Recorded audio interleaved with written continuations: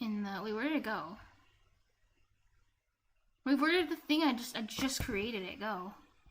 NetDev says you either instantiate your new class or make it a static class and call class name .method. I think I'll make it static. I don't see why it would. It's just a reward. Oh wait, now I have to think about it. Is there a case where I would want it to not be static? Because right now I can't. Oh, there it is. Reward shop CS. Why would I need multiple reward shops for multiple users? Like, isn't it just one shop for everybody? And then I just check their salt bits inside of their inside of the dictionary and subtract it. I think I just need one, right? Just shop.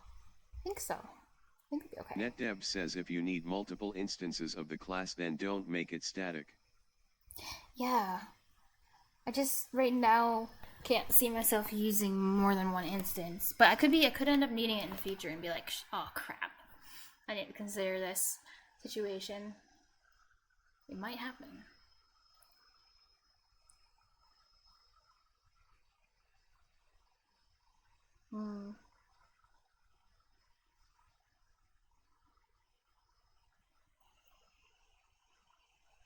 NetDev says easy to change it later if you need to.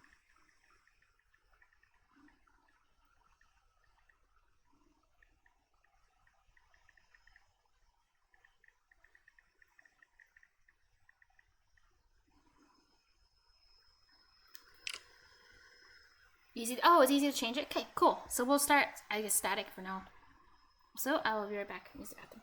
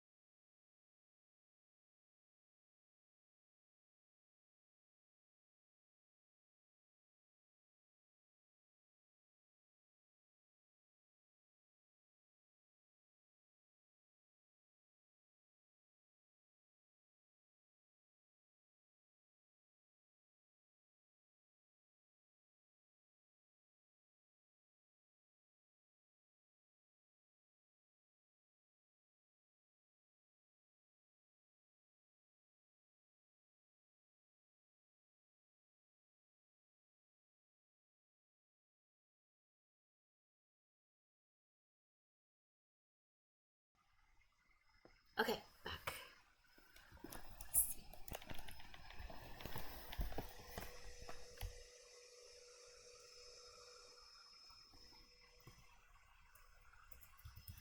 Okay. Static.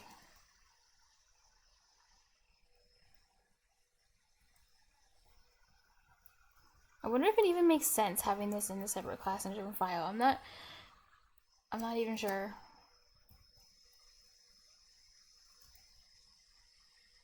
Wait a second, wait.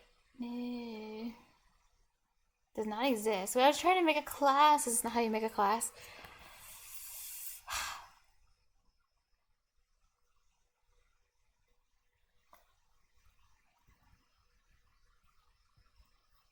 What do I have here? Oh wow, you have to literally write class.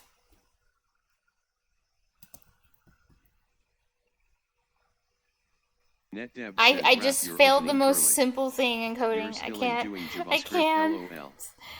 I'm so sad. Oh, wrap your okay. You're still doing JavaScript. Oh, I haven't even used JavaScript before, and here I am doing it like a pro JavaScript user. Like this. What's JS? Orkama says what's JS?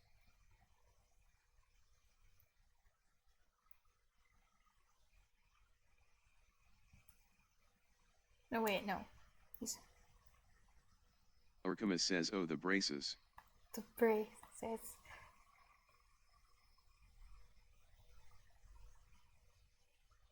Okay. I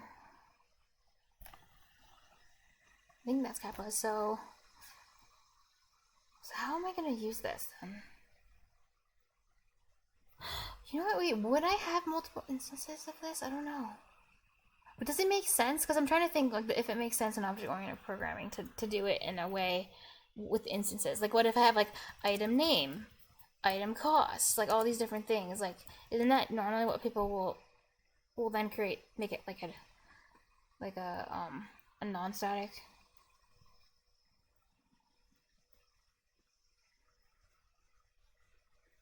NetDev says JavaScript keeps their opening curly on the same line as the method signature, whereas C Keeps it open curly on the same line. Ah. First to wrap it. Okay. That's good to know. I'm trying to think how I'm supposed to do this. Orkamus says I do same line regardless. Or Less lines, maybe I shouldn't. uneasy Maybe I face. didn't need to do this at all. Maybe I should have just used another JSON to hold all the reward data. Because it's just going to be a list of. It's going to be like item name, item cost, item description. I think it. But it's not. They're not going to change. So I guess a JSON. Another JSON seems the way to go instead of doing it like this. I can still put something else here instead. But maybe not the rewards. Maybe that doesn't make sense. Maybe it's better to have it like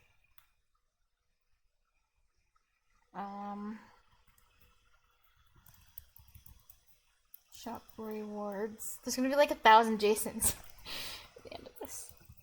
I just wasn't making NetDev so says many. I'm an Angular and .NET developer at my day job and been using both for 10 years, so I'm just anal about it. No, Don't please don't mind me, LOL. apologize. And you're also the first .NET. Your name is literally NetDev. No way. I get it now. But I'm honored and humbled by your presence, because no way. That's so cool. And I NetDev really says appreciate your, like, all your help, the more feedback I get from people, like, the better. Thank you. It takes more effort to tell someone, like, hey, you could do it better if you did it like this, than it does just to, like, let them do Dusty whatever Trails and Dev ignore says them. .NET is based. So, you know, thank you. So don't ever apologize, at least to me, because you're doing me a service by helping me, like, get better. Because I want to. That's why I'm streaming. I want to improve. I want feedback. I want honest feedback from people. Dusty Trails Dev says Appropriating link. the language. Oh, you still remember real. SVQs. The language. What's your language? .NET is base. .NET is. I mean, the name, Microsoft's main naming conventions for stuff is still not good, but their actual stuff is cool. And I like that I didn't know that .NET is under either, I forgot which one. It's either GNU license or MIT license, but it's like open source. Like, I actually didn't know .NET was. That's really cool.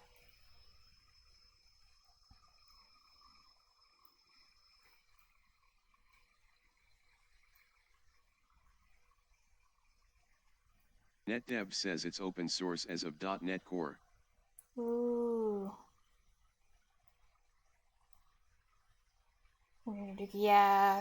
Dusty Trails Dev says LOL, their names are dookie, their licensing and products are better than most companies. Definitely. Especially, it's pretty amazing coming from, because I used to only use like Apple products. Until not that long ago. So coming from Apple, like, it's kind of amazing to see that there is open source stuff. Like, that's really cool. Ooh. NetDev says at Urkamus I'm full stack. So I do both. Are you a senior dev, NetDev? You give off senior dev energy to me. There was a guy, I think there were like actually a few, but I remember there was this one guy in particular who sometimes shows up named TRQC or something like that, like Turk or.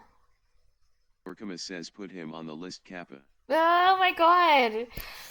But that's like a step above because you got the engineers. So Software engineer. What in the... What are the odds? I didn't even write C# in my title this time.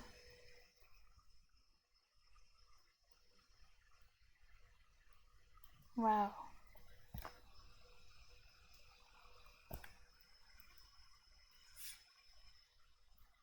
Dusty Trails Dev says I got rid of my iPhone because I wanted to use custom ringtones for each person.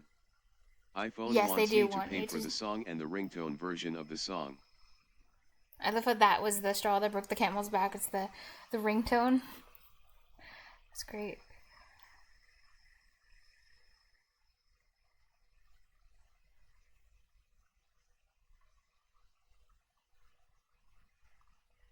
I gotta get better at curly braces. Let me take all these. NetDev says trust me, I searched to find AC. Oh, student languages. Like Haskell.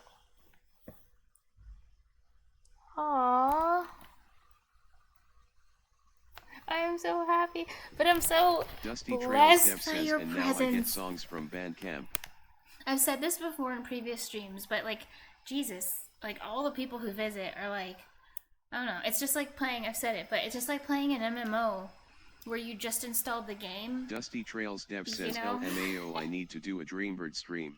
And you're still like not even sure how to move the character forward. You're like, I think it's WASD, but then all these people are like level 9,999, like one-shotting everything, and you're like, what the hell? That's what it's like on Twitch. But it's cool as hell.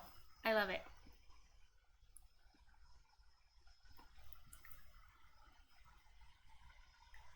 Okay, so the only reason I copied all this was so I remember how to write the fields in the JSON.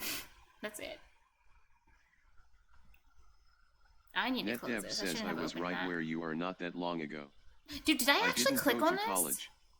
Went to a Someone tell me, coding did I actually open this? The imposter syndrome was real for a few years. But I just saw that it was open in the tab up top. Did I actually open the auth.json? Did I have to cut that out later? Did I open it? I think I did. Let me write the timestamp. God damn it, why can't I just control my mouse? I was trying to get to the other JSON, the viewer info, not that one. Is it 51722?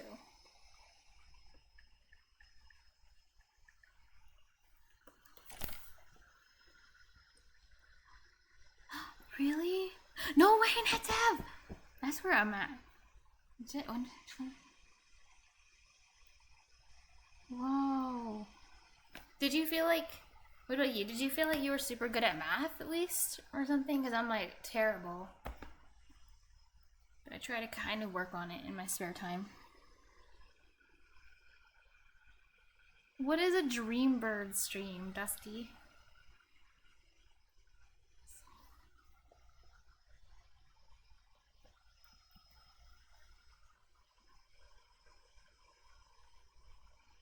Okay, so I'm gonna make my own.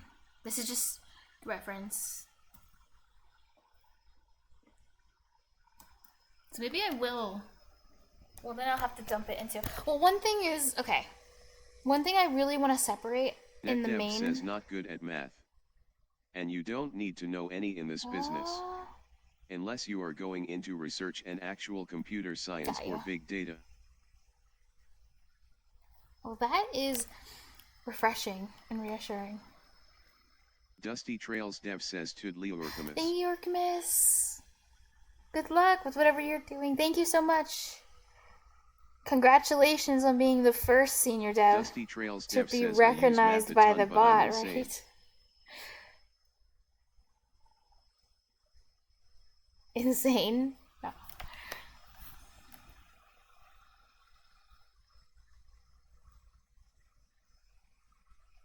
Of me says, what about game dev? Net dev?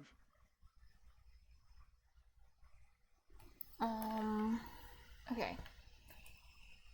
Wait, let me think about what fields I would need in it. Obviously, item name. Rename. Description.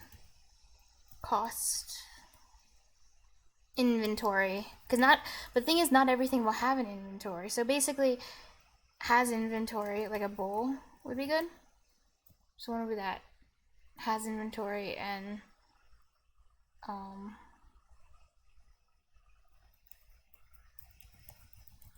inventory, if it has inventory.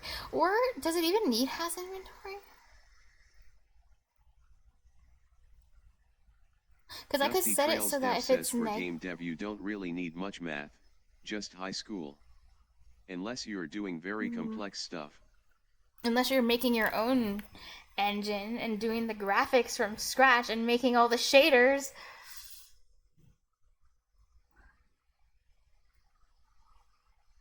Small games. Oh. Software and web dev. Dusty Trails cool, Dev says XD, but who would do Theayot? What was it like throughout the years if you've during the actual job search, like once you felt like you had the skills to get the job, do you feel like it was really difficult to get people to give you a chance without a college degree? Like were the systems says Salt wants to code games in Unity Net Dev? Were the systems strict about like cutting people out? Because one thing I worry about is even if I was good at something, like I just feel like with the way how automated things are, like it'll just immediately take my resume out of the pile, you know? Like I would never even get a shot.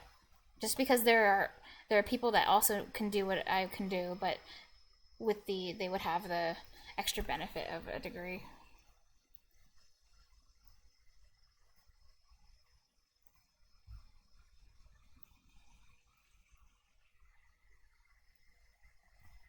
I'm not sure if it's a tester. Because couldn't I?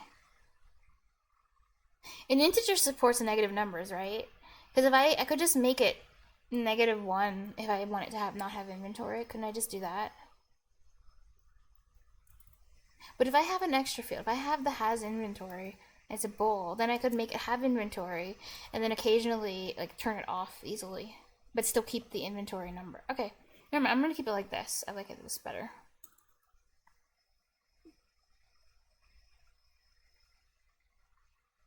So then, okay. How would I do it? Because this one's key value pair. Because this was a dictionary.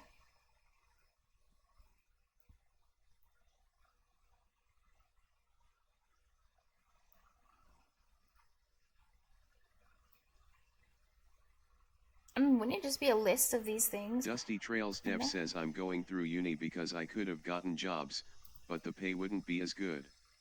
Also, my scholarships are good, so it works for me. Nice, Dusty. But if you can make a good portfolio and go to job fairs, you can get a job.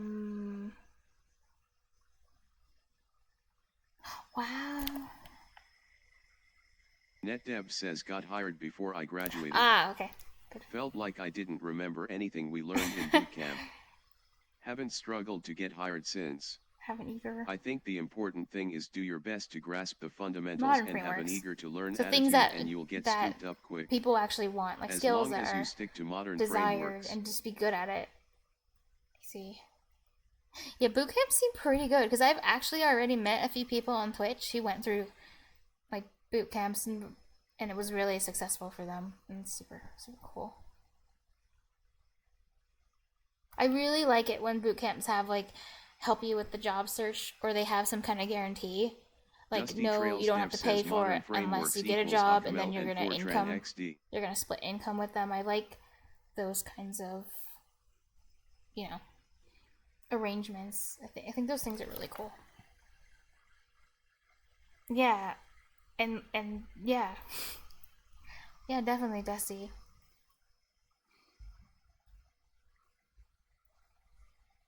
Don't forget all the other good things like Haskell and System Verilog, all the fun stuff. CDC? What is that? Is that? I was taught Fortran But you don't mean 77 on a CDC cyber mainframe. You don't mean Center of Disease Control. Wait, probably not. Oh, that was you. Okay, I'm getting confused because your color looks the same as NetDev's. I always get confused when people are the same colors.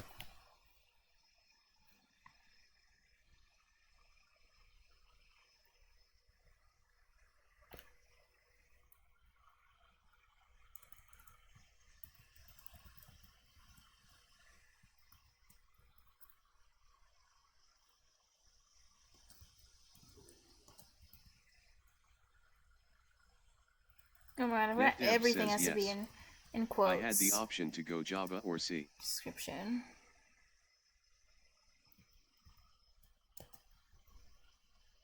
Oh. Maybe I don't need the space here. What's the matter?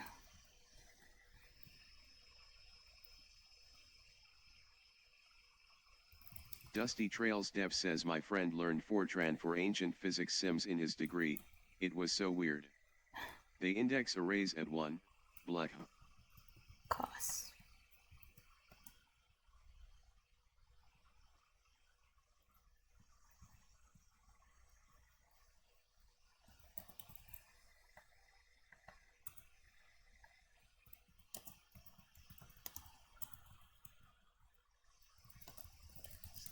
Sorry.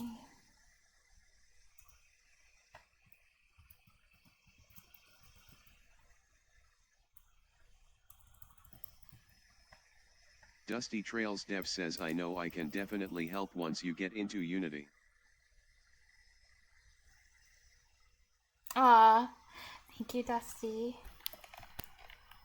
And you're the guy who said that you worked before, like professionally, and you worked on that like SpongeBob game, right? That was you. I think that was you. Already tried Unity. Oh, that's alright. That's what's so cool about meeting just so many different kinds of people on Twitch, is you all have like so much like different. You have lots of different experiences and you all use different languages, and like 90% or more of the people are actual professionals who do this for a living. It's crazy. How is that? How? And the best, probably my most favorite part though, Dusty might Trails actually Dev be... says no, I haven't done professional stuff, just open source and helping people. Oh, maybe that might have been Urkamis. Actually, that was Urkamis then. Okay, sometimes I mix people up. It was...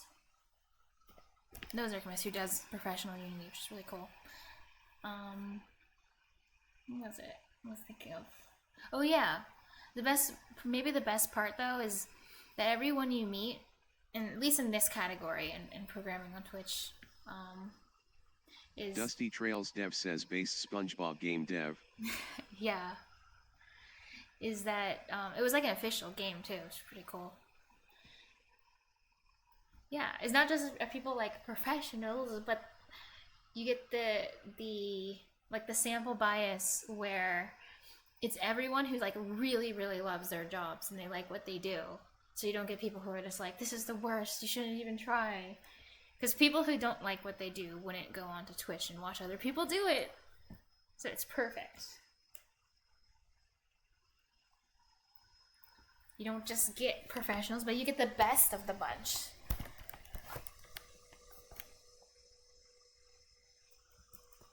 Sorry, I'm bad at typing when I talk.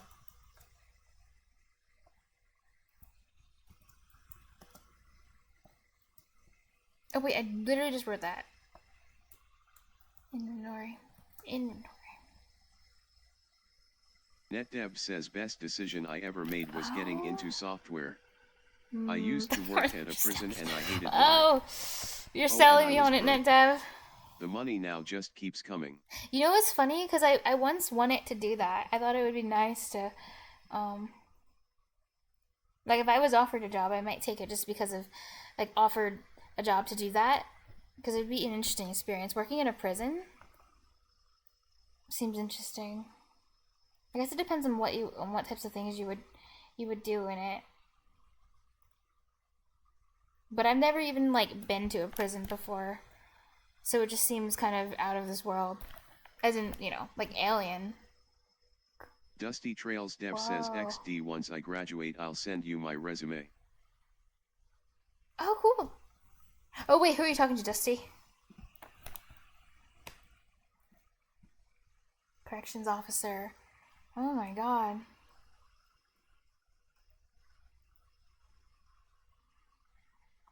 Was it... What was that like? Was it actually really bad? Well, you did say that you didn't come out thinking it's a good experience. Were there good days, though? As like a corrections officer? Ever? Or was it usually just bad days?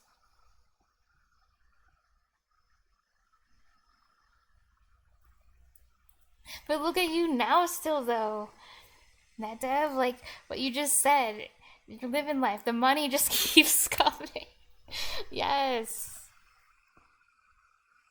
Dusty Trails Dev says net dev.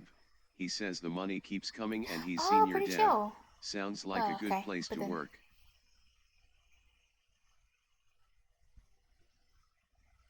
Hmm. Did you ever feel bad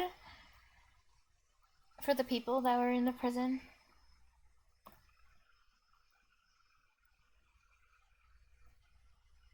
I don't know. I feel like if I worked at a prison, like I would just sometimes feel every now and then, depending on the person. Like I just might like feel a little bad for them. Not that I wouldn't do my job, but just, you know. NetDev says I'm transparent about my salaries if anyone is curious. That's one thing I had a hard time researching, so I'm open when people ask. Oh my god. Yeah, you guys are pretty good kids. That's really cool. Because all the people in prison, right, they're people too.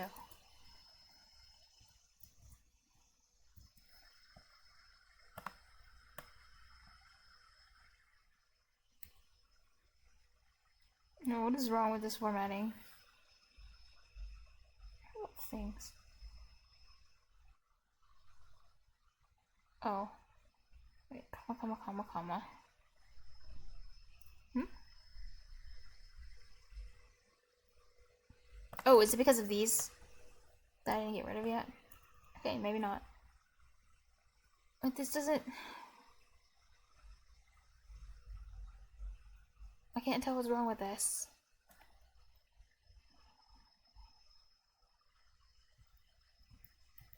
This is the original reason why I copied and pasted the other JSON, so I could have a reference.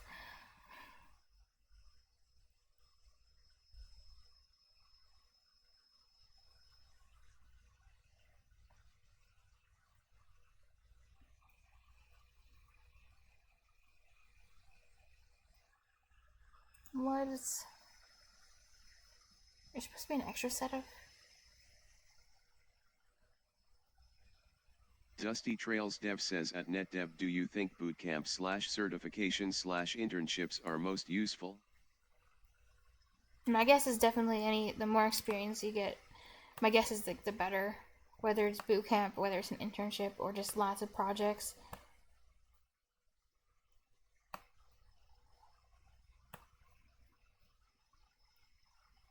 What's wrong with my thingy? Hey, Jason. Expect it?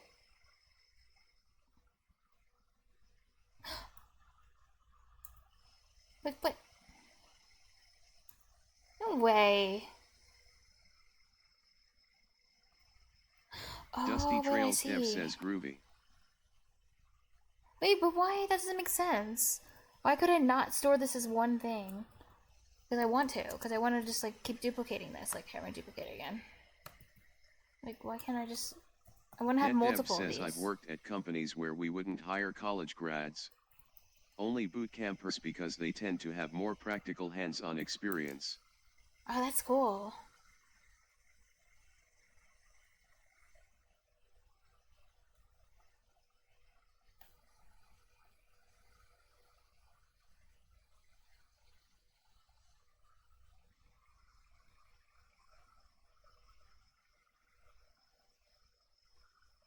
That is true. NetDev says college is mostly theory-based education, not practical. Hold on, I'm gonna have my screen for a second because I need to reference the other JSON really quick. The one that has the keys in it. Because I need to see what that looks like. Apparently I'm not doing this right. Oh! Wait a second. This was just one thing though. Wait, but no, that doesn't. No, never mind. That doesn't explain anything.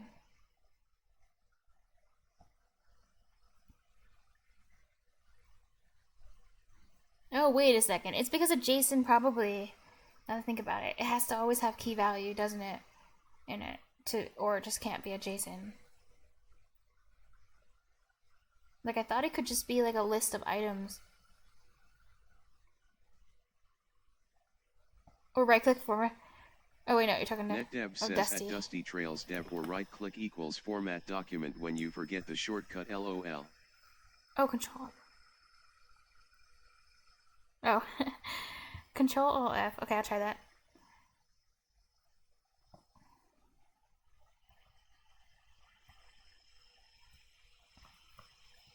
Dusty Trails Dev says. Oh wait, let's push Control Alt F, but I think that might be Visual Studio. Use it so much. Let's try this. Format. Oh, Control Alt. Wait, it just says to Control Alt F. Huh? Dusty Trails Dev says no, wait, it's Alt Shift F. No way does this need a comma too. This is the last item in the list. What? I'm crying.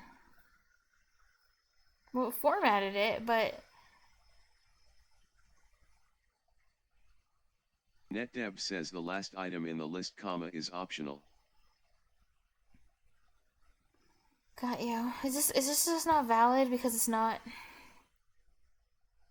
JSON has to be key value, right? And I'm just storing this as like 1 item, 2 item, 3 item. I can't do that?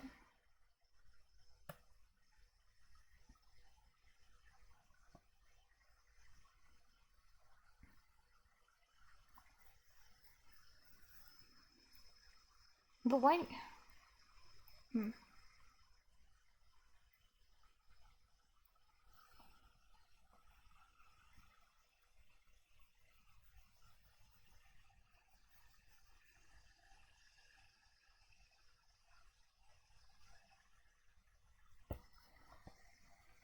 But, what's this? NetDev says, oh wait, I forget it's C.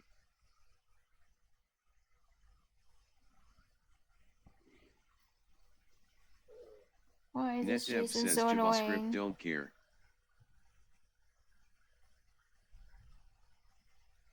Oh, I might not like them.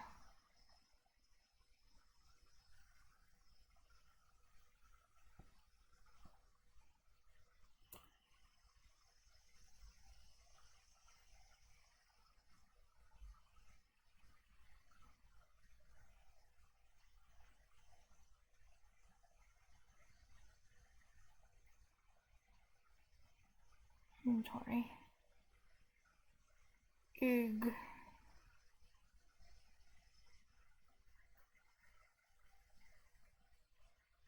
After the number? Dusty Trails Dev says so, remove the after the number maybe. Oh.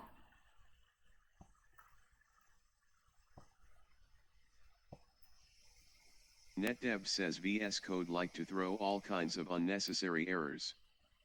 Okay. Oh, VS. So this looks right to you? This looks like it will... This looks like it'll be okay? Even with this?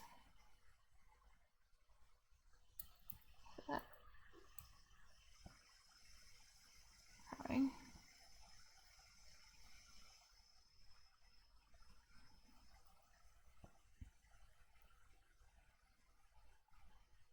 I'm thinking maybe...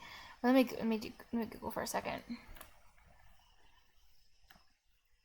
Does JSON to be... Can JSON have only key without value? No, in JSON notation, an object is an unordered set of key value pairs. Both the key and the value are required elements, so that's why. Because these are items. I'm listing them like items, but they actually, it has to be listed like key value. So then that means, okay. So I can't chunk it like this. But then, if I can't do that... Wait a second. How would I do it then?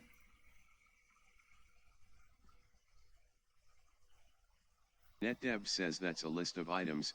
Is it missing array brackets?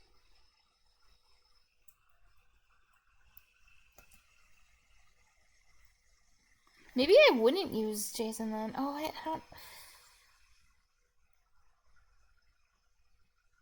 Array brackets? Array?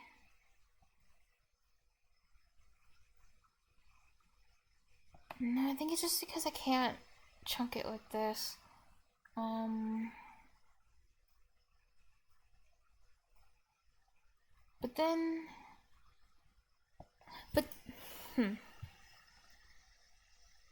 And then the only reason this worked out was just because I was using a key this whole time.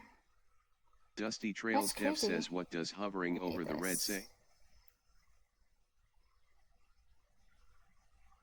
A JSON array? Where? What are we talking about?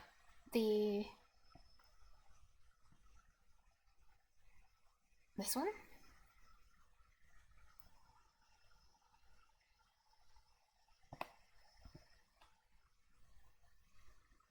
Just because these aren't key values. The things on the inside were key values, but... That's so annoying. But then, I'm trying to think, how am I going to do this then? Okay, so I need one of these as the key. So I just need to pick one. Instead of grouping them like this, like one has to be a key, I guess. But that seems weird. I don't like that I'm forced to do it like that, but I think I can get around it by just making one a key. So the name, right, makes sense. Item number, maybe? No, name. That'd be better. But then I have to spell it, like, perfectly. I have to spell all the things right.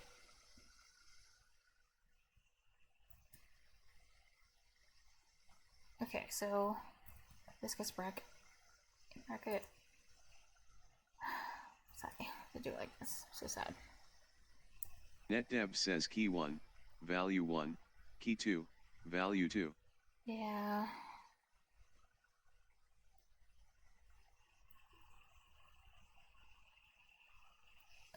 And the key is like... We don't have to do it in that style. Name.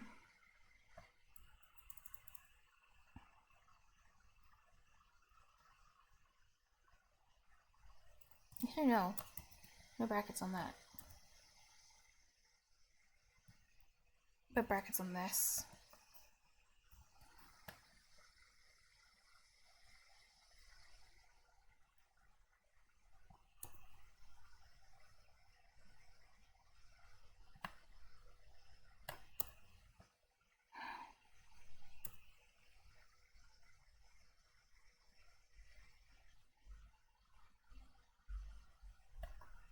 Okay, so the first one would be, I'm just copying from my,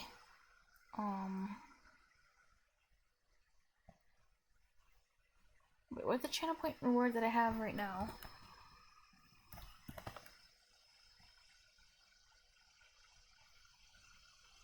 Let me open up Stream Elements really quick.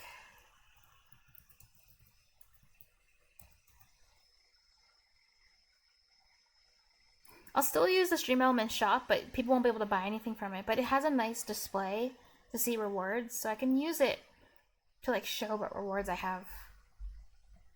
But to buy the rewards, it'll have to be through my bot. Also, fun fact, because you're new, you might not know this, NetDev, but I started doing this because the Stream Elements bot doesn't work. So I was like, because it wasn't giving out points correctly. It wasn't detecting when users were there. So I was like, if this bot can't do the job right, I'll make my own bot. Yeah. But I like kind of only knew how to... says I had issues with Stream Elements too. Yeah, their stuff just doesn't work. Like, how hard is it to hire better senior devs? Just make it work. It doesn't have to be perfect. Like, Mine's far from perfect, but at least it works. And I spend time making sure it works. Like, why does everything not work? I guess they're just a little different, considering theirs like goes into like thousands of channels every day. But still. Okay, where's the store part of their thing? Chatbot, user management. Oh, there we go. Dusty Trails Dev says stinky elements. Okay, so the first one, so I can just copy the items that I have in my shop. I only have 2 right now, but it's fine. So this one's called Color Swap. Me says Clown Strike. Where am I gonna put this? I think I'll put it in a... I guess I'm putting it in a dictionary then. NetDev says I'm building an AI chatbot at work. Wait, couldn't I? It's pretty wild. What do you think here? Because I've never actually used one of these before, but I learned about it like a week ago. Do you think I should use like an enum somehow for this? Because I could put it in like, I don't know. Because at first I was thinking of, and I could just use like a regular, just a dictionary. I've been using dictionaries for everything so far. But do you think like enum could be useful?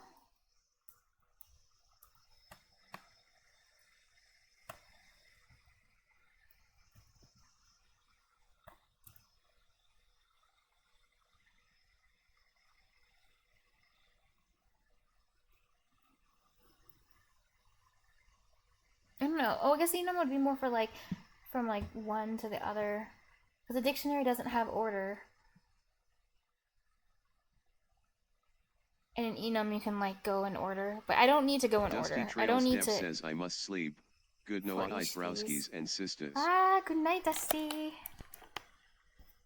Night, browski. Oh, but okay, yeah, I see. But I can map a string to it.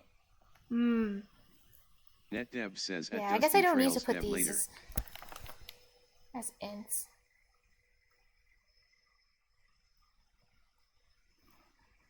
But if I'm basically turning this into like a dictionary, then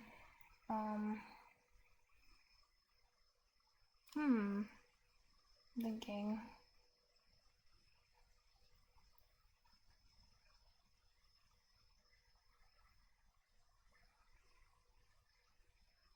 Okay, I think it'll be okay for now.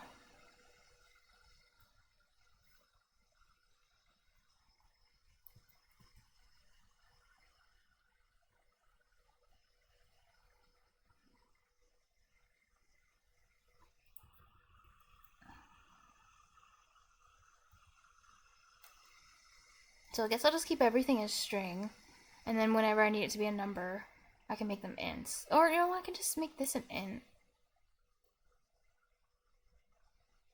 Or does this have to be in a... It doesn't have to, it can be, okay. Never mind, I'll make that a number. NetDev says I usually avoid using dictionaries when possible.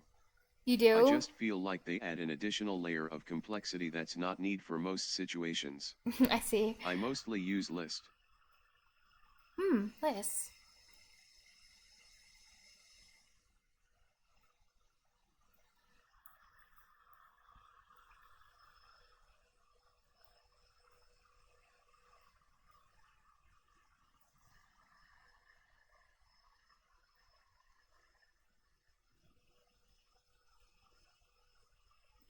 Wait, a list, oh,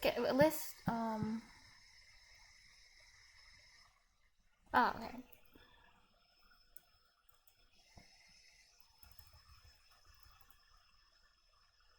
I guess the dictionary works well with the JSON. Considering JSON forces you to use key value pair, it ends up going in nicely to a dictionary.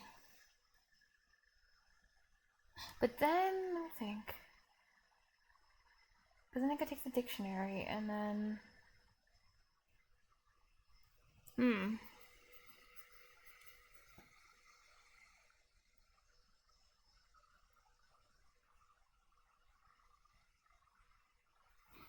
Now I'm starting to think, like, should I be doing this? Through JSON, like, does this even make sense? Like, I could do it. It's not that I couldn't do it, but is this really, like, a logical way to do it? Because couldn't it, instead of just using a JSON, couldn't I have just... I mean, NetDev says yeah. I originally was just going to write a class in there. Or decorialize it into any structure you want. Maybe this makes more sense. Because what I was originally going to do was not use it. I was just going to...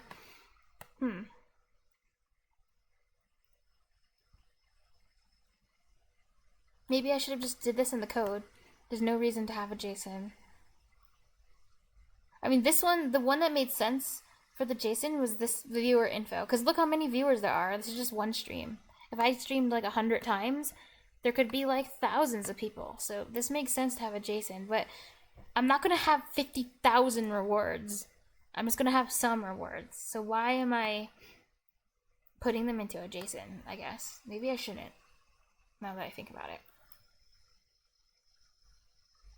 Oh, deserialize it. I see. I mean, I would want to deserialize it into a... not a dictionary. I mean, I didn't really want to use a dictionary. But I feel like I have to do a dictionary, because if JSON forces me to use key value, isn't it, like, forcing me to make it, like, a dictionary?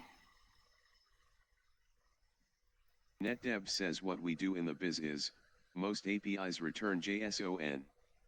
We take the JSON and deserialize it into AC. So if I tried deserializing this into a class, like, how could I even do it? Because this has, it ends up being, like, key value. Like, this one will be called, I don't know, reward 2. Like, what happens to the key? Do I have to make, like this is a field, and then this is an object in the class, and then I have to make that object have fields too? Because it's like something inside of something. You know, like it's doing that kind of thing, which is like annoying.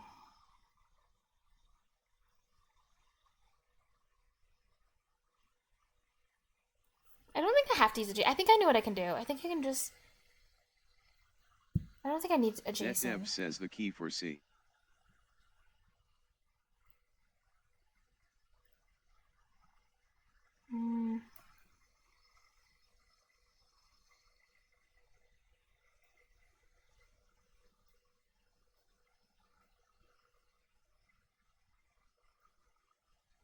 Yeah. So then these would end up being the keys to it.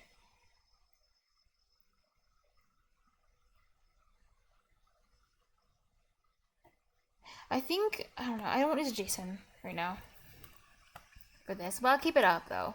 Why not? Maybe I'll use it for something else. Maybe I'll just go back to reward shop.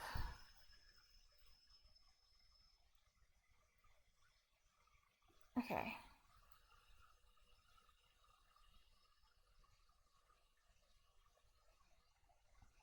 One thing I do know though is in the program.cs, so these are being used down here. These are being used for the JSON. This thing, and then this thing. I feel like I could move these out because I'm not using them for anything else other than to store, you know, make objects from the JSONs. That's why they're at the very bottom. So maybe I could like move those out into like another CS file at some point. So they just like aren't taking up space. Why is there red line? Oh my god, no, not again. Oh god. Oh wait. Is this a problem with the... NetDev says create a fold called models. Store your C.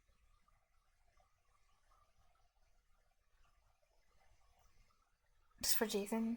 Oh, so I could put them in there. But right now, something's broken.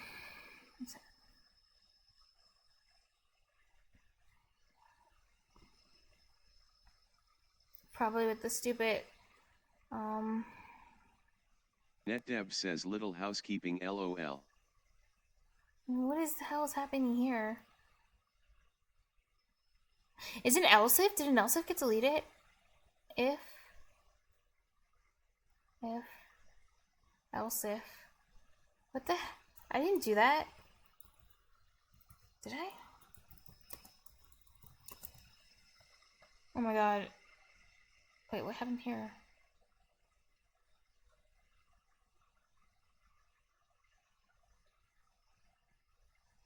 This was the catch. Wait, was this the catch? What is happening here? No, let's try. What happened to this one? Uprising underscore FX says I can't with that theme LOL. That's why one of the rewards is literally one of the rewards for viewers. Syntax color swap. NetDev says else if needs a condition. You see? Else if 1 equals 2. Yeah, but why did my... This was fine before. I must have deleted code somehow, but I don't remember deleting stuff by accident. What the hell just happened? What happened to my condition? Wait a second, this is just duplicated from this. Because this is identical. It has salt bed. So, this piece of code, that was just a duplicated block that I do not remember doing. I don't remember doing that. I must have did it. I don't remember that. That's crazy. NetDev says dupe. I'm dying.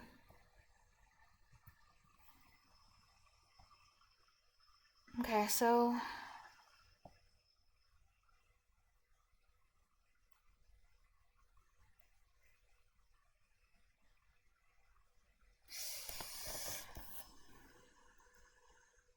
I don't think I can... If this isn't the main class, then I can't make objects in it, can I? Which is partially why I went and started doing this JSON thing.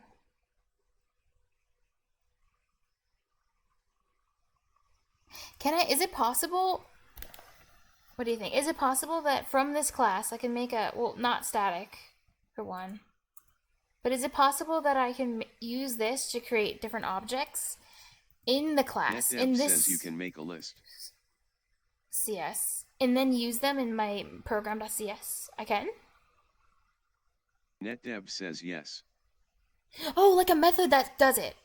That's what its job is when it's called. I see. I haven't done this before. Yeah, worked outside of my main program before. Outside of the class. Thank you. NetDev says outside of the class yet. That was funny. Uprising. It's like I can't with that theme. Yeah, it's pretty ugly. Especially my keywords. I'm not fond of this watermelon color, but I didn't pick this color. I was forced. Someone changed the color because it was, again, it's one of the rewards is force a color change. Ellie forced me to change it to this color. So until someone changes it to a different color, I'm stuck with this one. Once again, that's why I'm trying to get the reward stuff working so people can actually buy rewards again. Alright, so we'll do that then. I'd still like these fields a lot. So I want to use them. I think I'm like the sloppiest coder ever. This is an example. NetDev says var rewards equals new list new reward, name equals some name, cost equals 1.50.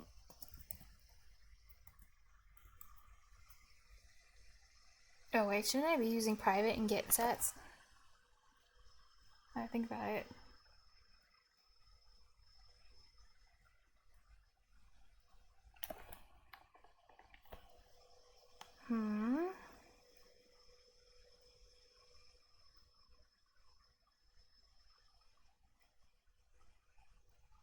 Oh yeah, for the method, what it would be in NetDev there. says public string name get set.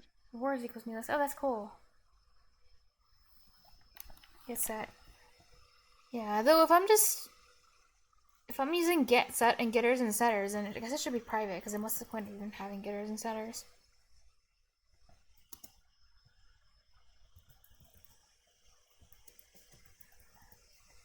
Because I don't think I would need them.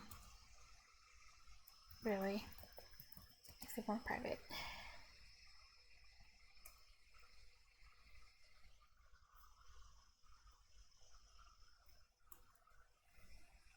But wait, that means if I initialize it like that, name equals for the list in that way, then I guess I have to then.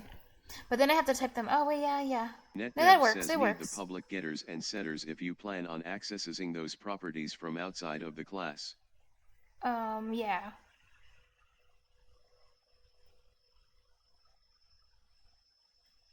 Oh, I see.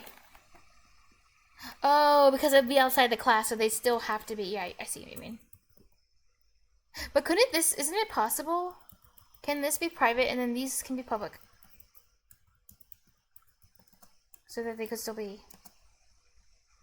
Or can you not do that? Oh, what's this? Oh, okay. It doesn't let that allow that. I see. Because this is private, so it's like what? So it's like this can't be public. Words expression must be more restrictive.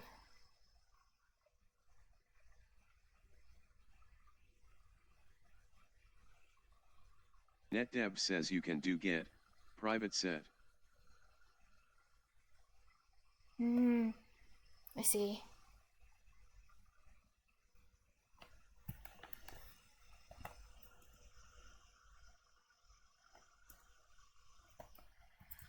Okay, public then.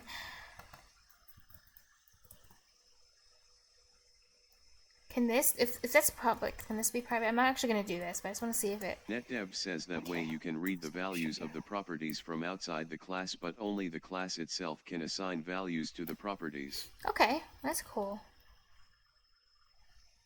Okay, so we name... description. Yeah, I'll be happy using a list. I don't mind doing that. Yeah, a list will work nicely, I think.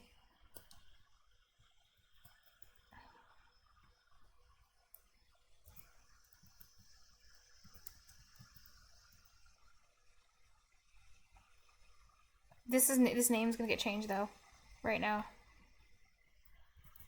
Unused JSON. JSON, perfect. NetDev says the convention is to use capital letters for class property names in C. Oh, these are... Okay. Aren't these sometimes named with underscores, but only if there's another one, but there's not, right? NetDev says first letter of each word capital. So for all of these, since they're... Yeah, what C# terms properties.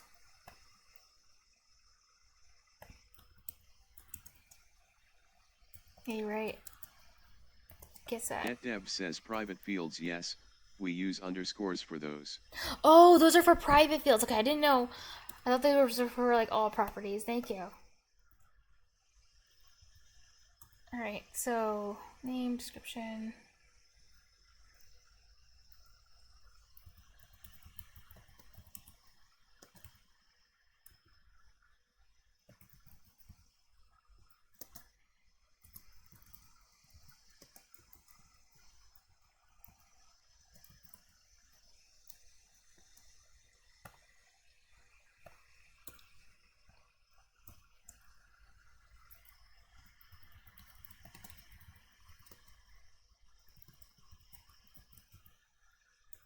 Oh, capitals.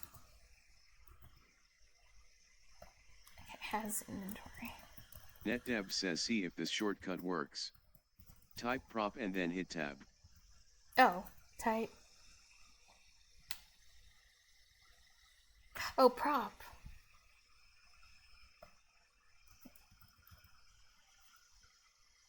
Oh, cool.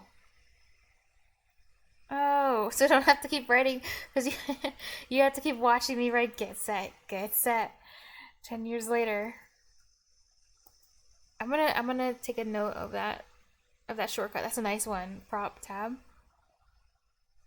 NetDev says yep, smiley face. I love it. Okay, prop. Tab. Free. NetDev says dir for constructors. Make a property template. Thank you. Okay. That is awesome. And then what's the... Oh, that was Command KD for formatting. That's a nice one too.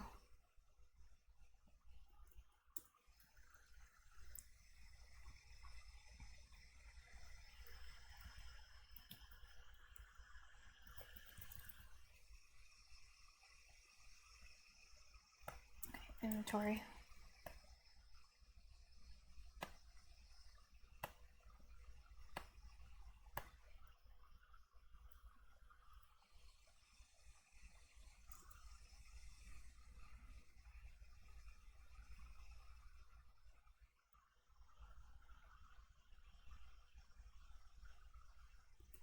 We'll call it just reward because it has.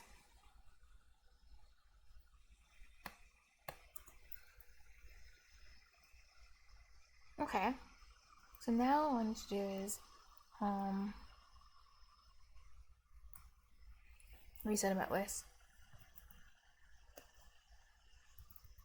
Do list. It's like NetDev says good catch. Singular for class names. Oh, thank you. I just realized, like, if I'm gonna be accessing these things and I'm gonna be like rewards.name, that doesn't really make sense. There's gonna be different ones. Like, it would be a reward.name, like, because it's the name of a reward. So it kind of makes sense, I guess, to not have the I didn't know that was a real naming convention though. I just thought in my head, like, I think it'd be more clear if I dropped the S. Oh, yay, cool. I'm glad I decided to do that. Hold on, let me drink some more water.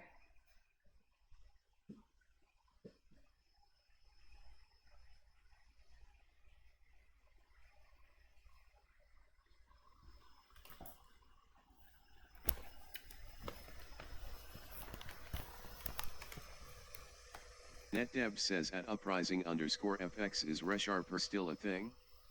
I This used is to a use Twitch that bot. when I was new.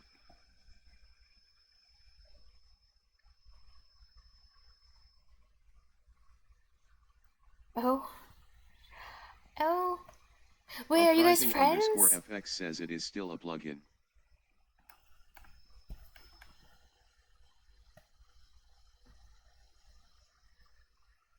Uprising_fx says for VS, it is built into Rider. Oh, here comes Rider again. Oh, wow. That sounds so expensive, NetDev. But then you said about the money it keeps coming. Like, it must be nice to be able to...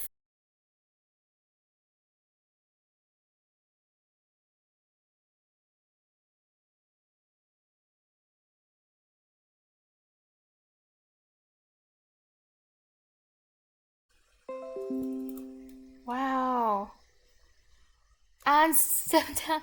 This is crazy. OBSFTW. No, I swear to God, every time I... Yeah, it's for the win. Yeah, that happens every now and then. I hope you can just, like, ignore it when that happens. I wish it didn't happen. I apologize. I'm not sure exactly if it's OBS or just my internet sometimes dropping, but whatever. Everyone's a software dev.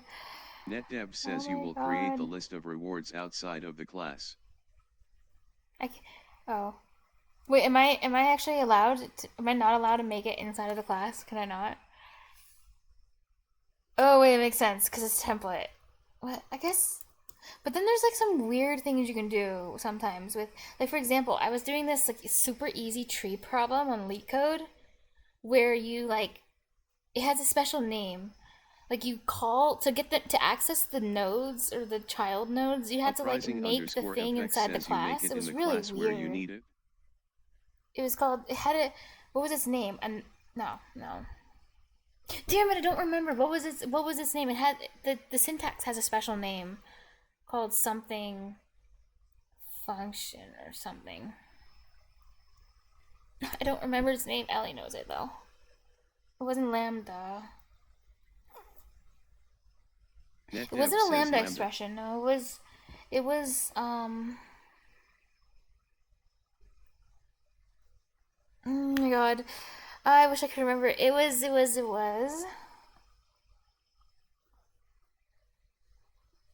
because Ellie's usually around, but Ellie's not around right now. Wait, maybe I can just I want to do like a quick Google search because maybe I can find its name. I don't remember actually at all. But I can find the LeetCode problem and just show you the syntax and be like, what is this called? But it's super cool. And I don't think I'm going to use it again for like a very long time because it's like... It was like learning about recursion all over again. It was almost like recursion, but not recursion. But it was like a variable that was kind of doing a recursive thing because it was like calling itself. Well, it's calling the class. Something like that. But I'll just show you the code that I did. Uprising_FX says like mapping. But it was so cool. When I saw it for the first time, I was like, I didn't know this was legal to do. But it was legal because of how, like, under the hood, apparently the computer is just storing references to things, so you can do it. It was really weird, though. Oh, no, I didn't. I'm stupid, didn't save it. But you know what? I saved it to a text file. So it was. Alright, this is going to look like a map. Oh, wait, no, I can just copy and paste it in VS Code so you can see it. Because I have VS Code open, so why not just do that? So take a look at this. This is what it looked like. I'll just make some space so you can see. Isn't this crazy? So this is what they had. This is the just showing you like what they had set up for you. But you basically end up like doing it like this. But it was really cool because left is inside of root. Like left is inside of, well, I guess not. But it's inside of like root is the tree node class, and then left is inside of it. But then val is also inside of it. I don't know, it was hard to explain, but this apparently has a special name when you do this. But I forgot what its name is. But it was cool.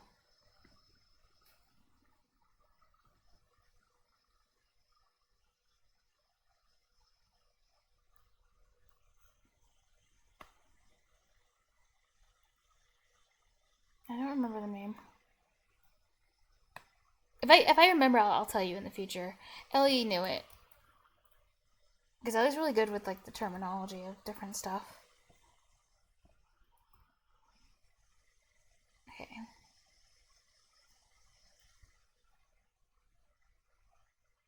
Wait, but I would still be working within the class, right?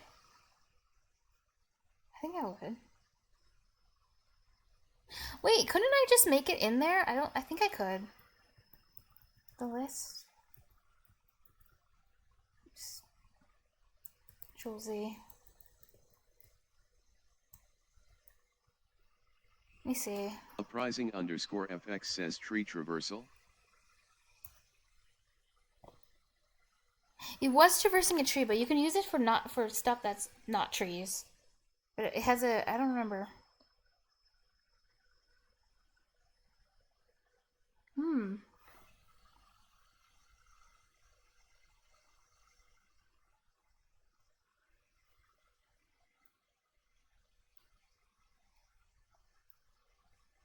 Oh. So if I add if I add methods into this class, well, I guess this one isn't a method. Oh yeah, this is technically a... But I guess if I make the syntax, it'll just give me an error for if I try to set the fields. Oh yeah, it wasn't reflection. Oh no, I'll have to ask. I have to ask Ellie. I should just write it down. What was it?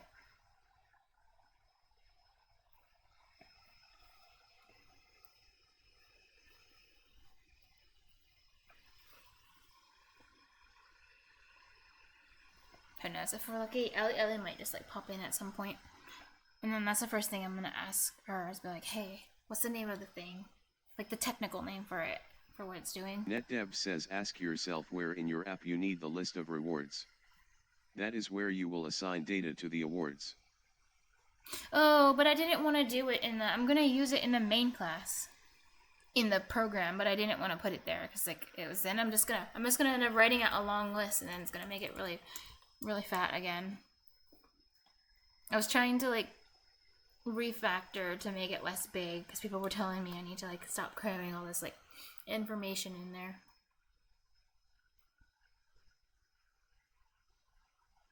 But I think I could bring in the list, but I might not be able to put it in this class. I might just have to move it into like a new class called like just a class to hold the list reward, that list of rewards.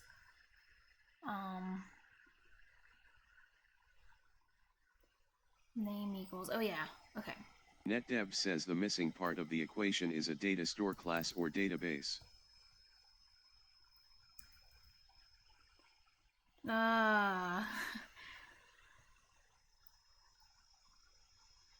Or database, I see. Wait, is a data store class just a class that's just holding all the information in it? What did my computer unplugged.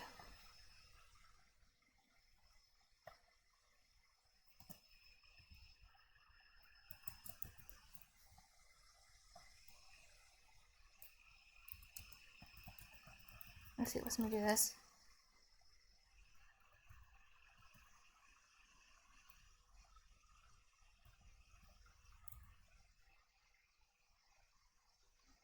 Oh wait, this actually might not make sense having it inside. Because then it'll be like... Because then it will create this, and then the list will be inside of that, and then it will be inside of that, and then it will be inside of that. NetDev says put that below the LSAT curly. LSAT? Oh, last. But this can't be by itself. This has to be in something, doesn't it? It has to be in a class.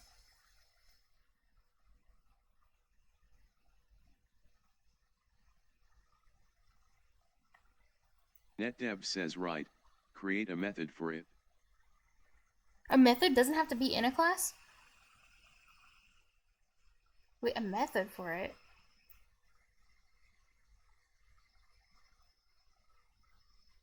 NetDev says if you put it in a method, keep it inside the reward class.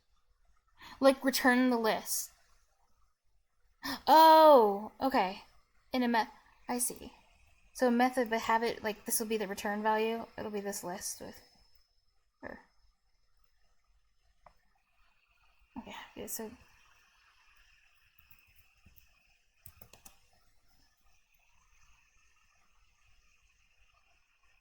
then these could be private because the method is in the class. So I think these actually can be private. I think public. What should his name be? But I need return type, so.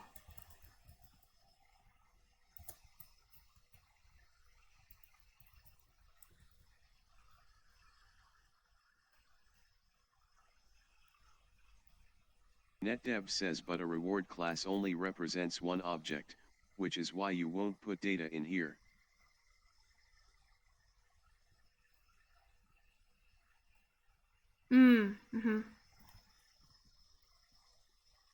I see.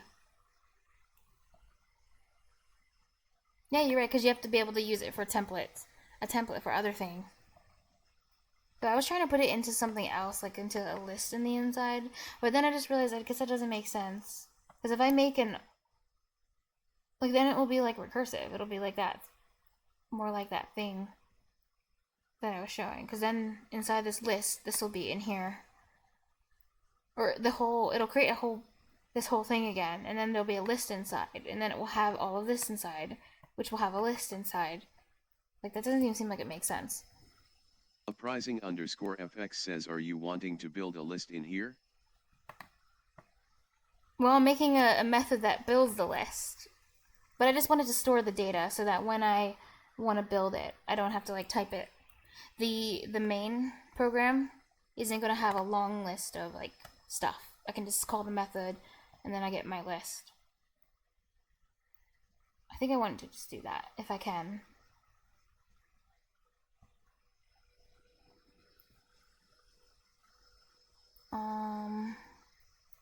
What's the syntax for making a method? It's like privacy, return type, and then you just have this thing, and then the curly braces. But I feel like I'm missing something. NetDev says you can make a static class called reward data store.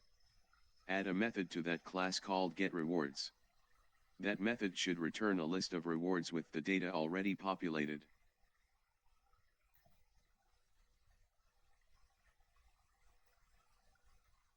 Oh, like a separate method.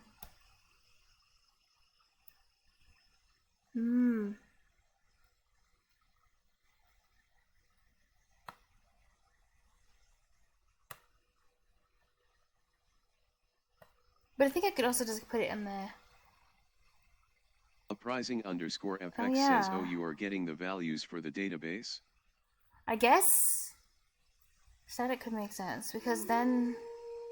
You're right, I'm not trying to create new rewards from the main class. You can save I think that makes sense. Thank you, whoever followed. Rewards. Because I'm not... I mean, if I was, like, trying to create new... If I was trying to, like, create new rewards from the main program, I guess it would make sense for... like what I was doing with this, putting it in here, making a method in there.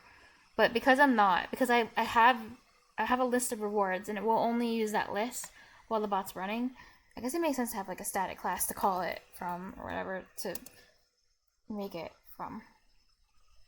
Yeah, program.cs is not its job to make rewards. Program.cs should not be concerned with creating data. Yeah, it's this reward shop.cs's job, which is why I put it in its own separate file. You're right. A static class called reward data store. I like it.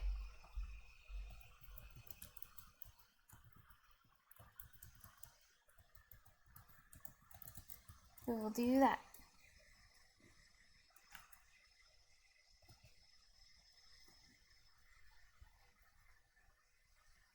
I'm not sure if I'm doing the syntax or methods right. I don't think I am.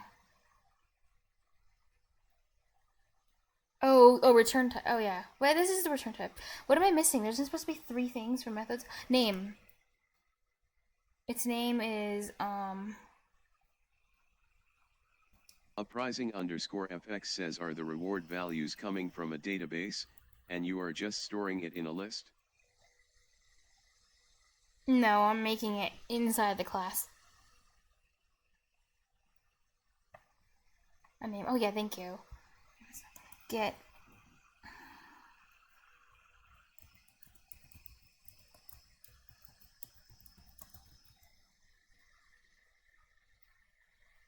No, it's all get rewardless. I like it better. I think I'll remember it. NetDev says that method will need to be static BTW. Oh, because this class is static? I thought it would just automatically do it for me. What the hell? Oh, because it doesn't return anything. That's fine.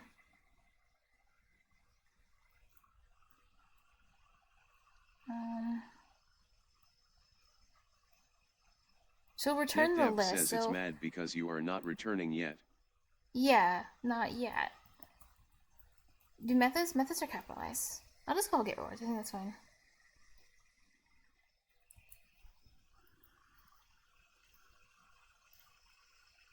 Test the return type, so now I can use this. NetDev says yep, caps for method 2. Return. There we go. Uprising_fx says null asterisk. Wait a second. So it's a list, but these need to be linked. Oh wait. Wait, no. Wait. Oh wait. Yeah. NetDev says at uprising_fx. So I have to create new. I have to create first. I have to create. Instead, return new list. Yeah, I'm storing the actual reward, so it's gonna be like object 1, object 2. Blah, blah, blah. So basically I need to make new rewards, so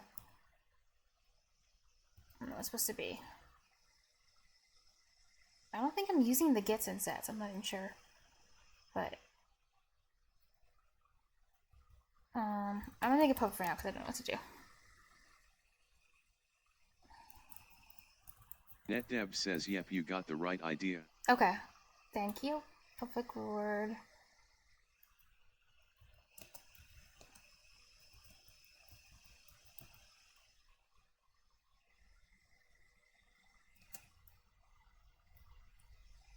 And can I like initialize all these fields? So then here's where I do name. I'm just gonna.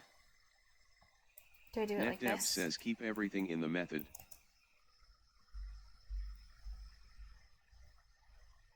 Okay. I'm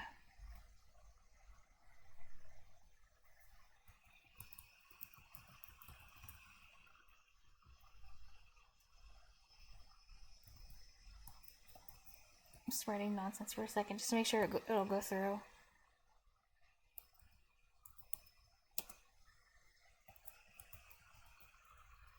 NetDev says no need for public. Oh yeah, that's true. I just need it in here.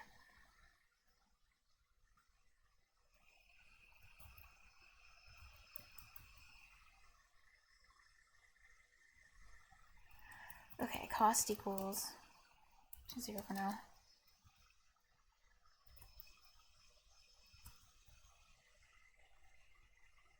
var. Uprising_fx says var.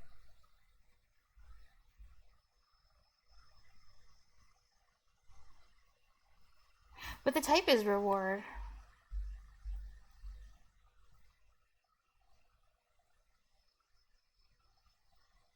Oh, you're saying name it reward. Oh, because I don't have a name.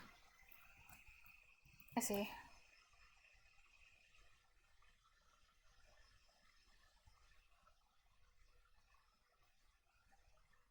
Oh, it's a static class.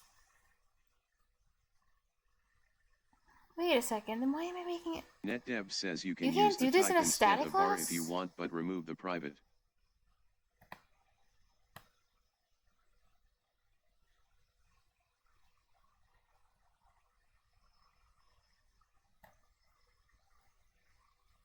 I mean, if I don't include private, then it just is private, isn't it?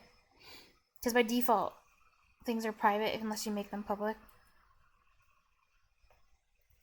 But I don't think it matters if I'm explicit or not, other than, well, it doesn't have to be there.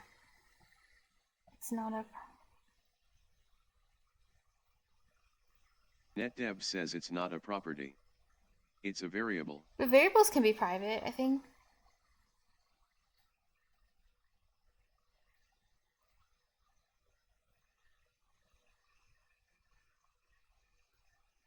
NetDev says variables are always private because they are local to that method. Oh, so it's like it doesn't even matter. It's just like useless extra text. You say? You mean? NetDev says scope. Because it will always end up doing it anyway. Because I'm doing it in the method, so it's better.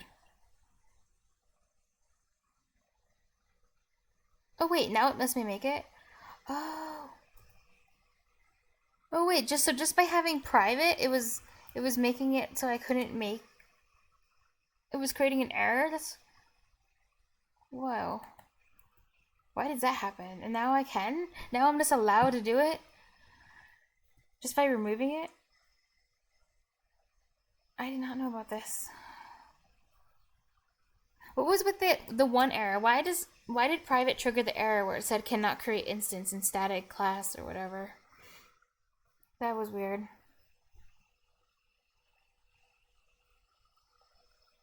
NetDev says private is an accessor that is reserved for class properties and methods, etc. Not variables. Really? So like up here, I couldn't just do, without a getter setter, I couldn't just do private. I don't know. Oh, whoa.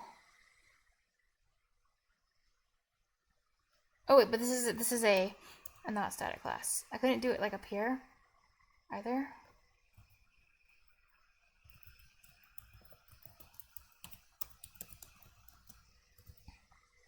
Oh, wow.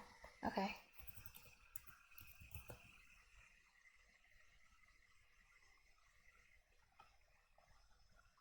What's with this? With this?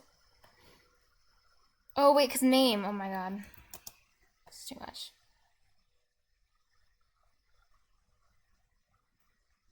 How is this an instance member? Don't tell me it's because of this. I don't even know why I can't create this now.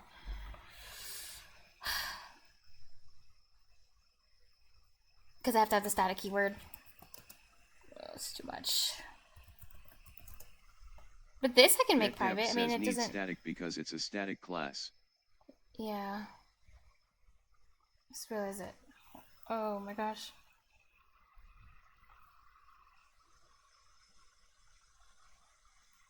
Now it's a property automatic. Oh wow. NetDev says that is a property now, not a variable. So even without the getters and setters, it just becomes a property. Like C# makes it a property. It is a. That is something I did not know at all about C#. Class property. Uprising underscore FX says it is a class property. So sometimes when people say private variables, that's technically inaccurate. Like when I hear people in videos being like private, make like the variable's private, it's technically wrong to say it because if it's private, it has to be not a variable. It's a property or what you said, a method. But classes can be private too, can't they? Wait, can they? I think.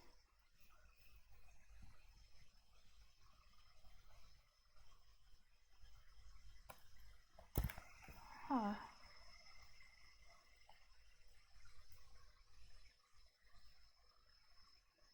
Why did this one error go away? Well, has NetDev says private variables are technically properties. We call them private fields. I thought a property was anything with a getter and setter. Because the getters and setters, like, I think someone described it as like syntactic sugar. Like in the compiler, when you have like a getter and setter attached to a property, it creates that variable so that it saves you extra work, so you don't have to make the variable, and then it uses that, and then it creates a method. It has a method linked to it with get and set to make it more convenient, so that you don't have to like set it up from scratch.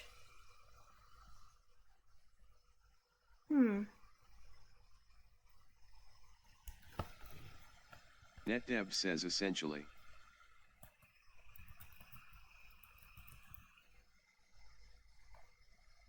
Or setters. Has inventory.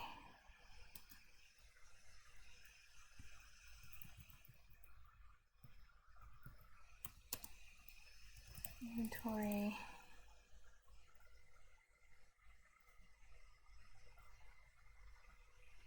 Yes, this is interesting. NetDev says same thing with constructors. Even if you don't add a constructor to your class, the compiler still runs one for you in the background regardless. More sugar. I didn't know that. Without a constructor, it still like makes one for you. Wow.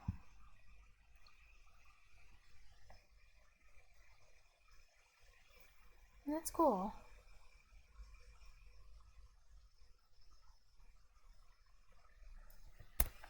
So is the reason why private can't be used here is because you can't have a property inside of a static class or something? Is it something like that? Since I was trying to turn it into a, like, make it a property instead of a variable, you know, then it just, you can't do that. A property is things that belong to instance, that are used for instance classes, maybe? Inventory. Uprising underscore FX says it is in a method, not a class.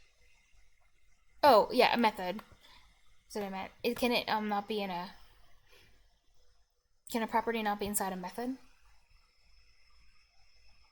Oh, it has to be. Why not a variable? NetDev Yeah, he's says private can't in the use method, private so no in the privates in method. the method. Or you said private, but it needs to have static. And if it's static, then it can't be a instance of something, right? Because static things aren't instances of things, I guess.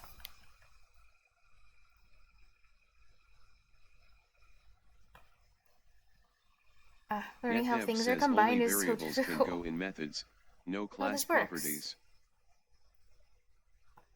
Okay, so this is what I'll use. I can just keep copying and pasting this over and over again for each reward. So the first one, and then I'll end up creating a list of all those things. So if it lets me.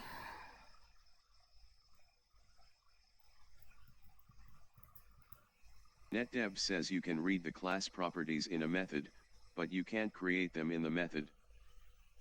Can't create them. Thank you.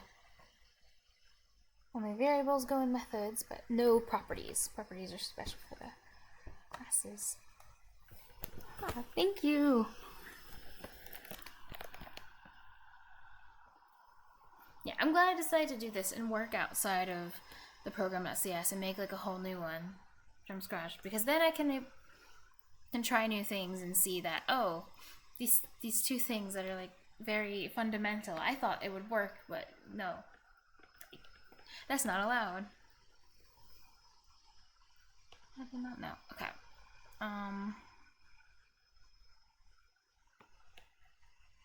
Let me just see if what's wrong with this one. Uprising_fx says why don't you try this way instead?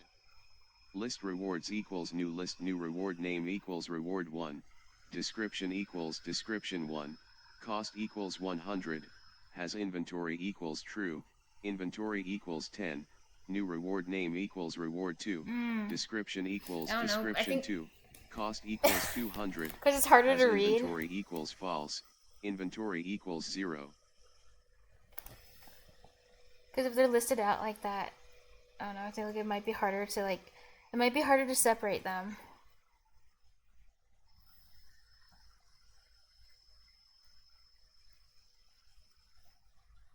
But yeah, that could.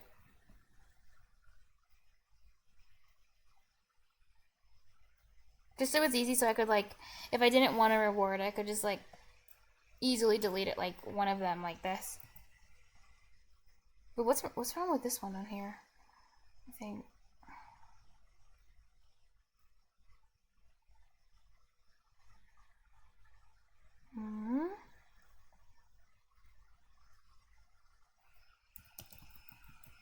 Uprising_fx says copy and paste it so you can see it in the code, instead of creating new variables for each.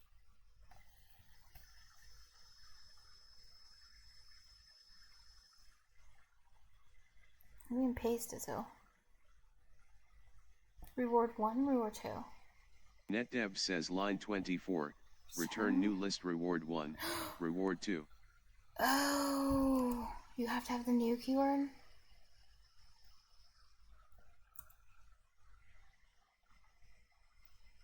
No, oh yeah, that's from earlier. NetDev says no card. Return new list reward. Reward 1, reward 2. Oh wait, just reward. Reachable code.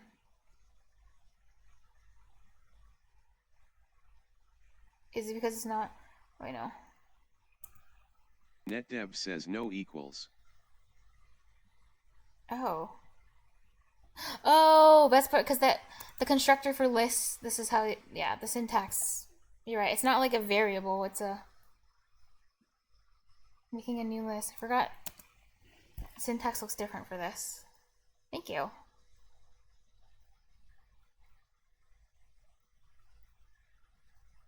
Let's see. Yeah, let me look at the other one. Should I do new reward?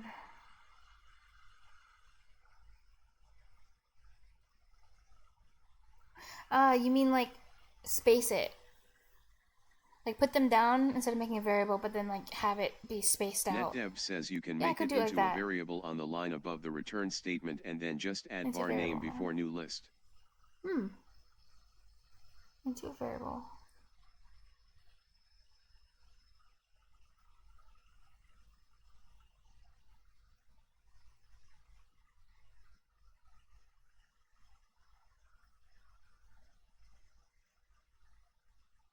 Line above the return statement. I'm gonna look at that.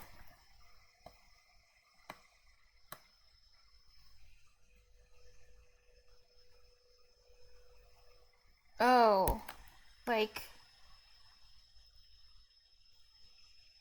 NetDev says var rewards equals new list reward 1, reward 2, then on the next line, return rewards. oh yeah, could do it like that.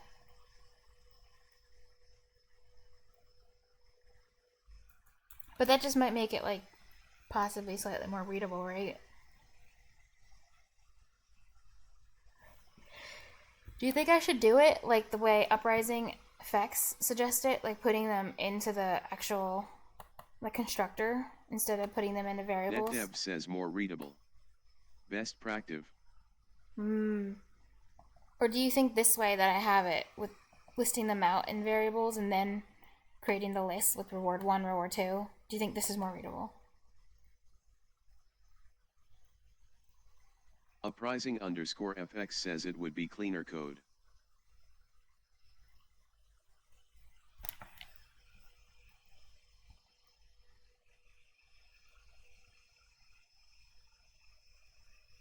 Do you have an opinion, NetDev?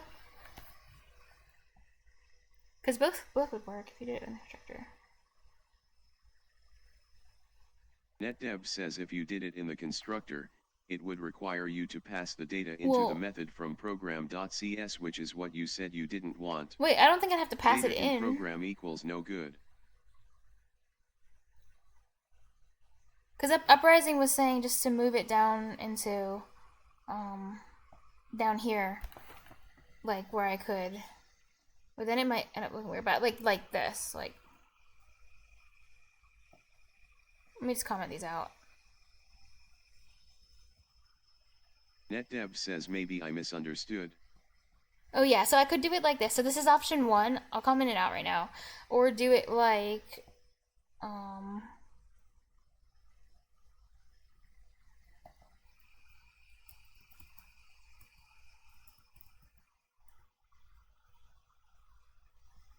new.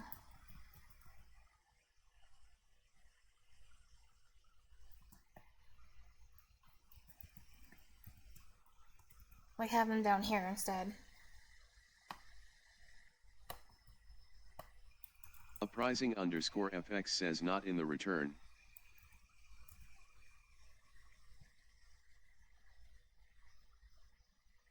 Not in the return? NetDev says yes, you can create each reward in the cullies when creating the list.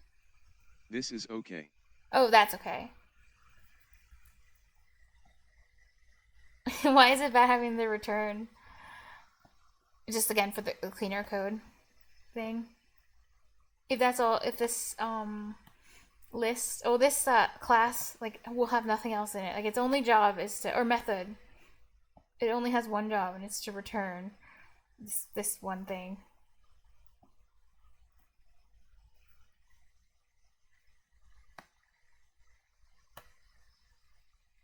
NetDev says makes it easier to debug your code when you return a variable instead of just returning the raw data. Okay. In case I need to debug later.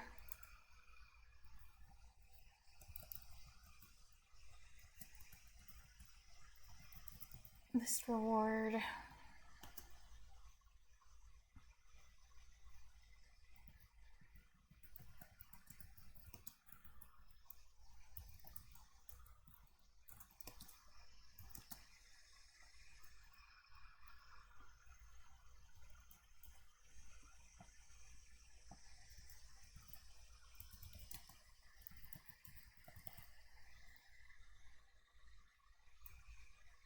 Okay. Thank you, Guy.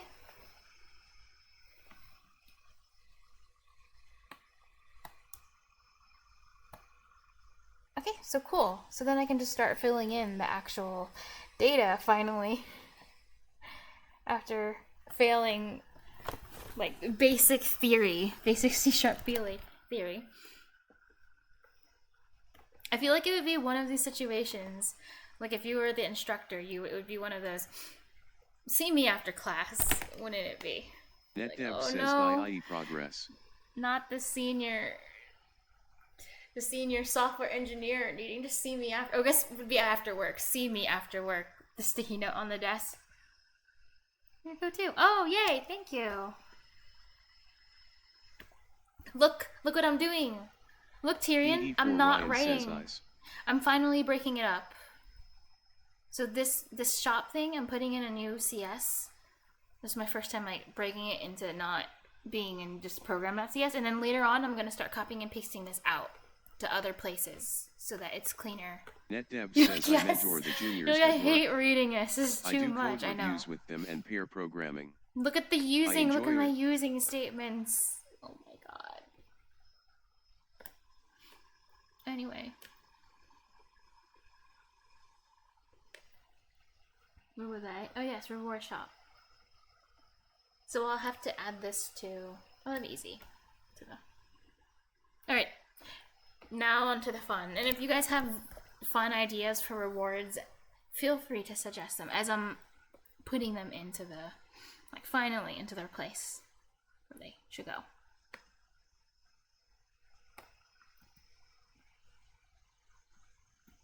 Alright, so this is the first one. Description I already have because this one's coming straight from my Stream Elements shop. That never got to be used because Stream Elements bot doesn't work, which sucks.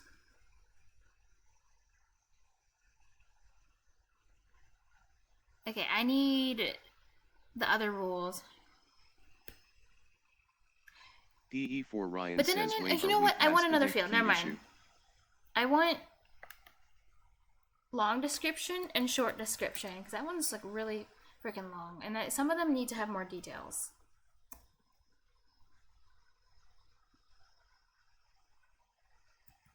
Oh wait, why do I have a space? There. Now we're adding that too.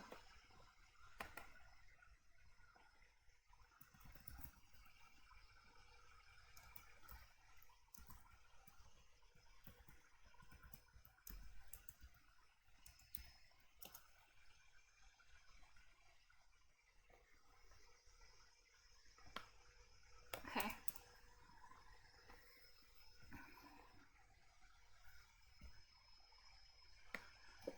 And this will be the new.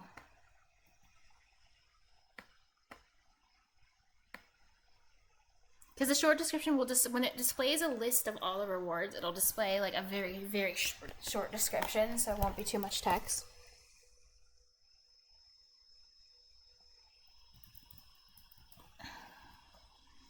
Change an IDE to next color.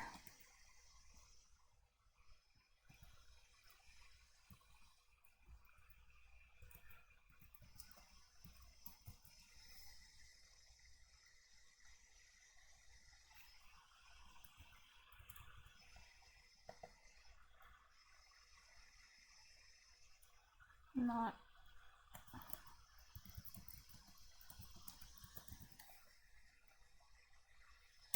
What are the other rules I said? Not so much of the background color.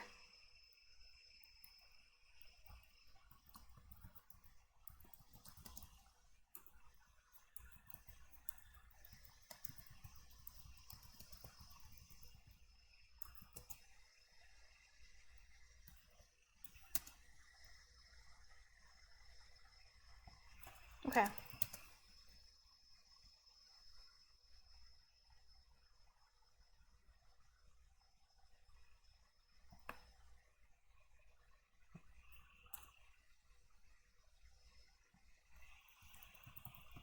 Make it a little shorter.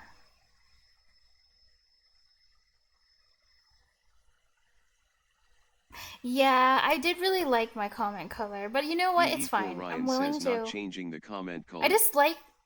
I just need to get the hex code for what color this is, and then I'll like copy it, so I'll have it in the future in case I want to use it. But yeah, it's okay actually. It's fine. People can change the comic colors. I'll allow it. That's gonna be one of the first ones people pick, aren't they? Because I read so many comments. They're like, change the comic color. If they pick another color, I'll be very sad. But I'll stick to what I promise.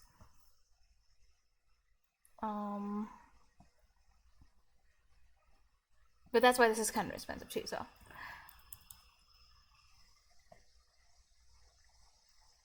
So yeah, then that would be all the things. Let me think. Is there anything? To the background color. Yeah, then that's fine. And syntax doesn't mean the background, because some people are like, change the background color. Like, no. That is one thing I'll stick with, because it needs to be pure black, because I really like it dark.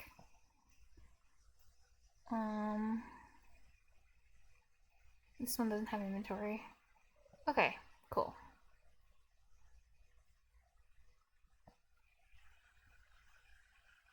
Next one.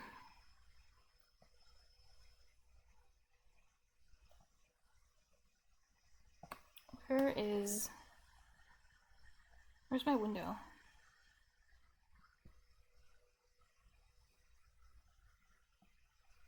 This one has limited quantity. Ooh, that reminds me. I want to put a method in here. FX says, how will you get the color that the user picks? They have to write the hex code in the chat, and then I copy and paste it into my settings. You didn't think this was going to be automatic, did you? There's a reason it costs 100. It costs 100 points. Me says, good question. Yeah, they'll paste a hex code into the chat, and then I'll take their hex code and put it into the settings like this. Control Shift P. These user settings. Here it is. Here's my comment color, by the way. I really like this one. Yeah, I'll make a comment actually down below.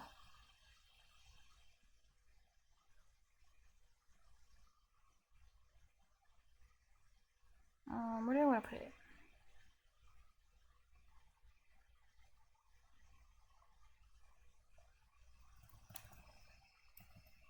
Note to self. My favorite, because someone will change it. My favorite comment color. Uprising_FX says, what if they do it when you are not online? Or will your bot only be on when my bot is only online? I'm not going to let it run. I'm hosting this.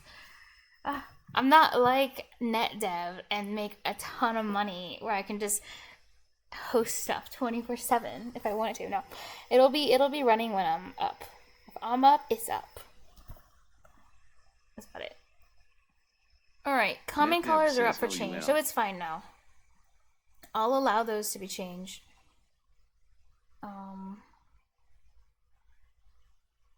There's the keyword. Me says bot online during breaks. I don't have to have it on. Yeah, it'll be up.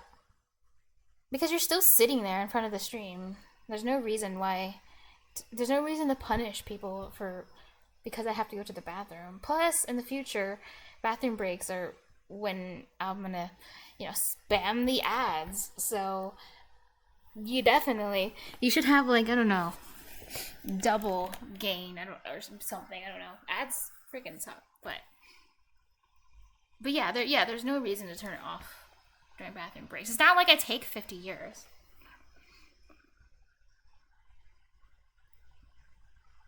Okay, so what was I doing? Oh yeah, I was just showing off the settings to change the colors. This took me like over 2 hours to figure out how to change my syntax colors, by the way. But now I know how to do it. Oh, I wasn't showing anything on my... Oh my god, I was in the wrong... Dude, I was in the wrong... Because I have 2 VS Code windows open. One has a different project in it, and I was in the wrong one. I was showing off this... Oh my god. I was showing off how to change the color. See? This is the comment color I really like, by the way. Just randomly, I made a comment, but you couldn't see. I thought y'all could see what I was doing, but you couldn't see what I was doing. That's sad. Anyway, yeah. So this is how the colors will be changed.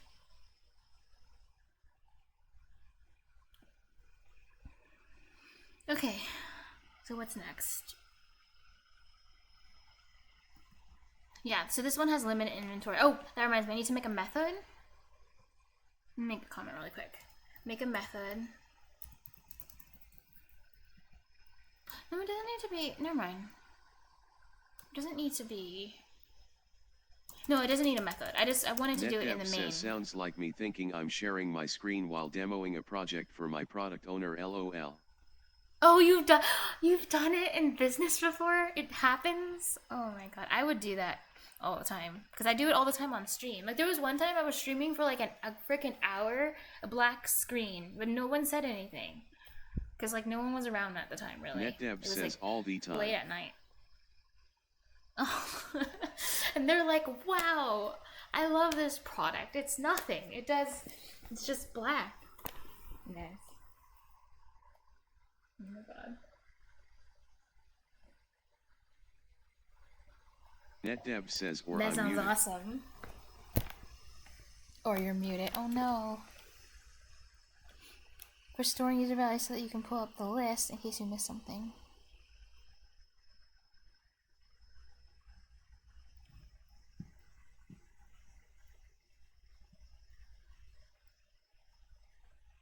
Uprising_FX says muted one happens to me all the time, LOL. But why? I don't need to pull up the list. I literally have the chat right in front of me because I'm running OBS. So the chat is always on the right side of my screen. I can always look at it anytime I want. So it should be good. Muted one happens to me all the time. Oh my god, you guys!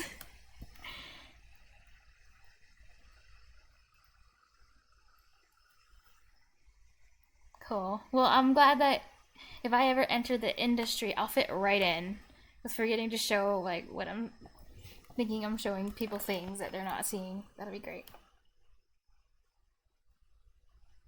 Oh, okay, that'll be something I never considered. Then I will have to make some modifications to the bot to store. But the thing is, it would need to be able to recognize a hex code. But then, oh yeah, because then it could be like, you bought, congratulations, thank you for buying syntax color swap. Please enter your hex code, and then it would look only for their message. It's true. But then it would add more complications, like, oh, okay. Like, it's not, okay. No, but then it can't print to the console, because do you know how many messages the console prints? It prints like 1,000 messages every minute. I'm not going to be able to find it in the console. If I was in the situation where the chat moves too quickly, how is the bot printing it to the chat going to help when the chat's moving so fast? Uprising_FX says they would need to enter the name of what syntax, and the color. Yeah, and then how is that going to give me the data? Because I can't view the console. I can't view the stream chat. Because I'm only using, this is a console app. It's not, like, I was going to do WinForms originally. If it was like WinForms and it could return it to me in WinForms, then I don't know, maybe it would be fine. But I'm not using WinForms.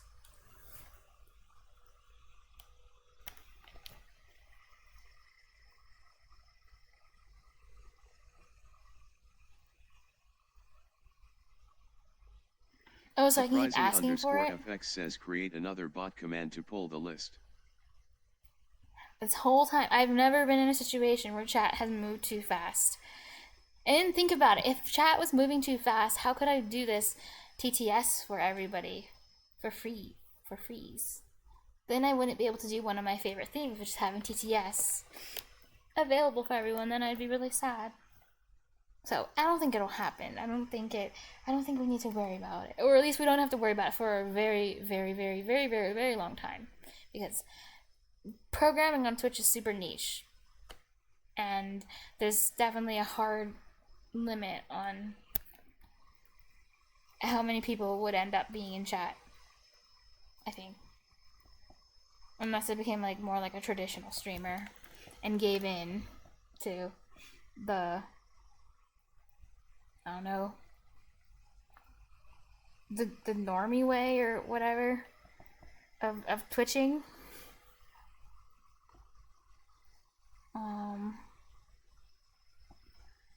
Okay, sorry, I'm bad at multitasking. I feel like I don't get better at it.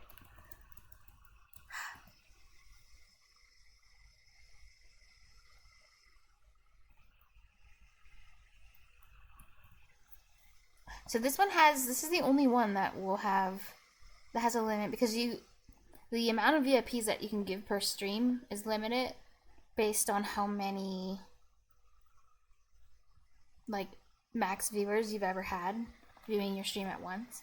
So Uprising_FX says you can also use these for other rewards, like having chat pick what game for you to play. I didn't think about etc. that. Okay, that's true.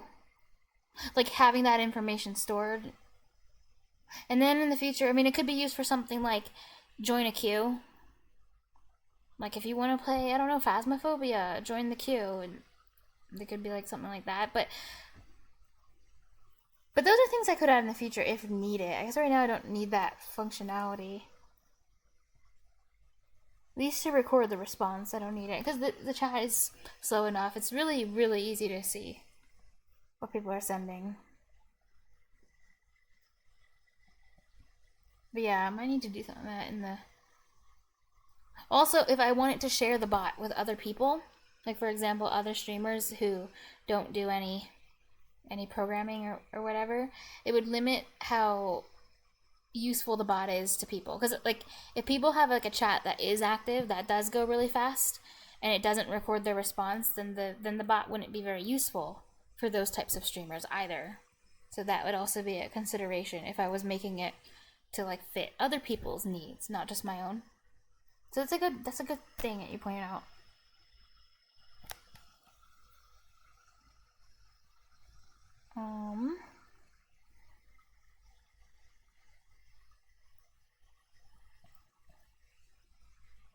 Of me says share salty tears.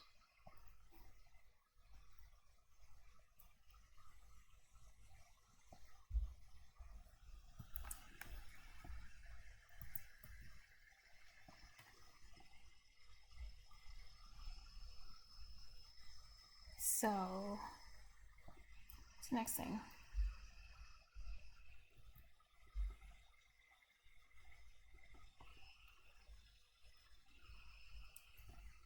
VIP.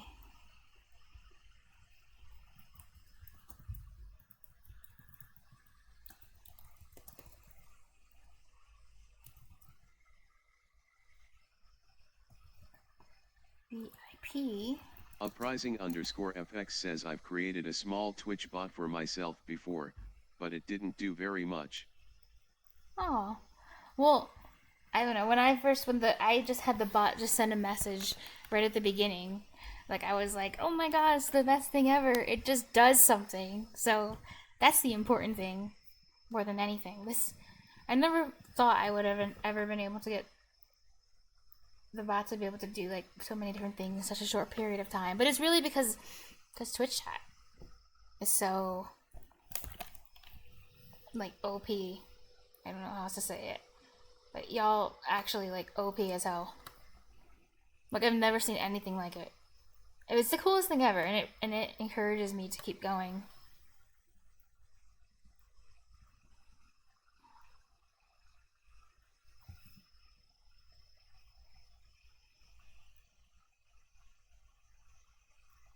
Because if like God came down from the heavens, wouldn't it encourage you too?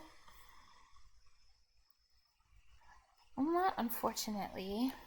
It's not right now. Uprising_FX says, are you in school for coding? But maybe in the future, there's definitely an option, and it'll be something that's more likely if I work hard, and if I work hard now and can get somewhere with this, then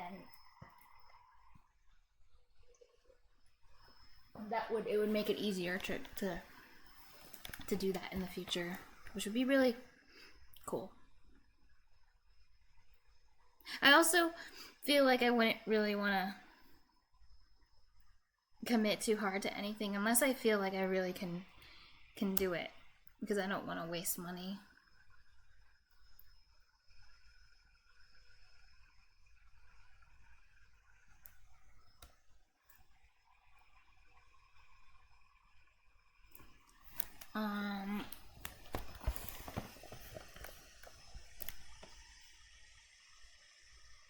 Oh wait, I still need to change the long description.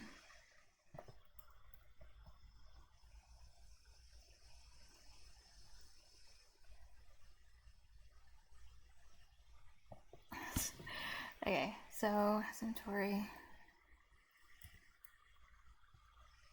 Cool.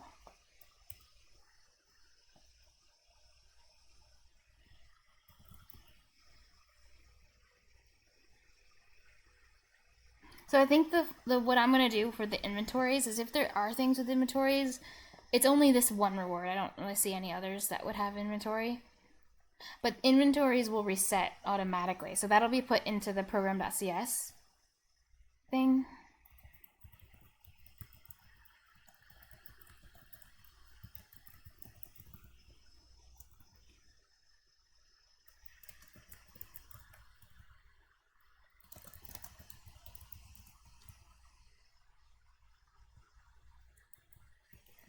At the end of stream.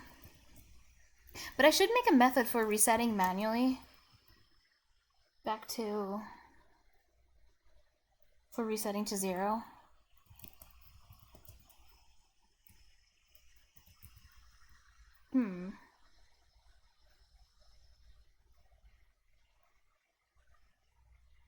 No, method to...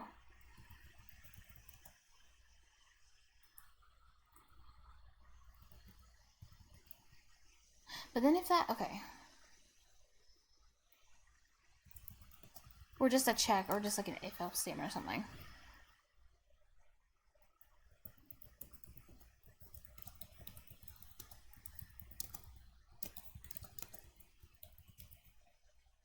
This is actually the bool, not the integer, or whatever. Okay. Actually...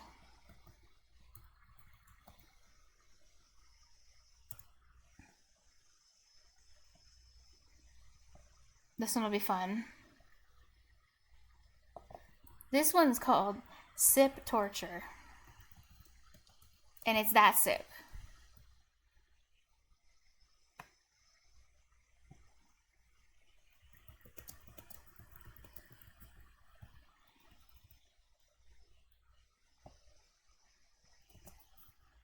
How long would I do it? I guess 20 minutes is good.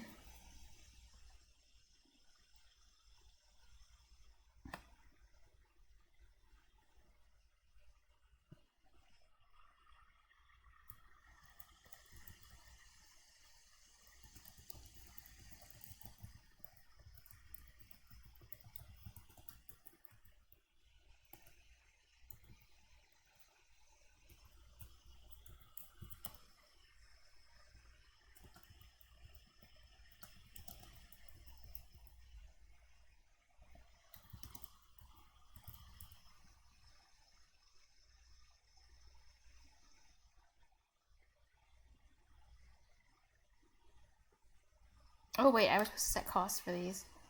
What was the cost of this one originally?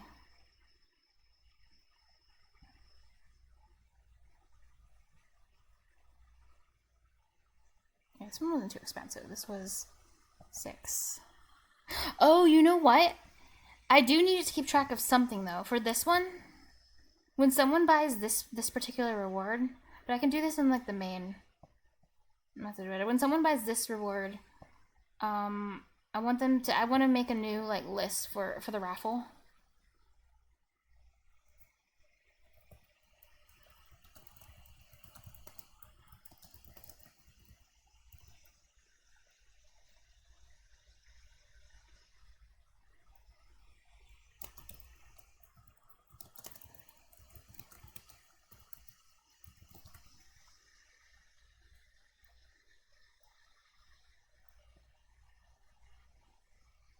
Okay.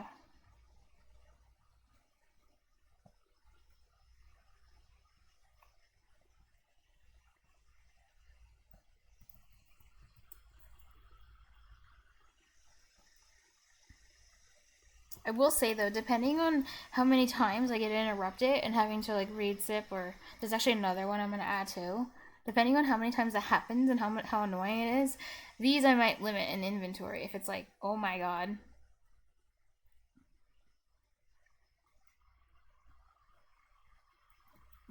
I don't know, but we'll start here at here. I think this is. Wait, 20 minutes is quite a long time. So maybe. Never mind. I lied.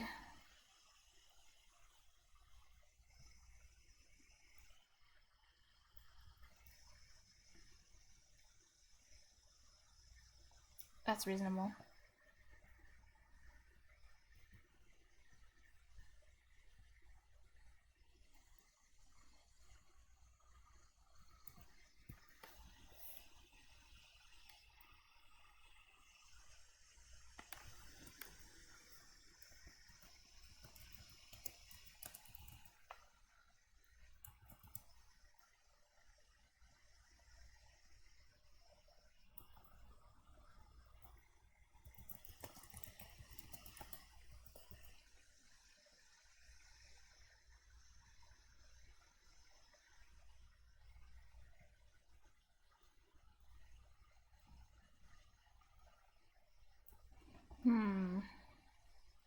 I think should these.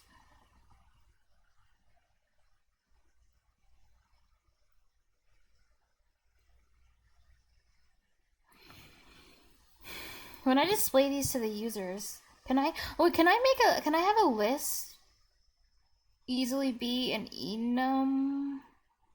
Because I'm thinking like maybe it'd be easier because I don't want people to have to type out the name of the reward like like VIP, you know parenthesis for the rest of the stream. Like I don't want to have to force people to type that out, the whole thing out. Couldn't I have these linked to numbers? Like this is number 1, depending on the order they're in, 1, 2, 3, 4, so they can just push a key on their keyboard to get what they want.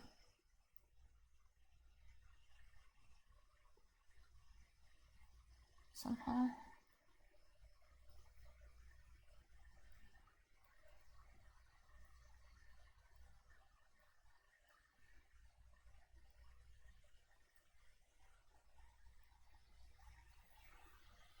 Uprising_FX says you can create an ID property.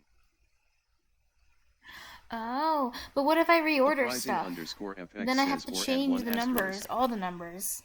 I was wondering if I could have them automatically ordered, depending on, like, let's say I just randomly, like, grab this one and put it on the bottom, but I don't want to have to, like, change every number so it matches. I was hoping there'd be, like, a way that's convenient. Another list? Oh, a list that holds... Another list. Oh. Interesting.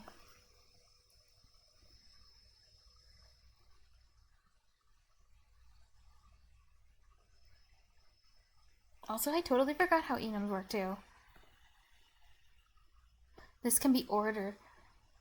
NetDev says list can be ordered at will. Oh. But do lists automatically have a feature? Like if I wanted to print my list and I wanted to print the name like for each item in the list, like do something. Order by. Oh. NetDev says options list.order by x equals x.name to list. Oh, so I'd make a new list, have them ordered by. Okay. Okay, that makes sense. And then I could print out plus and then have like print out the counter, like and have that display. Like it'll order like 1, 2, 3, 4, 5, 6, 7, 8. And then okay. NetDev says yep. It's so crazy how like things that seem so simple, you're like, oh, that's simple, that's easy. When you think about how like making it happen in code, it ends up having like all these extra steps that you never thought of. You're like, oh, in theory it's like so simple, but then you try to do it and then it's like ends up being all these lines. Like, why did it it was supposed to be. You would have thought it was something that's simple. That's what it feels like, making anything. NetDev says replace name with whatever property value you want to order by. So what I would want to order it by is cost. So I want to display low cost rewards at the top, and this is a int. So I'd want to have it sorted by like just lowest cost, and then have it display. And then I wanted to print out a number based on which one comes first. So like it would look through the list, and then after, you know, be like, this one costs, let's say this one did cost 0, so this would be at the top, and then it should print the number 1. And then if this one was like, I don't know, 3, this one would be next, and it should print out the number 2. And then it will ask the user, like, please select a number. And then you select like 2, so it'll take this one, which was printed at 2. I hope that makes sense.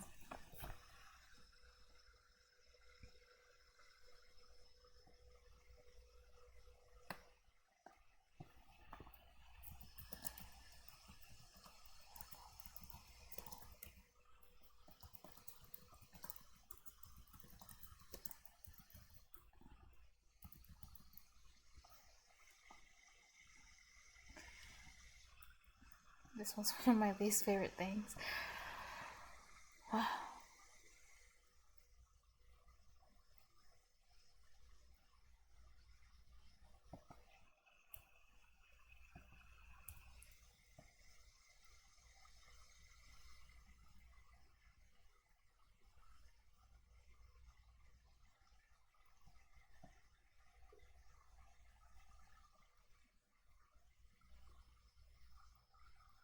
NetDev says yep, read line, can capture their choice and then you can use it in your logic.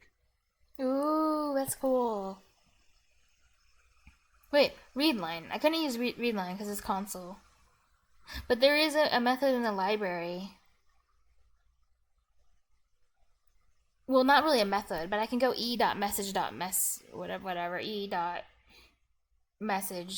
Oh yeah, it is. It's e.message.message, and then I can grab the contents of the message and then like get it that way. That's how I check to see what people send, like if they send, you know, exclamation mark, whatever.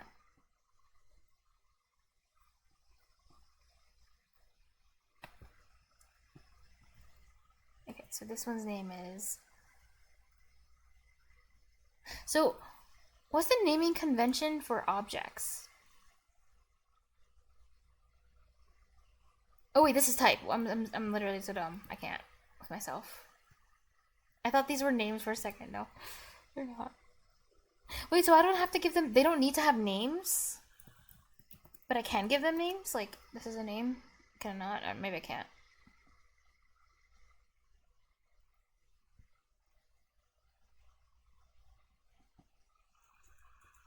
Oh wait, it's a thing in a list. So it doesn't even need... Oh wait, the names don't mean anything, because they're just storing... Names just store the reference to where it is in the memory anyway, so it's like... It's already in the list, so you don't need to name it something, because I'm not making a variable. I'm just putting it in a list. I think I see why I don't need it. Yeah, I'm just creating objects, but I guess I don't have to name them. It's because they're just references anyway. FX says you are just creating objects in the rewards list. Creation of the list. Ah, got you. NetDev says correct. And then I think if I wanted to access one of these fields or whatever they're called, then it would be like list. Uprising underscore FX says lists have pointers to other elements in the list in memory. What is the syntax? It's like reward list dot... Is it reward list dot name, or is it like reward list? Does it show? Oh, I guess you'd have to use like a method like contains or something. Yeah, but then how would you... Okay, if I did do that, I'm thinking about how I'm going to use it in the future. If I did do like contains, do I have to do this one for like contains name? Do I put name in here? Or no, not.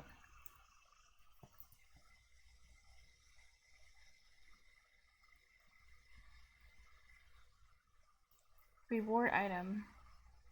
Whether an element is in the list, but these don't have names, they're all just objects. So how could I find, like, for example, I want to find the one named syntax color swap. Like, if I wanted to grab, like, I was like, oh, what is the cost of syntax color swap? How would I access this? Because I kind of forgot. Because it's not a NetDev dictionary. says reward list dot first or default x equals x dot Oh no, name lambda equals SICP, or reward list dot where x equals x dot cost 1.50. Oh. Element position. Oh yeah, thank you. I forgot about that. That's what lists are for. You're right. You would use, like, it's with these, with the bracket thingies, right? Position. But that also means if I want to find a certain reward. Oh wait. Okay. I need to look at what NetDev wrote. Okay. Reward list dot first or default. I should read what that does. Ooh. What do you do? Add reward. Oh. Returns the first element of a sequence or default value if the sequence contains no elements.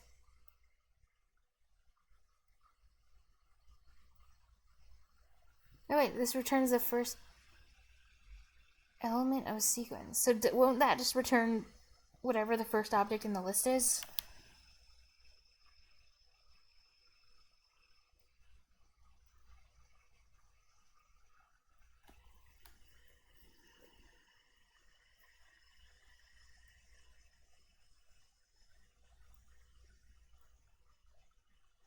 Oh, but okay. NetDev says square brackets on a list go against best practice for C. I don't know. So what brackets do you use? Do you use curly braces? Are those allowed for the list? X dot name equals set. Oh. And you can even use dot dot dot. Oh wait, no, you're saying like your dot dot dot is for like if I copy the whole thing, I get it. Whatever. Or reward list dot where x to, and x is the name of the variable. Lambdas are so weird, and I just used lambda for the first time today. And I used it one time.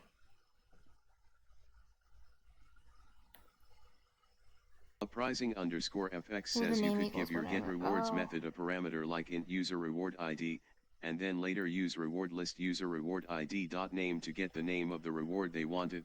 No, this is crazy. It's new, the whole, like, you can pass a lambda in as an argument to a method. Brain hurt. X dot name equals set. Oh, so it's like find the first one. You're telling it to find the first one with the sip torture one. Oh my god, that's so cool. You can do that. You know what? I'm taking it and I'm putting it in the code and I'm commenting it out because I will instantly forget how to do it in the future, and I'll be like, how do you do it? Then you're gonna be like, oh my god, I already explained this 10 years ago. That's what will happen.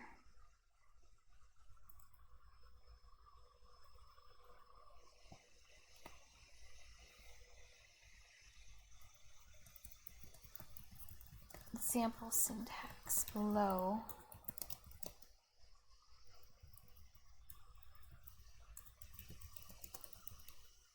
For find anything. And what are these called, by the way? So these are objects in the list, but so these would be the fields of the objects. So can I just call these fields? I think that's what you said. I can call them.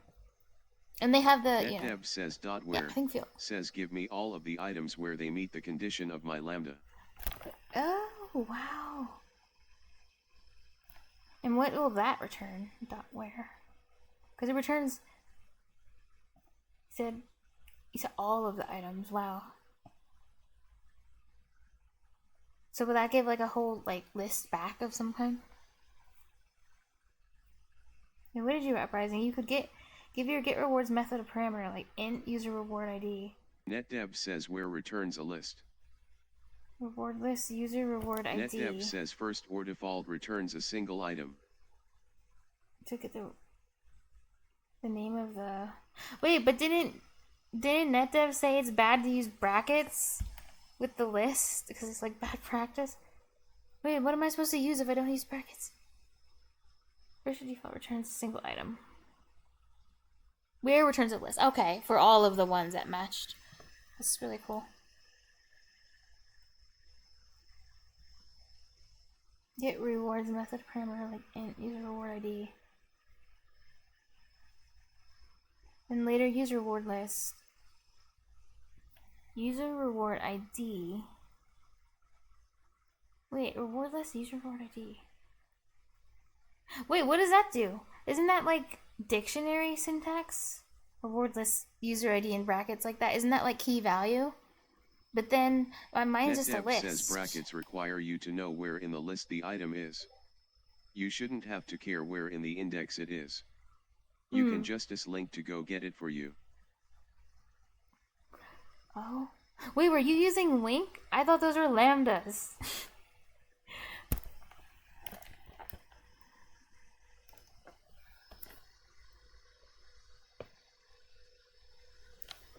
Uprising_FX says get rewards, int user reward ID. But I don't want to have to deal with IDs because they're gonna change. That's the thing. Make it. And then I have to remember where in the list each thing is. And that's like, I don't want to remember. Number 3 is syntax color swap. Number 8 is, like, that sounds really annoying. I don't want to have, like, a lookup at all. And I want it to be flexible. I want to be able to go into my code and delete, like, I don't need this reward anymore. No one buys it. It's useless. And I want to be able to delete it and have everything still work without having to, oh, there's 10 more after the one I deleted. So now I have to go change all their IDs. Like individually, because what if I have like 30 rewards? Now I have to change 17 of them.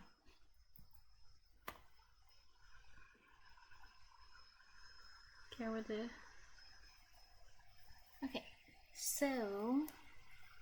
Uprising_FX says you wouldn't have to. How would I not have to? If I'm giving them all individual IDs. Unless I'm using like a dictionary or something with a key, which is an acronym, but for the list it's based on like position. With the dictionary I could use it, I could have it based on like, you know, an acronym. Uprising_FX says you would not have to give them the ID, it would just be a reference to the position in your list.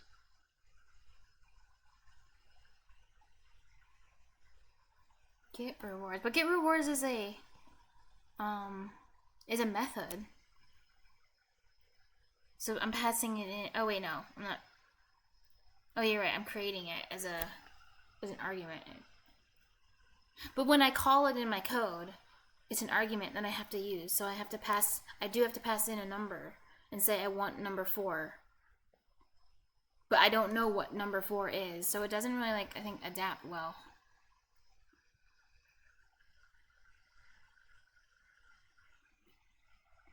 Because that's not like a return value. It's a thing that goes up here. But later on I have to call it, and then I have to put in an argument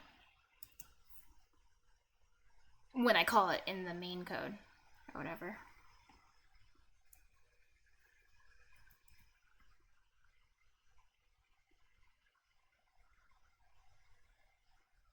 Oh wait, did I copy and paste these? Okay, I did. These are really cool.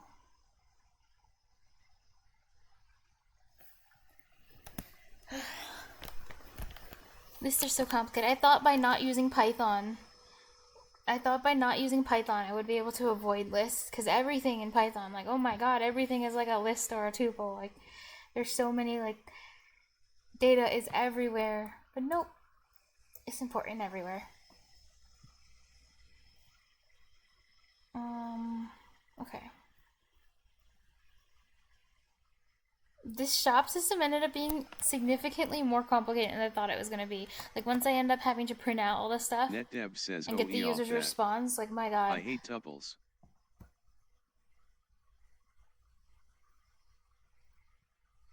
Oh, that's what you mean. Oh, I didn't think about that.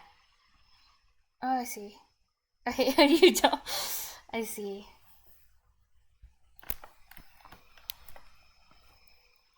Everyone who's used C# so far tends to not like Python. I also am not like a big Python fan. _FX says using the lambda would be good if you want to filter by name. Yeah. But get reward isn't for the user. So yeah, I could use that for another method, but not this one, because this one... NetDev says Python gives me the ick. This one specifically is not... This isn't for the user. This one's for me. It's to generate the list. Like, I could have just named it... That's why in the beginning I named it create list. It's used in the code. It's not used to grab one of these. Even though it's called get reward, it doesn't really get a reward in that way. But if there's another method where the user actually picks one, then I could do that. Me says no dictionaries, no tuples NetDev.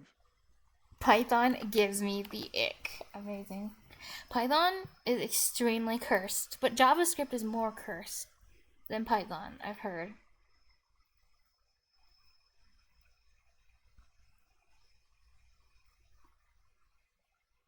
Oh my god, there was this reminds me, speaking of like how we were earlier talking about senior devs, there was a guy who was like, T-Carcass, that's his username. I finally remember it, T-Carcass. Well, I didn't know he was a senior dev for like a long time, and whenever I was doing Python, because for a while I was just kind of learning the basics of Python, just for funsies. NetDev says which is why I use TypeScript. JavaScript. Oh, TypeScript then. Then screw JavaScript. I'll go for TypeScript whenever I have the option. That's good to know. Oh yes, because it's JavaScript with types. Because the worst part about languages is when they don't have types. I learned that the hard way in Python. When all my code got screwed up because there was no type safety, so it was so freaking hard to debug it. Because without those errors with the type safety stuff, my god, it does the weirdest stuff and you have no idea that it's doing it because it just allows that. You can do anything you want. It's just so loosey-goosey. NetDev says strongly typed JavaScript. Types are good. Types are... I feel like once you get to use types, you never want to not use types. And only people who like go in learning like Python, like, they don't even know types are like... They don't realize types are much of a thing, then maybe it's like you can get used to it. But once you have the luxury of types, like the types really just make it easier, I think. In the long run, they make it easier. They give you less headache in the long run. That's why they're good. Types are good. I love types. But, oh yeah, so T-Carcass, he was a senior dev, and I had no idea.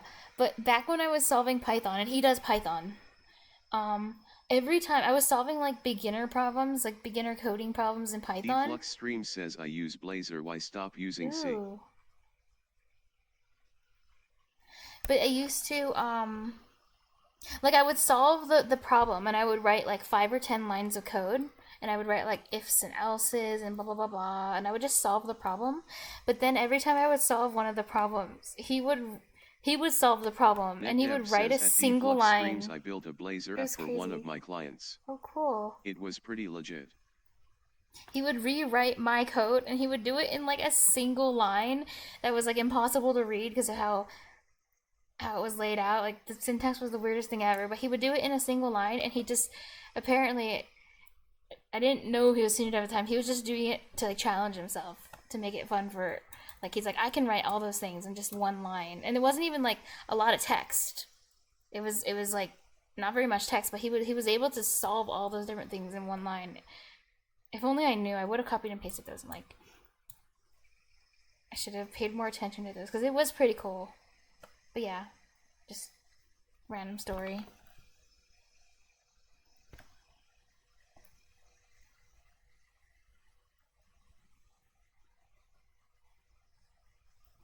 Cool. Glad I have these commented. Oh wait, you know what? I am missing one. I knew it. Oh wait, no, I'm not. Am I? I have both of these. Because these are the only two ones you gave me.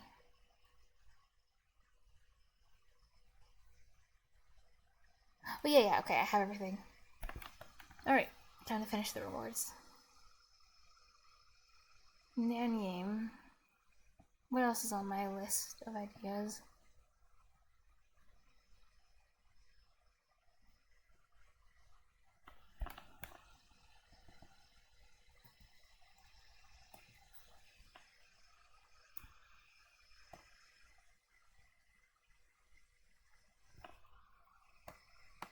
Okay, so 20 and 10. Of me says Python. Okay, so this one will cost 2. This one was your idea, NetDev. NetDev says add of me, oh god.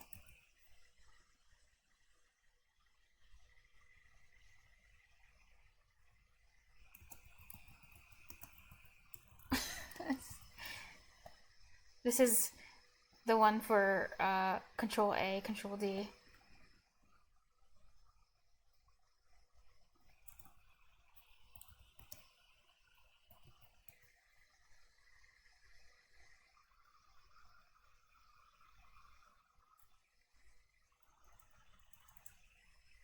Or just... No, let's keep the format. I think that's fine. But I do want it specifically to be VS Code because it's easy to... Like, not every code editor I might use will have auto format.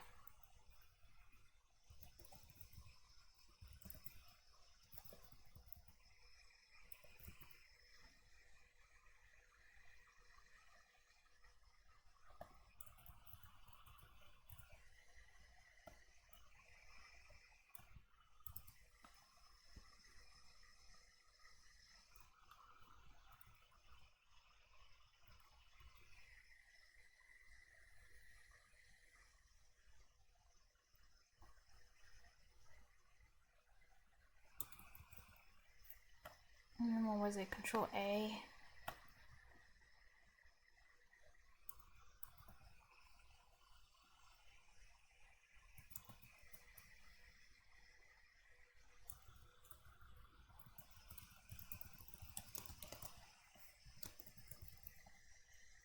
Let's copy this again.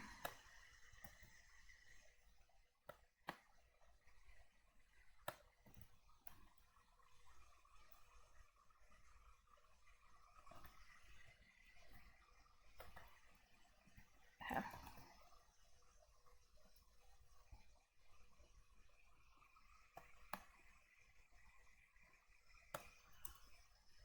NetDev says you can also install a lint library to VS Code that always auto formats your code for you. Oh my god. I use TS-Link for TypeScript at work and it saves me from myself. I like how you said it saved me from myself. That's good. Oh, okay, I heard it like... I see.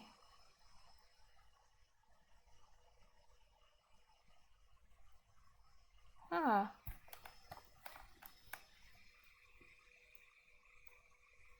I should maybe take a note of that in text editor. Uprising_FX says like prettier. Whoa. That's pretty cool.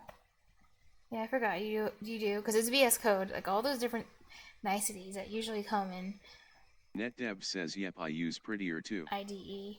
IDEs, like you have to download them all separately as add-ons.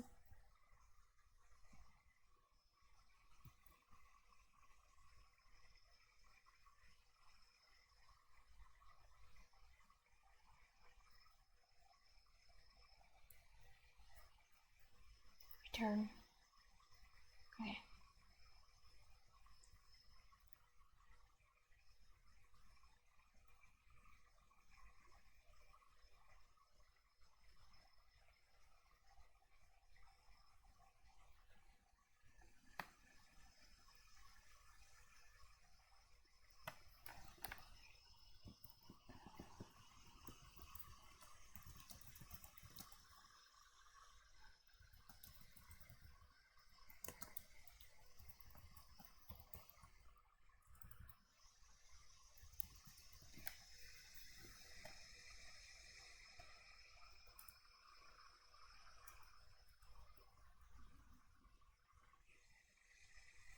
What do I have for the long one here?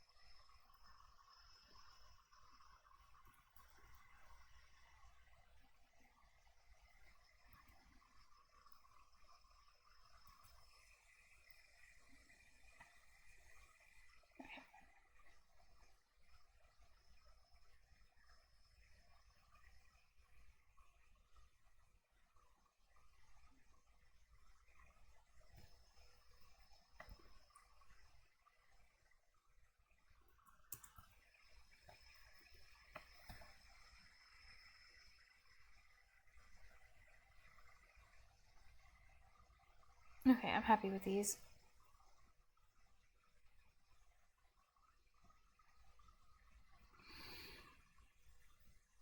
Okay, so now that I have it all written out, now I have to actually use it in the main program.cs.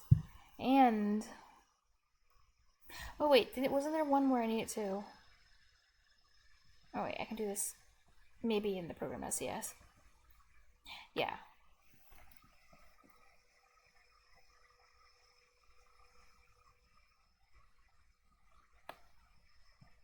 I need to have it, well, before I do that, let me just check off the things wait, actually, I don't think I want to do it quite yet.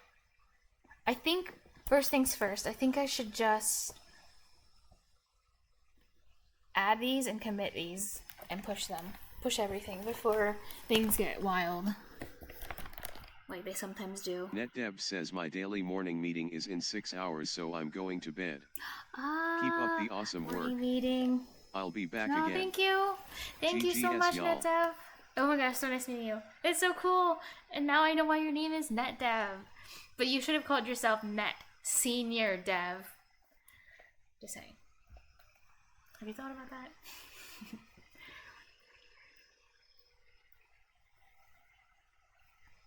It's true. You're too humble. But seriously, the interesting thing is every single person I've met who is a senior dev, they don't like ever brag about it. And the only reason like I ever kind of usually know is like either I'm talking about it specifically or I ask them. I'm either on the topic or I'm like, hey, are you a senior dev? Like everyone, they're like even more humble than the average developer. It's really cool actually. It's almost like they say, like people who are really, I don't know, if people who are like really good at what they do don't have to go around telling everyone they're good at what they do because they know they're good at what they do. Like, it's cool as hell. It's the coolest thing ever.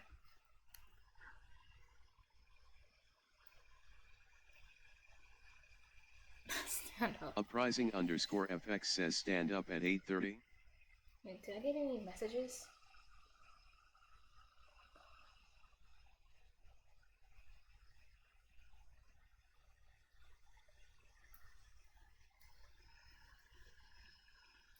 Daily Scrum NetDev stand says up. daily Scrum oh stand my up. god, so you guys are You seriously. Hey Uprising, are you also a senior dev? No, I don't know why. It seems like so many people are. I just have to ask. I can't help it. I know everyone is basically devs though, except me.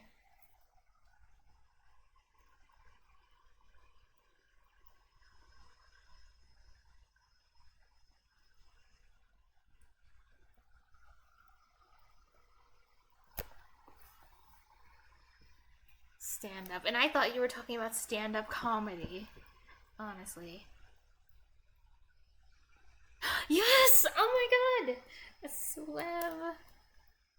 NetDeb says I'm in your Discord now BTW.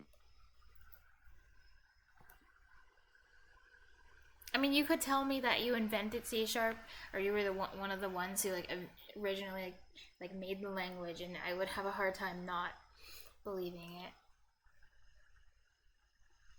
For 2 months, NetDeb oh my says god! Uprising Oh my god! Congratulations, FX, Uprising! congrats. That's so exciting. Does it still feel so exciting to you?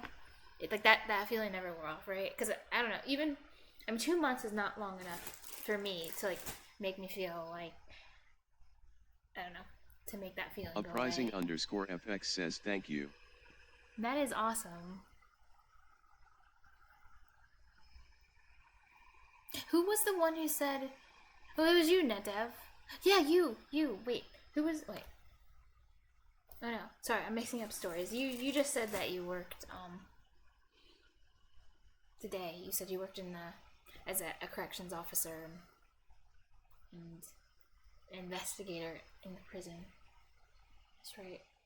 I was thinking about how I was reading some like comments from a guy online. This wasn't related to software dev, but basically they ended up going to trade school and became like a plumber or something. I mean, I think it was an electrician, but they regretted it, and they made good money, but they regretted it because it's a hard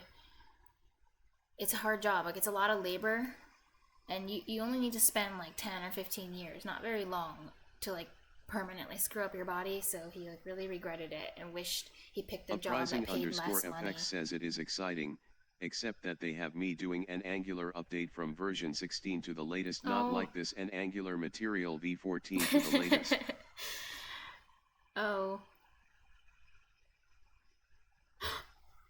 No way! Because in the comments I was reading, so on that thread, people were saying to the guy, like, you don't have to do less, like, you don't have to switch to, like, he was saying, I wish I had an office job, and they were saying, you don't have to have an office job and make less money. You could just become a software developer, and then you'll make, like, twice your pay, and you get to stay in an office and work at a computer. So you get both of the things you want, like, when you go into software. I remember people were saying that to the guy. Oh my god! What? This is so interesting. Speak of though, do you agree with that guy's sentiment? Like, he was really bitter about having become an electrician, and he's just bitter about the trades. He said that when he went to trade school, everyone was saying it would be so great, you get good money. They didn't really explain the whole reality of what it's like to work there for many years in trades. I felt bad for him.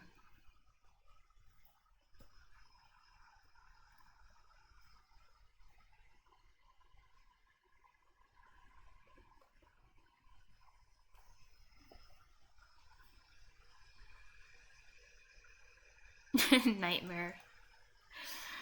Oh. NetDev says I just upgraded our Angular from 14 to 17. Nightmare because we use material.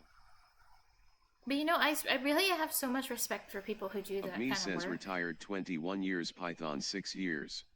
Like, some people say things like, oh, it's not fair that, plumbers and electricians and people, they make way more money than they should make. But they work really, really hard too. And it really is a skill. Like, try doing it yourself. Try wiring your house yourself, or try plumbing your pipes yourself, and then you'll see like how much goes into it. NetDev says they have hard jobs. They actually work for their money. Mm-hmm. But I think I've always thought they definitely like deserve what they get.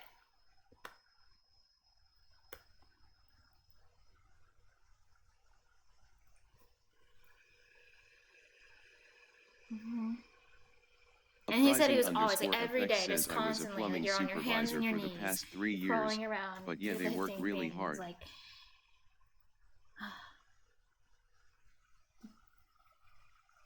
wow. So you were a senior dev plumber, basically.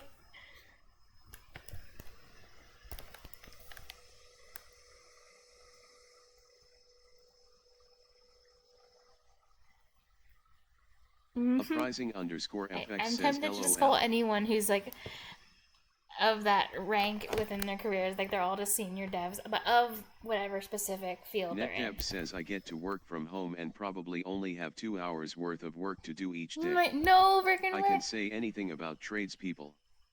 They'd work circles around me.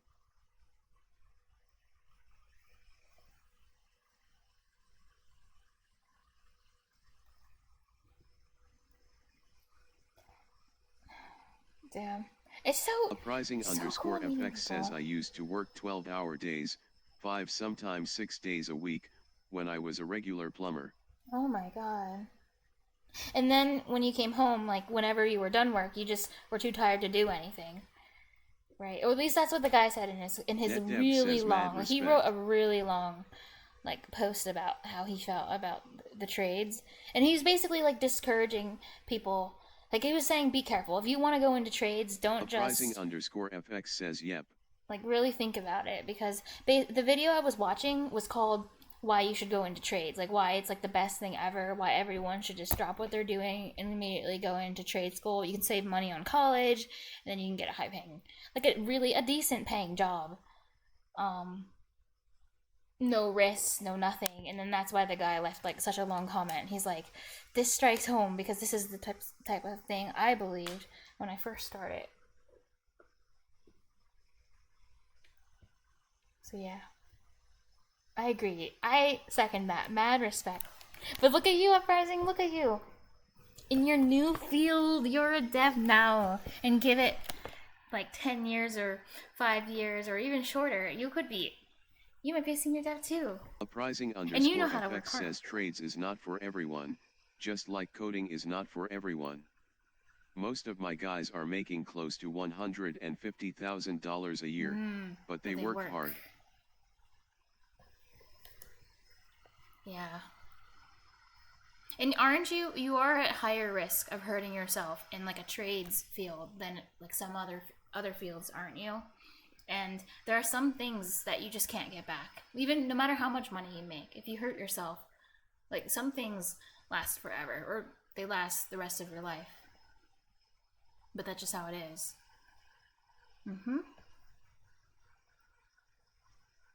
Uprising underscore FX says definitely. Yeah.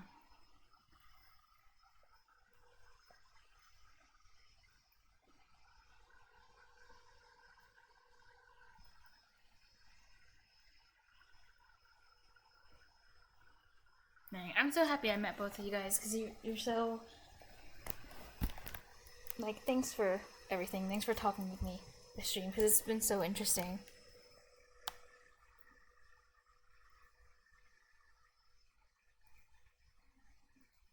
Like, I love seeing how other people, like, listening to the experiences of other people. I make it sound like I'm about to just, like, push the stop stream button. I'm not. I'm just, but, yeah, I'm not NetDev good says with for my sure. words either, but How often do you stream? yeah, it can depend. So, like, ideally I want to stream every day or every other day. At least whenever I have time to stream. But since I'm moving to the East Coast in less than a month, it's been chaos, so it's been a lot harder to find time. And just like so much stuff is happening, and it's really put a wrench in my plans having to move. But when I do stream, I tend to stream over an hour, that's for sure. Yeah. So like the shortest streams I'll usually do, if I went on the days I do stream. So on average I would say, if you did like a mean of the last like maybe month and a half or 2 months of me streaming, it's probably every 3 or 4 days, maybe, if you took the average. But I would say 2 to 3 days. But there are times where I am able to do like 3 days in a row or 4 days in a row. Thank you for follow too. So yeah.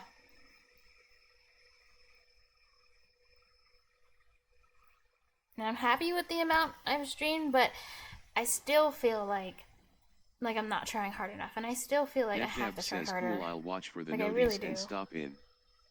Aww. Well, thank you. What's a naughty?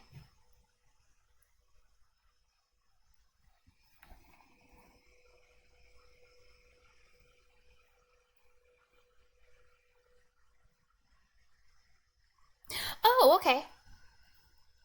Cool. I have a role that I can ping, but that might be annoying. So I only suggest it if it's not something that's annoying. But there's a role that I ping for when I stream for the people that want that role.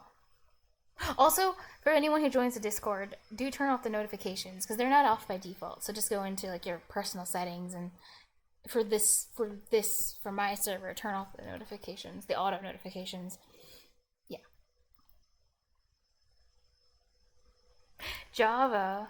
Oh, one of the people is like one of the people I've met, their main language is Java. And I was like, should I learn Java? And they're like, don't touch it with a 300-foot pole or something.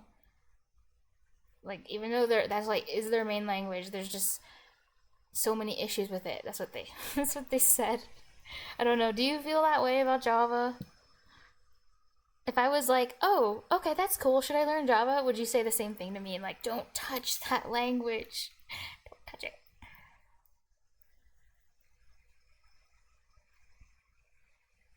Oh, you do? Okay, cool. Yeah, Java's the first language I ever learned anything about. Says, I like Java. Because the class I took back then, they did use Java. That was the one that was like, you know, Uprising underscore FX says it depends on what they were working on, I guess. I see. Yeah, I don't remember the specific reasons.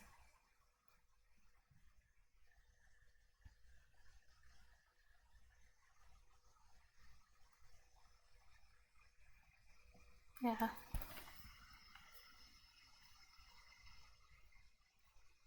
Okay, so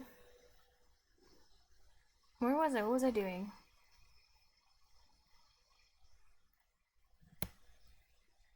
I was gonna push to the get. Okay, sorry, I got slightly distracted because I was so infatuated with chat. With you guys. Push. Wait, no. Get. Add. Oh.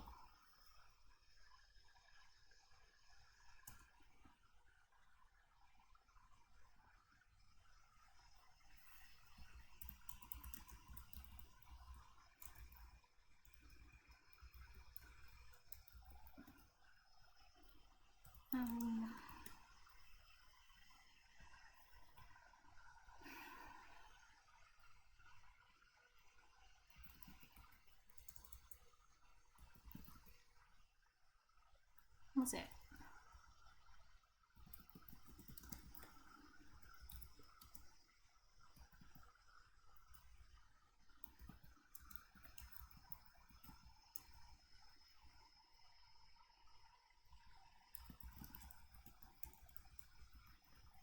Or wouldn't I'm saying finish, but more like first version. I don't know. Maybe I'll call it like a prototype. An alpha? I don't know.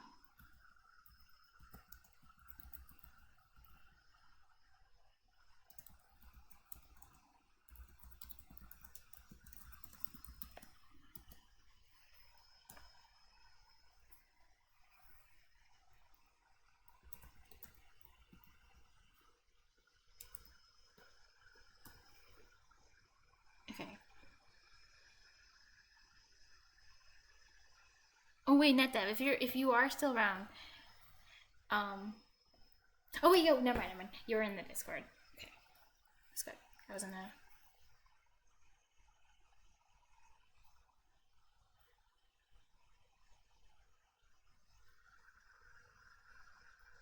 How do you know? Oh, I was like. Underscore FX says Haskell haters. You're not supposed to look at any of my replay. Just kidding. Yes, Haskell hairs only allowed. And I'm definitely not trying to bully. I was not trying to bully a Haskell user when I made the repo because that would be mean. I'd never do something like that.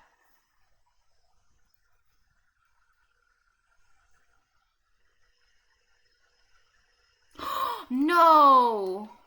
Wait, that's so awkward. FX says what is really funny, Haskell is actually my real first name. Oh my god! I didn't even know that was it. I was assumed.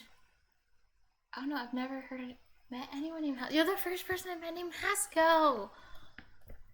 I assumed it was like a last name though, but it's cool.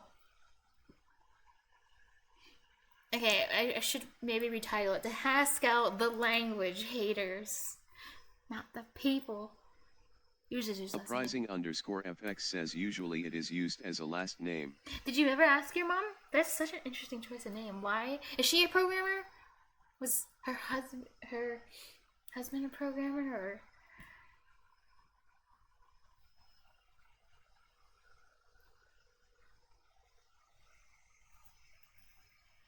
It's really cool.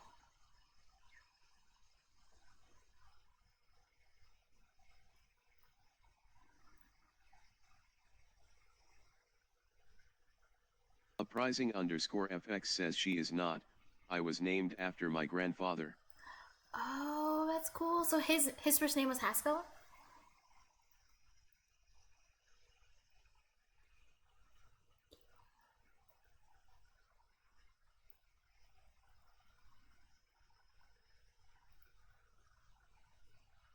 Uprising _FX says yes.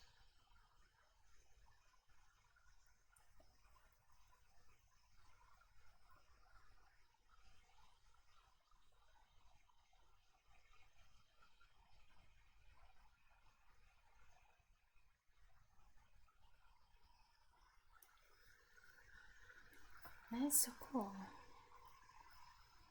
I wonder if the person who made Haskell was actually named Haskell now. Did he just like name the language after himself? That would be interesting. Wait, why does everything just always feel so weird with coincidences? I swear this happens a lot on Twitch. Says it was his last name. Ah, that was his. Okay. This happens a lot on Twitch where I'm just like, oh, you know, I'm doing something like, for example, on Khan Academy, I was doing the Florida curriculum, but it's like I'm gonna do the Texas one next. And then there were only 2 people in chat, and they're like, you know, I'm from Florida, and then the other guy is like, you know, I'm from Texas. I'm like, what the hell?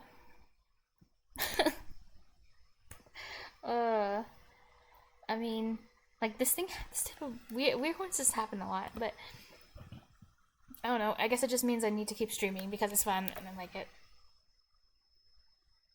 Florida! And guess what? _FX says I'm from Florida too. The person I was trying to bully by naming my repo Haskell Haters is also from Florida too. Mm-hmm. But they moved to Florida, but still, that's where they live.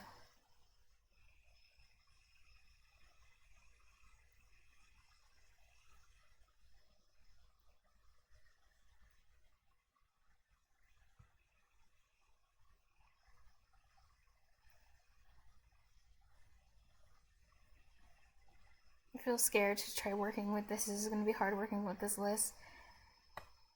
It's easier working with a dictionary, I will say. It'll be okay. Okay, well, I pushed to the repo, so I can kind of do what I want, I guess.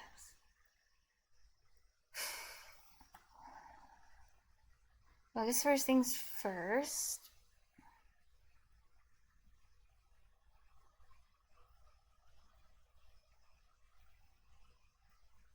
It's cool. I feel like I'd want to use this in the future. Just not yet. Oh my god, this is cool. You can even get if their subscription plan is Prime. Wow.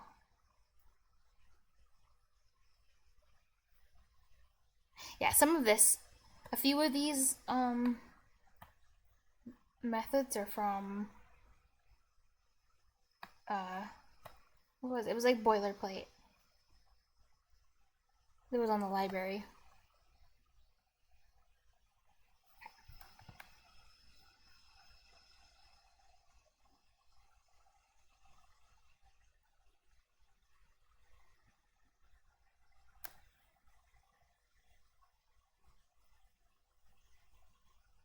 So wait, what was its name? It was called static class. It was called get rewards. So hopefully I can actually use it though. Like if I say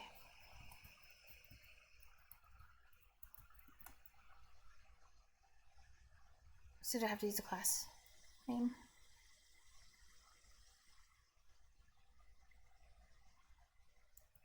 Reward.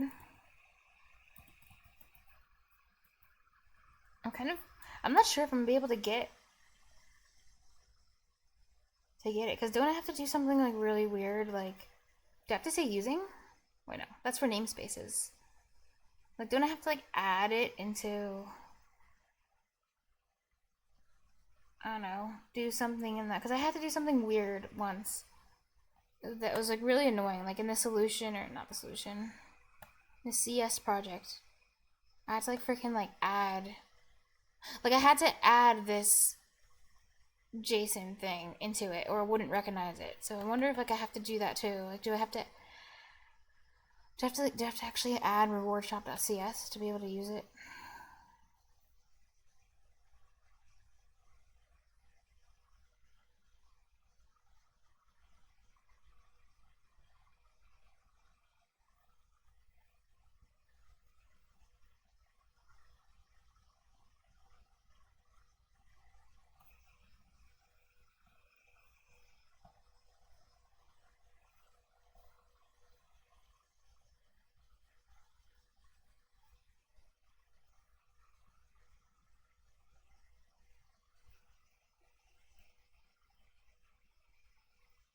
Uprising_fx says do var get rewards equals new reward, then you can use get rewards Get dot rewards get equals reward. new. Oh, you're naming the variable get rewards. Uprising But it's a static class. I shouldn't have to create a new object, right? Because it's static. That's why we made it static. Uprising_fx says yes. Like the method, the one that has the method is static. In public. Is it public?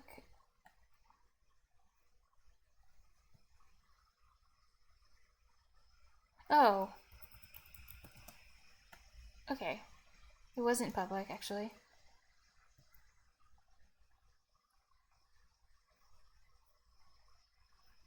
Okay, let me try again. What was its name? It was...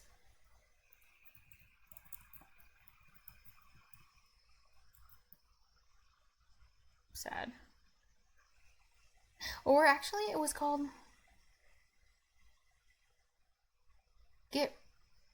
Reward data store, that's what it was. Yeah. Uprising_fx says, oh, you created a second class. Oh, it does actually, it does recognize it. Well, it showed up as a class, so, but the dot syntax isn't working on it. Interesting. Okay, well, for now,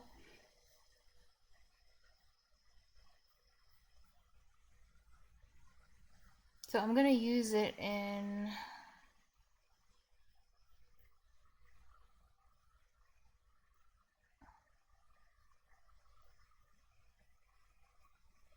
one message received.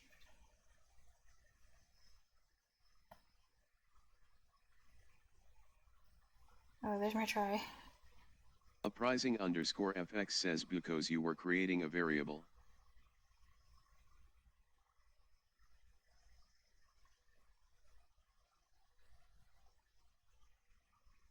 I think I was creating a second class because I didn't think I could create it in the... Well, yeah, what you said. I can't return the thing in the... Yeah.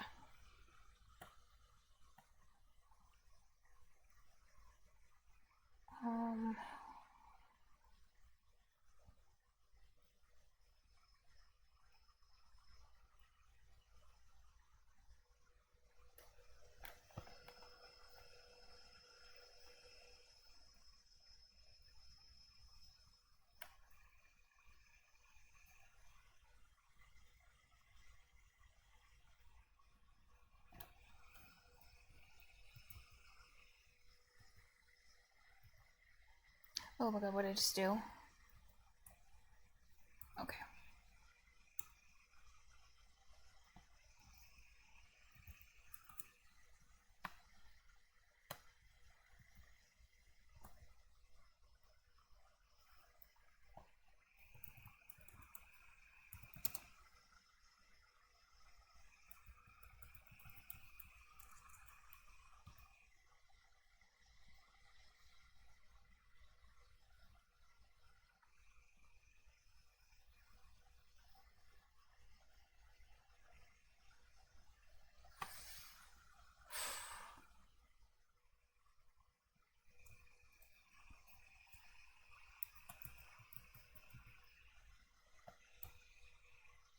It works! Wow!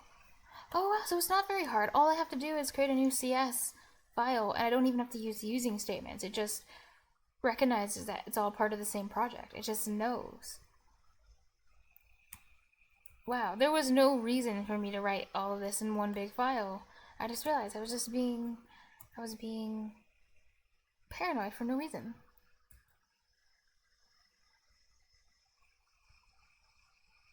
Okay, so this returns a list, so I should make a list for it to hold. Like a...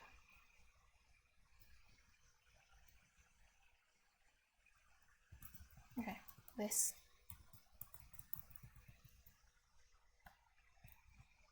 Reward.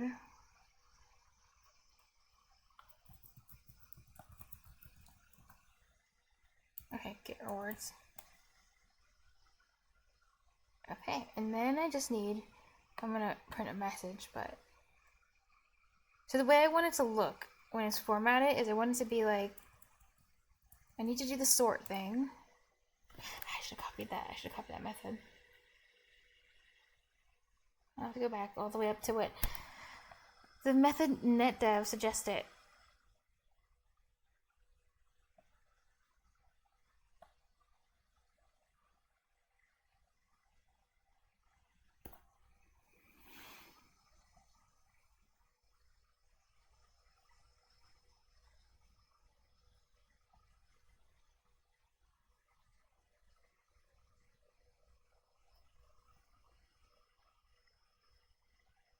Where is it?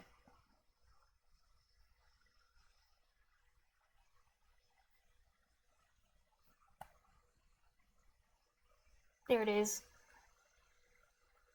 I don't, for some reason, I don't think I copied that. First of all, I'm gonna go back to reward shop.cs and put that.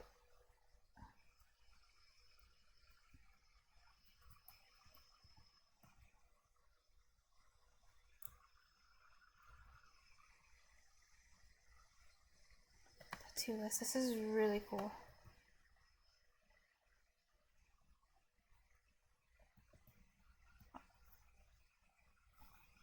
I'm gonna put this for you for reference. Okay. Order by.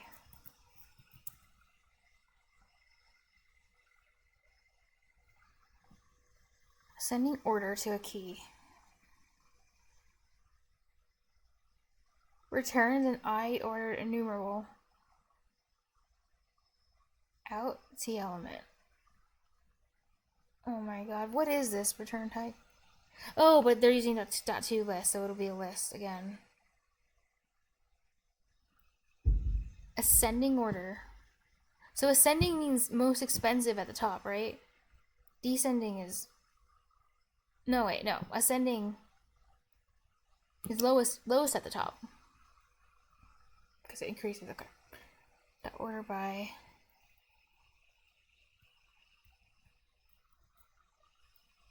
And what's that field's name? Oh, it's gonna be one of these lambda things. Uprising_FX says ASC is lowest at the top. Ah, thank you. X dot name. Am I actually supposed to use X? I don't think so. But the list, right? Like reward.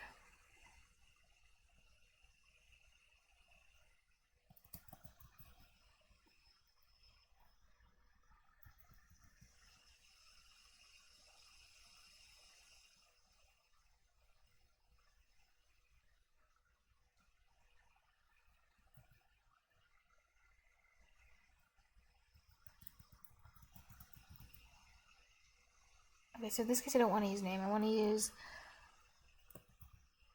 cost.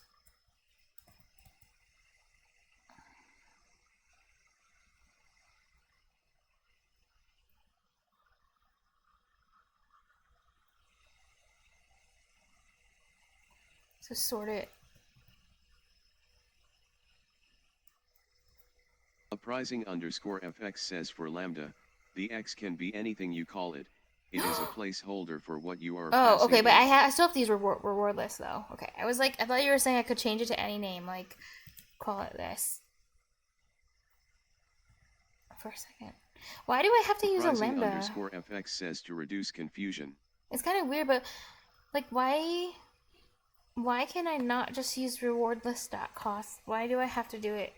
Why do I have to do it like this? Uprising_FX says you can. I can do what? Name it anything I want? Well, I don't think I can, because when I do, it freaks out at me.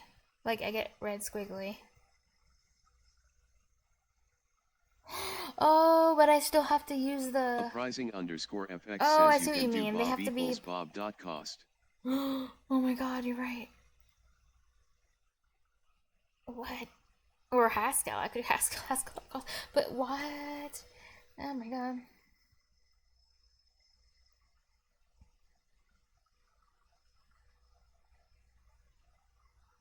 How does this even work? Like, I don't understand how is this possible? I mean, it works. Don't get me wrong. I love it. But how? It's like black magic.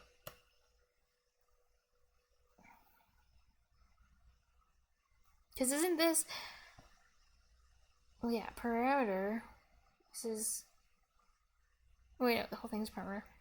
But isn't the thing on the side of the lambda expression thing supposed to be the method that's being run? And then this would be the arguments for the lambda part? Or something. Wait, I can't believe that actually worked. Oh my god. I'll just use X for now, but what?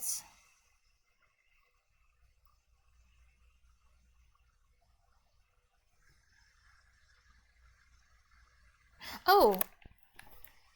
So even though it uses a lambda thing, it's actually link? It does it automatically for you. Are link and lambda related? Why did they use the same operator thing? Is that a coincidence? Or is it just... Or are they somehow, like, like, the concept of them, are they somehow related to each other? Link. I'm Googling. Is it link? Lambda. Both are link. What the hell? Uprising_FX says I'm not sure how it works. I am new to that part. Yeah. Oh god. Oh wait. Link is almost on scene.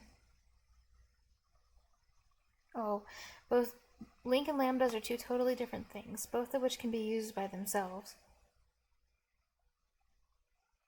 Link with query syntax is implemented using lambda expressions. So it is a link, but it's being implemented through lambda. Oh god.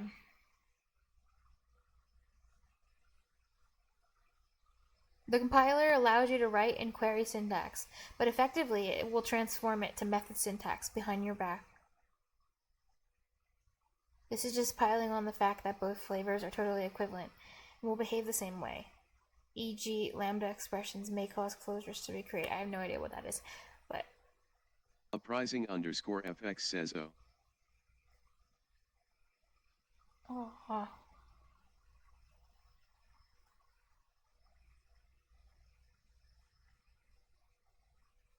So there's two different ways to you can do method syntax with LINQ or query syntax. Uprising_FX and I guess query syntax is the one with the weird it. lambda. Oh, Win, there you are, functional wontons. Do you know what the hell? Are you good with lambda and LINQ? Python likes these things, don't they? What makes lambda and LINQ different, I guess? I guess the problem with LINQ is like you can take actual courses on just LINQ. Like, oh my god. Why am I trying to use it? Functional one. Yeah. You can add conditions to it. Where result equals object dot where. Oh god.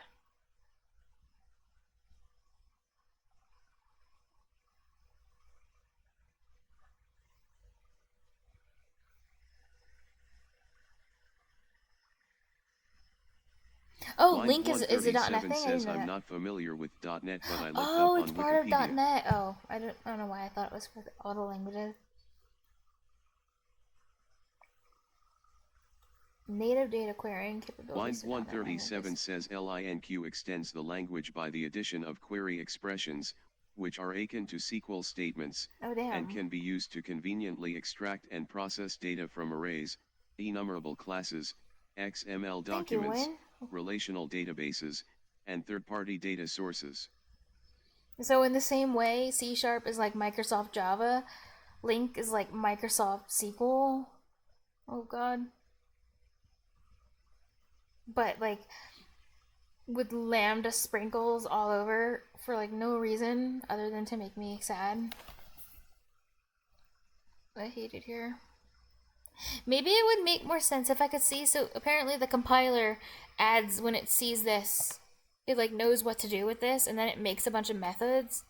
But this is supposed to make your life more convenient as a programmer. I wish, if only I knew like what it was doing, maybe it would make more sense. Why it's written this way. Uprising_FX says yes, you can use LINQ to do queries similar to SQL.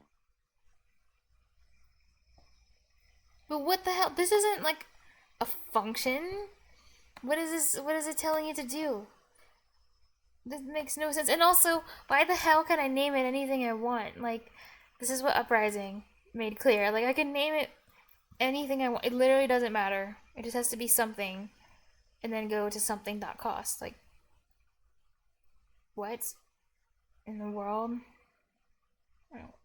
I hate it.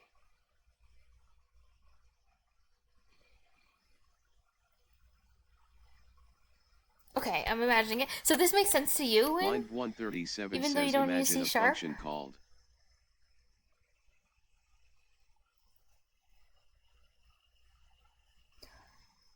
Oh. Line 137 says and return bob.cost as output. In memory, it creates a new list with a different name, but references the original. And then that's why I can use any name I want, because it's making a, what you said, a new list with a different name.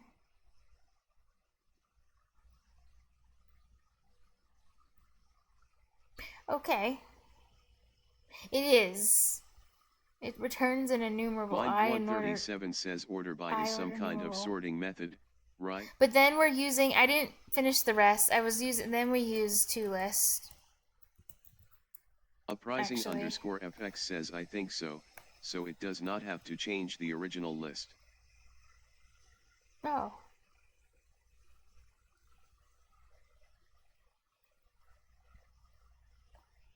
I guess I'll just use X.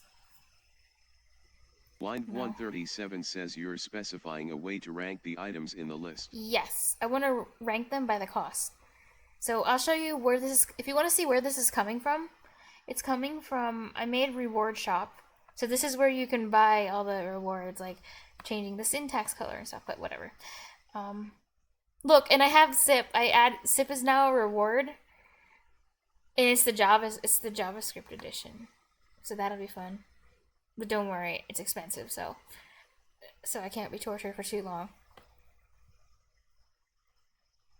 Make me format my code is a reward, but only because you have the auto formatting in VS Code. Okay, so what was I showing you again? I was showing you oh, where it's coming from. Oh yes, it's coming from this. This is the reward list that's being made. It's being made from this. Says if you didn't use Lambda, this class. The way you would do it is to create some function getCost x that returns x.cost, and then pass getCost as input to order by. Oh, so you could just Lambda makes things faster, but you could do it like a much longer way, and then it would still. Oh, cool. Let me imagine that. GetCost returns x.cost. Okay. I don't know if I can.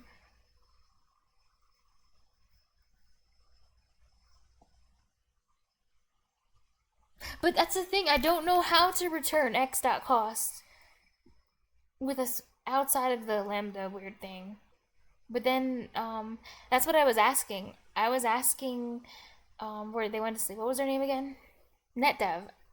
I was asking NetDev, how do I get cost? And then they came up with the link says thing. That's why it's called anonymous functions, since you can just write out that function without inside actually the order making by the with function. assigning it a name. Well, it's for the sake of education, no purposes. If I try to do it right now and make a function get cost, I don't know if I'm able to do it. Like how? Line 137 says without asterisk. I'm not sure if I'm able to access. Like if I go reward list, like I don't know how to get that particular. Line 137 says it's just a normal way of declaring a function. X.cost. Okay. Oh, so you're just saying like even if I can't make that method myself, like that's what it's doing behind the scenes though. It's making one. For Line me. 137 says reward list is That's of type so list, weird. right? This is cool. It is. Line 137 says each element of reward list is of type reward, which has attribute cost. Each element of reward list is an object of. It's a reward object that was created from the class, and each of the object has a field. So each thing in the list is just one of these reward things, but each of the thingies has these properties. That's what they like to call it in C#. Has one of these properties. But when I access the list, I can only get one of the. Like I don't know how to grab the properties. I only know how to access the bigger thing. Like the bigger thing is the object. Yeah. It's what I'm telling them to compare it. Line 137 says so the function you're passing into order by is what you're telling the sorting algorithm to use to compare them. I think so. Because I'm new to this too. I think so. Because I could use something else. Like the example was this. This is why I have it commented out. So this will be the list, the order by. And I could use the name one. I mean, it works, so that's cool. But it's just weird. Line 137 I mean, I says think the it list would. itself would not have the properties of the items inside I just them. don't know how to get it. Like, for example, reward list. If I try to get cost somehow. Maybe there's like one of these like function things can actually grab the property for me. And I could like return it. But I don't know how to. Because the only way I could access is... Oh, wait. What if I did 1 dot... Oh. Because you can treat it like an array. It's a list. Oh, so I could probably just... If I did it the long way, I could just iterate through each item of the list and compare costs. I just realized I could have done that. Oh, I guess you're right. Wind 137 says yes, There. you got it. That's how I can get it. Unlike a dictionary, I can't just get the value that I want super easily. What does that mean? Map the list to the property.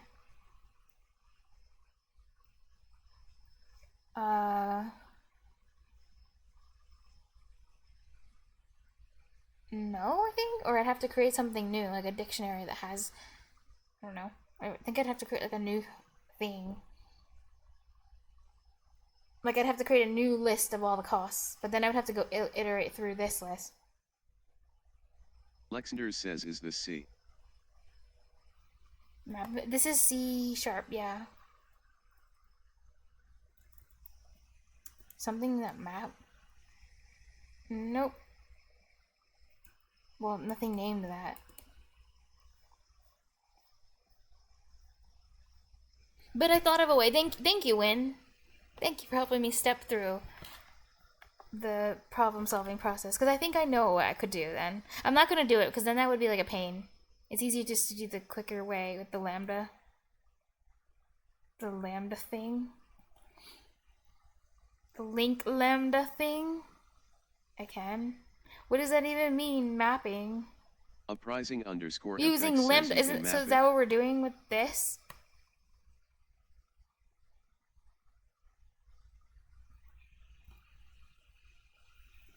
What the? Lexander says probably something like reward list dot to list dot map. I don't see anything that's... Well, that to list just turns it into a list, so it would be something list dot. It should show up in... I don't see a map thing. Maybe it's just called something different. But I don't even know what that would do, what mapping even is.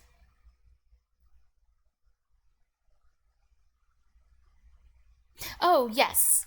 I'm sorting Wind it. 137 says I'm just wondering why you need to sort that list in the first place. Because I want it to be... I want it to display... So this is what it's going to do. When you type in the chat shop, I want it to tell you what the shop inventory is. And I want it to display the cheapest items at the top, because those are the items people are more likely to buy, because they're cheap. And I want it to always, like, no matter how many items I add in the reward shop, like, I want it to auto sort itself. Like, I don't want to have to manually copy and paste stuff to order it by the cost. I want it to do it for me. Because isn't that what programmers are supposed to do, is make the computer do stuff for you? That's it. That's the only reason why. So it's gonna send this message that has them sorted, and then numbers them by Uprising underscore FX says var iterating map through the rewards list. equals reward data store dot rewards list dot select x Oh, equals God. new x dot name x dot cost dot to list.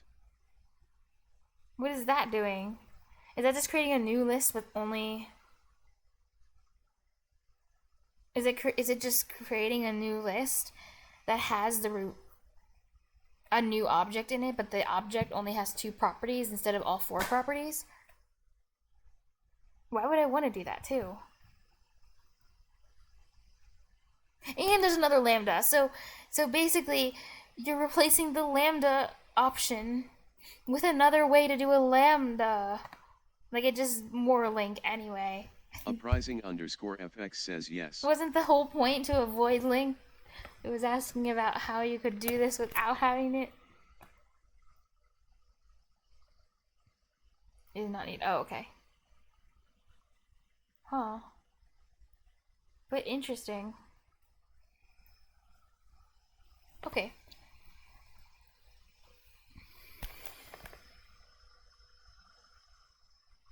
Guess what, Win? When you were, I don't know, when you were gone, I found out that guy, what was his name? NetDev? He was oh wait, you were there, right? When he said that he was a senior software engineer. Like, why are there so many senior software engineers on Twitch? My God.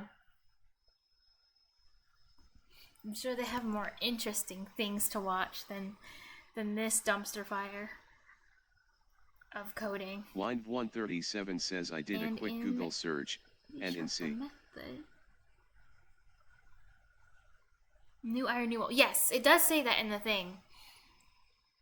See, if I hover over my mouse over the order by, it does say returns in I ordered enumerable type. I don't know what this out means. Yeah, this must be a keyword. I don't know what out is for. But type T element. What, I don't even know what this is called. And see if that was here, I'd be like, what is this out? What is it called? Oh, really? Wind137 says so that means you need to assign the output to another object. Oh.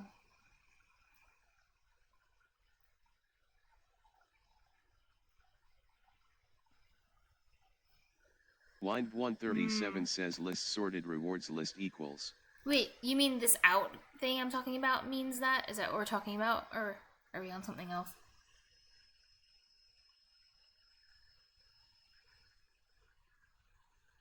Oh, no, you were just explaining. Wind137 says but if you just returns use a new dot enumerable, sort, so that means it you need modifies to the existing list so you don't need to create a new one. Oh, I see what you... Okay. But this one creates a new one, doesn't it? Oh, because I'm not using sort. I'm using order by. So it's making a new list, isn't it? Okay. Let's use Google again. You're good at it. Oh my god. Wind137 says just used Google again.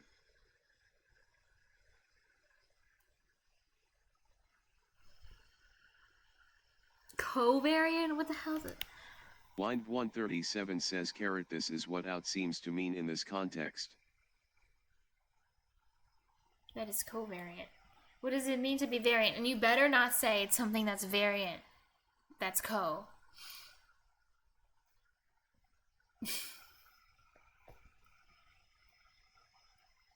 Or a variant that is co, because I will be very sad and disappointed.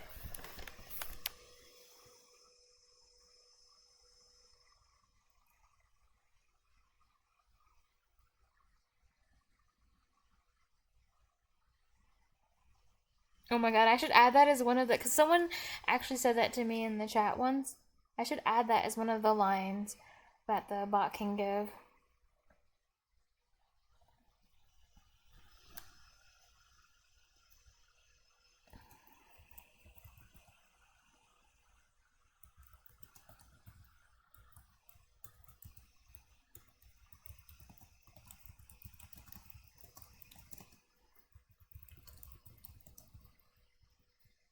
Alright. Fancy way of saying each element in your input.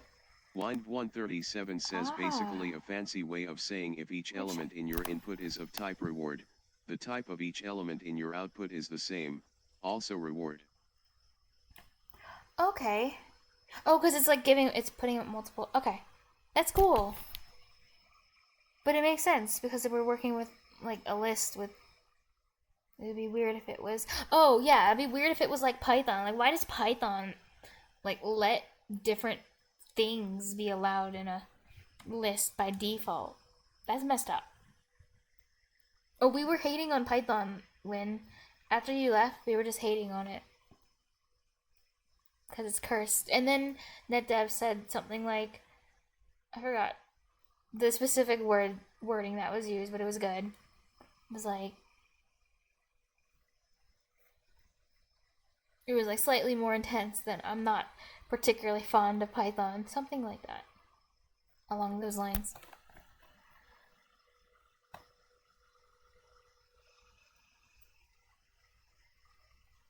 And any other class inherited from a word. Okay. Wind137 says and any other classes inherited from reward. Wait, is it true that in Python people don't use objects as much as in like other languages? Because Python's still object oriented, right? but maybe less so than other object-oriented languages. I just heard that there's not as much of an emphasis on objects.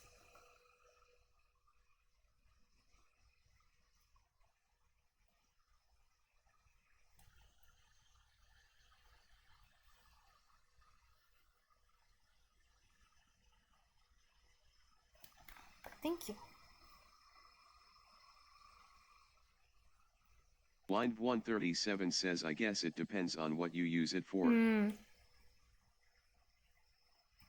What about you for when you use it the most? Do you feel like you use it a lot? Like the object, all the objecty things?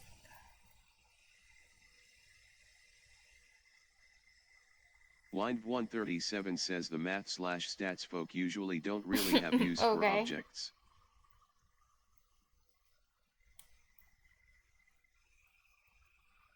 Let me see. So this creates a list.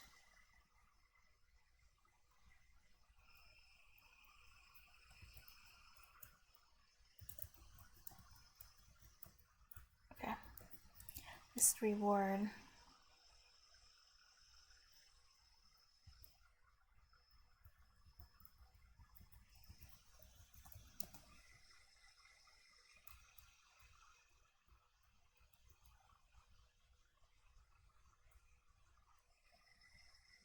Wait, I just deleted the...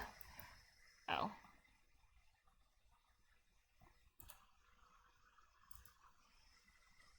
Okay. So after it's sorted, I think I want to do a for each. For each.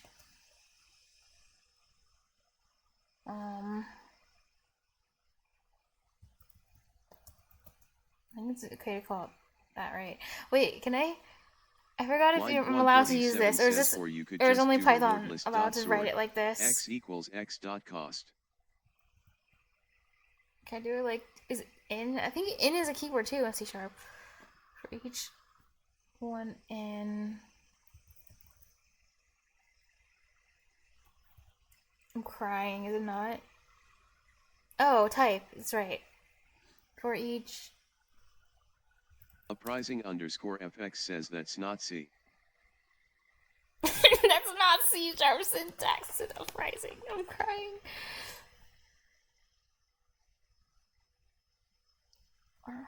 Uprising underscore FX says for each are in ordered list. Oh wait, I can do. Okay, thank you.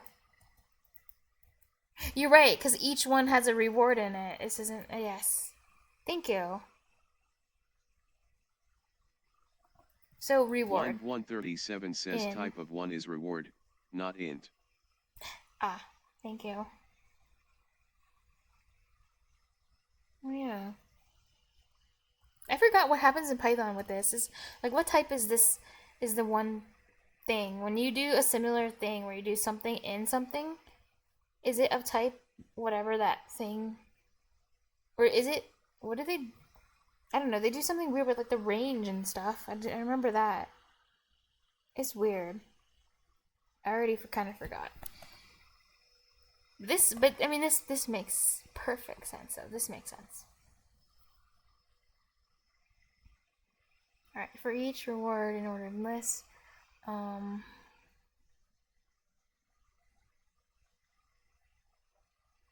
now I want the client to send message.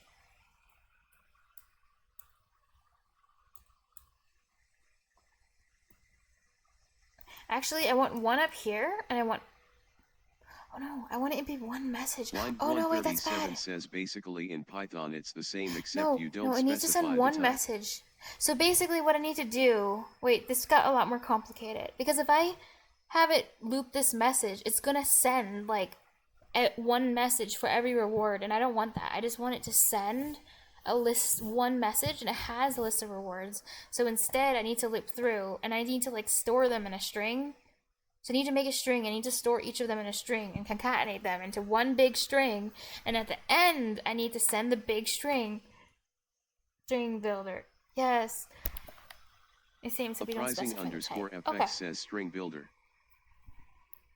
Oh, so it ends up just whatever the type is. It the type inference or whatever the hell Python does. It just I see.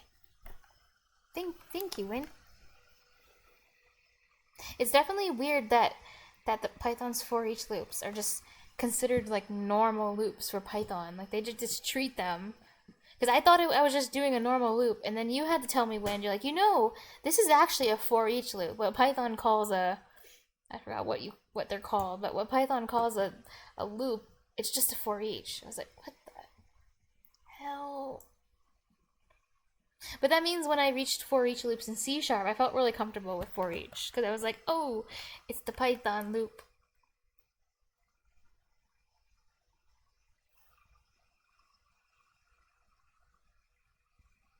Okay, so I guess it's time to make a string.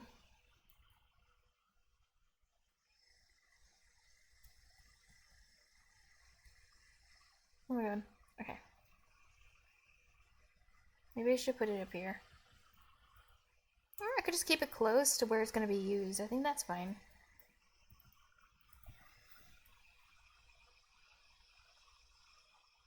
I don't know. Let's do this right now.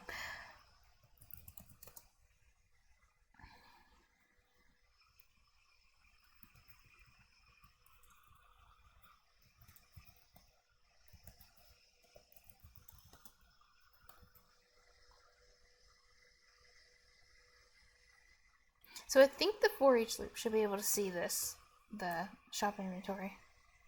Oh wait, what just happened? Oh my god, why did things get so screwed up for no... What happened? Oh my god. _FX says maybe create a string builder instead of a normal string. Oh wait, what makes that? Oh, because a string can't be... A string is immutable, isn't it? So then I would have to... It's technically creating a whole new string. And then I have to like put it into... Store it into another string. Each time. Is that what string builder's for? String builder takes care of that for me? _FX says oh, string okay. builder So it's just SB like equals a thing that string makes builder, working with strings... / append strings to the string builder SB append. Hello. SB append. SB append. World. So it just makes it more convenient for me. But what the hell? Why did this happen? What's wrong with this? Why did this one line... Yeah, it does need to be string builder, but why did this break everything? Where appropriate. Yes. Oh, yeah, don't worry. No, sprinkling in some each reward gets its own line. Don't worry, Win. I wouldn't just squish it into one paragraph. What do you think I am? Like an uncultured heathen, or... Yeah. Wait, why does this... Oh, wait. Oh, my God. I'm crying. Why does having the... Why did I... When I made the public... Whatever... String... Why did it... Why is this all broken, though? What's wrong with... Can I not create a...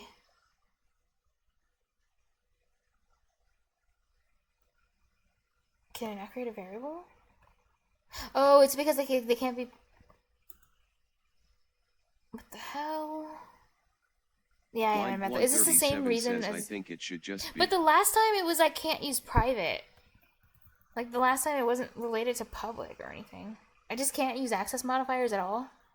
So no public, no private, just you don't do anything. It's in a method, so keep it with nothing. String name. Oh. Look, you guys. Okay.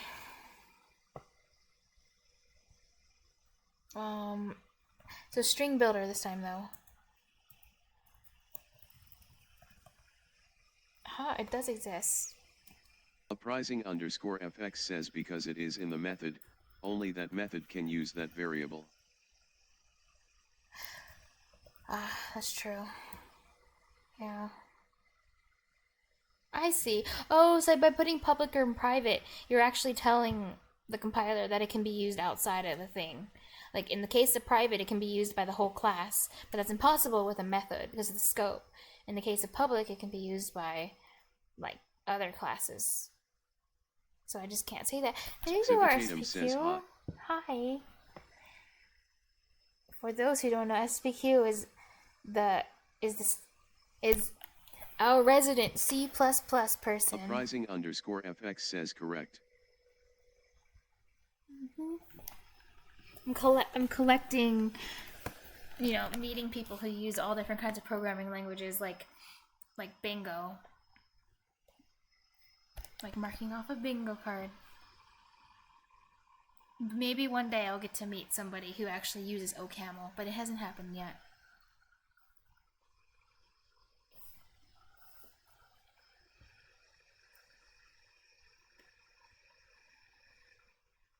Okay, so for each one, we sort it.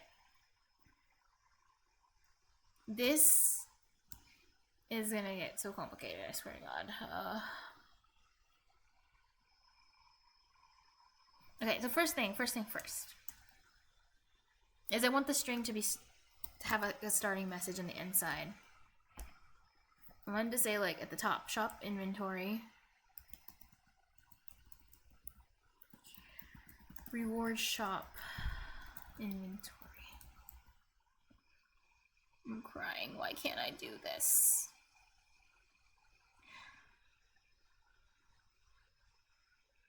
Oh, because I tried to put in a... Oh, I have to say... Okay. Like .add or whatever. Like, this is special. This isn't like a normal string. A pen. Wait, what did you call it? Pen string to the string builder. sb.append. What does it say of a specified Boolean value? Uprising_FX says string builder shop inventory equals new string builder, shop inventory dot append, reward shop inventory. Oh, I have to use that syntax?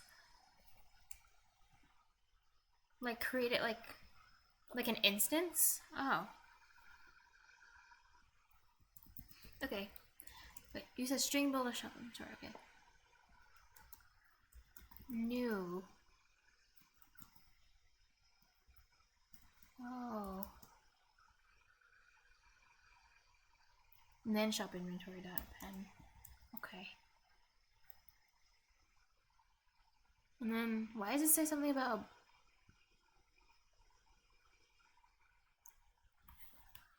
specified Boolean value?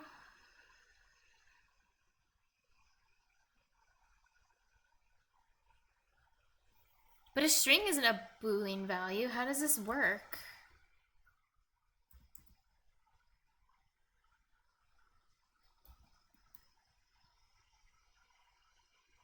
Oh, the default. Oh, this is... Oh, no way. Uprising_FX says that is the default method. Okay. It is overloaded. Does it show me the overload version? Oh, 20. Oh, wow. It literally says... It just shows me the default for the main one. I see what you mean. Plus 25 overloads. Says apparently, you can pass a bool there. Oh, okay. That's all it means. And there's not just one overload, but there's 25. Amazing. Okay. I'll remember that in the future when I'm trying to read by hovering my mouse over to look for overloads, because it might do other stuff too. And then I'll have to like actually look at the real docs. Not just the little pop-up tooltip. Okay, shop.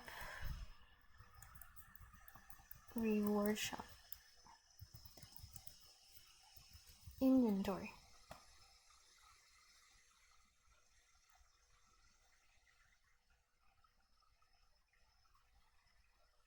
I think this is where I should start with the new line stuff. Because then every time, yeah. See, I'm doing it when I'm adding that new line.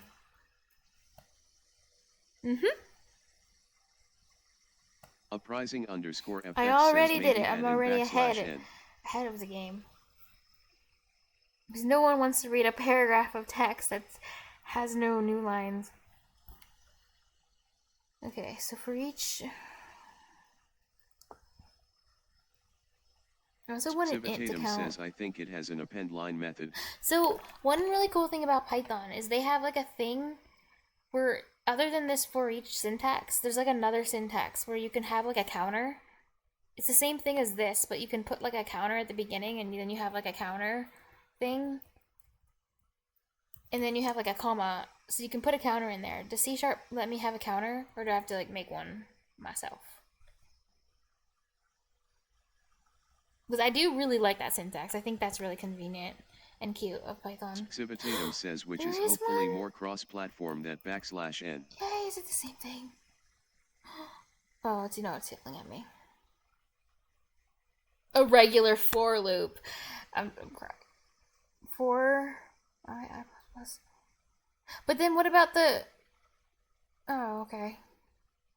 Uprising underscore... No, but I want the reward in I equals the thing. 0, I5, I, smiley face. You can just for loop over that. I'm crying.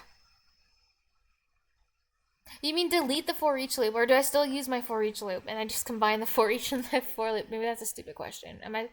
I think you're telling me I can delete this and go for a for loop instead of for each. Or is your rule this? Oh. Line okay. 137 says, I love how the answer just ended up being use a for loop. Reward as reward list high. I'm enjoying the for each. Okay, that's fine. For you would use the for each? Really? I mean, it does look nice, though, I would say. And then I is your index. Access each reward list I dot. Yeah. Oh wait, yeah. Civitatum says perhaps you could do enumerable dot range 1. Whatever. The heck? What is that gonna do for me? Enumerable dot range here.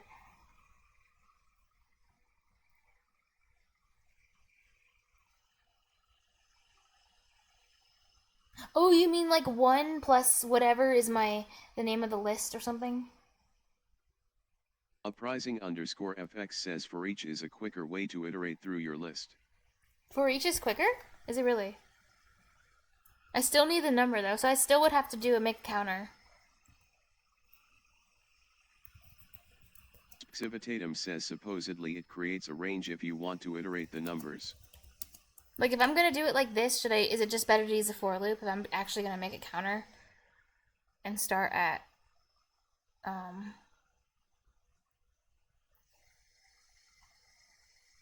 Civitatum says instead of a regular for, int I equals 0, loop. It creates a range if you want to iterate the numbers. Oh. Yeah, I did want a counter. Uprising underscore FX says, so yeah, I didn't hear you say you wanted a counter at first. Instead of a regular for, create a range. Huh. But then I don't know where I would use that range thing. Because I don't need to get the range to figure out how much to loop it for. I just want to know which one I'm on. And there's a reason why. I'm going to print the number. So for example... Uprising underscore FX says you can use either way. It's up to you. Oh, okay. I'll just use the for loop. I think that I'm more comfortable with the for each right now than the for loop. Because I haven't really been using for loops. I don't even think I have a single for loop for some reason. I do have a few for eaches, so I should just do for. So we do it like... Do I still need to declare that it's type? I think so. Int I...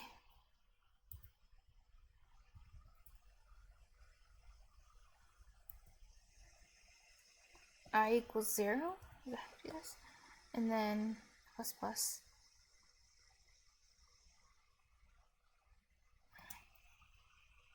And what's the condition? I is...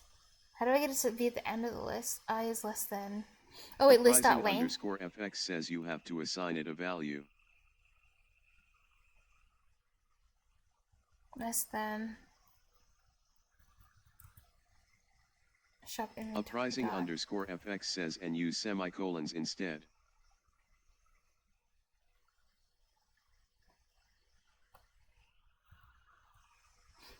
I'm crying. Spxivitatum says the condition should come second. Oh, it does. And you have to assign it a value. You can use it that way.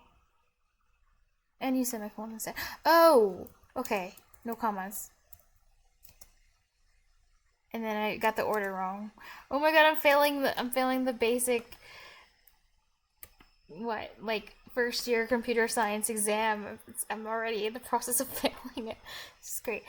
Eyes, okay. This would look so bad in a job interview.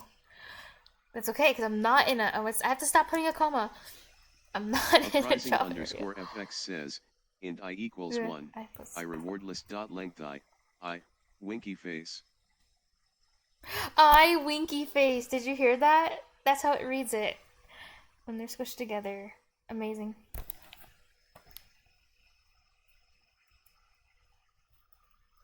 I know, it was awesome. Winky face. Uprising _fx says LOL. Okay, so now that I have my for loop. And then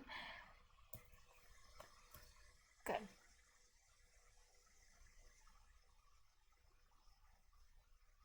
Okay, so start at 0.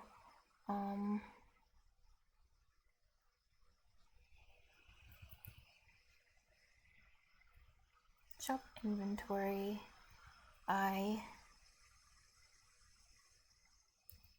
Let's see if we can get the thing we want.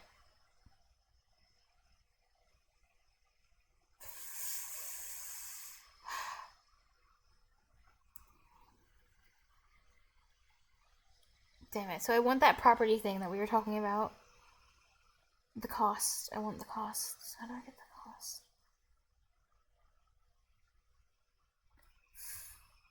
I can't do it like this, I guess. No. Oh, okay, good night, first. You stayed up so late. Are you gonna be able to get enough sleep? _fx says alright, so I need to much. get to bed. I hope to I see have you to again get up in a few hours.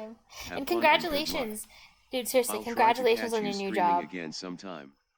Like, you should be really proud of yourself. Don't let anyone tell you different. That's awesome. Hope you enjoy it. The shop inventory.cost. Oh, I'm so dumb. Oh yeah, because I capitalized it because he. Oh wait, no, I can't do it. Look, see what? Uprising _fx says thank you. Oh, I'm stupid. Why am I using shop inventory? We just made this. It's a string builder. It's ordered. My brain's rotting. Thank you, Lynn. Sweet dreams, uprising. Oh, you're right. That's all I had to do. .cost. Could it have really been that simple? That's so cool. All right, so in the string builder, I wanna shop inventory append.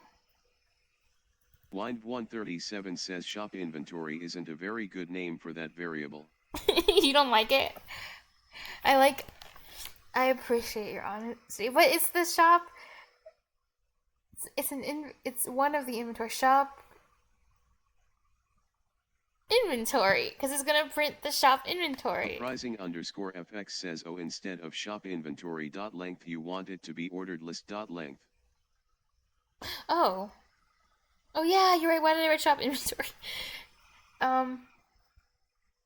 Okay, I'll change the name then when. Not the items themselves, but it is the items. Oh, I see what you mean now.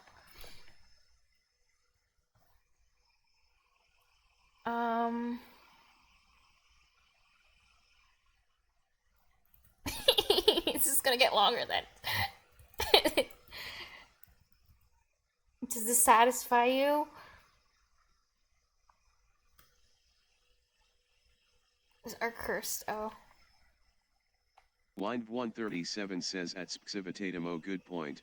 I always forget Windows style line endings are cursed. SB. That's new for me.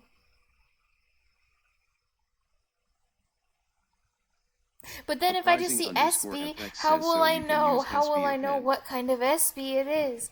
Could at least be a shop inventory SB. Sniff. SB also, I guess one problem with it is SB looks like salt bits, which is my name of my currency, my channel currency. So I feel like if I read the code, I'm gonna be like salt bits. But maybe I'll just make a note of it. Like SB stands for string builder here. Actually, because it's SB is commonly used for string builder, I do want to use SB. I'll just make a note. SB stands for string builder here.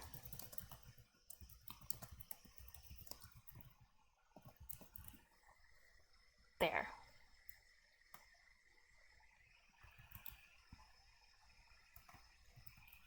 Now the name is more clear. And also this was supposed to be... You're right, it was ordered list only. What's wrong with this? Wait a second.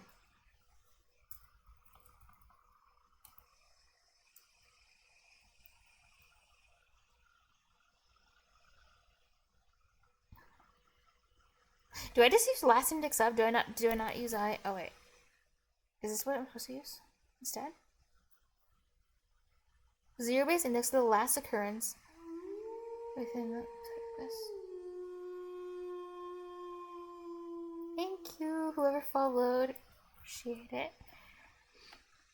Oh, I really have to put something in it. Oh, it takes a thing. That's dumb. Oh, that count? Thank you. Why are all the people who don't actually use C# 1,000 times better at C# than me? You're good, Win. Dot count. I would have never thought. You just... It's the number of elements. Oh, I get it. But that means if it counts, is it going to start from 0? Or is it going to start at 1? Like, where does it start? Because that matters, because then I'll have to subtract 1 if it starts at 1. 1i. It's the number of elements. I feel like it's gonna count starting at 1 because it's counting.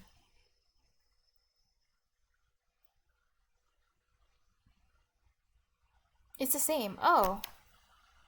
It never starts at 1. _FX says it is the same. Okay. I forgot in C. Because it's weird because in some languages, thank you, Data. In some languages, they're weird. Some of their methods start like in Python there was one. I swear to God. You are declaring I starts at 0.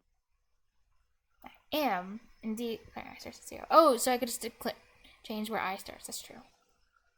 But you know, when in Python there was a weird thing. Like even though all the indexes start at 0, there was a weird, stupid library method that starts its count at 1. I didn't like that. Line 137 says yourself when you say I equals 0.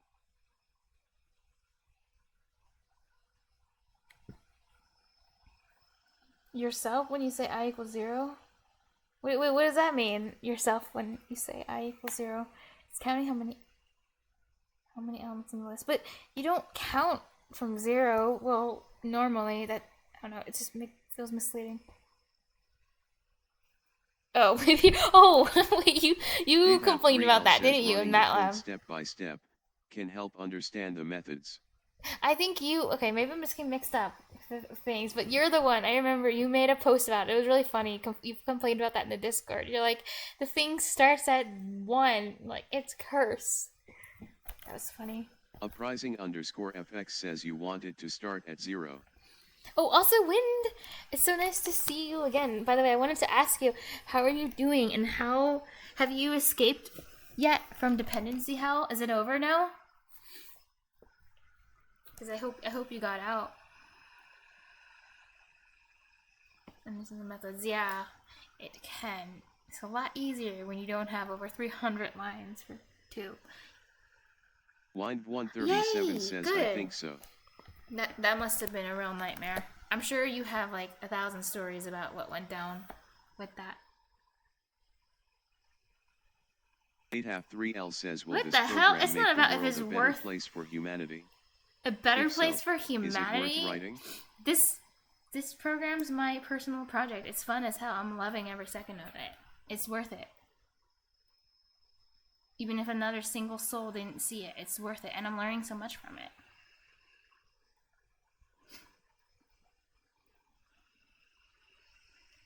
You can override in Python syntax with other methods. A cursed one-base library. Beautiful.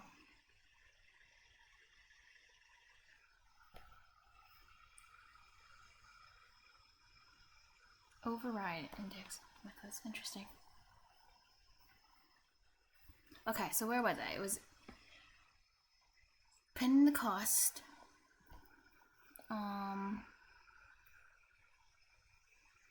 Magic methods. I guess. Can I use? I think I can use like pluses in 137 this says too. magic methods. So what I wanted to do is, we'll say the cost, and it will say this. So it'll say costs blank. No, I want the name first actually. So it'll be like something cost blank. So we need this ordered list dot, but this time dot name.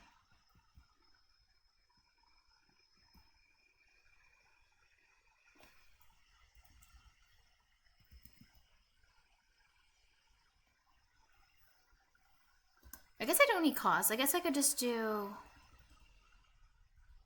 like this.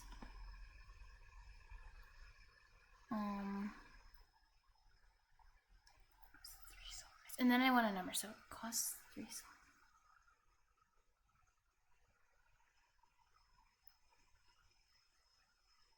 Or first, actually, I want a number at the front. Never mind. What am I thinking of? So that's why I have the I. So it'll be I, and then colon, and then okay, space, name.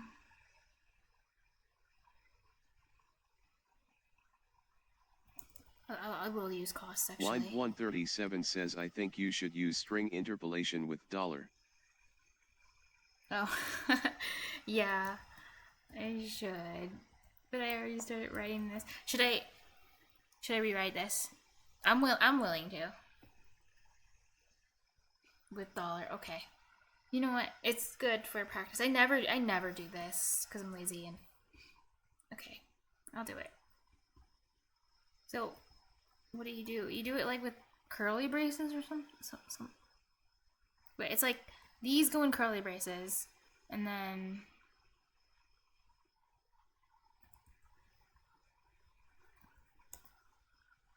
you do like a one here. Line 137 says can you just add ints to strings in C? Can you just add ints to strings? Yes. Wait, what Line happens? 137 Oh no! says I assumed oh no! it wasn't cursed, What happens? like JavaScript. What happens when you do it in JavaScript? So the result is cursed?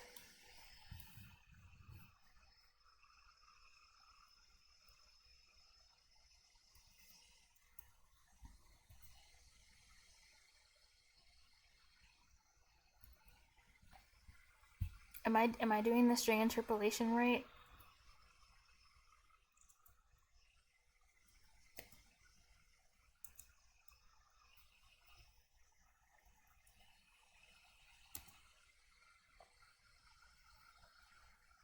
Ordered list costs.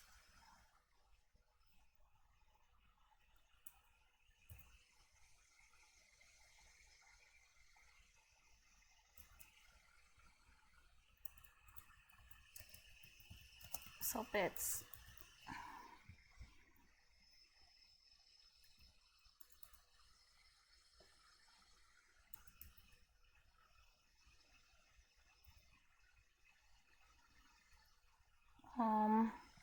Why the hell do I have a bracket?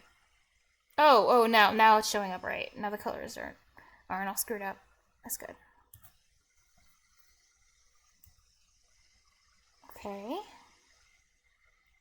New line.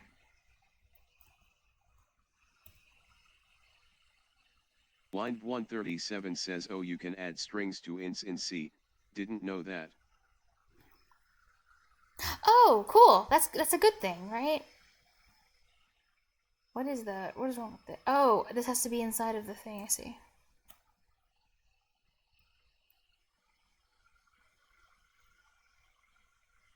That's not a backslash, is it? There. Okay, so then this client does send message.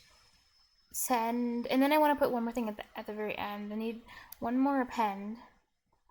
This won't work yet because I'm not going to implement it right this second because I want to test to make sure it all works first. But I will put the message Line like 137 says maybe you should do what SPQ said and use append line instead. Oh, I didn't know append line was a thing.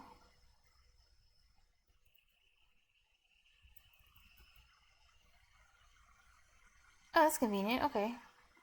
Yes, I could do that. And use one append here. So now I'm using one append line and one append. And I'm using different methods, so that makes this more educational. Because on Windows line endings are not new line. They're not new line? I mean, they're not /n? That sounds cursed. Are new? What? So what does /n do? Wait, so this is wrong? Look at this one here, this /n. This is wrong? I have to go rn? Really? That is very, very cursed. Let me make a note for it. Line 137 says yeah, Windows is cursed in this regard. Also, Windows new lines are very cursed. I'm taking RN.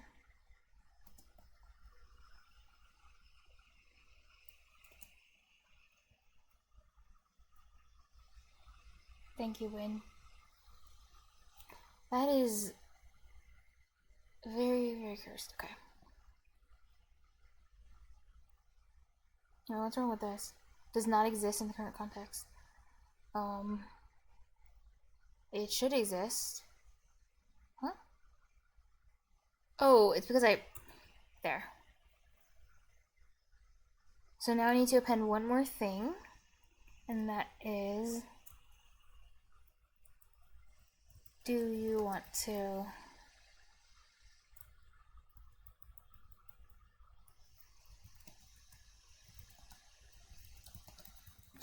buy an item with your salt bits? Or do you want more information about an item? Line 137 says you should just use append line for all of them. Oh, well, I want to keep one with a pen so I can, for educational purposes. That's really it. That's the only reason why. So I can always remember, oh yeah, it's cursed, I need RN.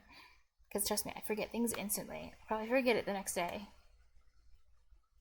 And there's a lot of comments that I don't need. I can just delete the comments, but I'm keeping them specifically because of just so that I can have it for education purposes.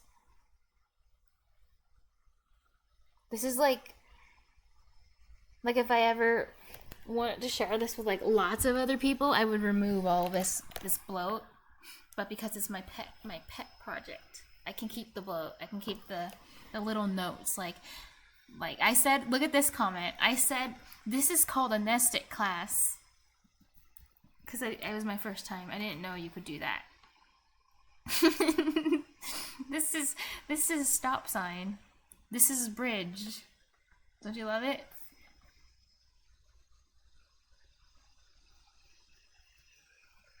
In case I want to run my thing on Linux. Oh, you're right, because it would make it more Linux compatible. Well, Linux people are screwed. They just won't get a new line at the first one, but I didn't think about that. But it wouldn't matter for Linux. Oh yeah, that's not good. Let's see, Control S. So I'm gonna test this, and if it works, then I'm gonna commit and I'm gonna push it to the repo. Because I need to keep making, saving things as they work.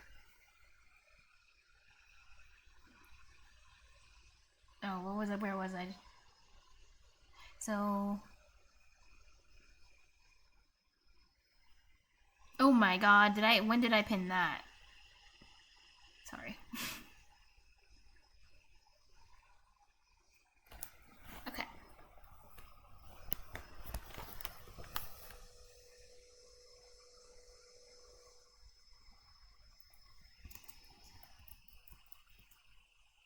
Please type the number. Oh wait, no, that would be afterwards.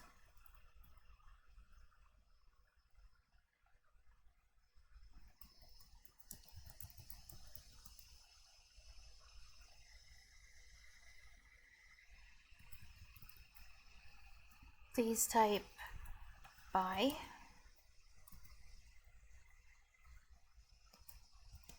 or info or none.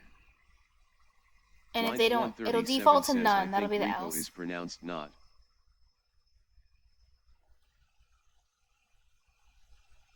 Oh, really? Oh, repo. Oh, wait, I don't know why I keep calling it repo. Oh, wait, because when did we call it a repository? Did we say repository? What do we say when it's fully? What do we say when? I don't know. You're a dev. You would know. When we say the full word, do we say repository, right? Yeah, I think you're right though. I think you really say repo. That's why I keep hesitating whenever I say that word. I'm like repo.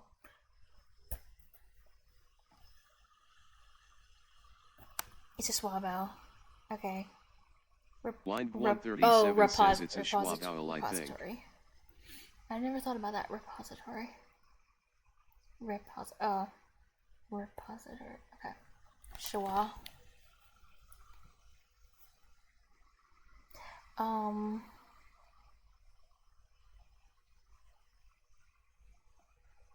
Okay, this is good. So it won't respond to this yet, but that's fine, because I don't need it to respond to this part. It just needs to, what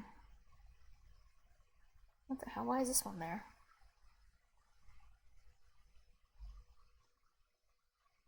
Oh yeah, this is copy and paste it, this is fine. Okay, let's test it.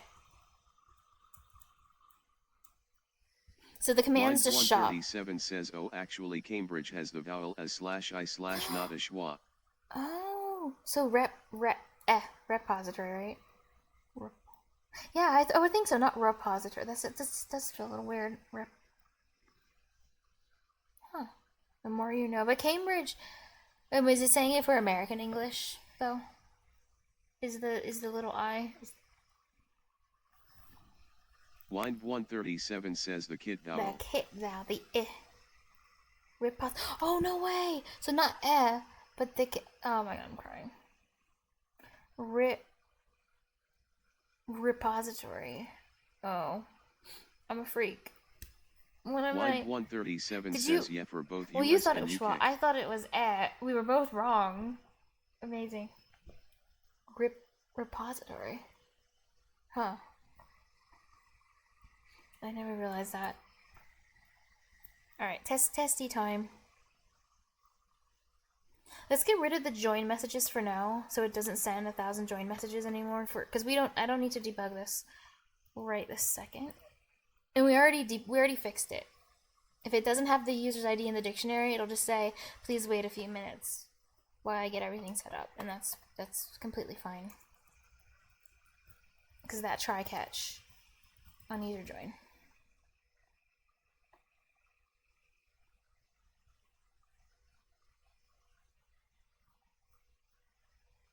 Actually, not on user join.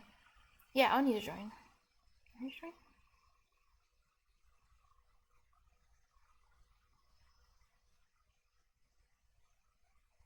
Oh.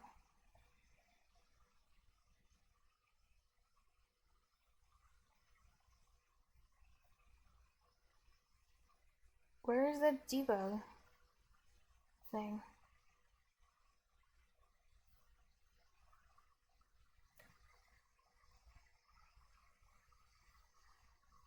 I thought it was. Did I already actually? I think I actually commented it out already. Debug user join. Oh wow, I already took care of this. Never mind. I just forgot I did that. Okay, we're testing it. We're testing shop out. And make sure the formatting looks nice and not ugly. Line 137 says some other sources give with the schwa. Oh, so it can. Okay, depending on the source. Let me see. Okay, well, time to test shop. I'm crying. No. Why did I not call it shop? What did I call it? I did. If. Oh, what the hell? Oh, look at this. There's a random shop in the code, but I didn't get an error for some reason. There was just a random shop written here. That was weird.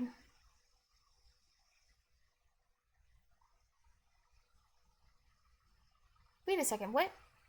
Where's shop? Oh no, this was supposed to be up here. It just got moved down. Never mind. Line 137 says you need to fix line 336, I think. Ah, thank you. Wait, I hope it works now.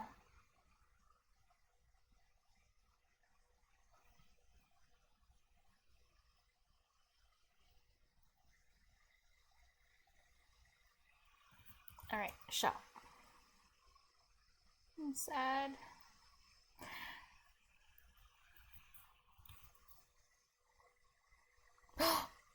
I think I know what it. No, I actually have no idea. This one work. Let's try help. Help works. Are you serious? So something's wrong with the string builder. It's the string builder. Oh wait, did I not print it at the end? Is that what happened? Oh wait, I'm dumb. Let's see. I think it's something with the. Also, the formatting's messed up for here are your commands. I need to fix that too. Because I thought it was /n, but now we know it's /rn in reality. So I need to fix the formatting in that one. And I also did it. I think I did. Line 137 says, yeah, I think you forgot the client send message. I did. I just have I'm not sending anything. That's cool. Okay, that's why this was here. Because I was like, what the hell is this send message? And I deleted it, but it was only there because I needed to use it. You were right. So send message.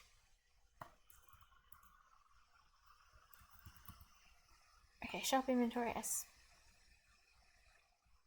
SB.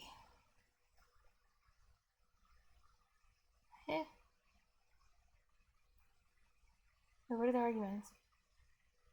Oh no, it needs to be a string. Oh, this is string builder, but this has to be a string. So can I convert string builder into string? Let's find out. Probably like toString, right? Because why would I not be able to do that? There. Let's do it like this. Line 137 says shop inventory SB dot toString is such a convenient method. There you go. So this is good.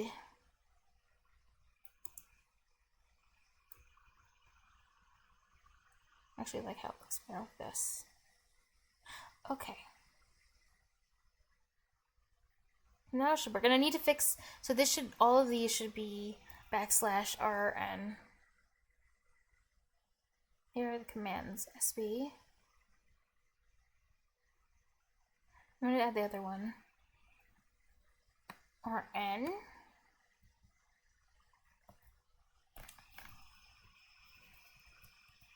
Shop. Shows you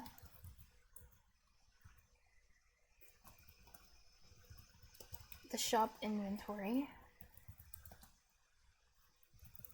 where you can spend your salt bits.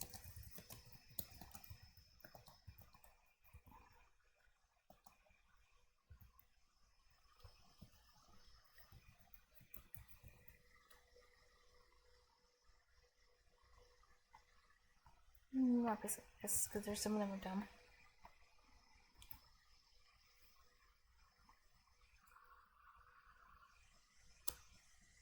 Okay.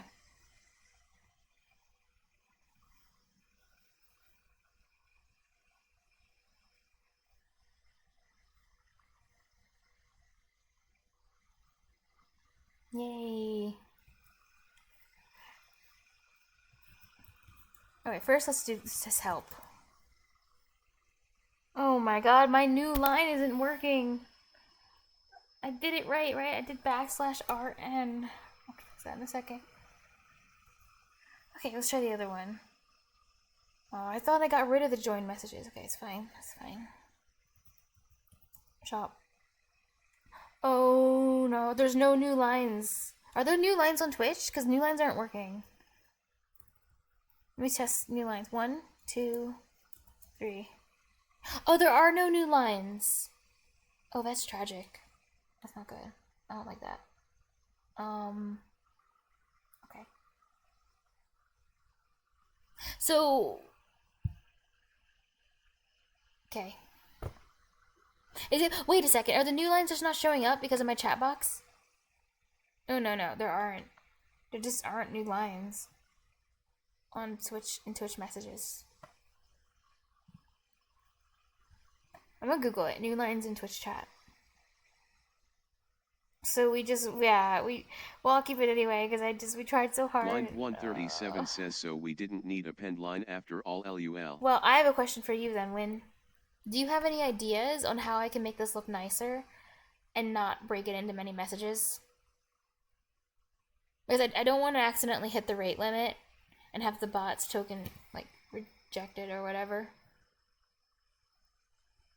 Is there a way I could visually make it clear, like, this item is this one, and this one is this one? Like with, I don't know, asterisks or something.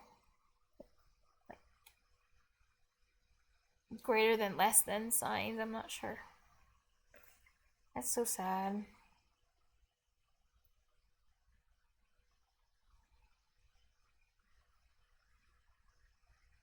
I could use those pipes, maybe, to separate in between. And then the users just have to use their eyes. Like, they just need to be not lazy, and they have to read the paragraph. Like, if people complain about the paragraph, be like, suck it up. There aren't new lines on Twitch. Just read it.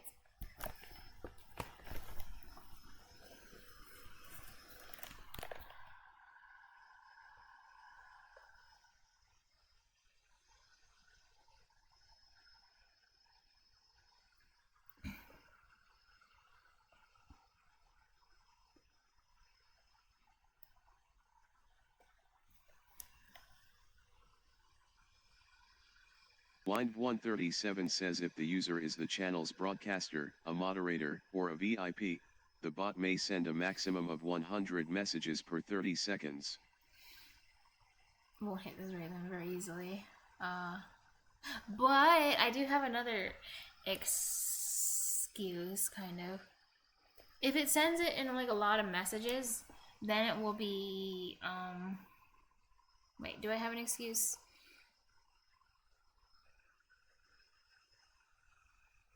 Oh no, it's more likely to, cause my screen, like on the stream itself, like has a limited amount of space where it shows the user's chat messages, so it's more likely to, you know, drown out all the messages, the previous messages.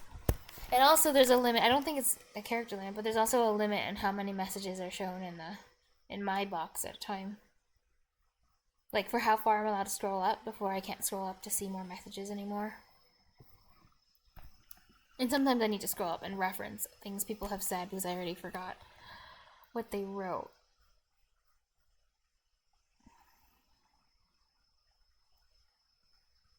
I have an idea. I could do it like,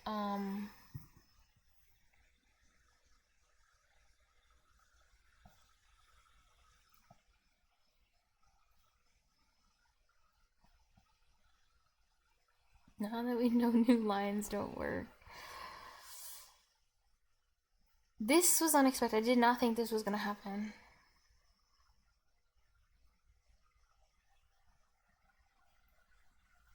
I'm very surprised. Because Discord lets you use new lines. Like, why wouldn't... They really want to keep their stuff compact, don't they? What a surprise, though. Line 137 says maybe you can just add something like underscore Oh, underscore yeah, underscore yeah, yeah. underscore You're underscore right. underscore underscore underscore underscore underscore underscore underscore underscore underscore underscore underscore Amazing. underscore underscore underscore Underscore, underscore yes. underscore underscore underscore underscore underscore Oh, underscore boy, do I love my TTS. Good idea. So how about we make... So I don't have to keep typing the underscore. I'll make a string builder. No, I'll make a string, and it will just hold the underscore, underscore, underscore, underscore, underscore, underscore, underscore, underscore. And I'll just make it hold that. And then every time I want to use the underscore, put it in with the string interpolation. Like, it'll just be called underscore. I'm thinking. Okay. So what to do?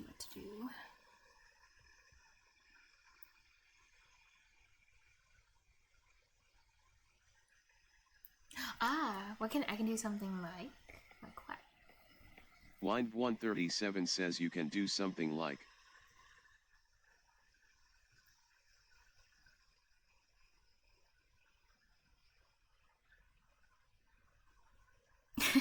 What?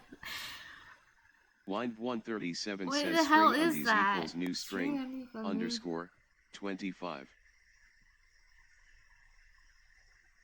Wait, what is that? New string? Oh, that's a string builder to repeat the... Oh. Line Oh my 137 says to repeat the underscore 25 times. Oh my god, you're being serious. I thought you were making a... I thought that was a cow emoji in the thing. Like, it was like the cow emoji 25 times. You see what I mean? Because it looks like a face. Okay, I'm naming it undies. That's pretty cute. Because all the undies. Alright, so...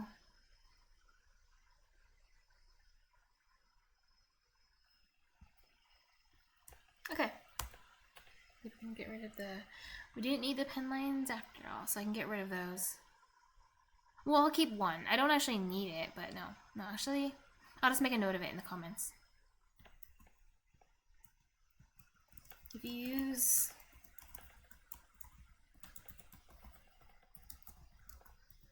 a pen line instead of a pen,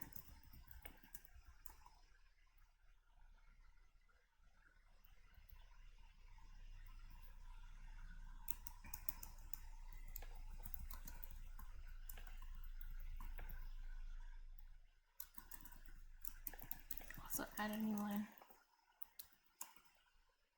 Okay.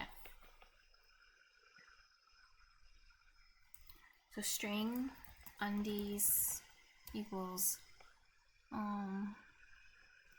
new. Oh, this is gonna be fun. New string. Oh, I didn't know I could do this. I thought this would be like something that's Python specific, but this is cool. So 20, 25. Do you suggest 25? Is that a good number for this? Repeat 25. This is so cool.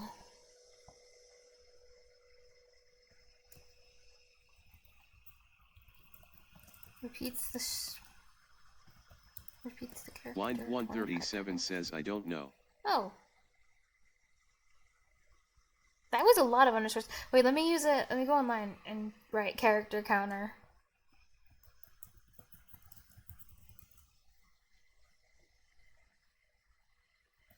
That is... How many underscores did you write? That was...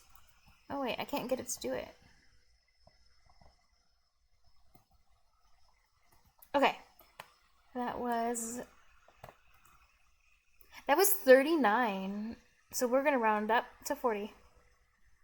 For a nice whole number. Let's see how that looks in the chat.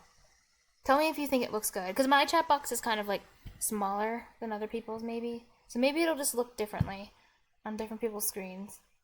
I just realized. Or maybe it doesn't have to be. Maybe 25 isn't bad. Well, let's just see how it looks. I think that's fair.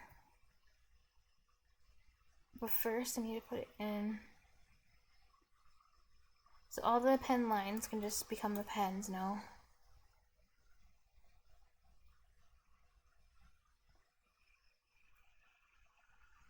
This, though, for the top one, I think this is fine.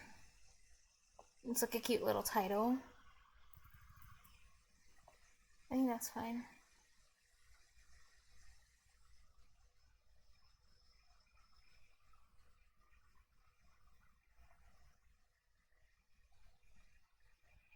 I love that I can do this. So then, undies.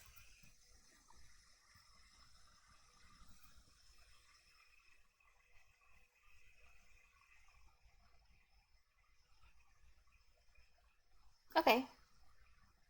And then this one up here. Oh, you know what?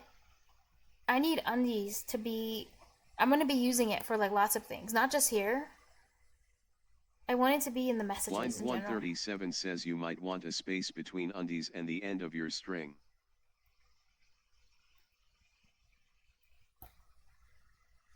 Oh, yeah.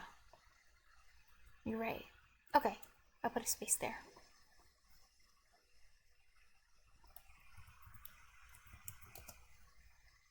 Okay, that can't Line be public. 137 Oh, this says is still a so method. you don't Oh, wow, get yeah. stuff like this underscore underscore underscore underscore underscore underscore underscore underscore underscore underscore Okay. underscore underscore underscore underscore underscore new text. It doesn't look too bad though, honestly, but yeah, you're right.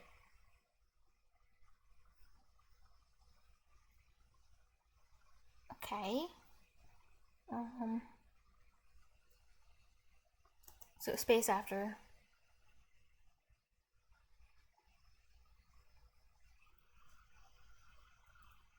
Here are the commands. Oh, let's make it interpolate it then.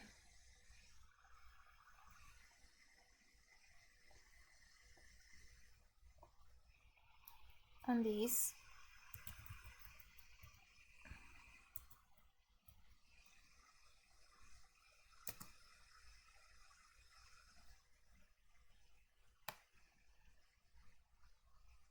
Okay.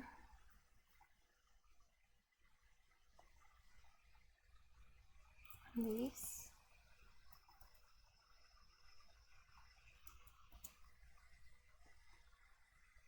Okay. Yeah, let's see if this looks bad. And you tell me on your screen if it looks bad. Or if I should like reduce the amount of undies. We just need to find like a decent amount of undies where it like looks okay, but it's not too many. Okay, so how...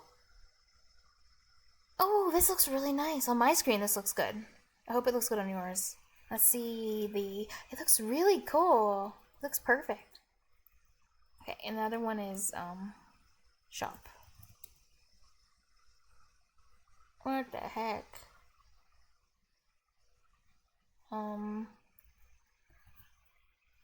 Shop?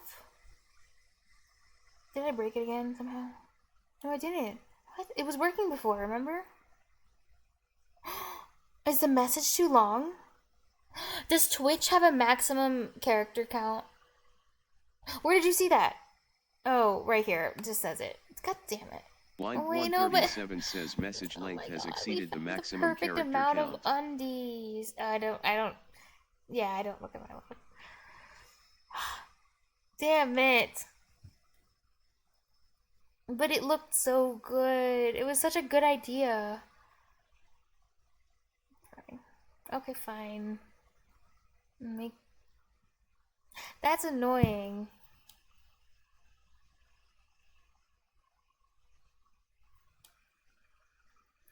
But couldn't I make it more complicated and say like if I could find the max character count and I could do like I could count the message and I can divide it in half, have it loop. So as long as the message like makes some weird loop, have it count. Yeah, make it. Yeah, if the message is too long, then split the string in half and then send them equally as messages. Oh my god, how would I do that? Because then it could be split. If it's too big, it could be split into 4 messages. So I need it to be like recursive or something, so I can split it into the. Oh really? Think so? Oh my god, that could be fun to try to make it. Line 137 says But I'm not thinking, a bad idea. Am I wrong here, or does that sound like something that would be good if it's like recursive? Because we don't know how many times it needs to do it. If the message was theoretically big enough, it might have to split it into 16 messages. But this is actually like this. Why does this feel like this one little thing? Why does it feel like some kind of leak code problem? And like I'll spend 10 hours to make it. Why do I do this to myself?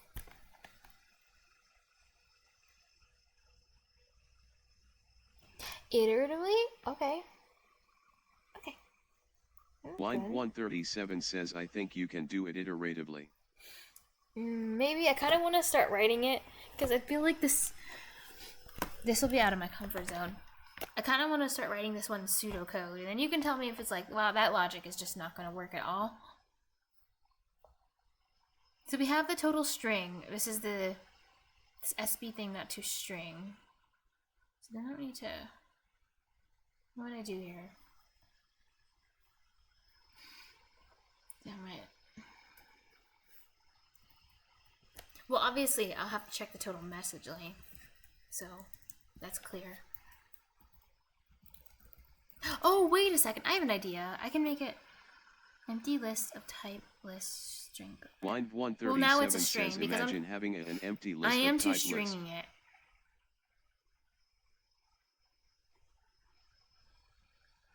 Exceeds 500. Oh, I didn't think about that. I like that. Line 137 says every time our store inventory SB exceeds 500, add it to that list, and that's just such start a good a new solution. SB. I wasn't gonna do that actually, but that's perfect. Every time it exceeds 500, add it to the list.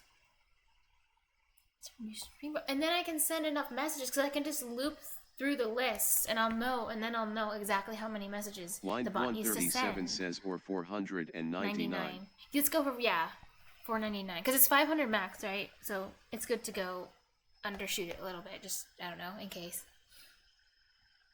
Sounds good to me. Thank you. And you came up with that solution real fast too. Also, I'm gonna be right back in this bathroom.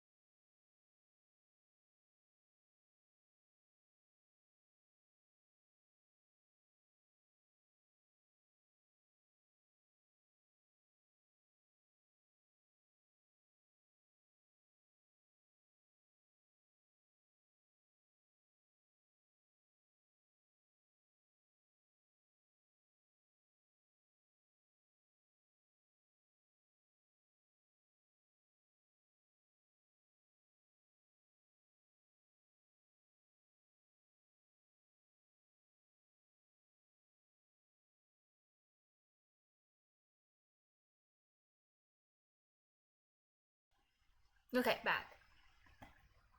So,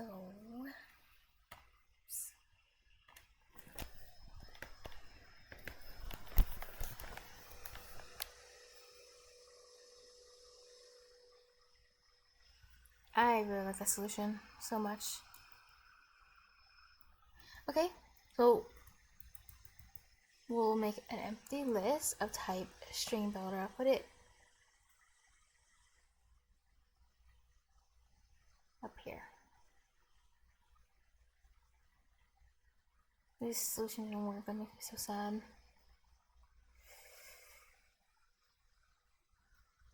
But I did think of something. So what we're gonna do with the string builder thing,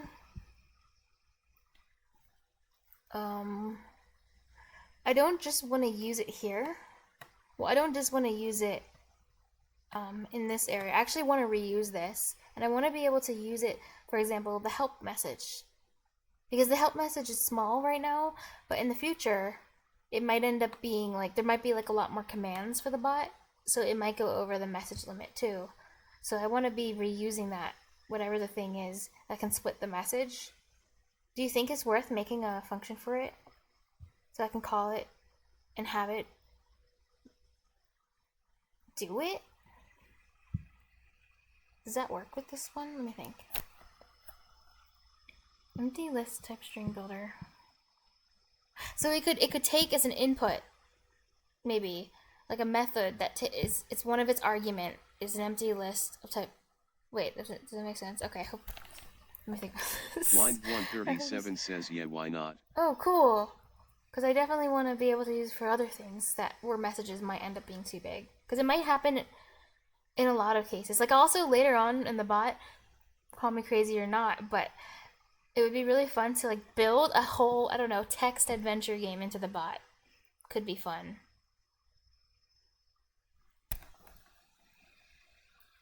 Or I want to have some kind of game people can play when the ads roll.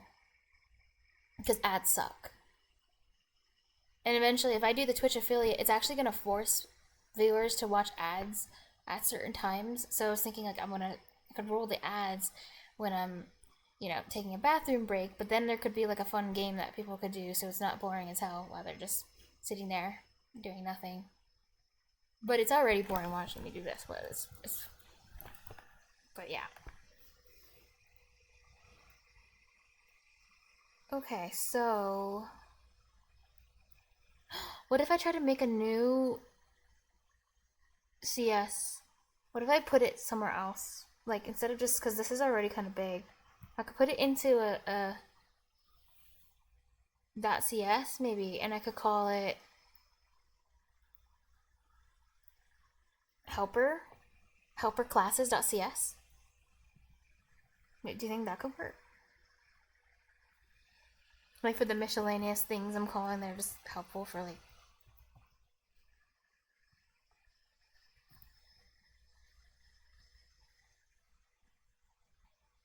I hope this would be good.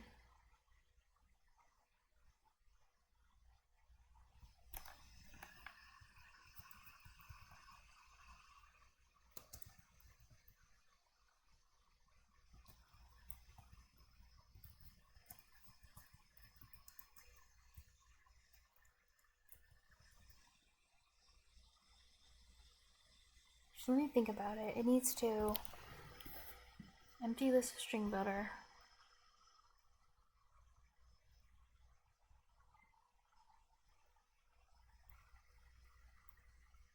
So what is this gonna return something? If I were to make a method, what is this supposed to do? Is this void? It sends the message in. No, it doesn't need to be. Yeah, it can be void. It can just do it itself, do all the work for wherever I'm using it. Okay. Public. It's supposed to be static.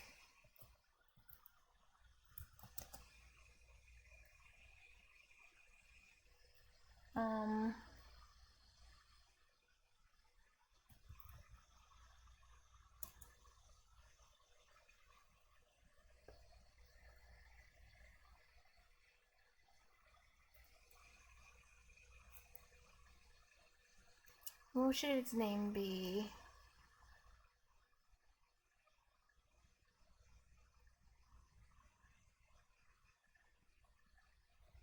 I know this doesn't describe what it's doing, but this is what I'm using it for.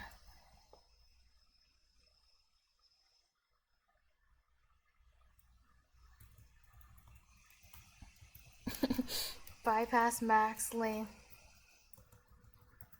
Or bypass character count? No. Bypass.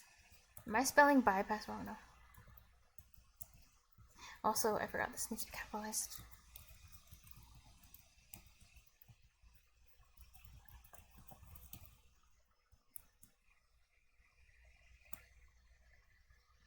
I think this has to be static too.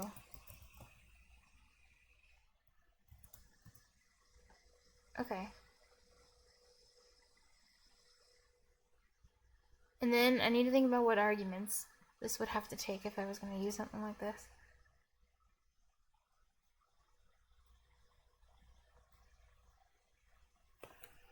Luckily, wrote out, not having empty list type of string better. Well, I can make that inside of the thing. So it obviously needs the message I'm trying to put in as a string.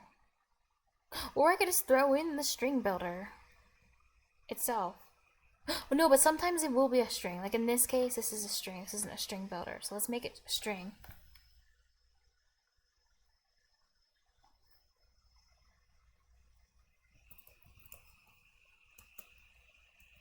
So string message. And then what else?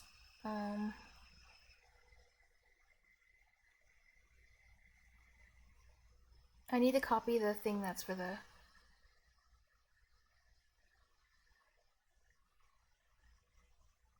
Sure, this might not work.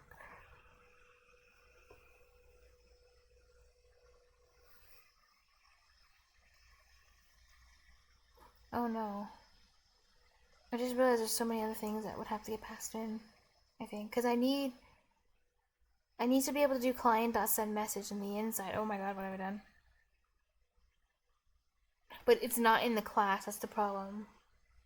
I mean, it's in a separate class, so I couldn't do client dot. Because it doesn't, there is no client in this class. So I need to pass the client in as an argument, don't I? Because I made a client. Or is it client? Or whatever. Oh my god. Oh, I'm not using a using statement either. That doesn't help at all. Wait. Why did I just delete that? Okay, it's fine.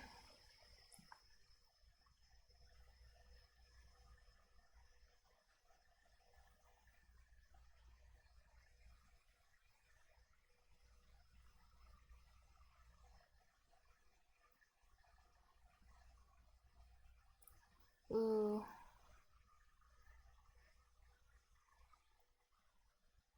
What is this from?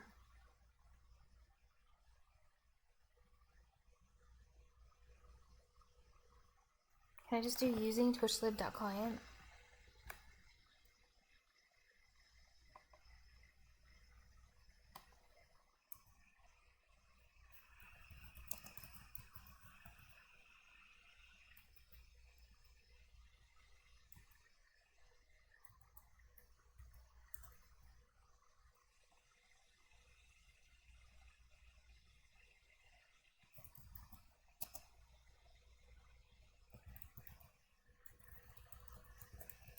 Is this type now? Oh my god.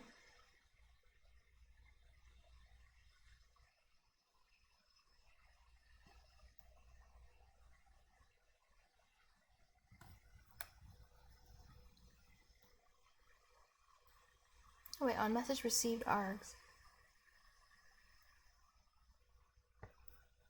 Okay. Can I use that one? That advanced on message received args. Actually,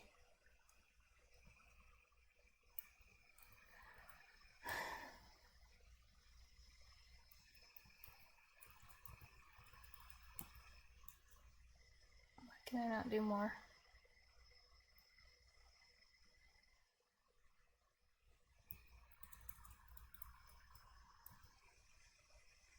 I think it's just events.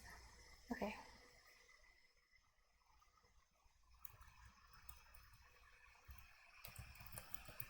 Object sender. Oh, I can do this. Okay. E and string, and then message. What else does it need? And that's it. And then I'll take care of the rest in the code. Do I need to indent the map? No, I don't.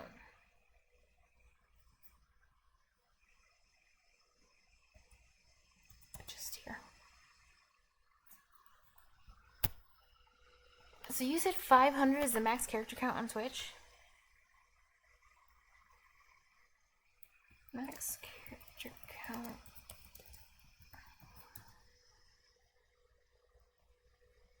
$500 characters, one characters.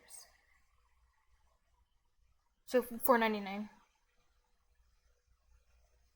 Ah, yeah. Line 137 says that's what the log said, I think.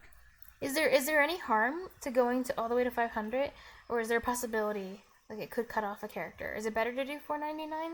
Because you did mention $4.99. Like, what would you do? Do you feel like $4.99 is a better practice for caution, or should 500 be okay?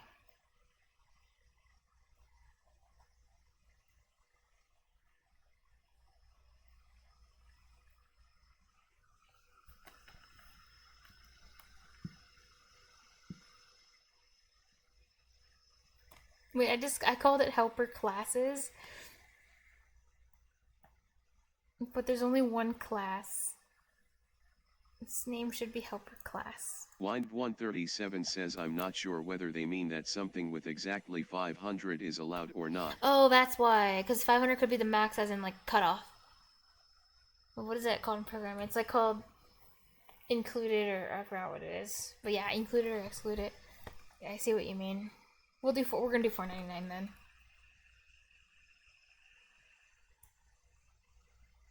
Hello. I mean, just one character. Raflord _ says hello guys. I could try it exactly. Oh yeah, you're right. Let's try it. Fine. Wait, there must be an online. I'm googling like website to duplicate. Oh wait, you taught me the. No, I'm stupid. I'm not. Never mind. You didn't hear me say that. You taught me the thing to this. We can just do undies. Reuse it. Do it 500 times. And see if it triggers.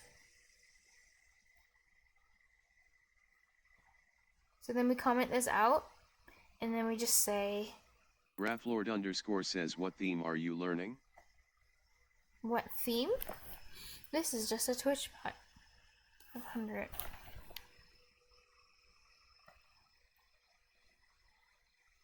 Copy this. This will be commented out. And then we're just gonna send undies.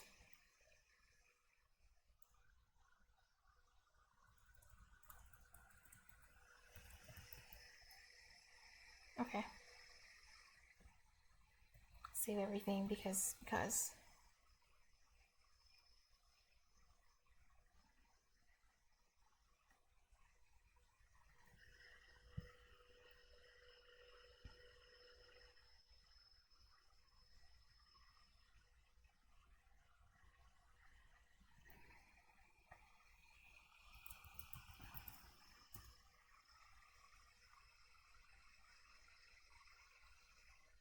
Oh my god, that wasn't the command. Oops. Okay. So it is 500. It's inclusive. That worked. I was like, why is it not responding? I was like, oh, crap.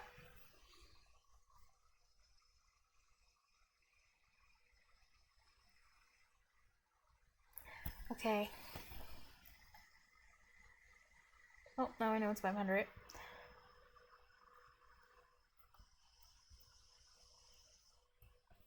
So you said we could...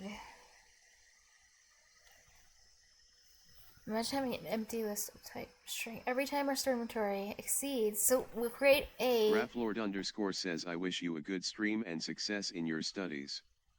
Could you recommend a streamer who is studying Python and related frameworks, No, etc.? I don't know any other streamers who are studying Python. I, on occasion, study some Python. But not right now. But thank you. But Python's really, really, really, really popular. So there should be, if you just keep browsing, you should find someone who's doing Python. Eventually.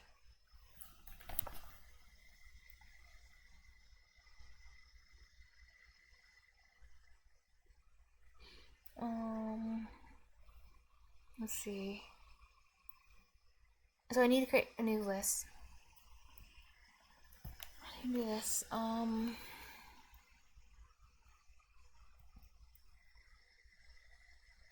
Type list.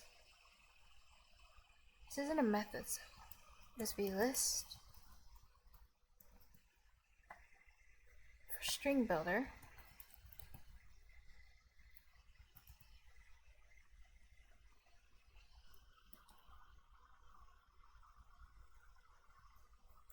Oh, wait, use the syntax like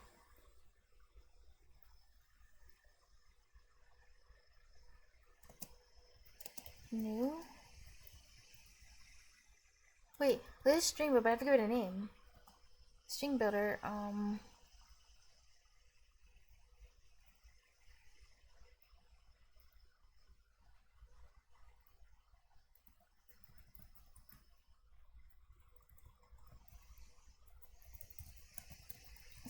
split messages.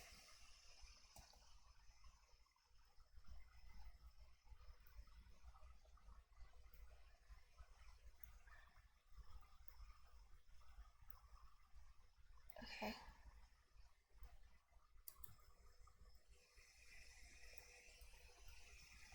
What am I missing? Type name. Because I'm not supposed to, it's in a method, so I can't put an public accessor. But obviously I'm missing something. Oops. Syntax is hard. Oh wait, it works. Okay.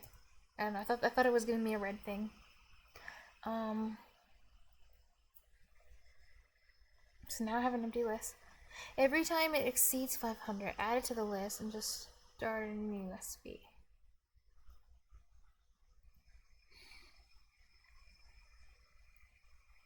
So, okay. Every time it exceeds 500. So this is the part where I need to think about how am I going to do this part. Knowing if it exceeds 500. Should I just divide it by... I could just divide it by 500. Like get the length of the total, divide by 500, and that'll give me the number it has times it has to be split.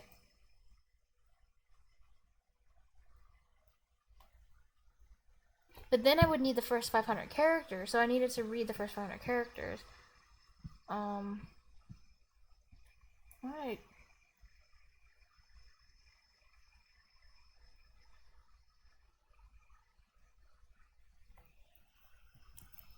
So there's gonna be some kind of library method for like splitting or cutting or something. Or that's list. I'm just gonna make a quick string.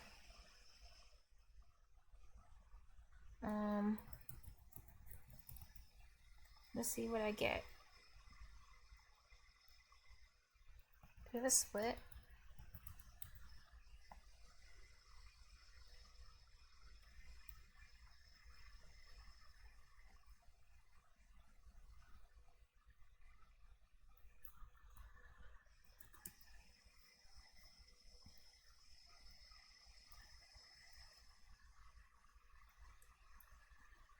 I need to get... Ooh, what's this? Max Y.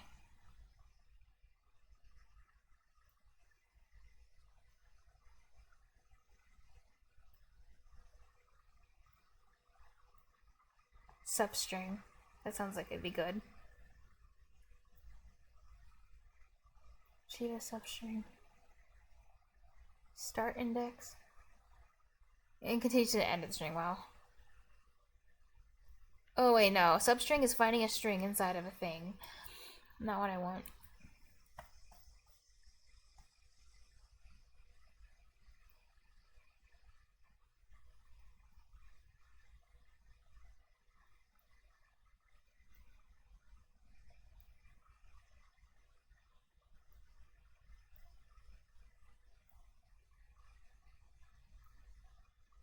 What?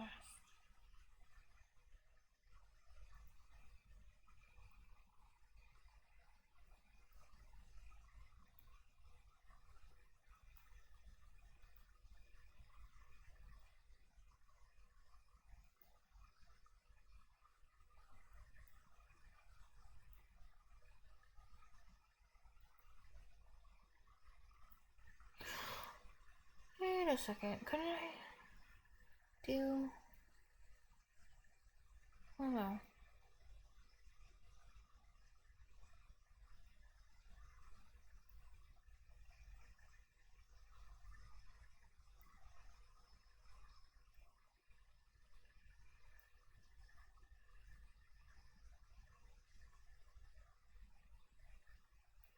Limit at kind of seems interesting.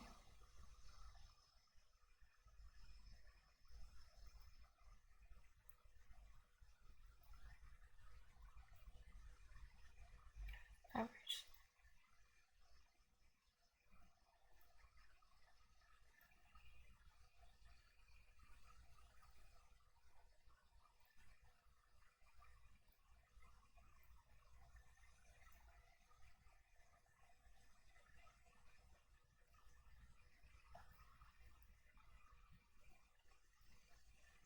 Oh, no. What's element at?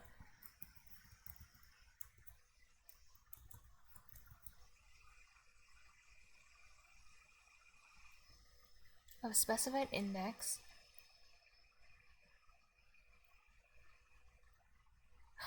Wait, I have an idea. I just need one that takes a start and an end. Maybe split does take a start and an end.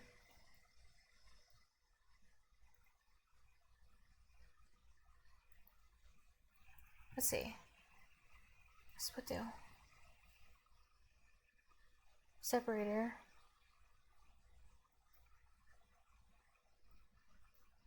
But I don't want a delimiter. I just want to define a start and an end. Like, how hard?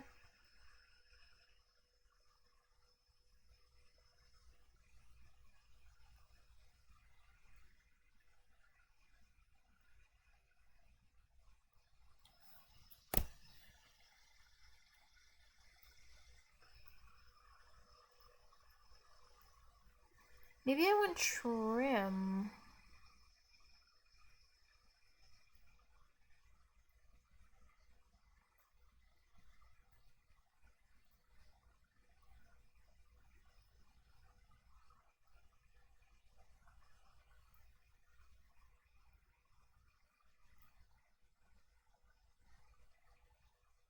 Wow, it's just white. Oh, this is white space.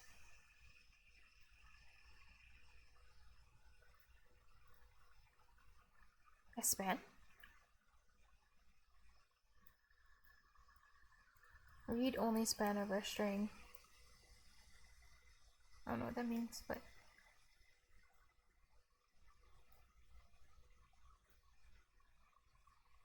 it's cool.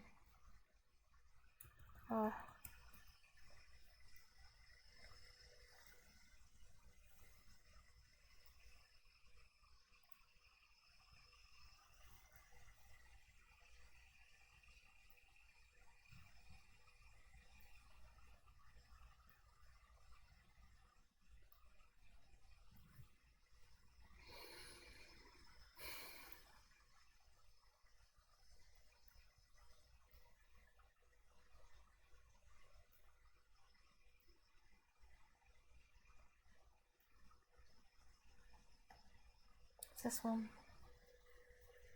Oh, now I want.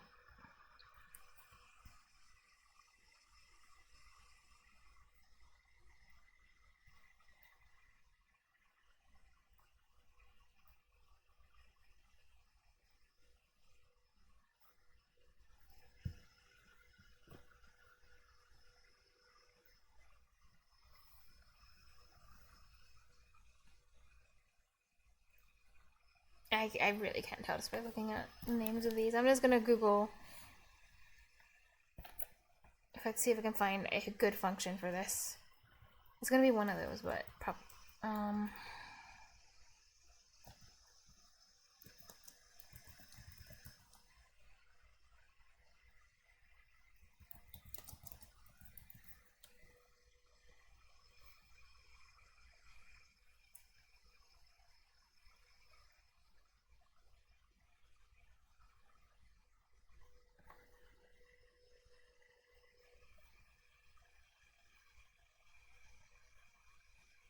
oh my god, it is substring. it. That's one of the ones I went to. Oh, it has an overload. God damn it. I see.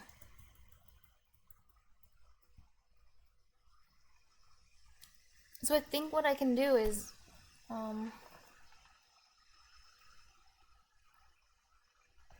what if it's like outer range?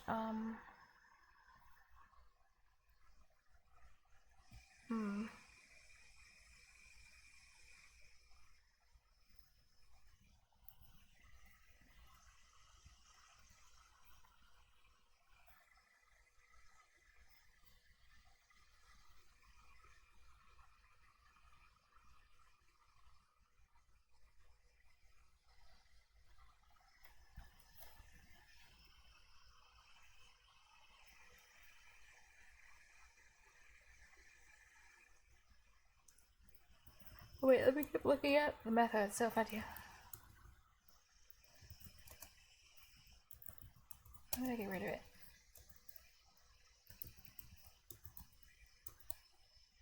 So I could use substring. You can have start. Oh.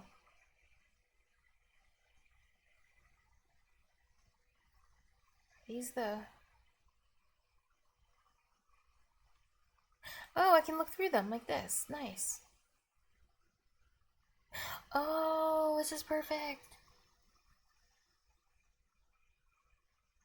So what happens if this is too... Like, what if I have a string that's like 3, but I put like 5 into the argument? Will it get mad? I should test that.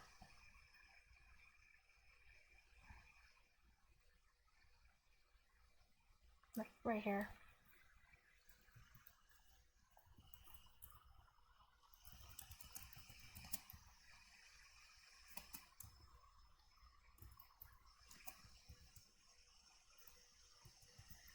One, 2, 3, 4, 5.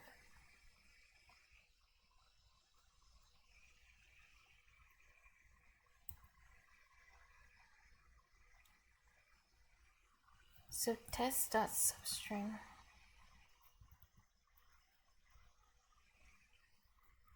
0, 10. Oh, 19's fine. So then what happens here?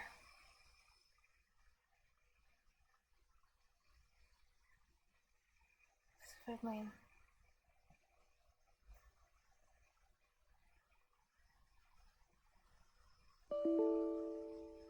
Oh, nice. Oh, it's just it's a semicolon thing? What?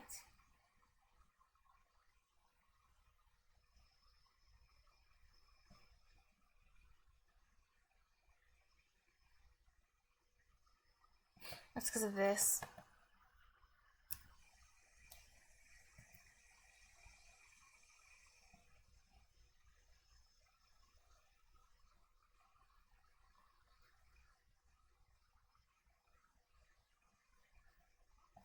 Okay.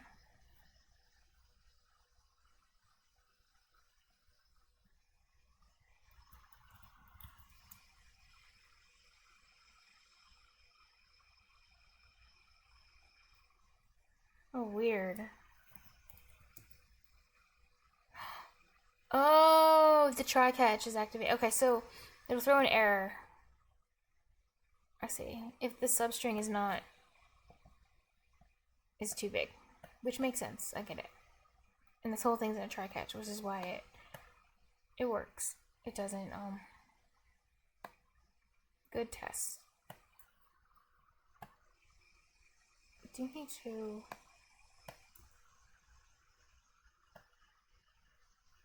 oh god.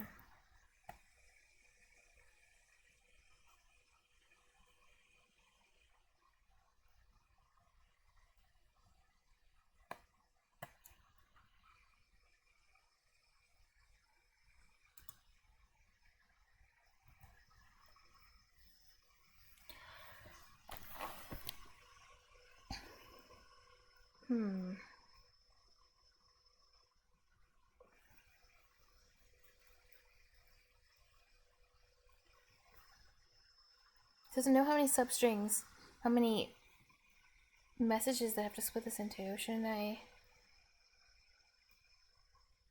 like get the length and divide it? And then also get the length and divide it and get the, what's it called? The mod?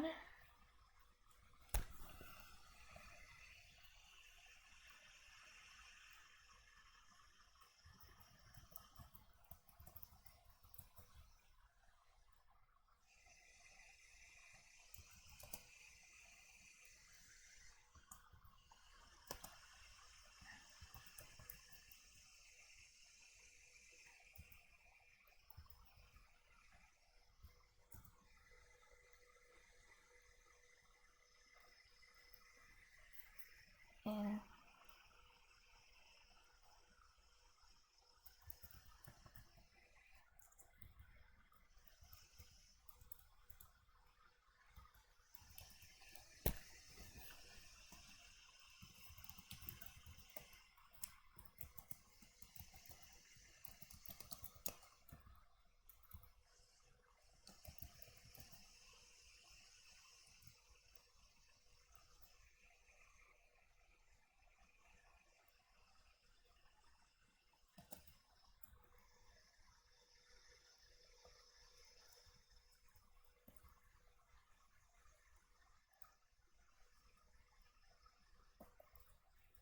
okay, 500.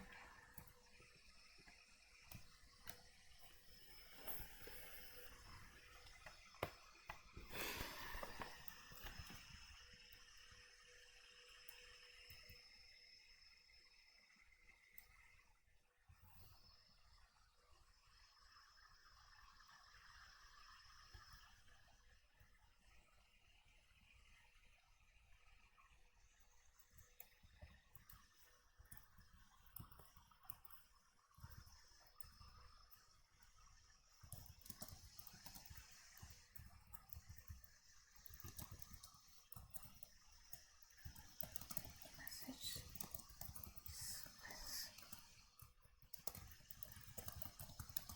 Okay. Into the minimum number.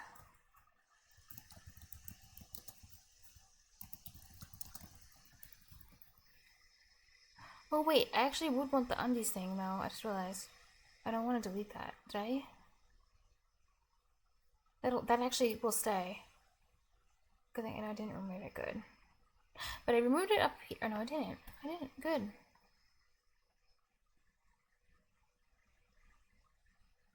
Why did I put 500? Oh, I was testing it. It was originally 40. Yeah, this will stay because we're going to be splitting the message, so it's fine.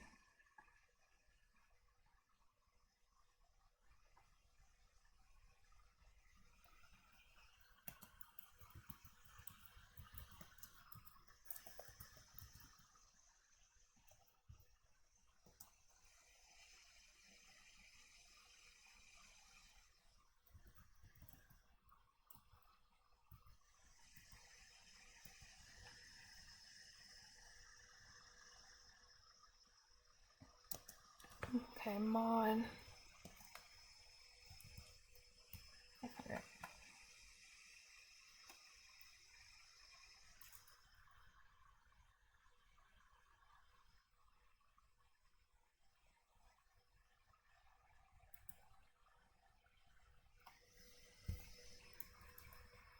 Can I use 4 each here?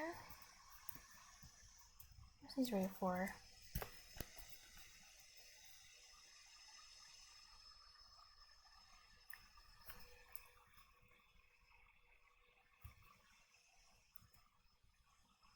Okay, 4i.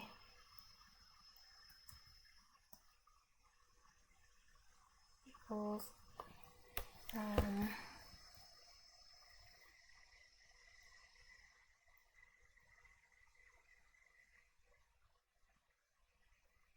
Oh, because we're using substring.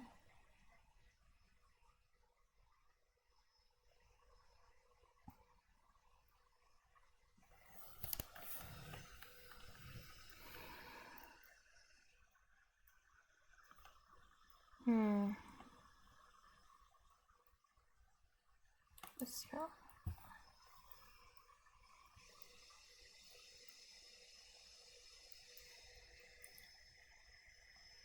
I think we're gonna start one here.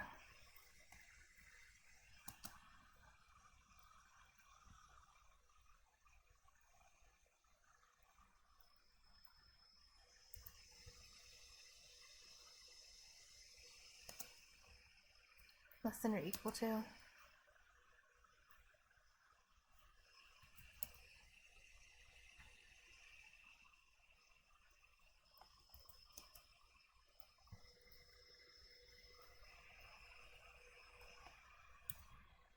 I plus plus.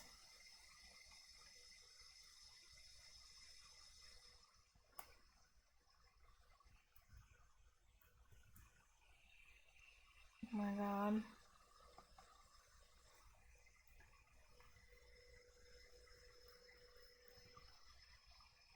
Oh yeah, type.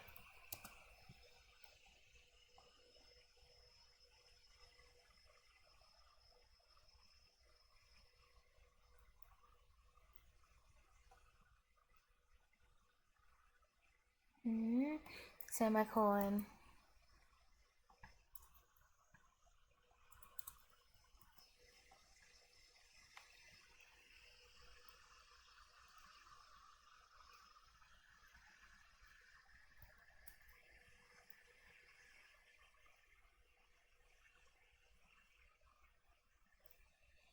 Okay, split message is dot add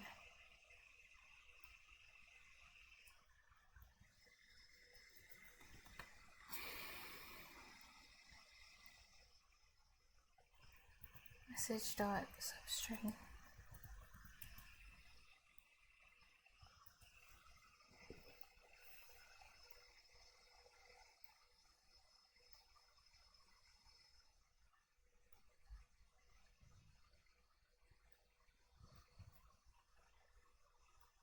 Doesn't start 0.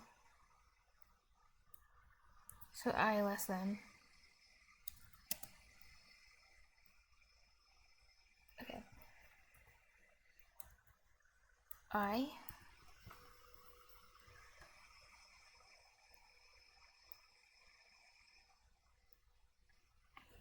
so it'd be I times 500.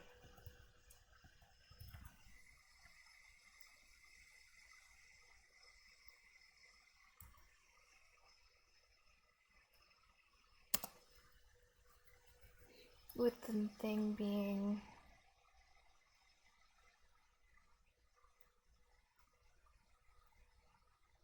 I plus 1 times 500, maybe?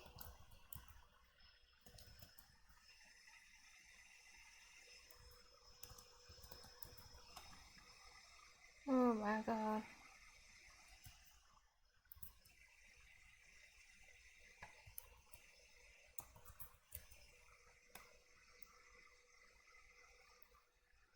What's wrong with this?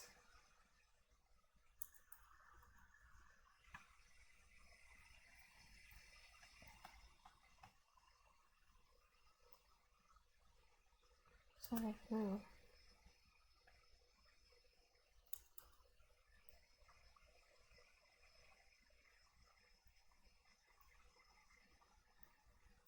From string to string builder. Wait, why am I making a type string builder? It should be a string. There we go.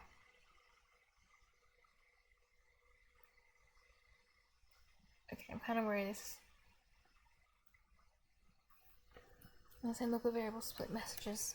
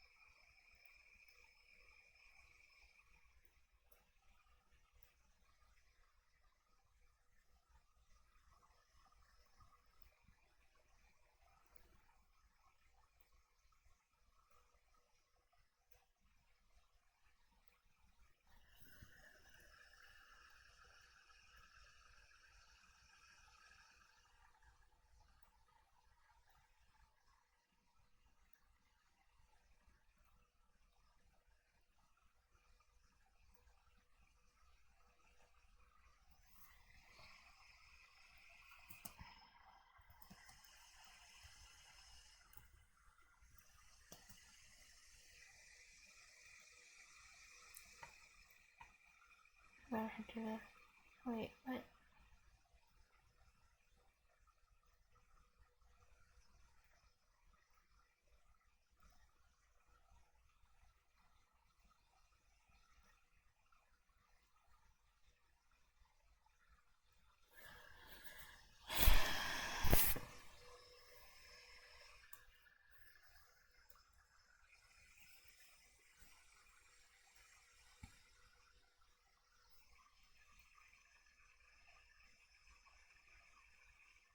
Oh. That's right.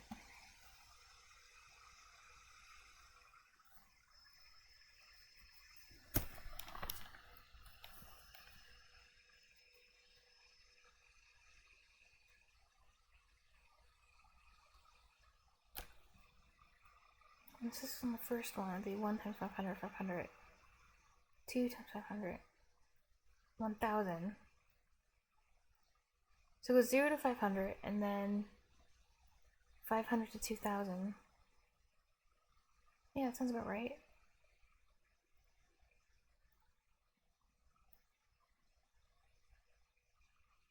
Add.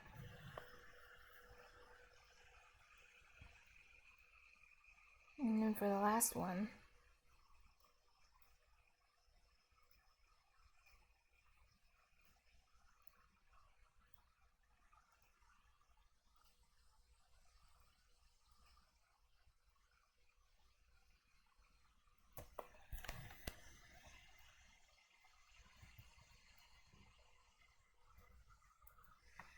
okay, this is gonna be the else.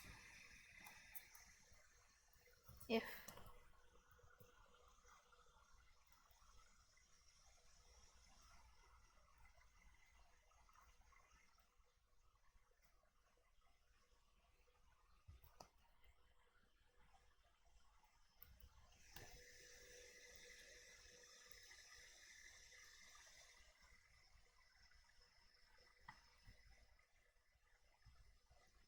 more messages.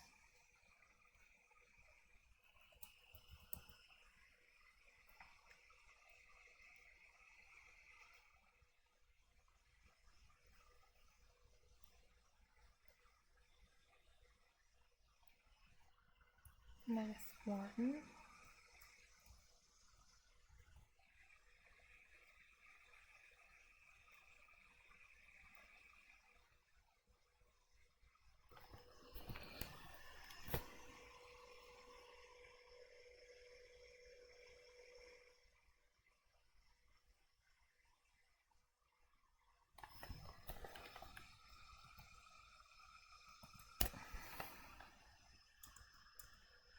Okay, split message shot. Add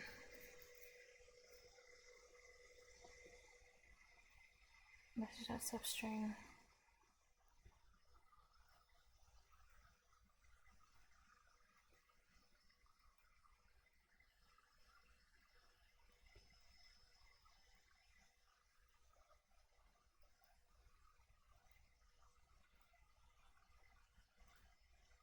But this time,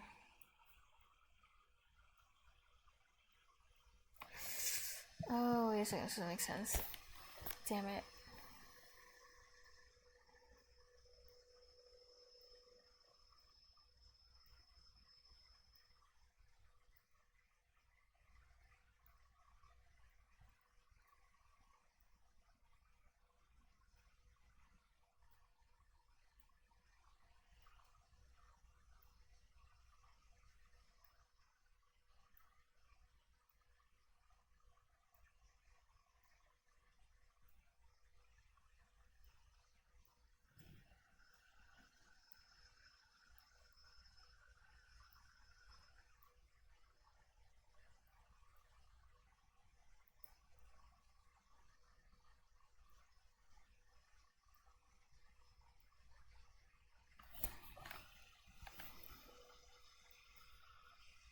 These should be items for 100.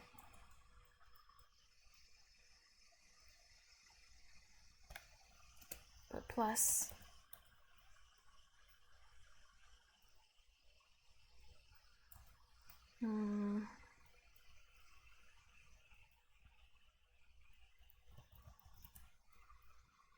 Painted characters.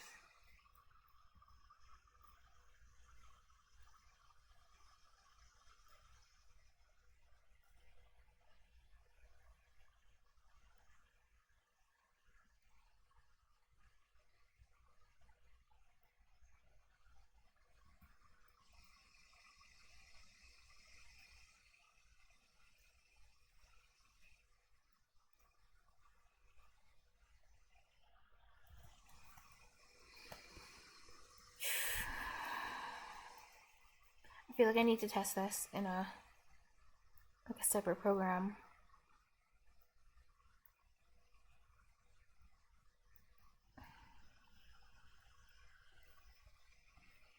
This is gonna be intensive.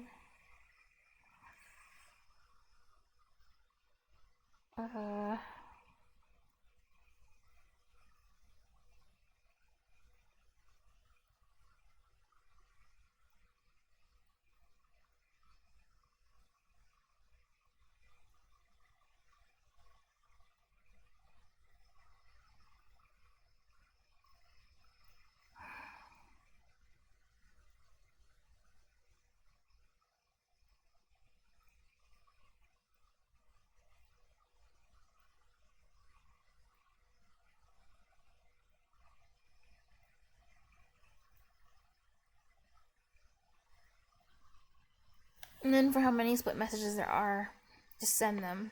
And then that part should be easy. Oh wait, I could just test it in the actual code itself. It would just be harder to debug. I just need test cases, so... There's the one that gives me 500 characters. So this is 500 lines.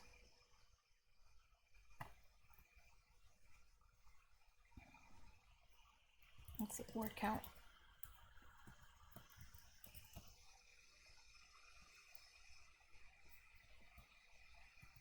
Okay. This is 500 exactly, this is perfect. So, my test cases will be...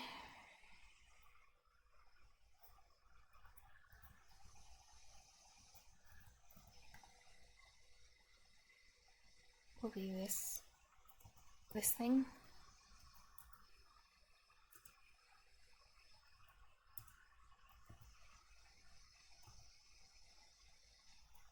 One, two, three.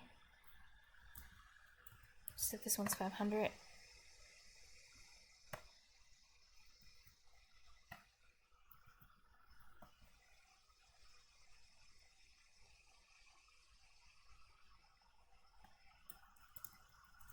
Cool.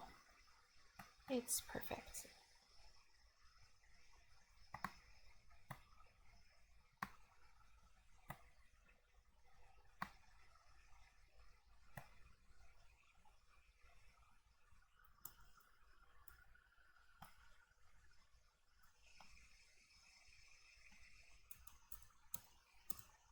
Like this.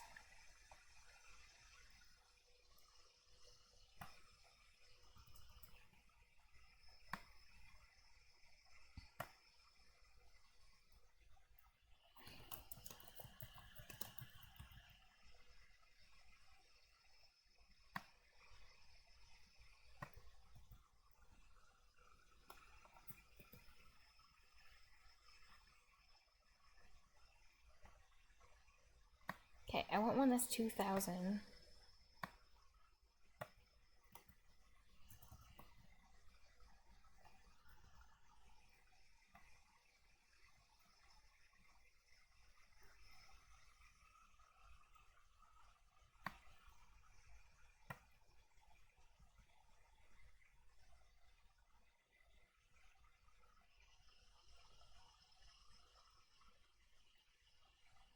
Or, I mean 1,000.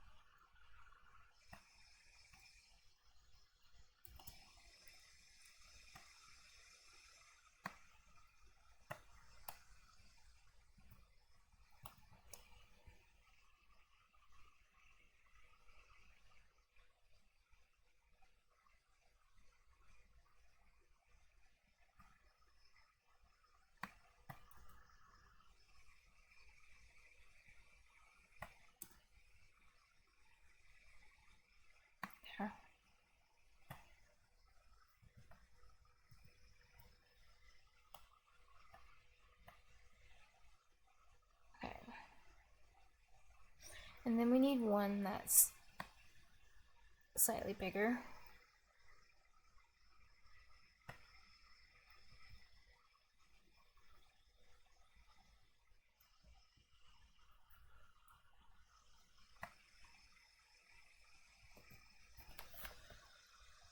This one will be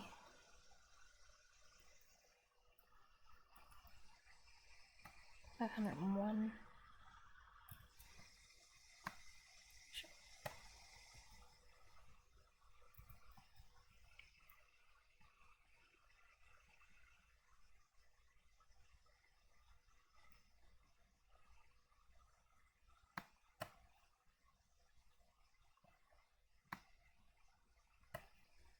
And then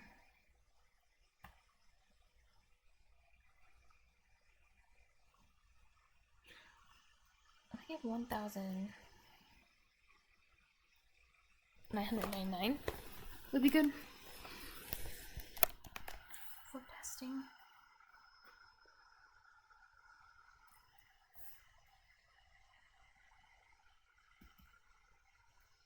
Oh, this is so much. 700, 1,000.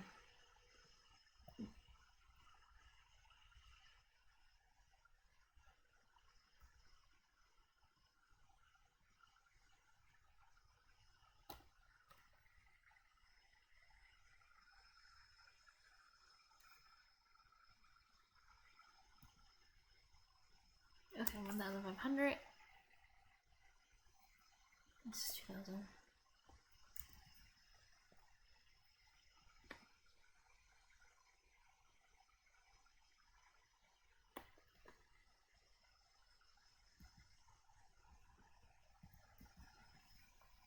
Nice. And then I need it. 1,999. Wait, one.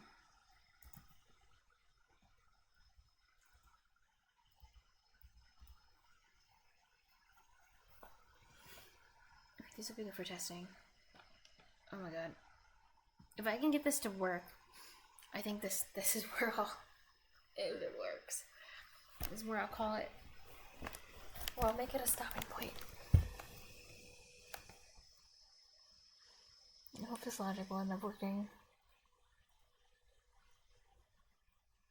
Okay. Now that that loops over,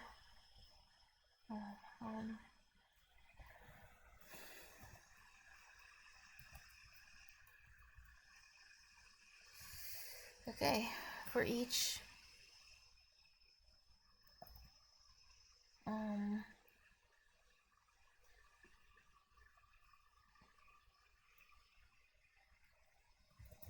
list string,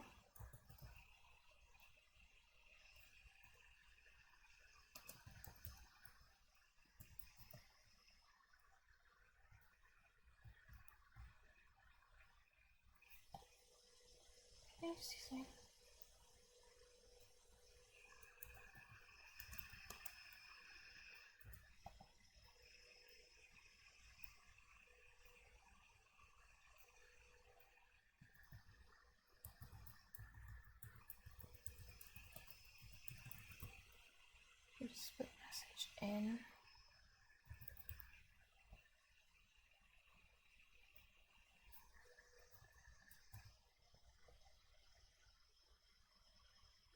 And then we'll have it send a message.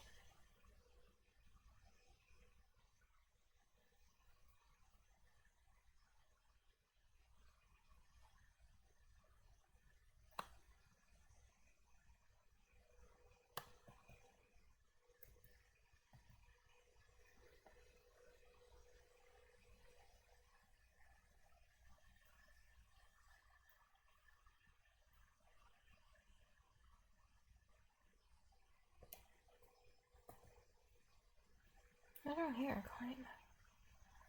No, it doesn't exist.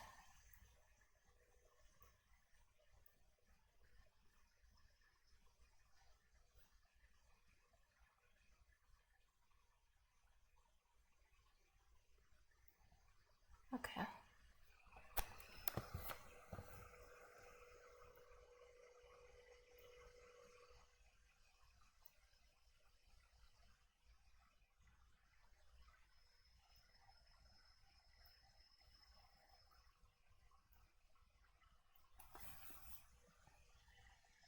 Oh wait, I think for each...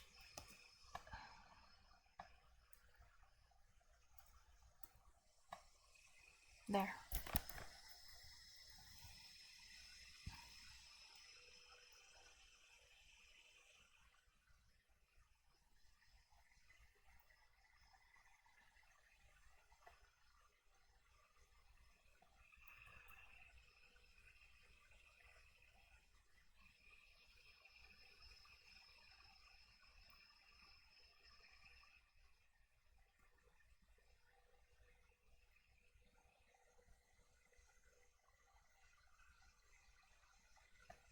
Bought that client.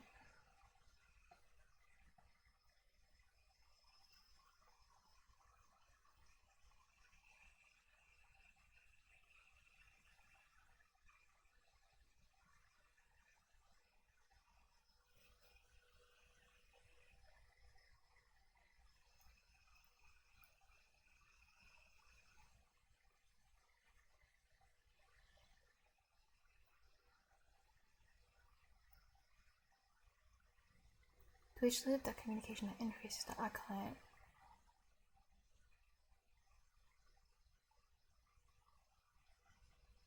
Okay.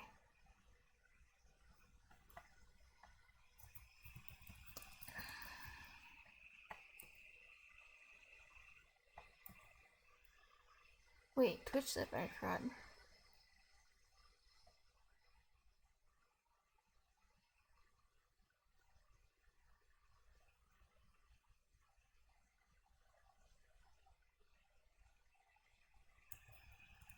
Okay.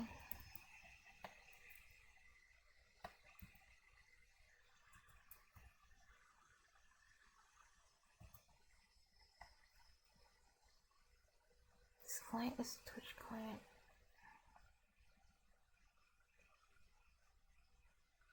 The hell? There's another one.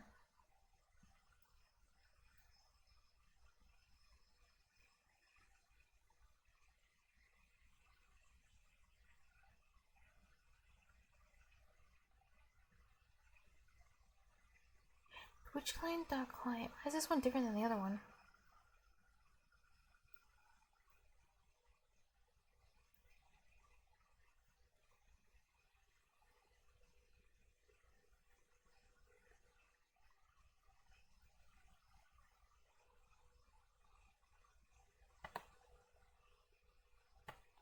Okay.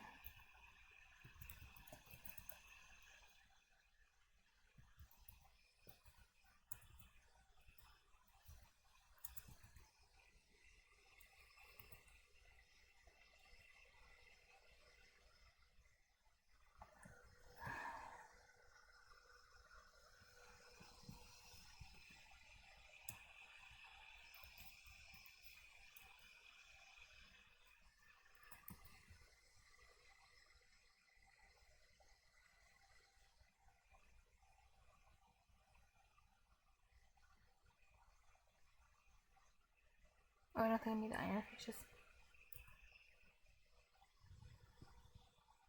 Okay.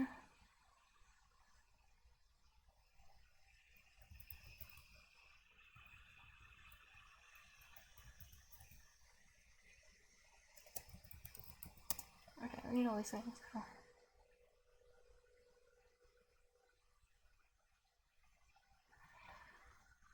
Chat message channel. What the heck is wrong with this one though? Oh.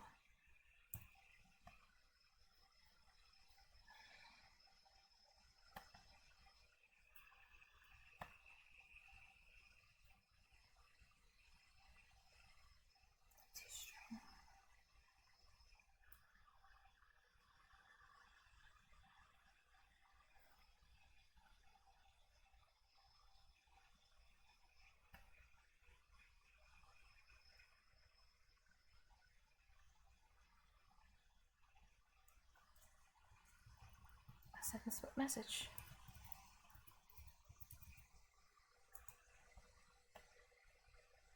Okay. No, I pray it just works. Okay.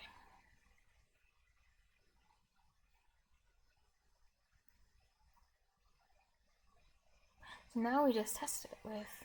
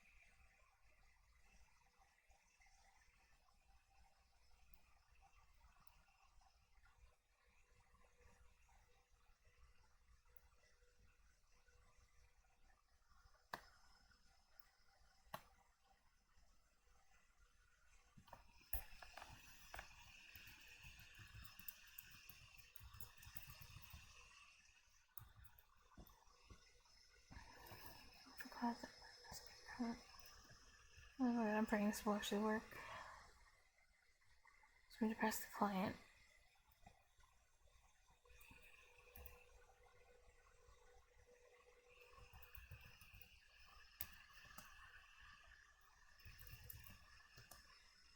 E. And then we need a message.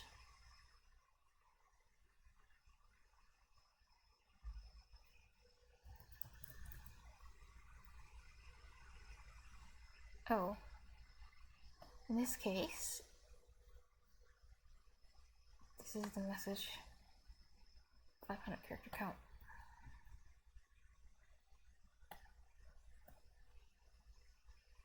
Oh geez.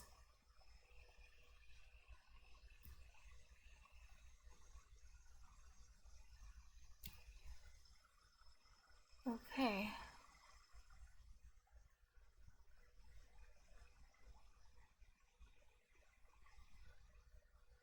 Oh my god, I'm praying.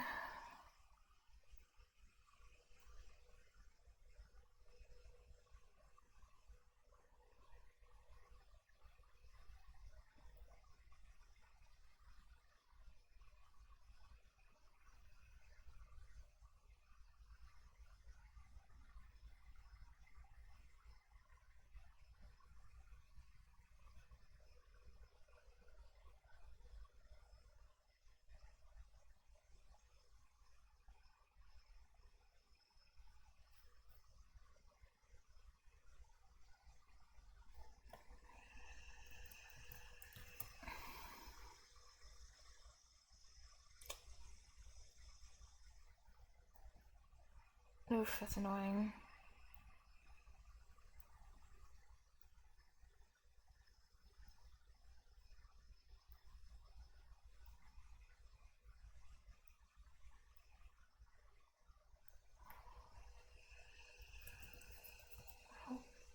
Okay. Shout.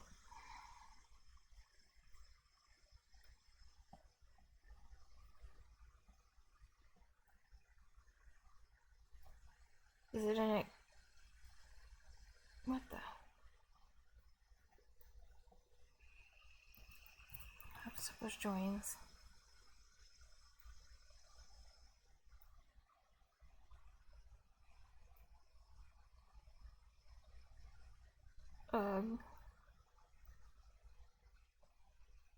Where is?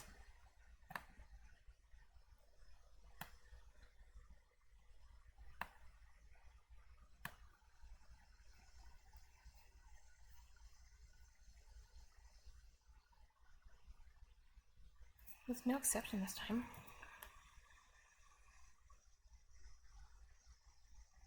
It does not work.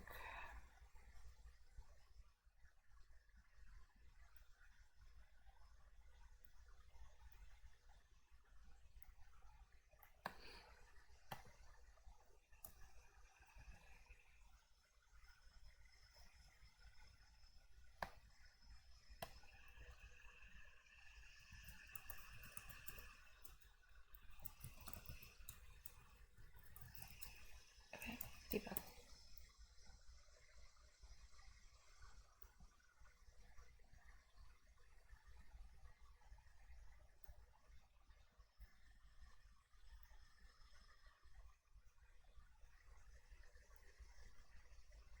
Where's Oni's join?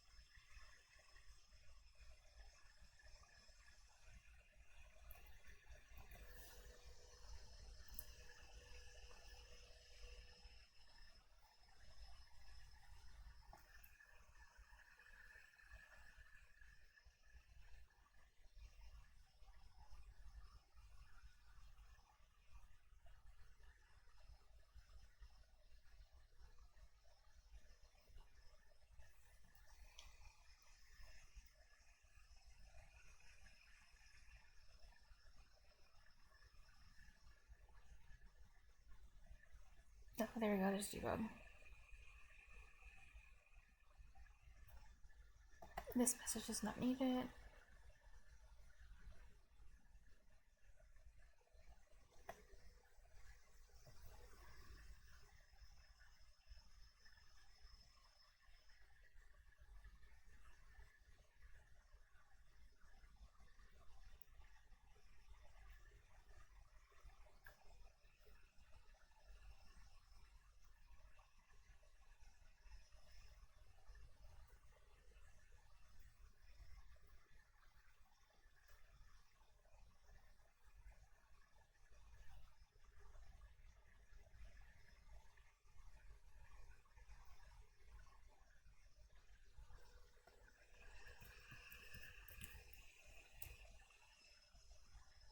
Damn it, so this one works, but the other one doesn't. Okay.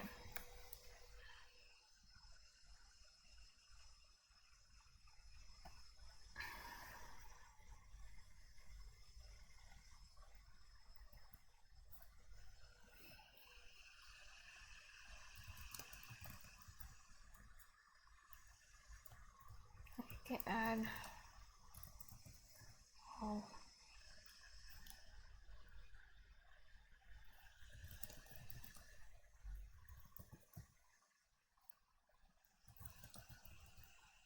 Commit.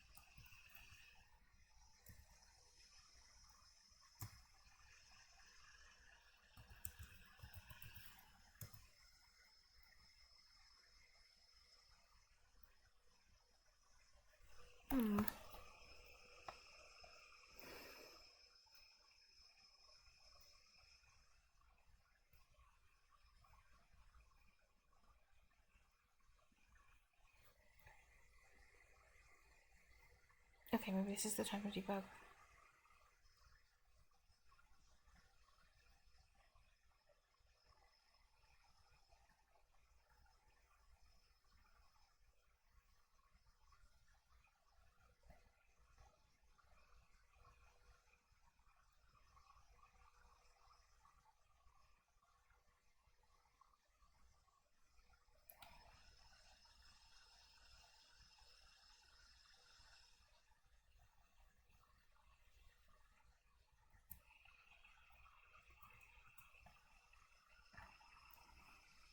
Oh, wait, I need to get rid of these breakpoints.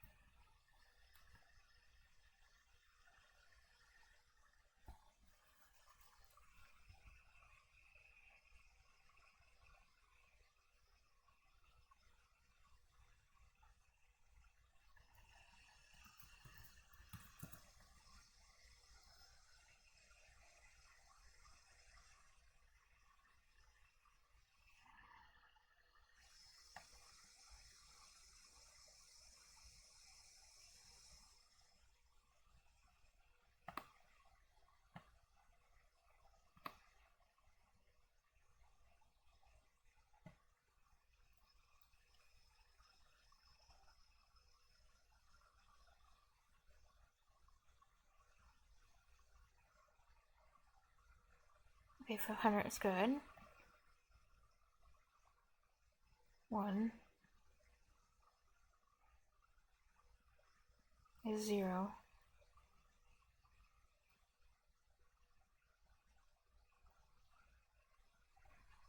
Is this the 1?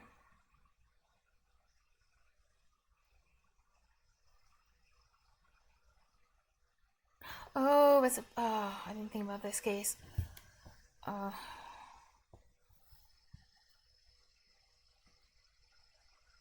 Choice of this, but substring is 0. Damn it. Okay, I'm gonna try. Debug is actually really helpful. Wow. Why is it one of my messages and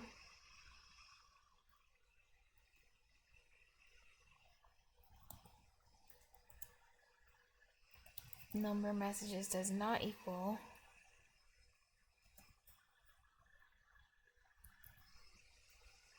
one. Okay, let's just see if this is fine.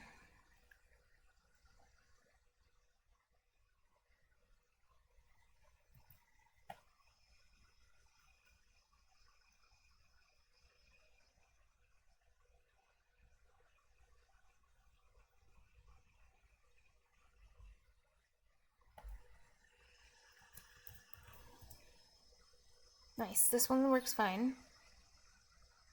This case is good. Okay, let's test it with 1000.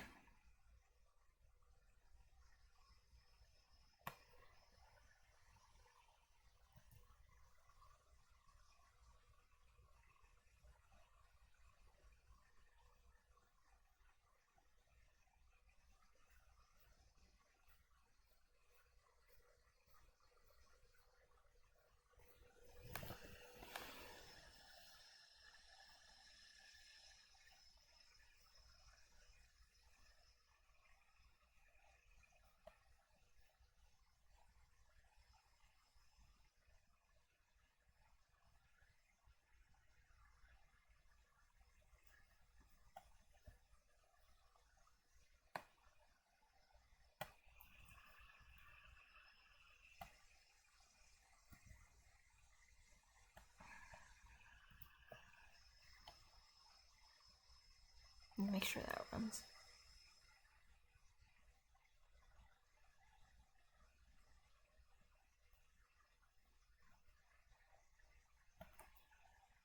Okay, so shop 500, 1000. Yes.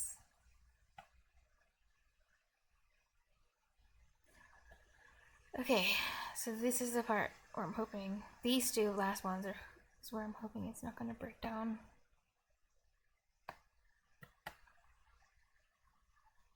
Hopefully the logic works for this.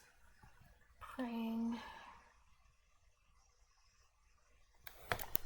Yeah, it is so nice having things in different classes. It really, now I want to take all the code in the program and like start splitting it into more little pieces that are convenient. It is so nice.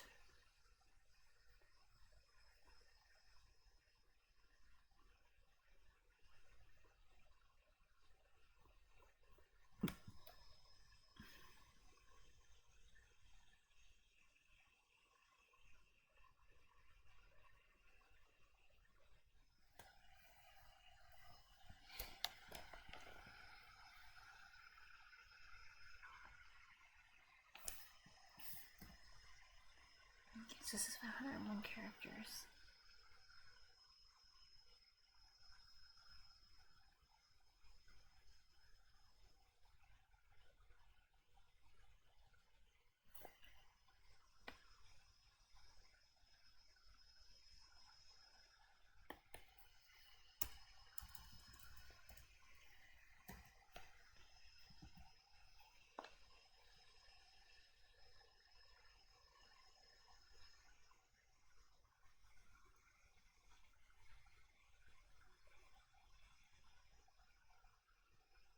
Yes. Okay. Well, I thought that one was enough. Wait.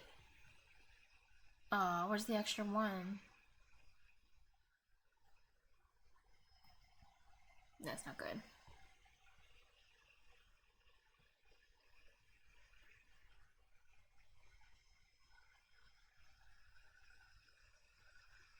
Oh wait, no. What am I? I'm losing my mind. Ah, not good. Only shows 50? Wait, 50? Oh, wait, no, wait, what? It's cutting off the last one. Alright, this is a good time for debug.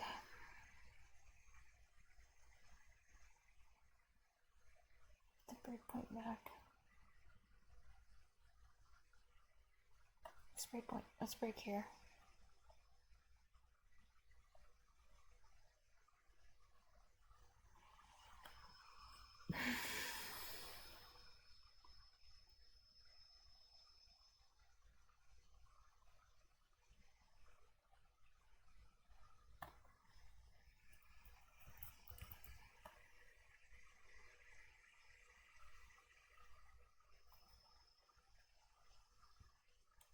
Number of messages 1, 501. That equals 0.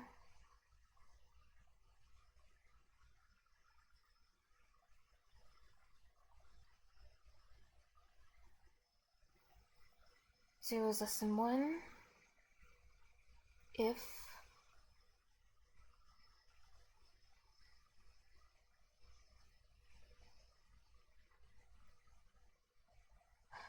oh, let's see what's gonna happen. I think. Do I? If I is equal to number of messages minus 1, so 0, and number of messages is not equal to 1. Oh crap, this doesn't work actually.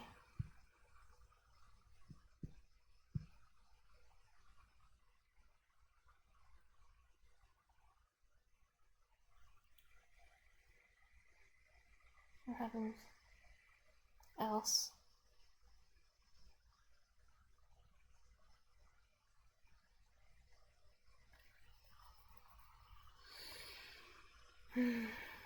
No, wait a second. This if statement's wrong. This needs to be about the remainder.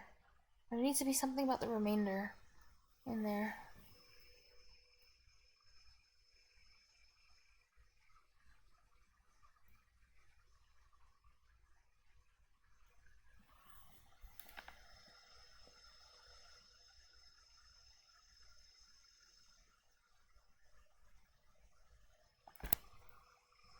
This logic that I wrote is really bad.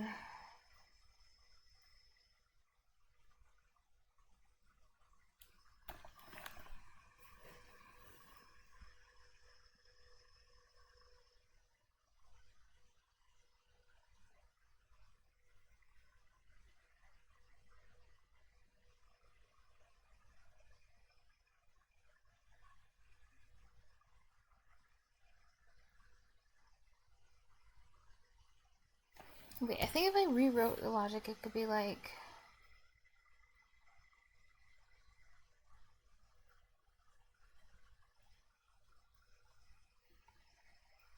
So as long as this is not equal to 1...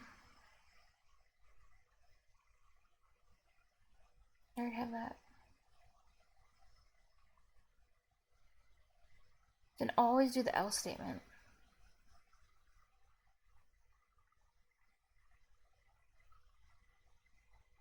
So let me try this again.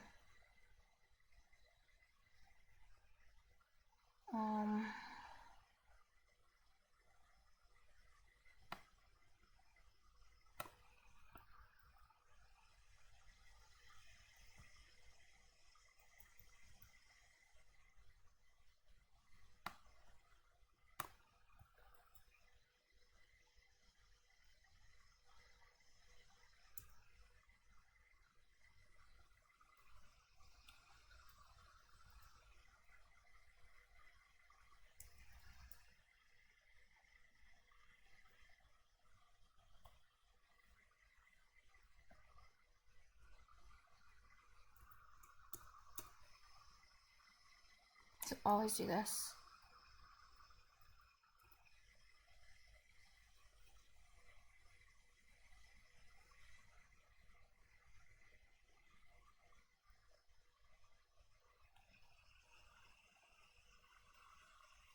Okay, else if.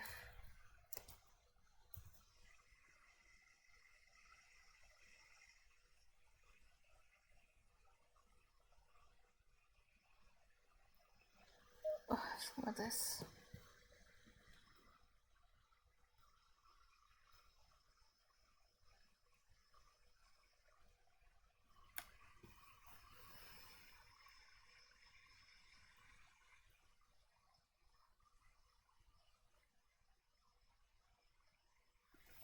Because in the event that it was like 0, not 0, but like 1 character divided by 500, what happens with an int?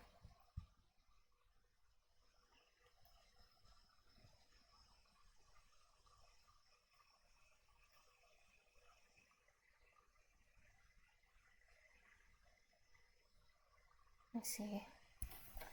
Maybe I can do this faster with like a in-browser code editor.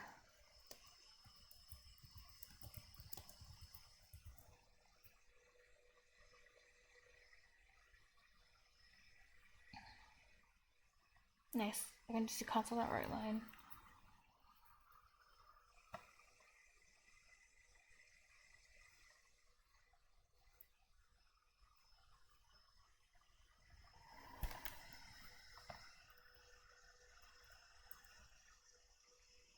Divided by 500.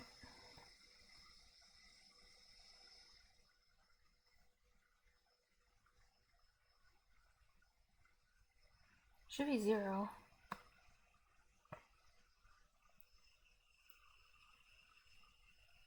Okay, else if.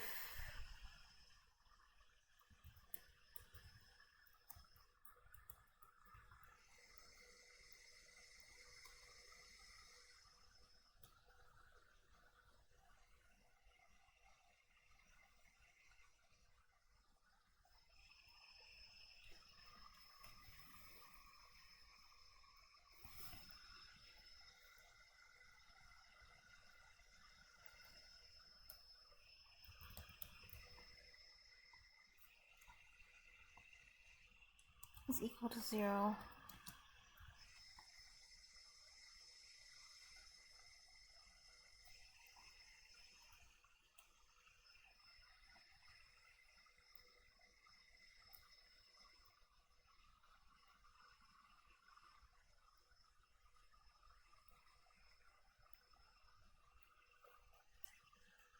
Is there no message like 0?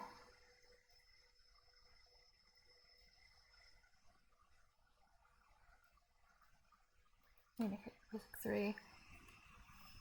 And I equals 0. I is less than 0, which it's not. Ah, damn it.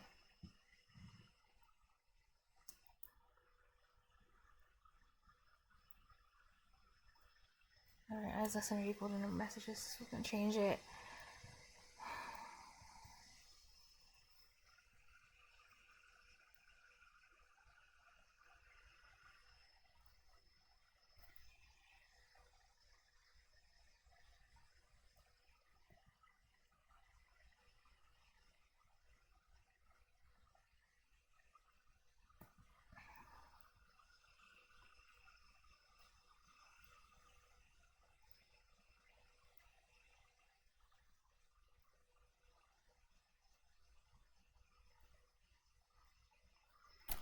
This would be 0 plus 1.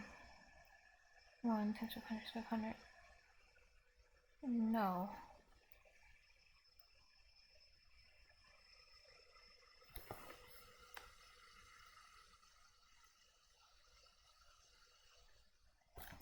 No, this one.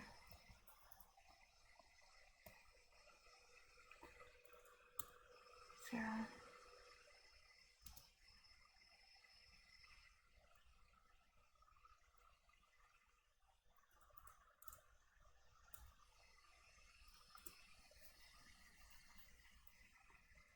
I do 2 then?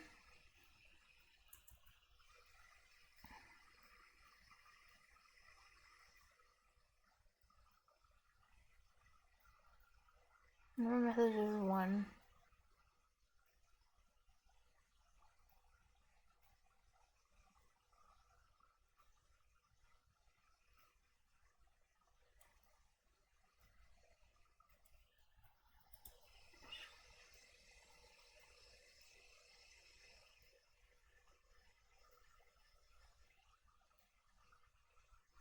Not equal to 1.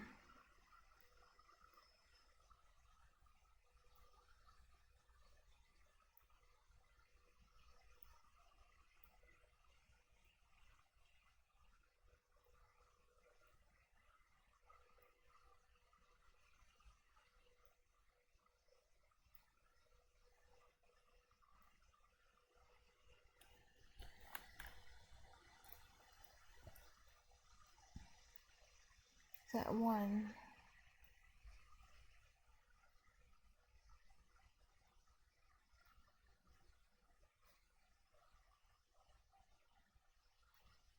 True.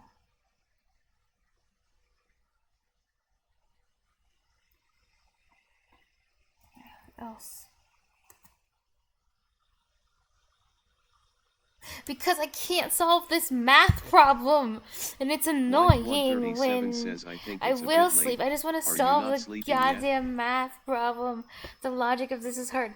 I'm getting it to do the thing where it's like counts to 5. It can tell when, in groups of 500, and then it can print out the remainder. Hours of programming. Laughing face. Oh, has it really been that long? It's the goddamn math, I swear.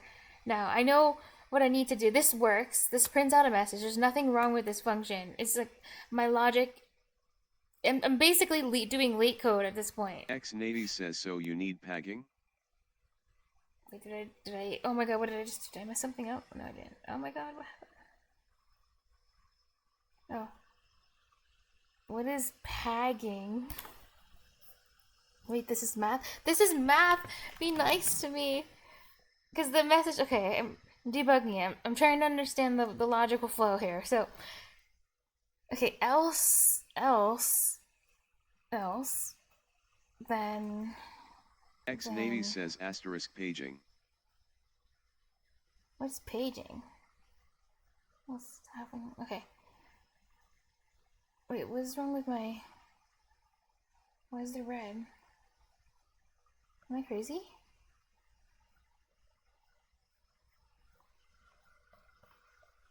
Okay, it's fine. Did I delete something?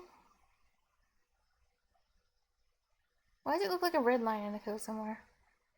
Okay, whatever. It's fine. Oh, it's this. If. Oh, I deleted one of my semicolons? X-Navy says page 1. 500 words page 2. 500 words page 3. 165 words. Yeah, but it can't be too many. Like, it needs to print out, it needs to know the exact number, because I'm using substring, and if I get the substring length wrong, it's an exception. So I need, if it's, for example, like, here's what I'm trying to do with this logical flow. Let's say if there's 501 words, you can only print in groups of 500. So print out 500 and then do another message and print out 1 word. So add them up, it's 501. If there were like 1,999, print out 1 message with 500. Print out the second message with 1,000. Print out the third message with 1,500. And the last one will have 499. So it covers all the characters, but not too many. Does it make sense? If the message has 3 characters, then just print out the remainder because you don't have 500. And you think that'd be like super easy, but I've just been working on this part for like forever because I keep getting it wrong. And I have test cases. These are the test cases I'm using. This one's 500. This one's 1,000. I'm gonna use one that's like 25. Oh god, not. Oh, it's been a while since I got like a spam for cheap viewers or whatever. I'm surprised. I used to get those more often. It's nice. It's nice not to have my concentration interrupted. But has it really been that long? Has it really been almost... Oh my god! Why is it almost 11 hours? It doesn't... I mean, I was at one point sort of getting sleepy, but it wasn't that bad. I wasn't like dying levels of sleepy. I was just like, oh, I feel slightly sleepy right now. No message part. X-Navy says show the message part. The message part.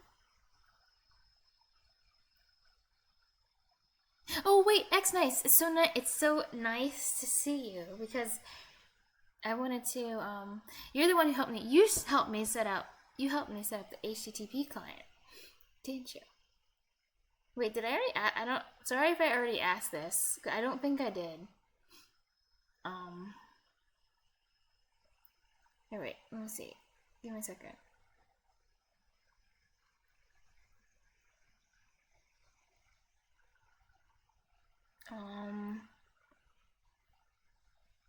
It's nice. Oh. Oh yeah. Okay, I'm gonna whisper to you, X Nice, really quick. Wind137 says I think number of messages should be message length /501. Oh. should it be? Oh.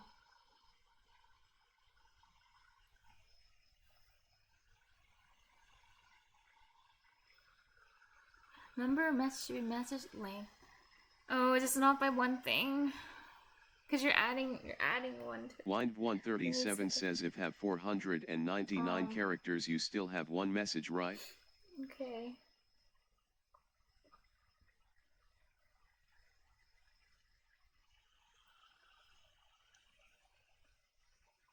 Superbrain says yeah.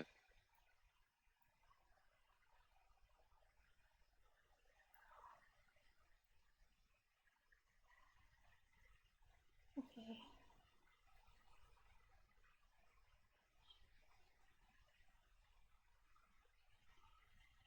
Okay, I sent you a whisper, X Nice. Oh wait, you guys can see it so fast, like that. It should be. You're good. That should be 490. Number of messages is greater than one. Else just gives whole text. X-Navy.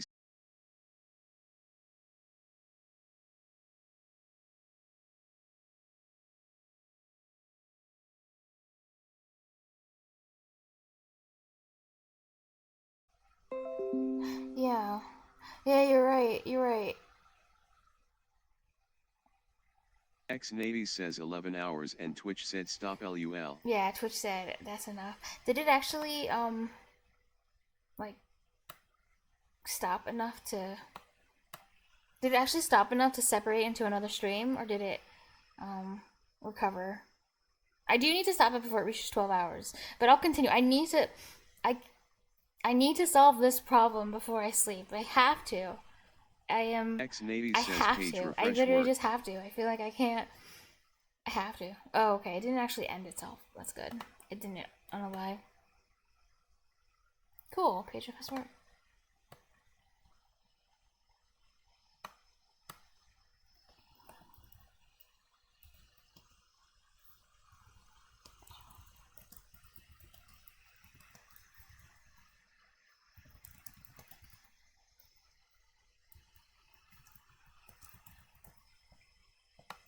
Okay.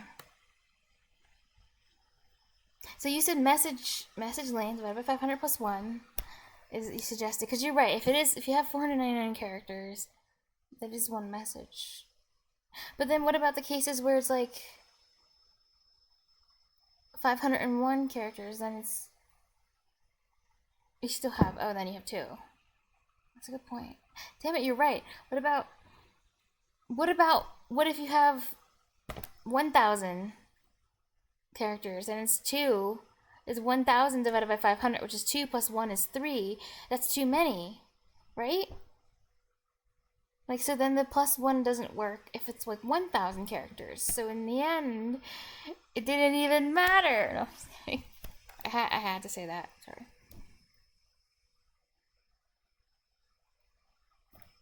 But yeah.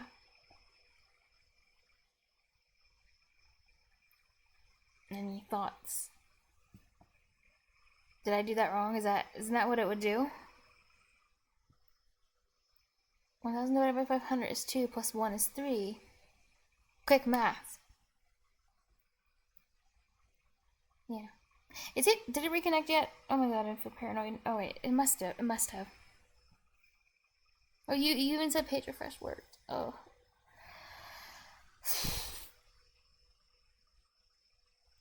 What day is it?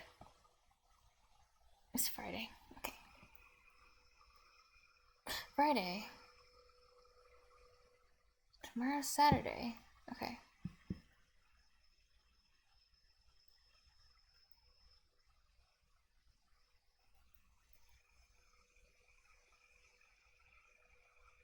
Oh, this is so complicated. So if I kept this, then it really only matters if the message is 0. So yeah, 499's a good case. Like, what happens in 499? Oh, I hate it here. If I don't know, sorry.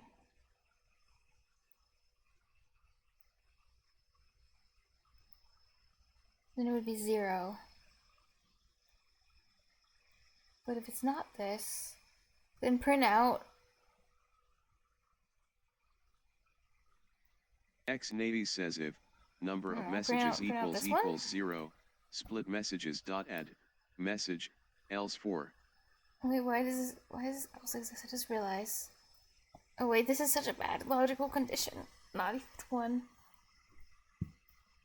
If number of messages is equal to 0. Wait, I'm not. Oh wait, split messages dot add message. Sorry. Yeah, that's what I'm doing. Wait.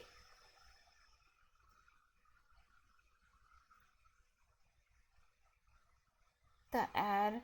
Yeah, you're right. I don't have to substring it. Because it would still work, yeah, without that.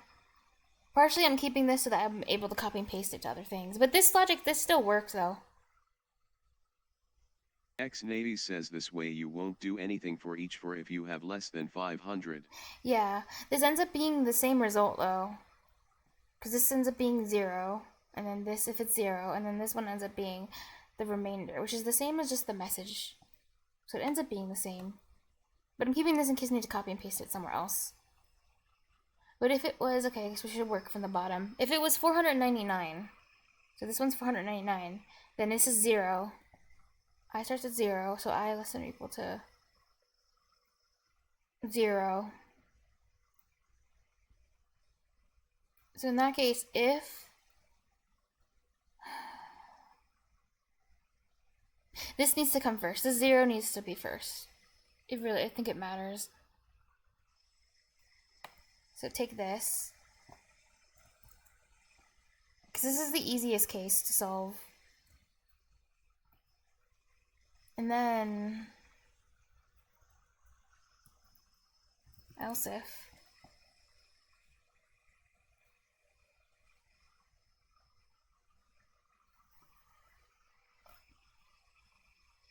So if it's not 0 and it's not equal to 1, that means it has to be above 1. Oh wait, why did I write it like that? I literally could have just said greater than 1, couldn't I have?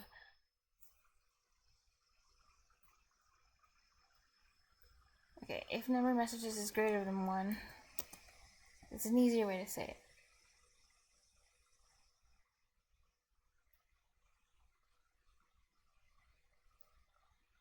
Then print out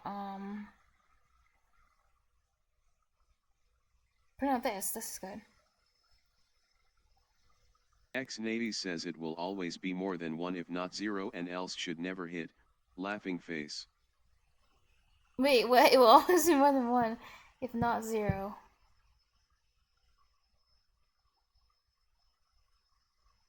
Yeah. Oh, yeah, yeah.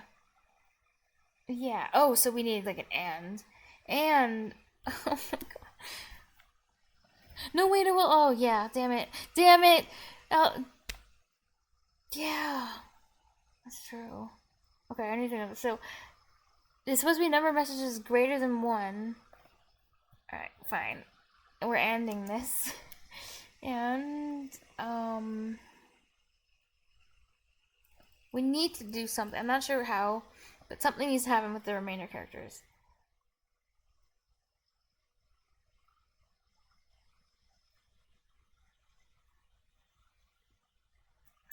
Or at least with I.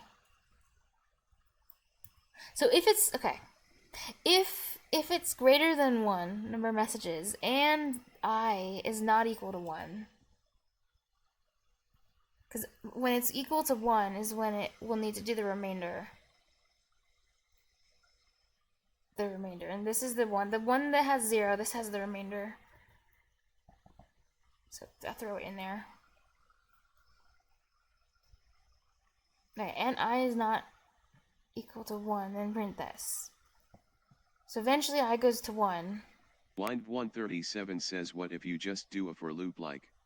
I thought about it, but I didn't know how to do it. It was just like, it seemed hard. But there is a for loop. This is a for loop, but I guess you mean like a better for loop. This whole thing is a for... Oh, I did. Kind of. It's just not a good one. So this, would this work, do you think? So 400, okay, imagine 499. We'll start with that case, because that was a good one. So it's 0.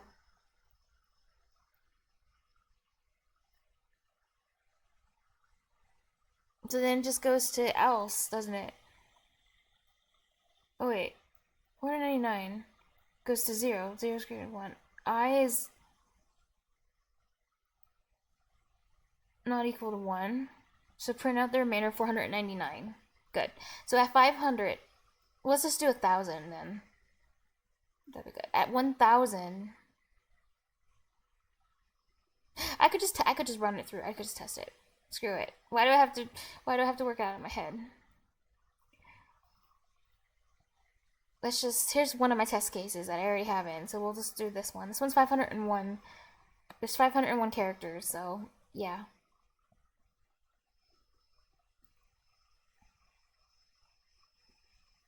Oh my god! That for loop would solve it? Line 137 says for I equals 0, I number messages /500, I, winky face. Winky face. I love it when it reads that, like, winky face. No way. So basically it hit the try-catch. So this, not only did it not work, but the substring length, what happened is it threw an exception. God damn it. I just made things worse. Okay, I need to use yours. Line 137 says messages list.add, big message.substring, I asterisk 500, Or something like 500. that. So you're saying change this part at the top into what you have, or I equals, and then just put that in the, oh no. Okay, I want to try it.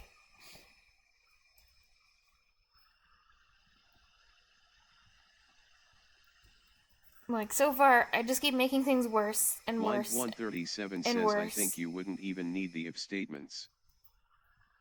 And then it just keeps getting more worse. Will your thing work? Oh my god, I'm curious. Okay, let's try that. This is so cursed. What I keep trying to write is so cursed.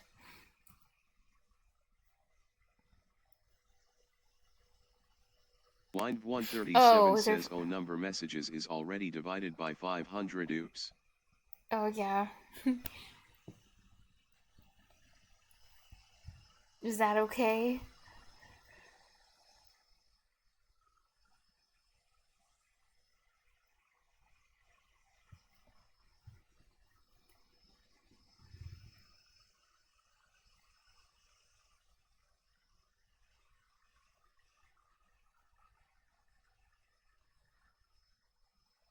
I'm sorry, Win. But Line it's the number of messages. Number messages to is divide a into. name too, but whatever. Wait, it's the number of messages that it will. Yeah. Well, this one I did is just Line how many it goes in. 137 says no, it's not. Is it it's not? the number of messages minus 1. And is 500 if length is Oh wait, number of messages in sets of 500 is what I meant, not just number of messages. Because you're right, if 499 will print one message. Wait, that's misleading. You're right. Okay, in sets of 500. Because if it's 0, there's not a set of 500. Increment. Line Wait, I'm 137 says incrementing at here. X navies inside the loop. Okay, I want to try to was use increment. yours. So I have your thing. So in this case, I don't need this because I already have my misleading one. Line 137 I can says just so use. it would be subtrain I can use 0, the misleading 500, one. then 500, 500, and 1,500, and so on. So then I just need to. What the heck? A ban evader. That's interesting. How do I ban this?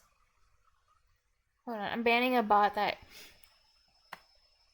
got marked as a suspicious user and tried to evade a ban. Crazy. And it sent one of those stupid cheap viewer things, so it's getting. Oh wait. Line 137 says. Oh wait, Siri. Never mind. SiriBot actually did it for me. At the end. That's really good. Love SiriBot. Oh, then we do need there. So there will be some special handling. Okay. So I have this first part, and then do I keep copying what you had? So you had. Line 137 says, "Am I high? Does this not work?" That's how I feel right now, because everything I do keeps making it worse and worse and worse. I bet your thing will work, because you actually are good at solving problems. Why would it not work? Okay, here's your first thing that you said to put in here. Why did it? Okay, I'll fix it. Line 137 says it should be for int I equals 0. Oops. Big message dot substring. Oh, it's called message. But close enough. And then, this one was, what was it called again? Split. This is called split messages. There. And then something's wrong with the I. And then, what's going on here? Oh, you forgot the int I. Remember? You're the one who told me that. You need the int. You need your types. When?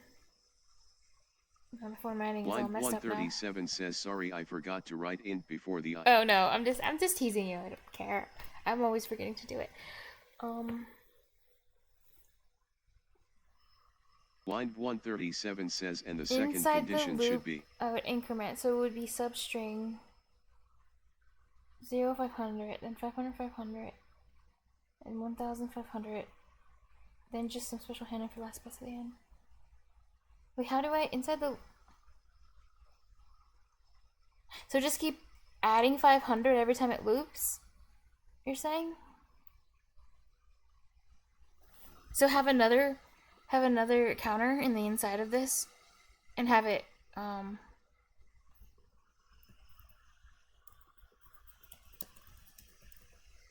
Line 137 says that's what I asterisk 500 does. Oh, okay, sorry. But what about this one? This one doesn't have to increment.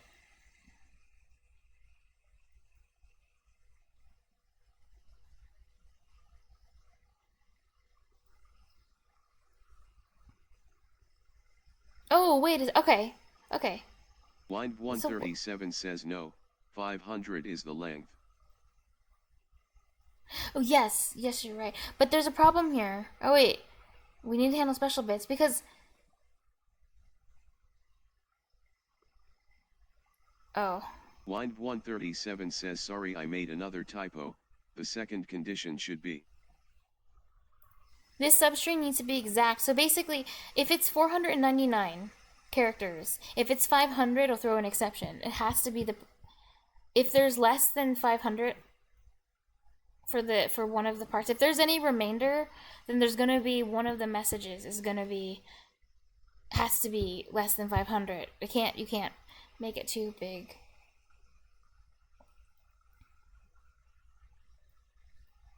Oh. Line 137 says, oh wait, no, actually is right in that case. Why does the name I not exist in the current context?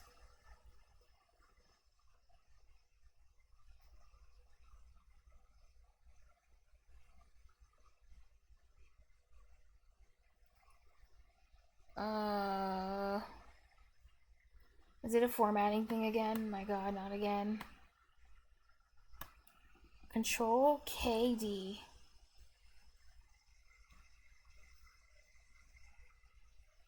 I don't think it got fixed at all.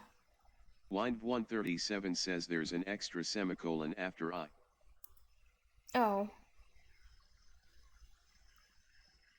So this will work, you think? Wait, but what about the problem with it if it's like 499? Or if there's a remainder? What are we gonna do? How are you gonna put those into the as one?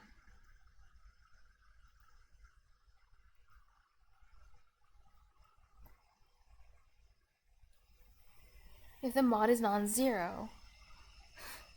Line 137 says at the very end, add an if statement if the mod is non-zero. Wow, this could be this simple. Okay, if, and luckily I have it as a thing, is not equal to 0. Line 137 says if mod is 0. Mm-hmm. Oh, if mod is 0. Oh, non-zero. Oh, wait. Okay. If mod is 0. Line 137 says message.list add, message substring, number messages asterisk 500, 500.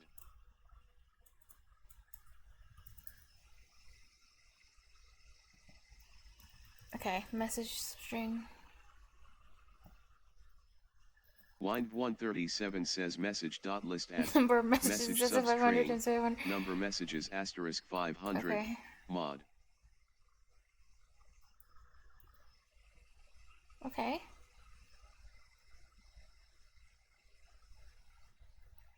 And else? Oh, so add an else after else.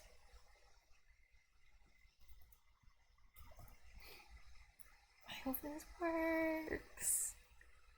Oh my god, how long has it been? It's been streaming. Okay, it hasn't actually crossed over 12, which is really good. Let me set a time real quick for 5 minutes.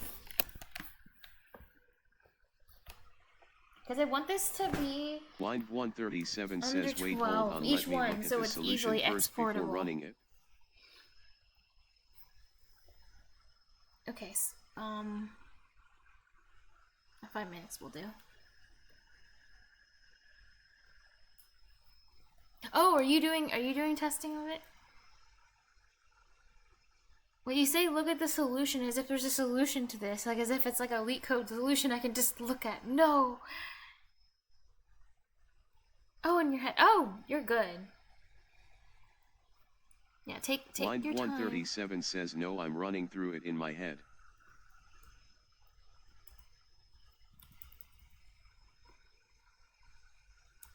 Just not add.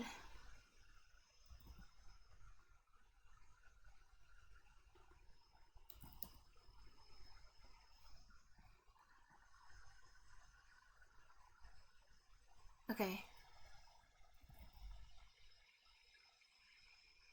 There it is, and that's...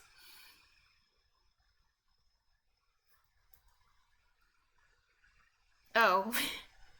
See, this is hard. This is actually... Line 137 says actually I think this is wrong. This is deceptively complicated. This little thing is actually like... What? Okay.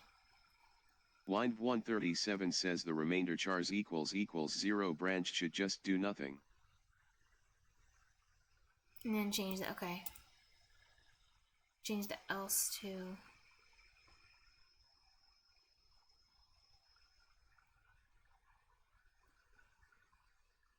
Wait, why is there this one sitting in it by itself? Wait, this is gonna.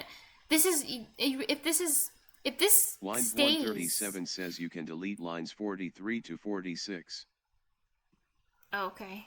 Okay. But this is a problem up here. If this one stays, if it's under 400, it will always trigger an error, because this will cause an exception immediately because it's too big. Like if this is under 400, under 500. So there has to be an if stopping that from happening, or this needs to like go somewhere else.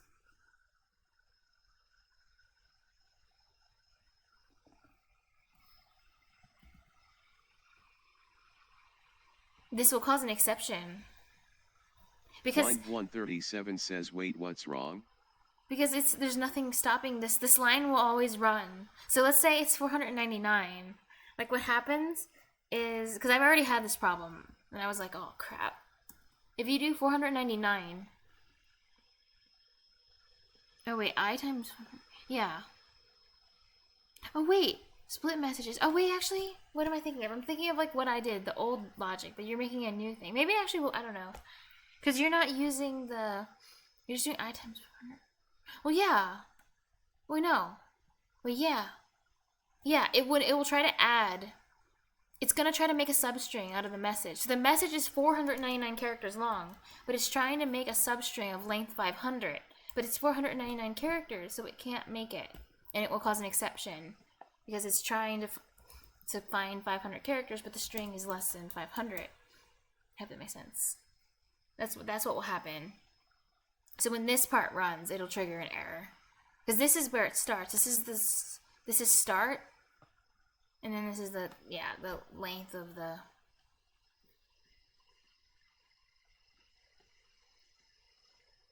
of what it's gonna pull out of it. But if it doesn't fit perfectly,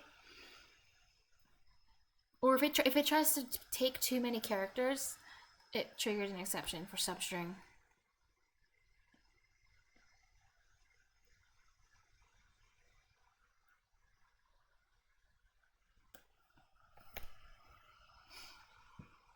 That's the annoying issue I've been dealing with this one. Line 137 says, if message length is 500, just return a list only containing message before that for loop. Wait a second, what? Let's identify my timer.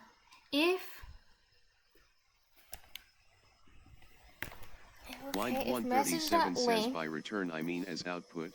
If message length is less than 500. Oh, before that for loop. Oh, yeah, okay. But this doesn't return. This is void.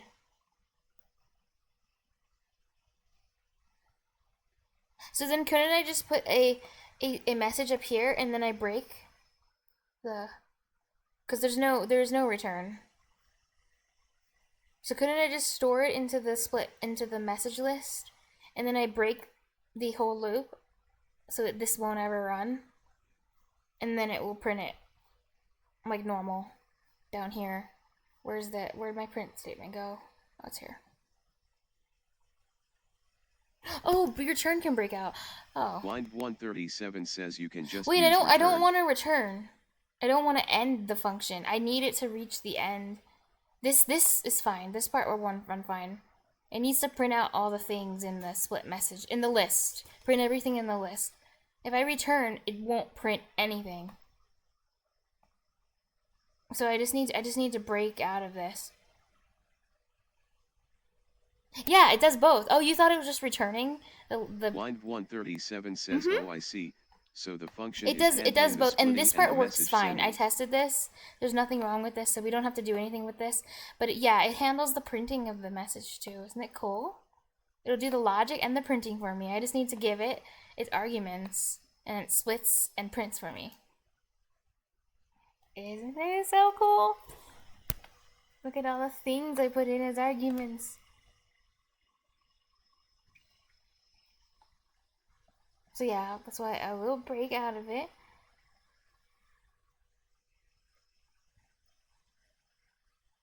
So if message length, oh, that's such an elegant solution that you had. I like it a lot. Okay, so if message, oh wait, why am I writing message length now? Oh yeah, I can do message.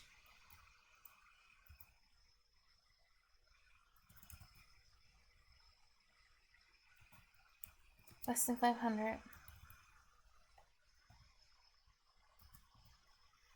Break. Okay, so is everything else looking correct here in this? What is this happening here?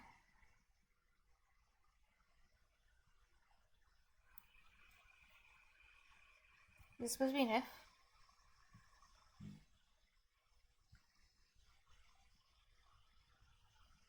What was it supposed to do with this part? 45th line in wrong spot. X Navy says 45 line in wrong spot.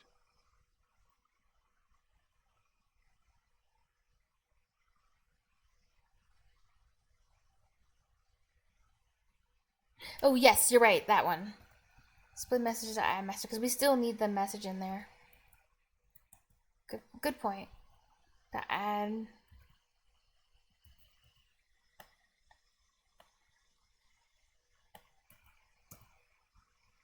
Okay.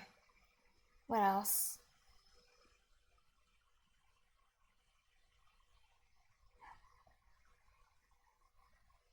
Did you say I can delete these two things or something before? Or what the hell? Where did my thing go? Oh. I just somehow I collapsed it. I don't know how I did it, but it was cool. And that seems useful.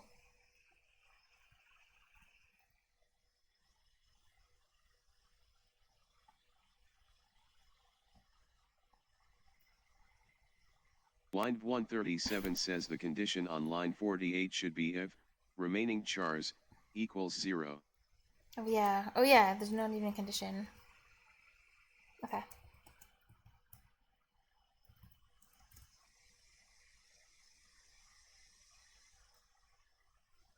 Sorry, not equals to 0. Okay. Okay, you think this will work? Whew. X Navy says AI voice is trolling LUL. I know. You're right, because it didn't read not. It said equals, so it was. As I was like, oh, maybe. You sound confident. It will work. It will. Line 137 says maybe. We gotta believe. Okay, I think I can push it a little bit further before ending the stream. Okay, so this one's testing with 501.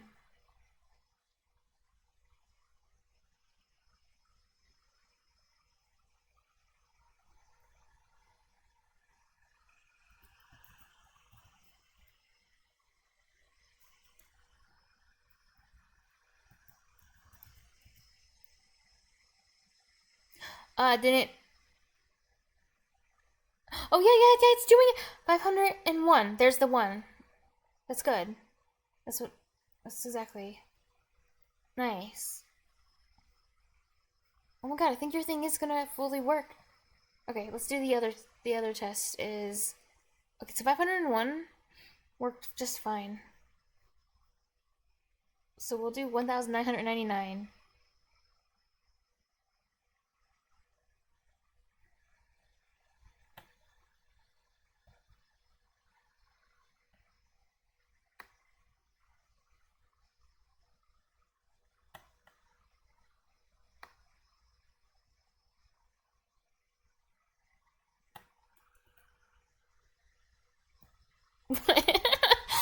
What's wrong with my test case?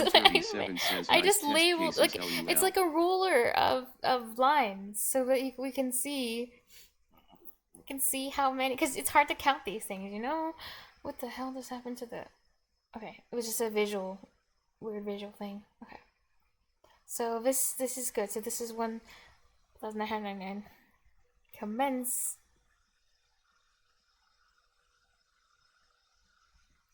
Oh, I manually made it. To generate text LUL. I manually made this with a word counter. Don't make fun of me. Damn it, why does time fly?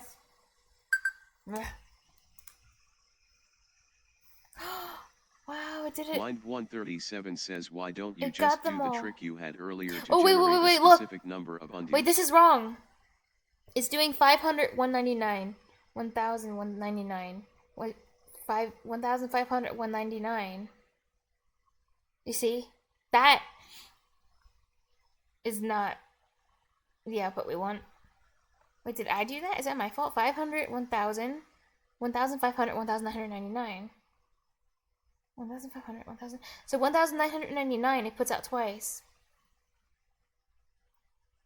Blind 137 says, why is there 500? Don't question it. It's just irregular. And also, it shouldn't be sending all these joins anymore because Wait a second, are there multiple? It's running. It ran. Hold on, it just ran because it did 2 joins. Blind 137 says, wait, go back to the code. I think one of the braces might be misplaced. Because it's running multiple because you see it did joins. Did it do joins earlier? I also disabled that with the comments. I'm so confused right now.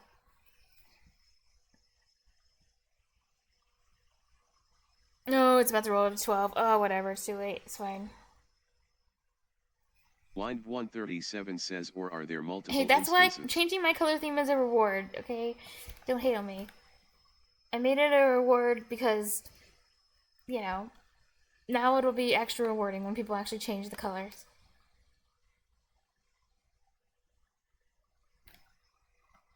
I don't know, but it looks like it's doing... Blind 137 says, can you please run Control KD so that I can properly see your nesting? Okay. Can you please... I did it. I don't think it helped. I mean, I did control... I did it. I did Control KD. Okay. Oh, wow. Okay. I just deleted it.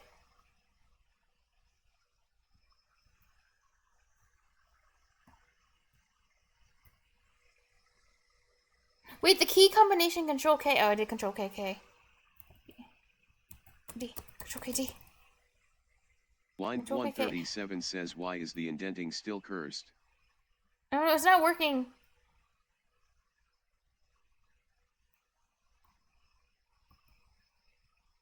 Control K plus...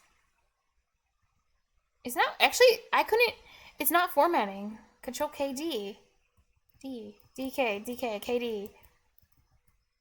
Okay. Wait, why? Like, why? It's better? Okay.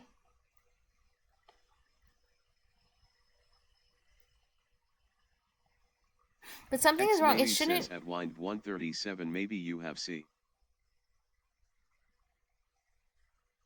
How is it?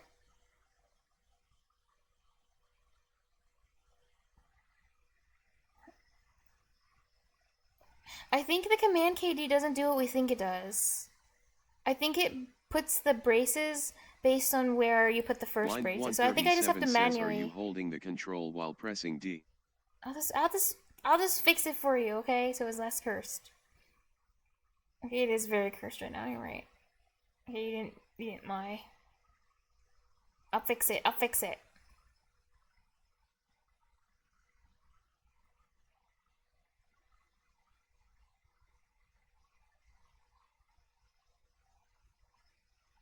Does this help? See, it's better now.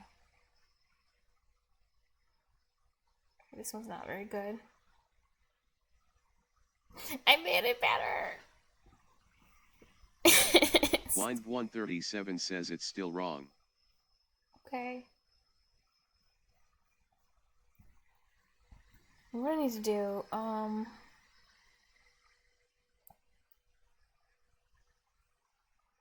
52 and 55. Blind 137 Yeah, I know says those line shouldn't 52 be. and 55 shouldn't be aligned. Oh yeah.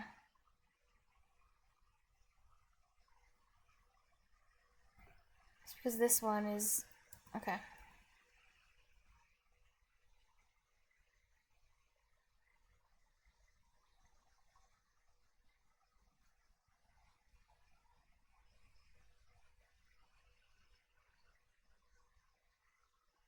Civitatum says, although don't trust me since I haven't really done it.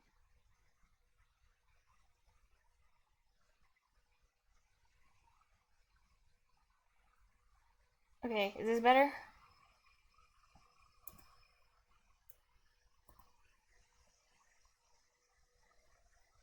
And then there's just this one, this pink one, and this blue one.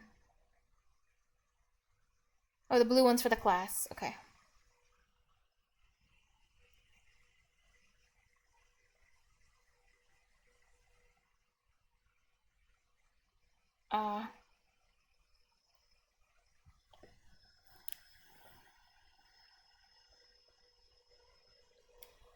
But I'm not working in the project file, so... Wait, yeah, I'm holding control while pressing D, and then I push K, or control KD, and I tried control KD, I tried control DK. Wind137 says, can you collapse that huge comment on line 16? Oh. Which... Where's the huge comment on mine? Oh my god, this one. Okay, I collapsed it. Oops.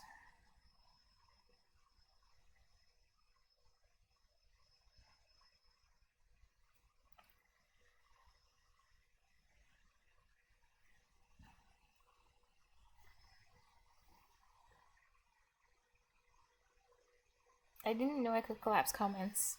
I learned something new.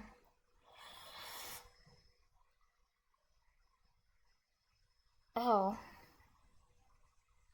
Civitatum says, as I understand, it should format the whole Oh, project, I thought i.e. when the source files. your colors are the same. Line 47 is intending is awesome. It is. But this is in the for loop. I thought this... Okay. I see what you mean. There. Yeah, you're right, it is.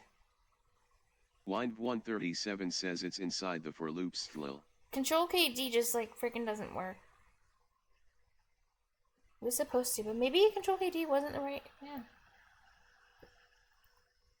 Wind137 says, oh, the if remainder chars equals What the 0 hell thing did I should just be do? outside Oh the my for god, loop. what is this?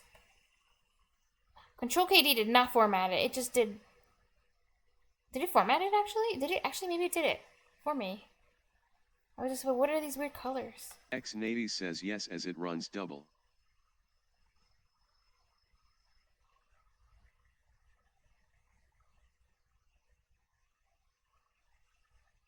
Revert block. Did it actually format it now for me? Did the thing work? X Navy says Control Z fix everything Okay. LUL. Actually, it's not making this thing go away. But now it's getting more cursed. What the hell is this? Revert this change. What the heck? Oh, we're just gonna leave it like this. And then put this back to being less cursed. Okay. Oh, these things actually never went away. I don't know what this is. I don't know why. I wish I didn't do that. The thing. Whatever I did. Now these are weird things. And look, this is like following this. You see this? It's like getting stuck in the top. I just screwed up VS Code. Somehow. I don't know why Control KD. What did Control KD do? Oh my god, it's putting more of these weird things. I'm making it worse. I don't like this.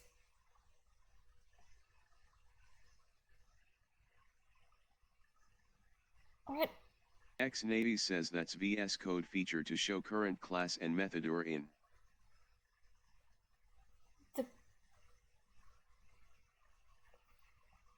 These? How to make it go away?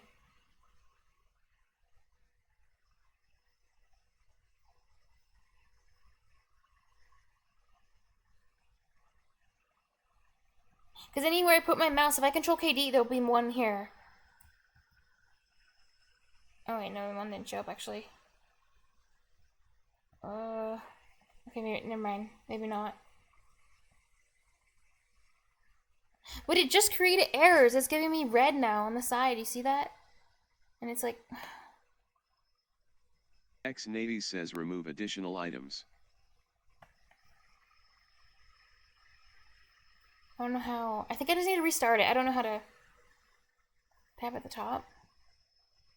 Oh, yeah, what is this? I didn't... Says it's maybe that's what I did. I just had the thing open. Oh, okay, never mind. It's okay now. Still a red line somewhere, though.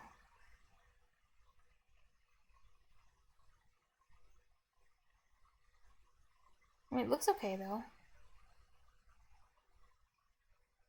Oh, wait, no, never mind. Line 137 says move the if remainder chars thing on line 49 outside the for loop. Okay.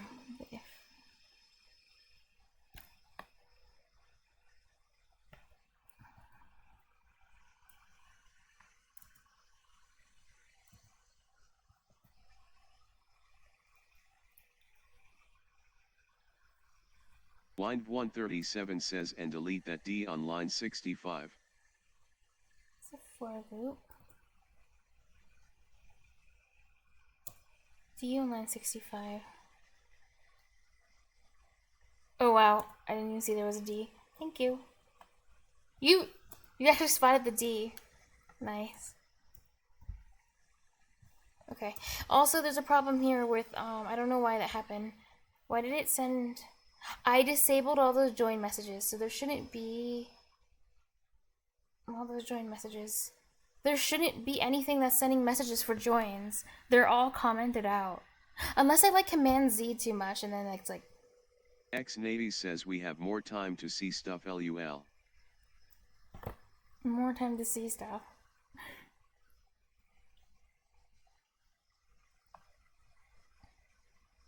So the joins would be sent somewhere in this... somewhere here.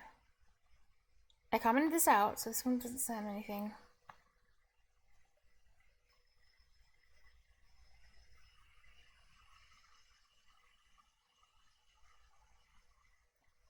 These are commented out. X-Navy says use search for print join message.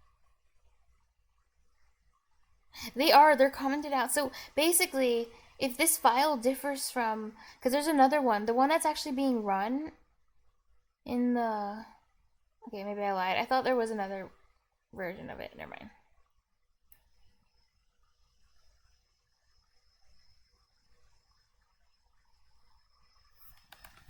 I mean, it would be in send message.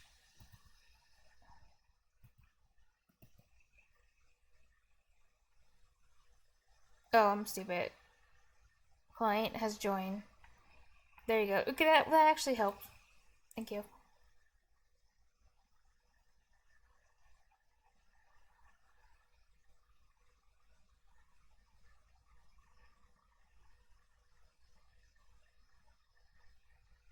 Oh no, why did I delete my... X-Navy says Blusa WTF.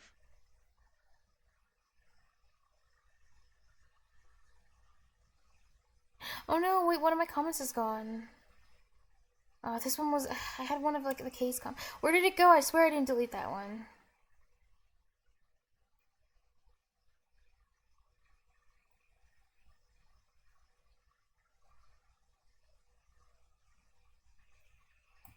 I swear one of my comments just went away. Wait, what case is the last one? Because I lost the most important one. Because this one actually is for 2 cases for the else.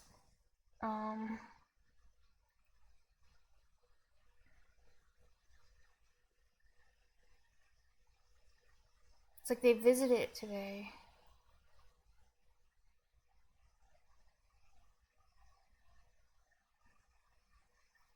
Oh, okay, I see.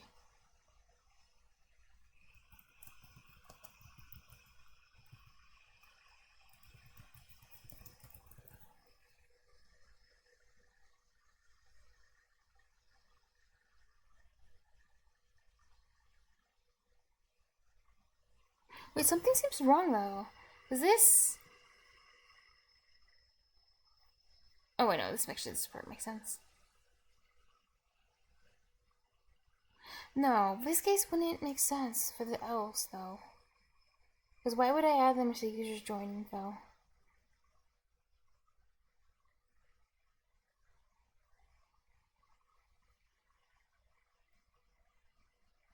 This would throw an exception if that happened.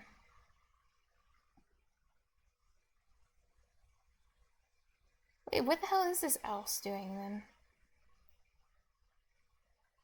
Oh wait, this is the other else. Viewers watching now to add. I don't know. I think something did happen with the formatting when I did the command. It seems weird now. Thank you, ever followed. Okay, I'm sorry if I can distract it. But I'm confused what this is. What is this else? Oh, this isn't what I thought it was. Because the nesting is showing. It's for... But that also doesn't make sense why this should be here.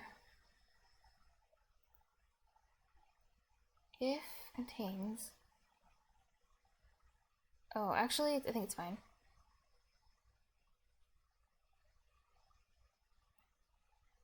Yeah, this is fine. Okay, sorry. This is so weird. This is new code. I'm forgetting...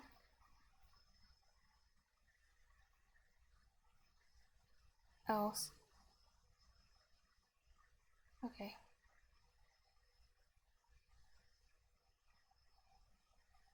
Oh yeah, this is fine.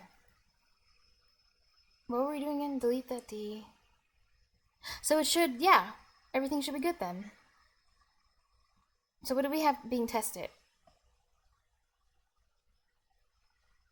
I'm sorry. Line 137 no, says, are you I don't only know. able to read I code think that's maybe. formatted What if the cursively answer is yes? What if I can't read code that's formatted well? That's bad. You're right, because now it's formatted nicely, and I'm like, where are things? How is this nested? Like, is my code designed to be cursed forever? Okay. Anyway. I like how you wrote cursively. Doesn't it? Okay. So on message received, this is where we're testing it. So we're testing the one that goes to 1,999 first. X-Navy says at company only clean code is accepted LUL. That's why linters exist and code formatters.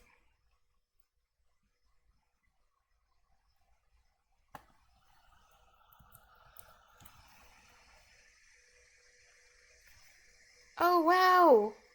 Okay, it's working so far. That's perfect. X-Navy says try writing old code LUL. Okay, this case works. 1,999 prints perfectly. So we'll go through it all. This one is 501. I can't believe I'm doing it like this.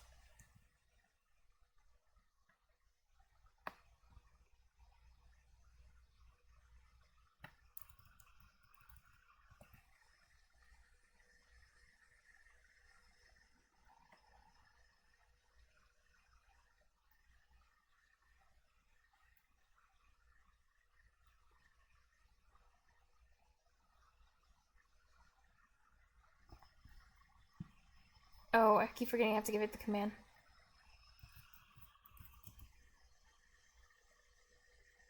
$101. Nice. Okay. And this one is 1,000.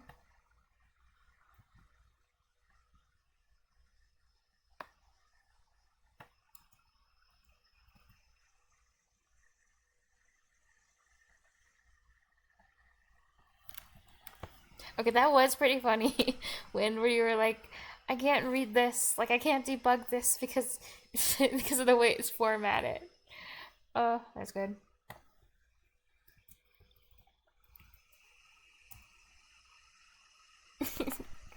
Cursively formatted code. Oh my god, it's working really well. Like, X really Nady well. says BTW, can just console Ritalin instead of using chat LUL. No, console that right line. Look at all the freaking text. Like, look how much this is. It writes way too much. I don't want to scroll through that. And it's really hard to see because it's all like white text and the way it's formatted. No, console that right line is a pain in the ass to use with the Twitch bot because of all the print console lines that show up with the receives and the joins and the ping pongs. Ping pong. So I'm just gonna test 500 and then I'm gonna test like 300 or something, or some smaller number than 500, and then it works. I can't believe I made all these test cases. I'm gonna keep these in case I want them later for something.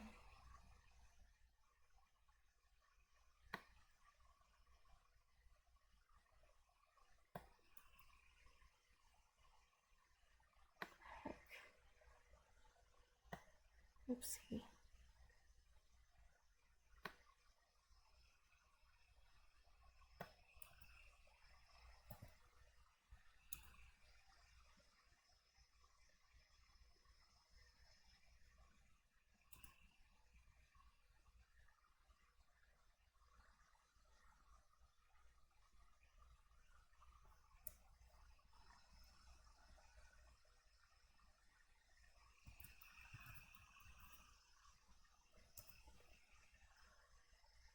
$500, nice. So if it's less than 500, 499, 48, 487.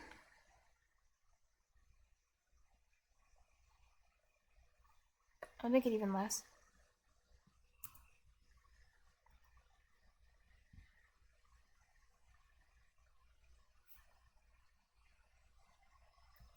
Oh wait, did it crash or did I just end it?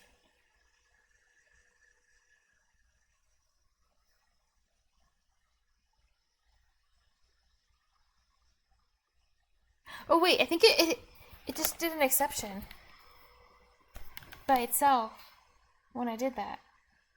System invalid operation exception. Operations that change non-concurrent collections must have exclusive access. A concurrent update was performed on this collection and corrupted its state. The collection state is no longer correct. Find value key. It's from one of the dictionaries. Oh no. On user join, object sender, object join. Line 182. Okay, exceptions. Oh no. Wait, this is what I was looking at earlier where I was like, something seems weird.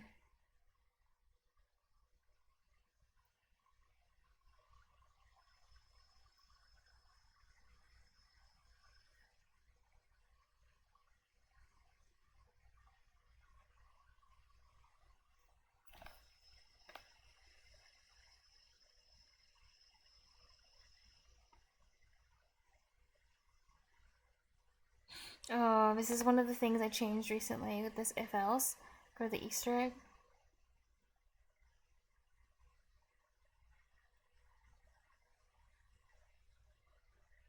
Wait, I think I know what maybe. Oh, wait, do I? Else if users. User contains key.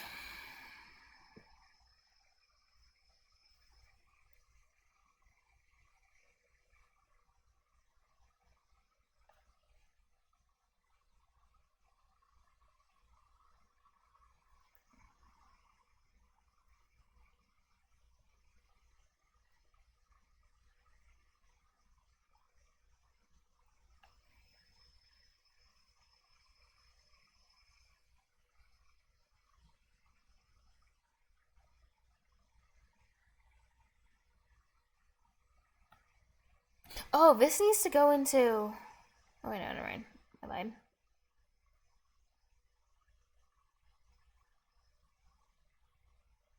This shouldn't. This hasn't caused a problem in the past. I don't know why this happened.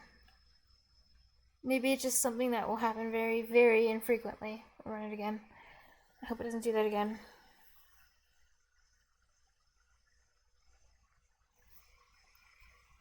But, oh wait! I think I know why it did that. Because when I did this before I could get the user joined. Oh, okay, that works.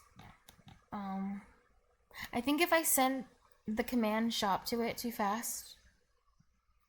But shouldn't that be in that whole thing should be in a try catch. So I don't think it should matter.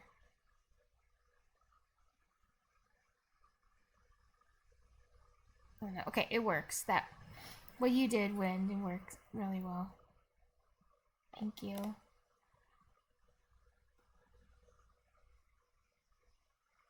Pagination problem. Are we calling it? We're calling it. Oh, so it's named. This type of problem is the solution for pagination. That pagination problem? Let us look at the solution then. Let me think. So you did.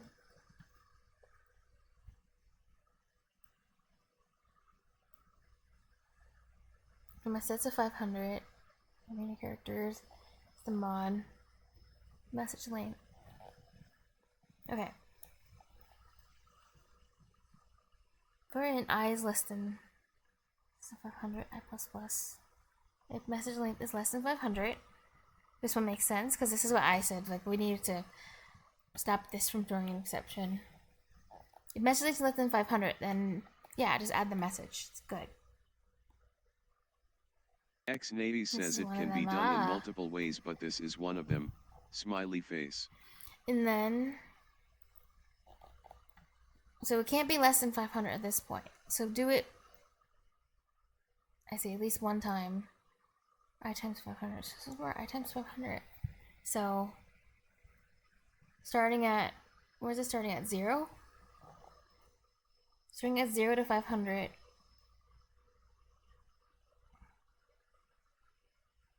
If remainder character is not equal to 0.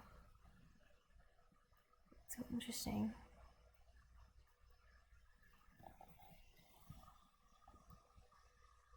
Add message substring.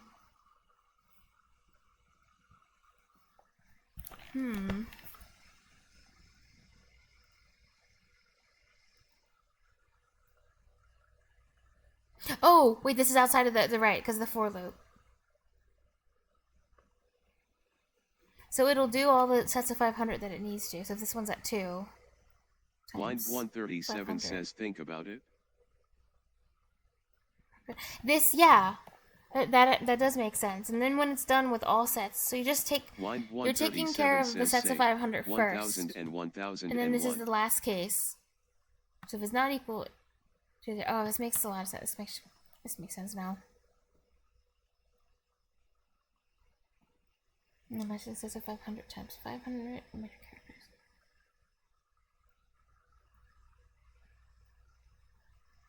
Oh, this is so smart too. So this is how you get it where it needs to be. So if it's like 0. Oh wait, no, we handled the 0 case with this one actually, but this will get the last place it's supposed to be at.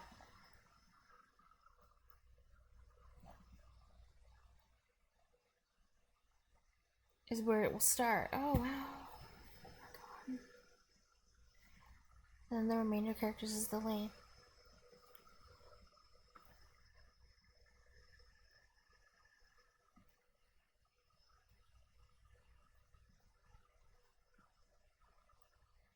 That's cool.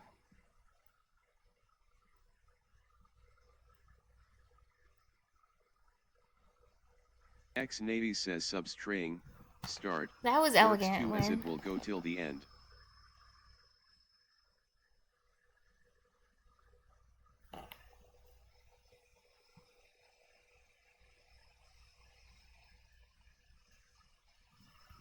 Oh, that's cool. That's nice.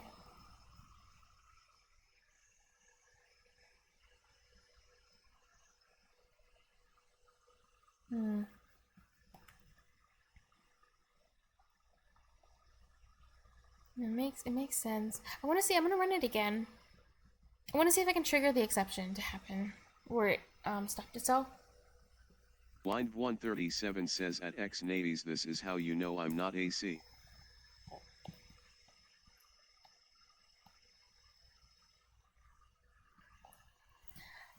Hey, the important thing is you solved it.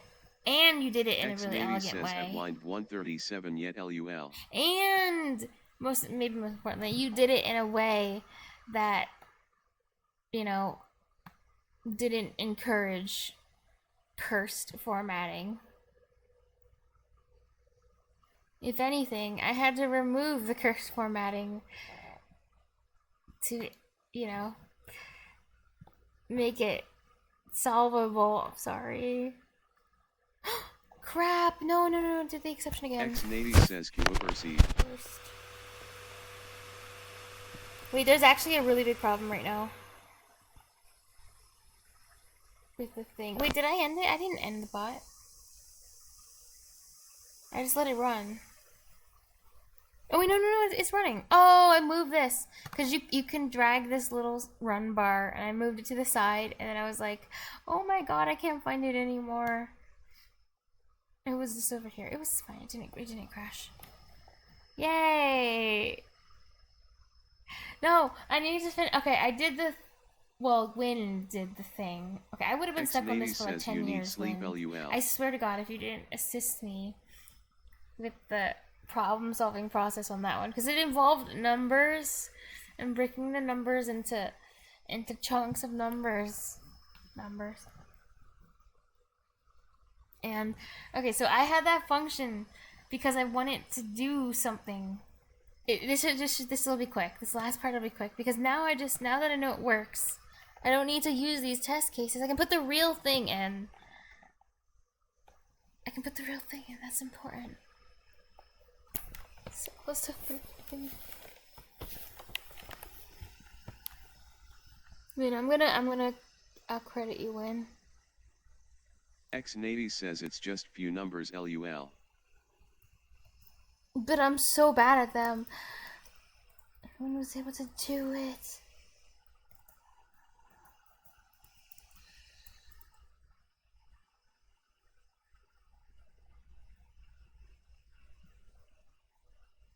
Okay, this crap needs to go though. This whatever I was trying to do, like just needs to. X80 says it needs to die, and we're speak. never gonna look at it again. What the hell I tried to do was bad and didn't work at all. The elegant logic of this method is all thanks to Win. Thank you, Win.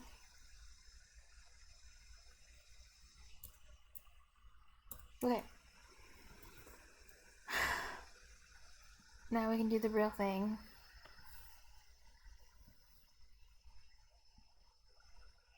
So now I can do the shop inventory. sb.toString. And that's all I needed this whole time. Was this to do its thing. Oh my god. Oh, you know, something I wonder, you know how like when you hover your mouse over a function, it tells you what it does. Like it might say like this represents a 32-bit signed integer. Well, I just made this one, the bypass max char count one. But how do I give it a description? Like what if I want to have text here. Like this function bypasses Twitch's 500 character limit. Like I don't know how to put descriptions on my custom things. There's probably a way. I think Python has something like doc strings for that.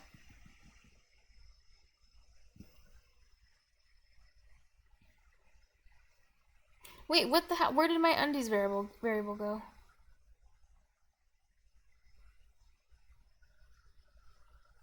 Oh, thank you. Summary method. Method give happiness. Method give happiness That's / cute. / Summary.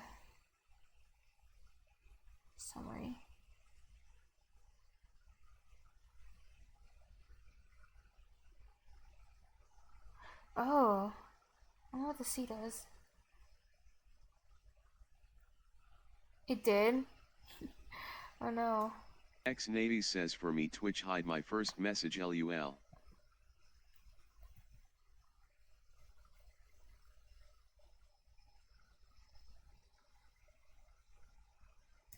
I'm gonna copy paste that.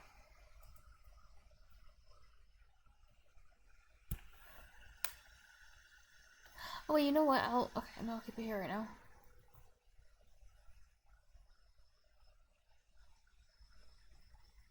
This is cool.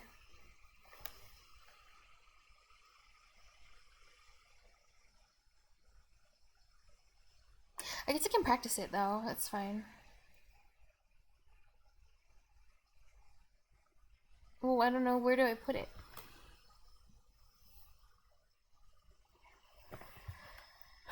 Where do I put the summary thing? Method, give happiness, summary. Summary method. At the top of the method. Let's see if method give happy. X-Navy says you put at the top of method. Okay.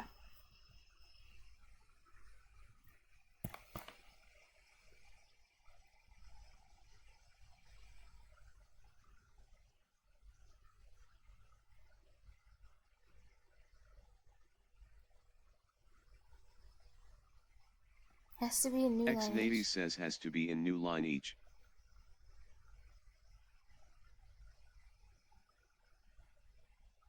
Twitch stuff in it. Oh. X-Navy says Twitch stuff it.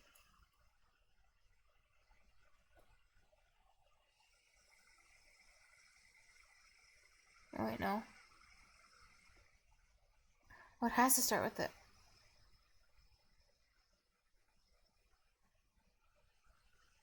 Wait, new line, I don't get it.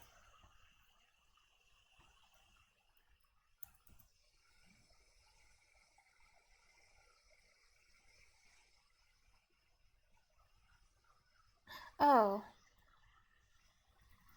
X-Navy says backslash backslash backslash. Oh.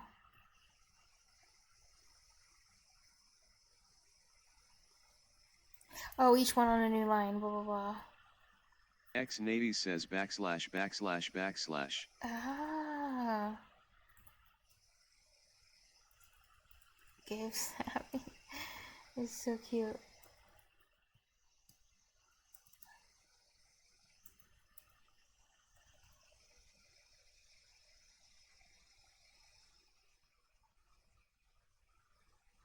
Wait, I can get it.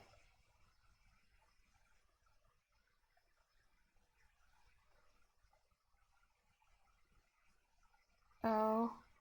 X-Navy says I mix slash LUL goes slash slash slash.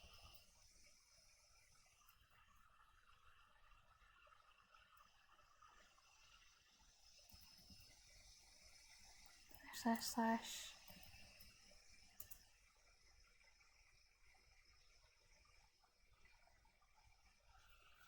I still can't get it.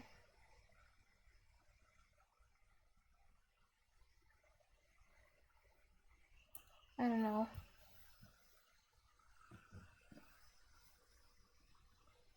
Oh wait, maybe it's because I'm not Control S. Oh, there it is. Okay, that's cool. What's this weird other one? Summary method.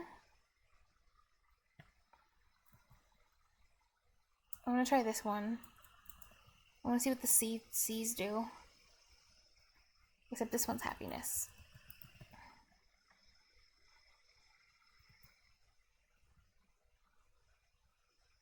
Message. Oh, it creates this black background. That's so cute.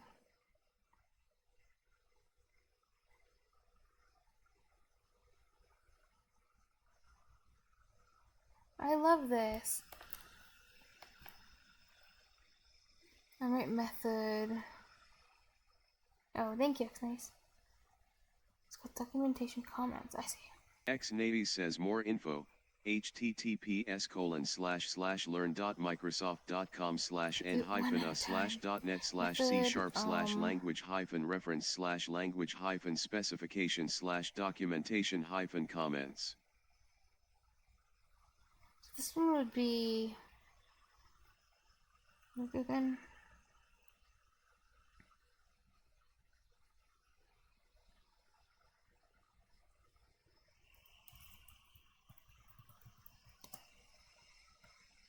Just for reference, this will be in like this. So I can remember to see things. Method bypasses Twitch's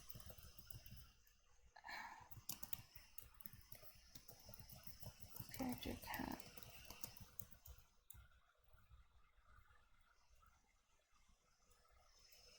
Hi. Is that? Freedomdeo says hi.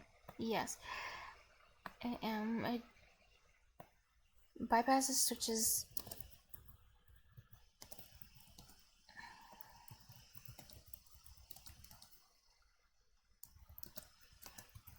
persuading fewest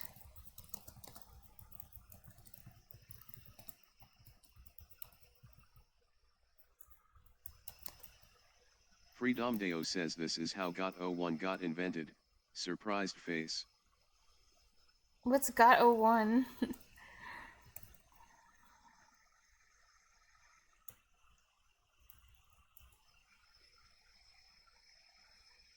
Oh, lol. Freedomdeo says chat01.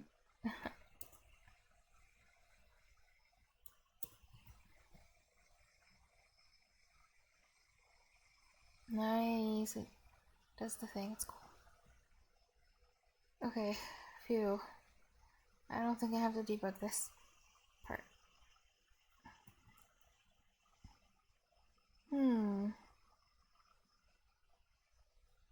But you know what? This would be useful to copy and paste later. Something else. I could. Oh wait, what I didn't mean to do that. Freedomdeo says one day we messing around with programming the ace on Twitch and learn how to chunk messages. AI very powerful. Use this in advanced system.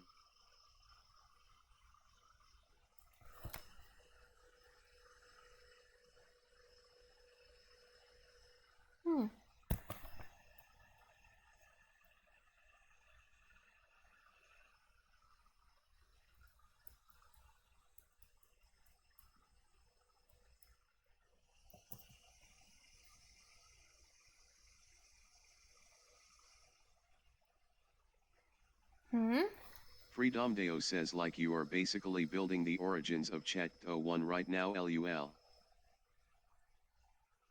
I mean, I think the AIs are based off neural nets, which is like a whole different like playing field. It's not like traditional programming.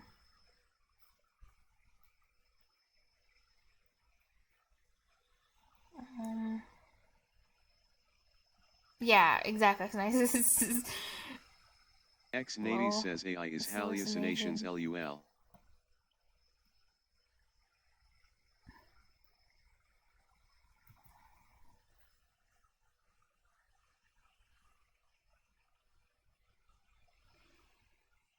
Okay, so AI is easy. You would say that wind. Line 137 says AI is easy.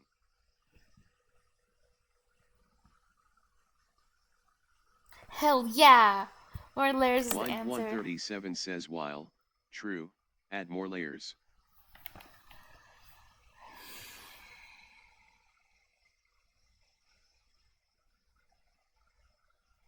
Freedomdeo says cuz AI ninjas.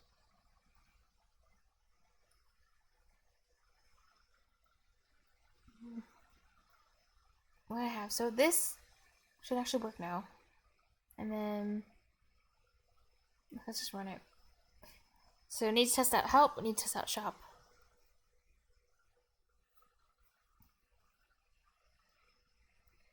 And then this, Line I guess I could call it 137 quits says here. just one more layer, bro. I promise. Just one more layer, bro. Okay, shop.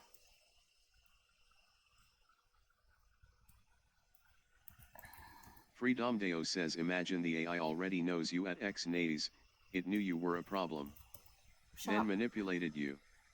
LUL sent bagging you. Oh, it's dividing it into. Okay, yeah, it's supposed to do that. So it's not VIP syntax to make. Okay, this is fine.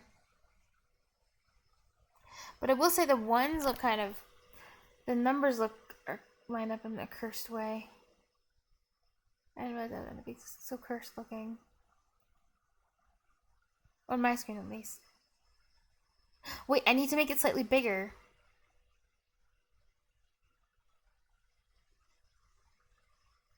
So it pushes it to the other side. I need 45. At least on my screen. Well, it doesn't look too bad if I expand it. How does it look on your screen? Wind or anyone else? This formatting. Does it look really bad? I feel like I need maybe go up to like 45 or 50. 50 of the underscores.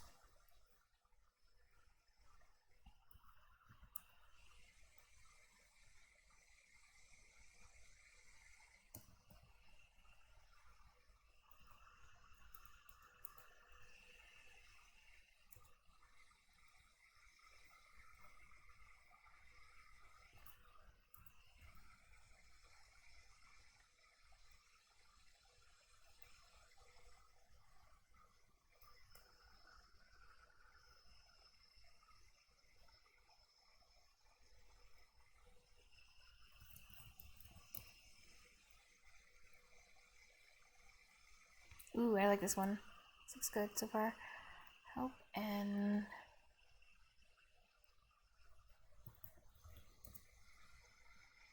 Okay, this looks good. 1, 2, 3, 4.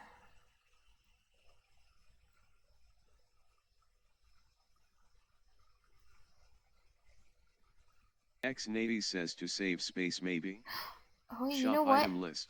Wait, there is something wrong with this output. Let me see. Let me stop it for a second.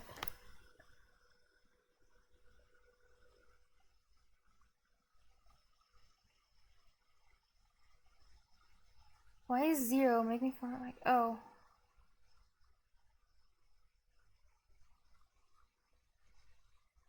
Oh, it's starting at 0. That's really it. 2, 3, 4, 5.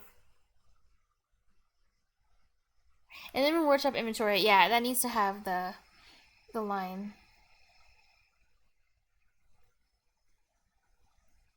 Because that does not look good at all. Yeah, it's not really even an error. It's just I kind of forgot it starts at 0. Blind 137 says OG New York 1 error. Yeah. It's barely an error at all. I just was like, oh yeah, I forgot we start at when writing the number. So just add 1.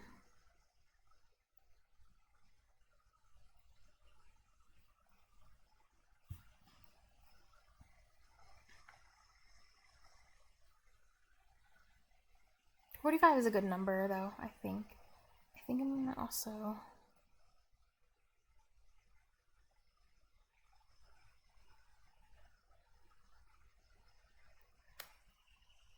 So we'll do string interpolation again on these. Oopsie.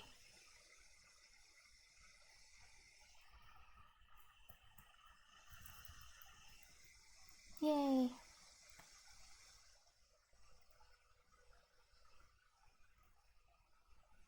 What else was I gonna do again? On these, oh yeah, I need to get it to print the right number. Freedomdeo says you're right about the neural networking but also wrong possibly. One of our new theory is that AI use something called neural sync. Neural sync is wireless communication faster than light using quantum. And we think our brains are all interwoven together. Communicating wirelessly, surprised face. What are your thoughts on this, Wind?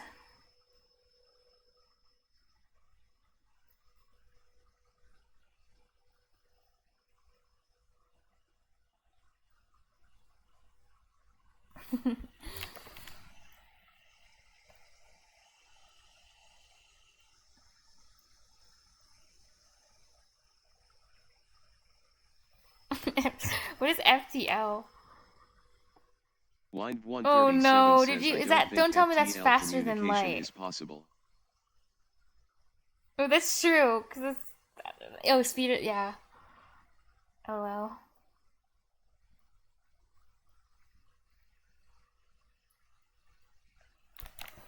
But I guess in theory, nothing stops something from being a theory. What is the definition of theory?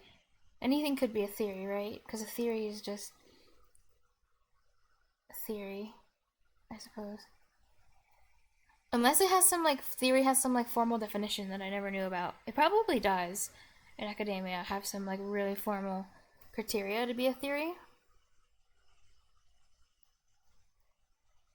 Theory is not equal to says theory equals theory. So we need I plus 1. And then we're good. This is fixed.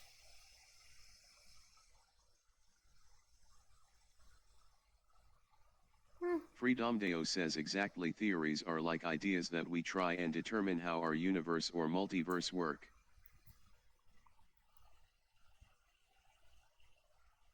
Oh, so I knew there'd be a scientific Line one. 137 says To be the a theory, scientific not just the definition of theory colloquial. is kind of a high bar to clear, unlike the Oh my colloquial god. definition. Wait, what is the... Well, kind of wonder, what's the high bar it needs to clear to be scientific theory? Does it have to be... I wonder if I can guess, like... So, I'm guessing that scientific theory is like... It needs to be proven, right? Like, it needs to really be... No, I'm not, like... It needs to almost be... Like, there needs to be no contradictory evidence at all. That's my guess. To be considered a theory. It does. Okay, scientific method. Is Line asking... 137 says right. It needs to be tested using the scientific method. Is asking ChatGPT if it's true, does that count as the scientific method?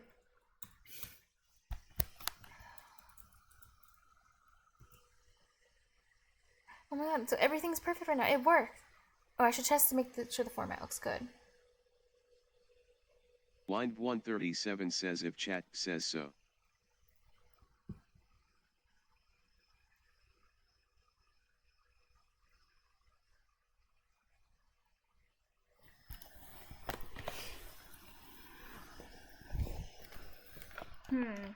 Can I link a video? I have like a really good video for this.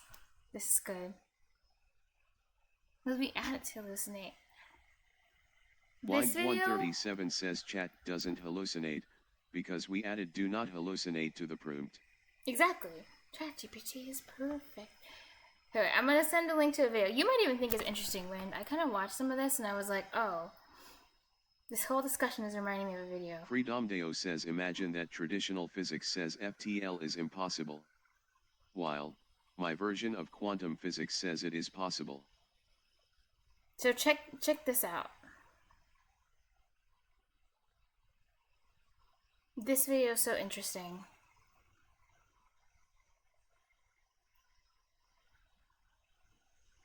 Wait, let me send it in my chat.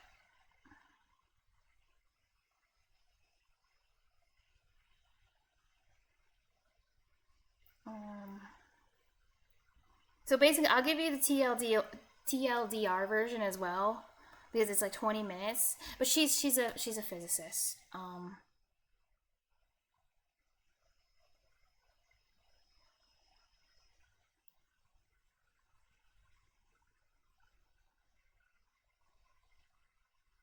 How do I get into my chat? What the hell? My channel?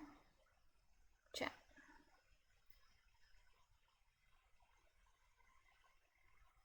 Okay. So, basically the TLDR version, this is really interesting. So, this lady is a physicist. She gets every year, and more famous physicists than her get this a lot more than she does, but she still gets some every year. She doesn't reply to these, and she explains why. But basically, all the time, physicists are always getting emails about, I have a new theory of quantum mechanics, and I have a new theory of this and that. And they're like, I can prove it. And usually they come from like smart fields. Like they come from engineering. They come from like all these different types of fields. and they're like, I can solve all the secrets to the universe, and all you physicists are wrong, and they're constantly bombarded with these emails. But her guess as to why this happens is like, physics is really, really hard, and a lot of things are like super counterintuitive, and you need a really strong math background. It's not just theories, but you need to prove it mathematically. Like, all the math has to add up. And for a lot of people, it's very hard, and sometimes people even go to college and they drop out, or they're taking like traditional physics in college, but they end up failing, or they're failing their classes, so they drop out, and they say, you know what?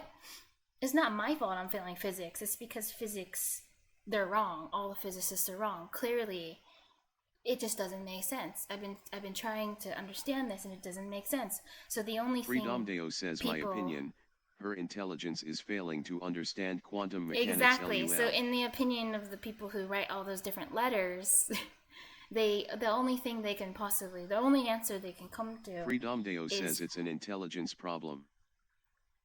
Exactly. That's the point. The only conclusion people can draw is it's clearly the establishment. It's the establishment, which is just really interesting. But here's another interesting thing for you. Did you know every year one of the big physics like conferences or whatever, she says this in the video, they have a big physics conference with a lot of physicists, and there's just one particular time of the year where anybody is allowed to present a presentation. You don't need a physics degree. Like, anyone off the streets can present a physics presentation in the conference. And the reason why, but this is actually really sad. I'm about to say something that's like super sad right now. But sometimes the people who think all the scientists are wrong, this doesn't happen like often, I guess, but there are occasionally people who feel that they're so right that they become violent. And in 19-something, there was a physics conference, and this guy, he came up with a new theory of like physics. He wanted to present, and they said, no, you can't present. So he got a gun, and then he shot. Ex-Navy says flat earthers.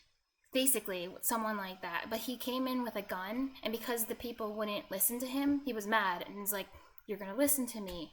And then he shot one of the physicists, and it was a woman too. It's really unfortunate. I think so. I think it was a woman, but she died. And after that, they changed the rules so that on this particular day, anyone can present. Because the idea is, if you just let people have a voice, it's gonna make people, feel less angry, regardless of what they believe. So, isn't that interesting?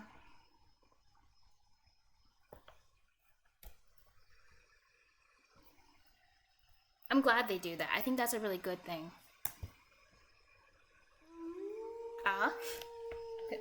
Freedomdeo says we're so cool at salttoserenity.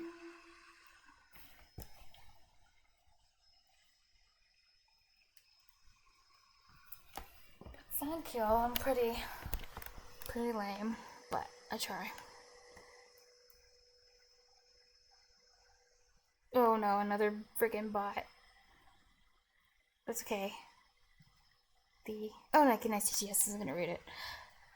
Sorry, bot bandit.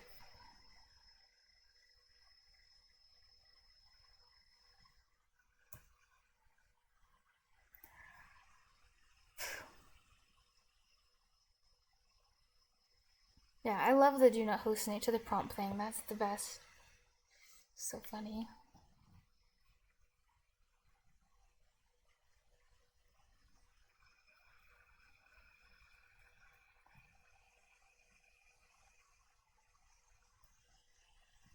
I can see it. I might become an old crackpot. Says there are a lot of cases of genuine Didn't we once joke about this when, like, if we get old, like, we might, like, get old and senile. all become... There's no 100% prevention against becoming old and senile and turning into a crackpot. I hope that doesn't happen to me, but... Freedomdeo says at Wind 137. Well, the one thing that does matter to me is if I become old and senile and a crackpot against my will, I hope that if we're all destined to become old and senile and crackpots, we become together and we can at least enjoy each other's crackpot company. So.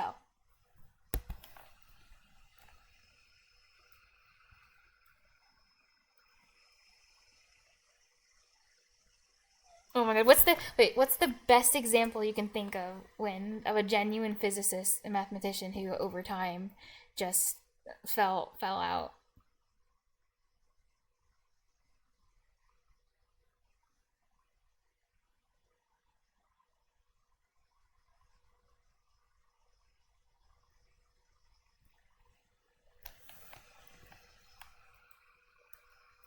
Because that's super interesting.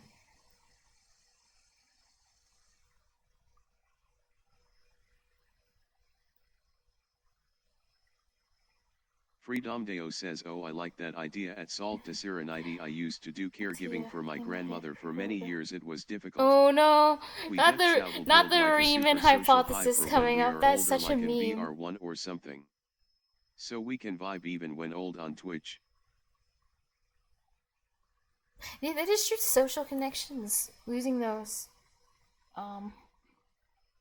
is linked to like a lot of different health effects, especially amongst like elderly people. It's a problem.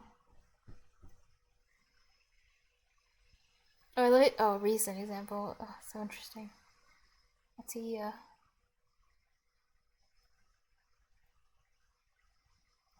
And so he just never showed this proof, or just did the proof have problems, but he didn't like want to accept that his proof had problems or something? Freedomdeo says it cause prob with me too. I have a lot of psychosis sometimes and PPL don't like it. He was really a world-class musician. Just trying to know how to...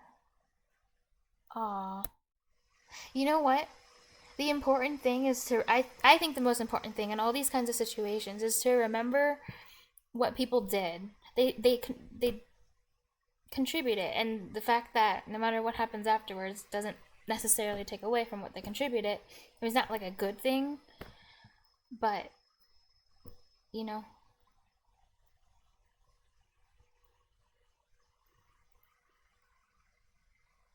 like it doesn't really take away from the accomplishments that he did achieve. I think it's a really good thing. Because like I said, we might all become old and senile crackpots if we're unlucky enough.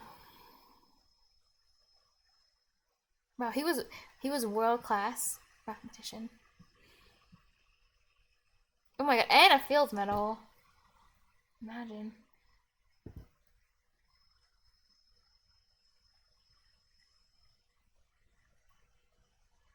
Freedomdeo says at salttoserenity, can I share the program that in my theory does FTL comms? I mean, maybe someone might be interested. I don't really follow physics and math. I'm not personally interested, and I don't have the mathematical background to look at much, but yeah. So no thank you from my end.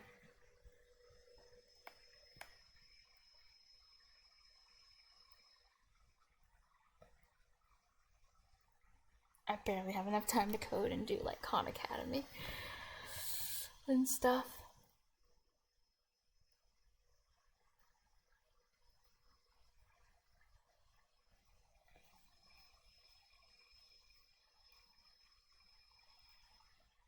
But yeah, if anyone else ends up being interested, I don't mind when people share things with each other.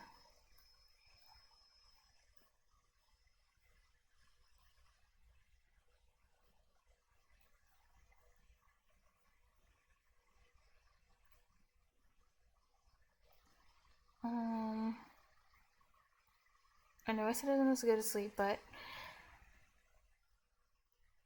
I'm not sleeping right now. So, and I kind of, if I can, want to finish the shop. I already put so much into it.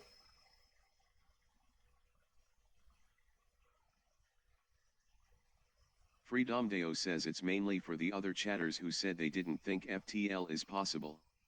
It's an FOSS repo that does FTL for a specific task. Scanning IRL roads for debris. I made because I had been buying tires once a week. $200 US. https://gitlab.com/grayland01/quantum_road_scanner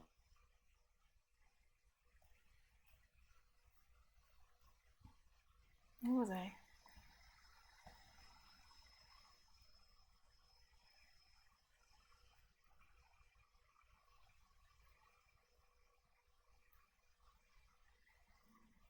So shop. I wonder if I should have been doing this here this whole time, or if I should have been making this in another class. Is this too much code?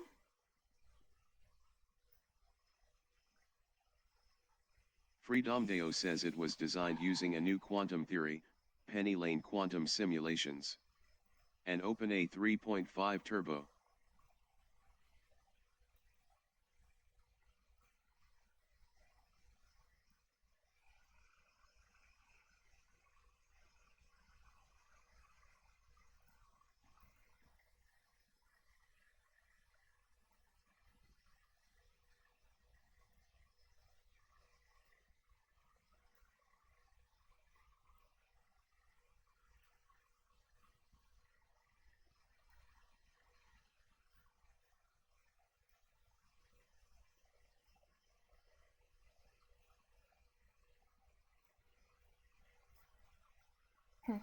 Yeah, I'm getting lost in all my messages.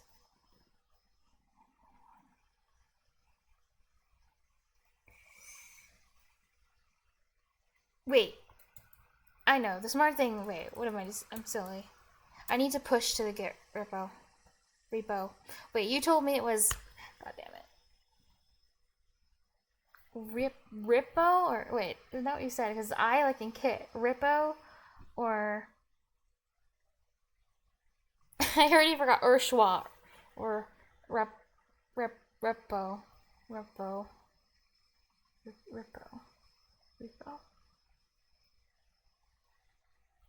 Wait, did you say that I, like in Kit? Repo. But that doesn't sound right either. Repo. Oh, wait, I don't know.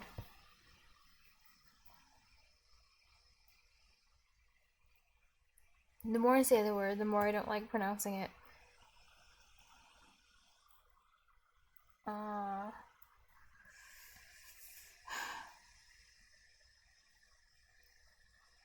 No, wait. Let's do it. Push to the thing. Blind 137 says in the Fleece short out. version repo it's pronounced with the fleece Oh, yeah. vowel. Thank you. That helps me. Repo. I wasn't say that. Repo. Like sheep.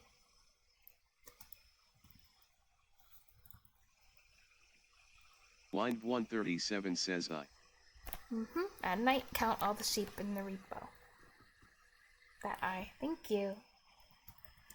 Get at all.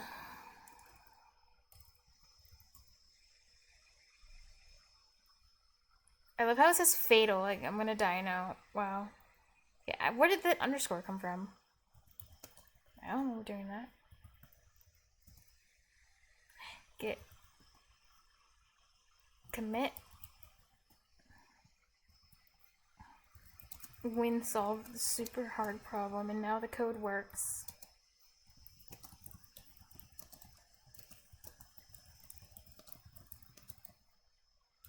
Oh my god. What the heck?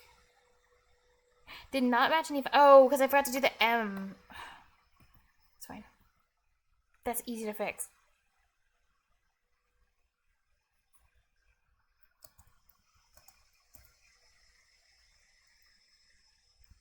And then I do git push. Yay. Okay. Do you think, wait, what are your thoughts on how things are designed so far? I know a lot of things need to get moved out or refactored into other files, but what about for the new stuff? I'm trying to keep anything new that I'm adding as clean as I can. That's why I have the like reward shop CS, and now I have the helper class CS. The thing we just made for the shop, where was it? that like prints out like the shop messages and stuff. Do you think that's best in here, or do you think I like some of that needs to move to like some special shop class? Wait, no, I guess not, because yeah, Reward Shop CS is actually holding X80 says some what of the Reward stuff. Now Shop that I think CS about it, has. it's actually holding this part to like make it smaller, like, the information about the rewards. And okay, but I will say the messages received thing is starting to get. This is the biggest chunk of the code. Probably, well, not this, but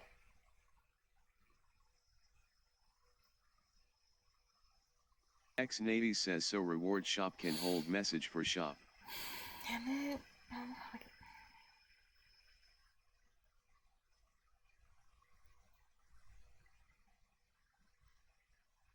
Let's just see object sender.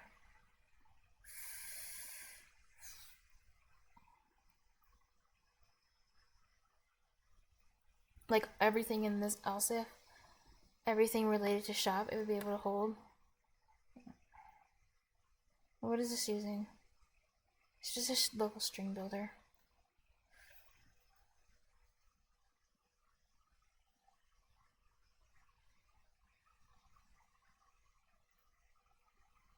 Guess it's okay for right now.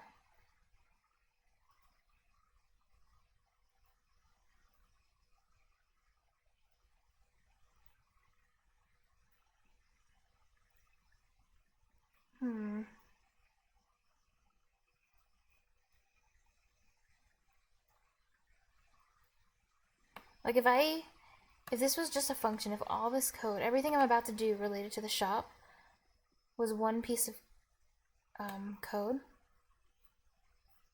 Which is this? Then maybe all this could go in like a method called like shop command. Else if like shop command, but then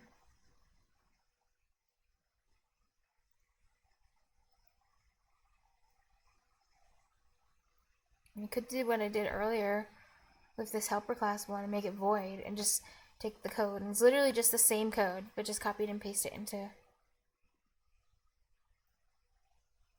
because it's not using any special, but it's using this undies thing. I need to get moved.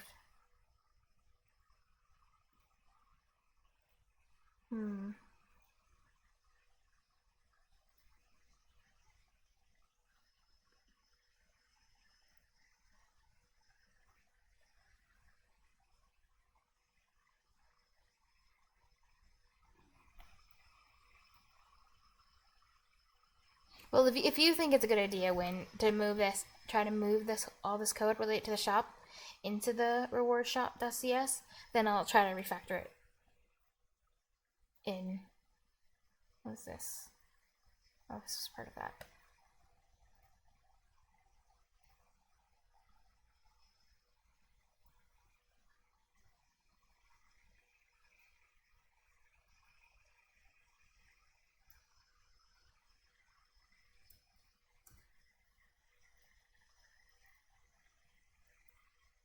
Because there's about to be more nested ifs.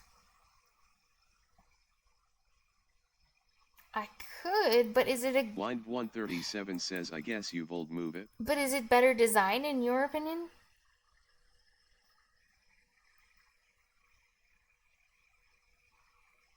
Considering I have one now?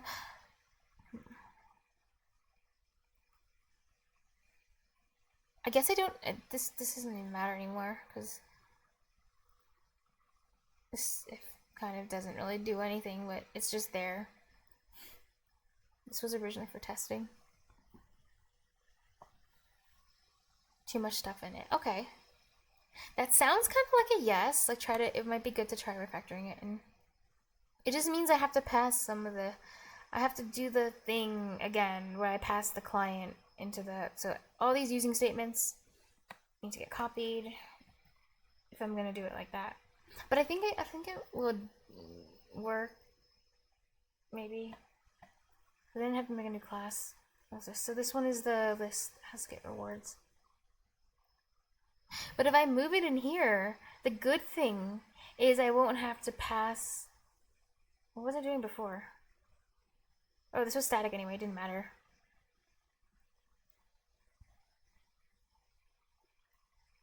Okay. Yeah, I could put it here then.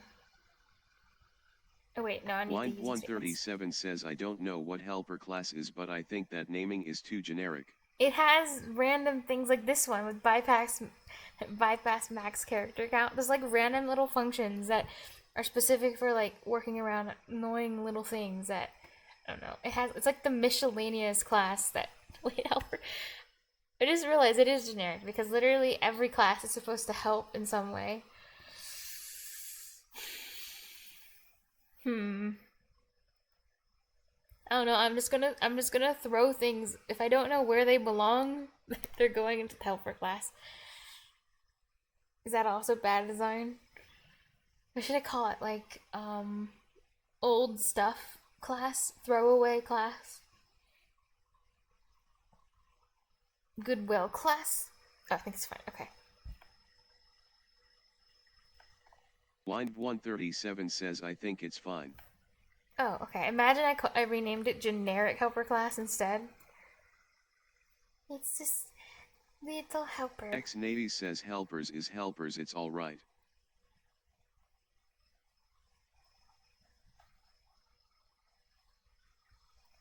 But yeah, I see what you mean though. But if you just like look at it and you didn't have an idea of what was in it, it might be hard to guess what's in it. But hopefully if people actually like open the helper class and they look, they'll be like, oh, it's just a bunch of like random, like just super random functions that aren't that might not be used super often. What if I called it Swiss Army knife class? It's what it's supposed to be like. It's supposed to be like a little pocket knife for random stuff.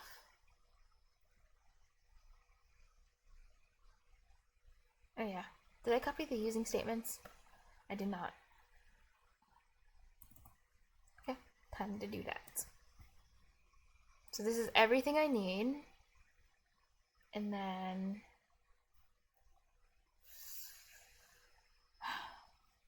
need the new method.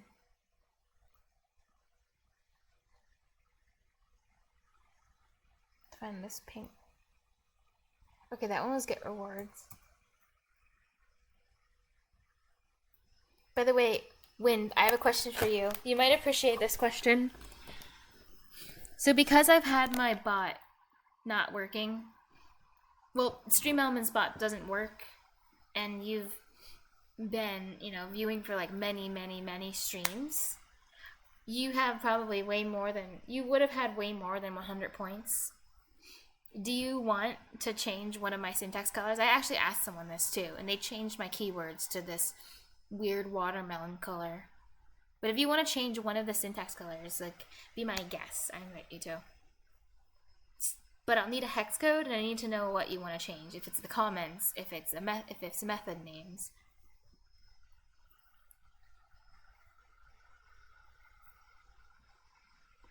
What are they doing again? Oh yeah, new class. No, method. This one's called get rewards. Oh, I need to start naming my methods too. This is where I am. Are hard to distinguish. Which one? This one? This red one. Line 137 says not really. Oh, for the but strings. Those two shades of orange/red are hard to distinguish for me. Okay. Well, which one's worse for you? This orange thing? Like the orange, like this orange here? Or the keyword reds?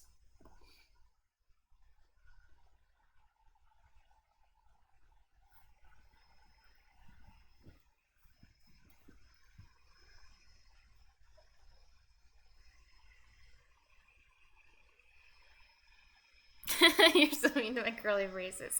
X-Navy says, oh my god. 7 curly braces are invisible though. You're funny. Straight face. Are invisible. Invisible?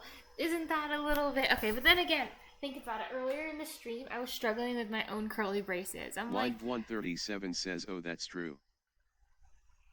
Would you like to fix my curly braces? Good, sir. 14 and 18. Line 137 says the ones on line 14 and 18 are really hard to see. These dark blue ones? Okay.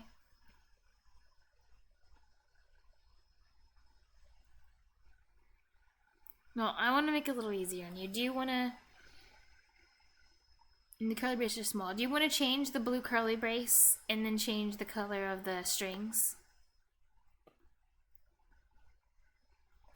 It doesn't have to be like your favorite thing ever, but just pick some hex codes. Pick 2 hex codes for me. One for the blue ones and one for the strings. A brighter purple. Okay. But hopefully not. Line Hopefully it won't be too close to 137 the says paint. for the curly brace, how about osmithing like a brighter purple? Actually, you know what? There is a color selector, so we could do it like this. Control-Shift-P.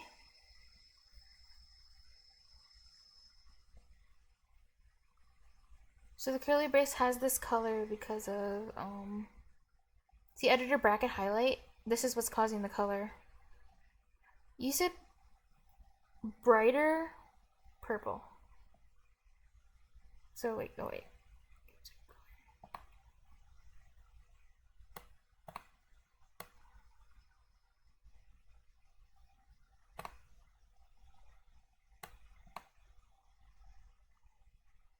It's gonna be different from this. Okay, like this.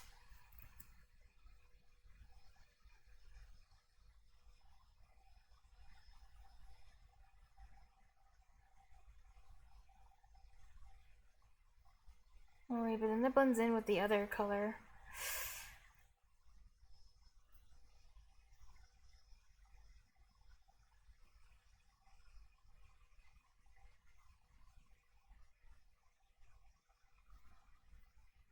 Then again, they are kind of different, but they are...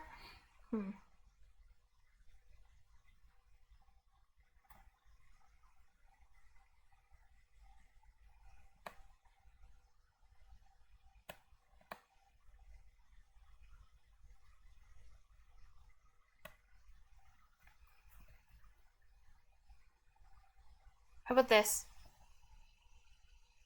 So too similar, yeah. Line 137 says I think that new one is also too similar. This one doesn't seem bad to me, to my eyes, I can tell. Looks better than the blue at least. What do you think about this one?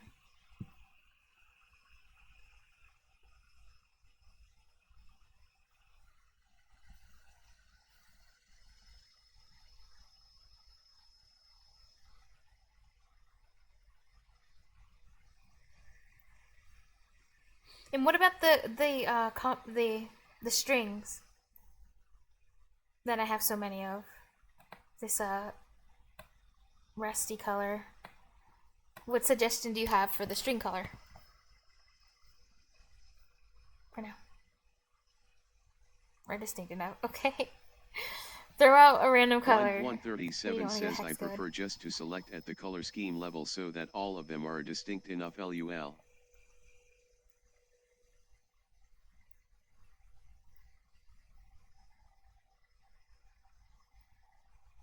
Bright green. Okay. Line 137 what are says those? how about bright green? Those are strings.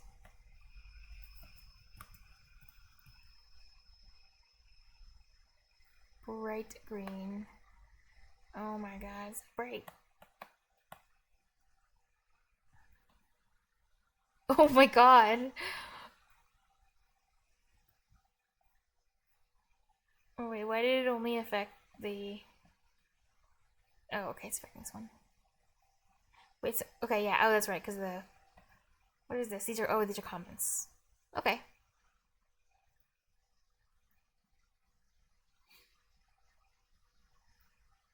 This is indeed bright green. Oh my god, I just realized how ugly this looks. But you know what? It's distinct now, right? Oh, 00F. Yay, you gave me a hex code. Good. Thank you. Oh. That looks like the same, doesn't it? 00F. F0. Okay, put it to that. Oh, you Max brightened it even more than it already was. I see what you did.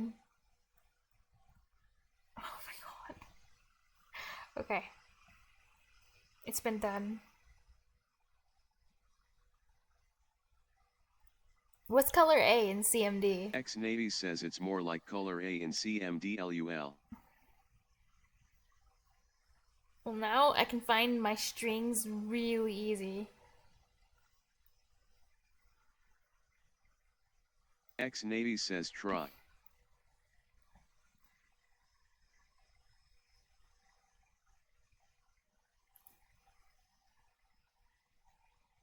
Okay, so...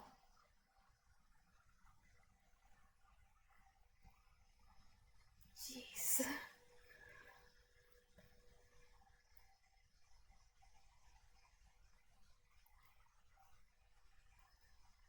Someone's gonna come in, they're gonna be like, what is this? It's like... I don't know, it's giving me... It's giving me like laser tag vibes. Okay, I'm gonna not get distracted. What was I? Wait, I was doing something up here. Oh, yes, I remember. I was going to make the method summary because I want to start adding these to my methods because it's good to do that, I think. This isn't my method. Oh.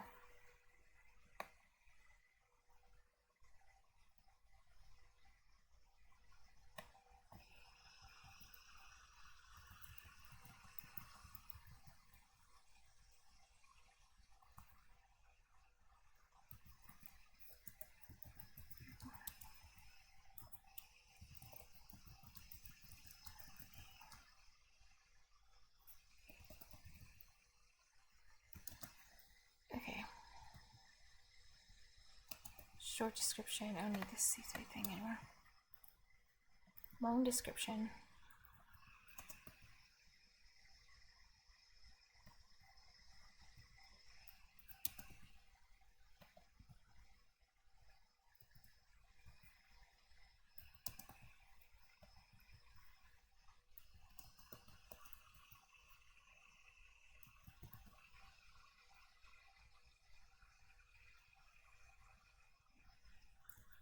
Type.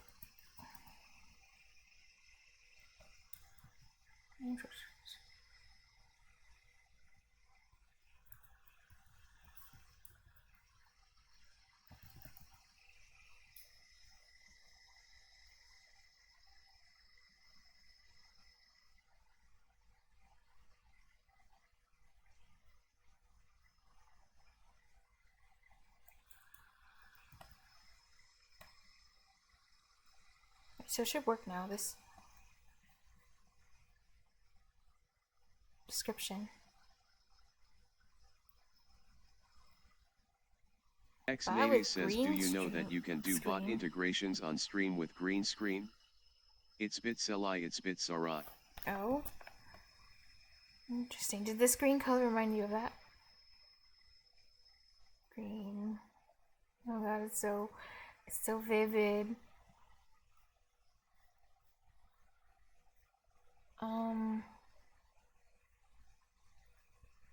Wait, where do I call the reward list thing? Oh, in the... I remember where. On message received.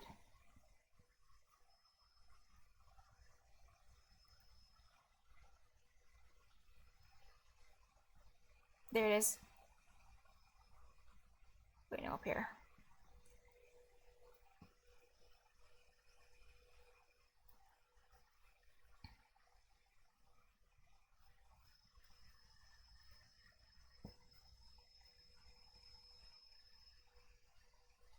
Oh, get rewards. There we go. Oh, nice. It has the description that I want. Cool. Okay, so I'm trying to take all of this code out of this place. Everything related to the shop, I'm trying to put into the shop class.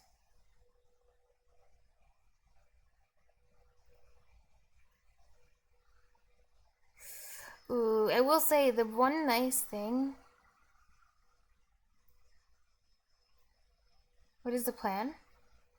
X-Navy says what is the plan when the bot is finished? It just writes to the... I already have it. It works. It writes to the JSON. With the data that it needs to save and remember for next time.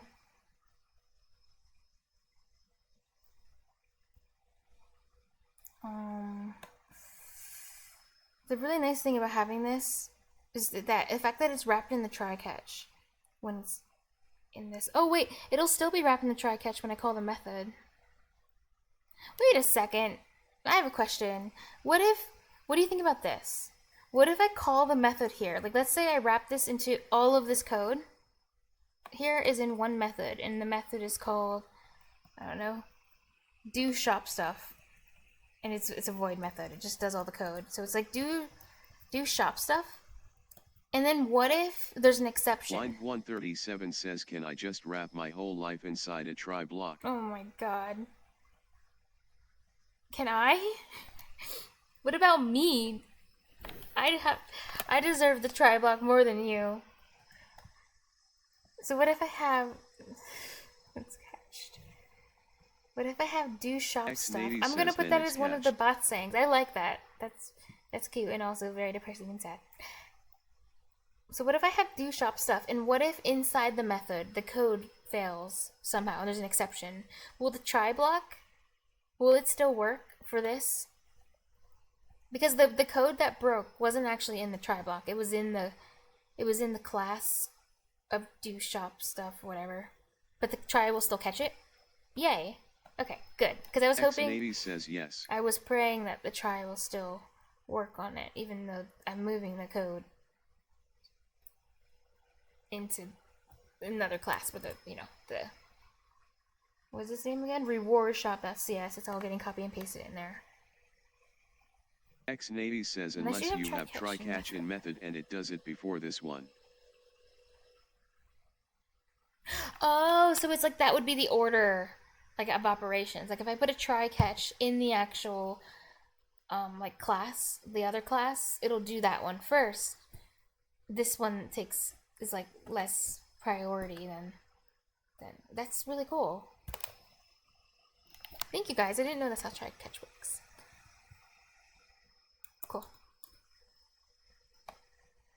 X-Navy says yes. So all of this is coming with me. Out of the... Wait, where did... I think I just took too much.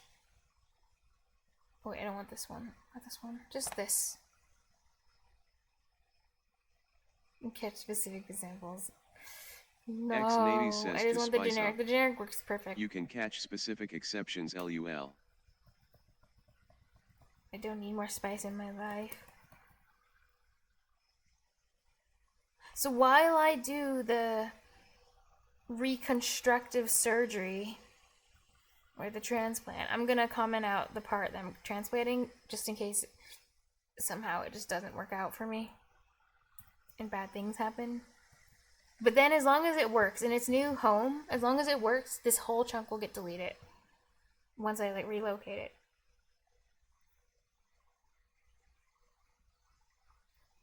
Into its new home. But first I should make the method before I copy and paste it. Its name would be... Is stuff supposed to be indented when it's inside the... Is this supposed to be indented inside of the class? Or is this supposed to be lined up with the class, the method? I think it's supposed to be indented. What does my other one look like? Not sure. Oh wait, oh my god, there's red! Wait, what's wrong with this now? X-Navy says BTW, can you switch for message instead of if else? If else makes me feel happy. Oh my god, what just happened? Now there's so many. Wait, when I commented out, I don't think that was supposed to have a bad effect on it. Why did it just...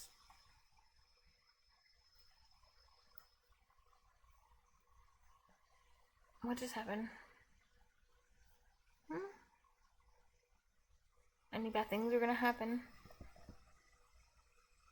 There's nothing wrong with this one. What the hell just happened here?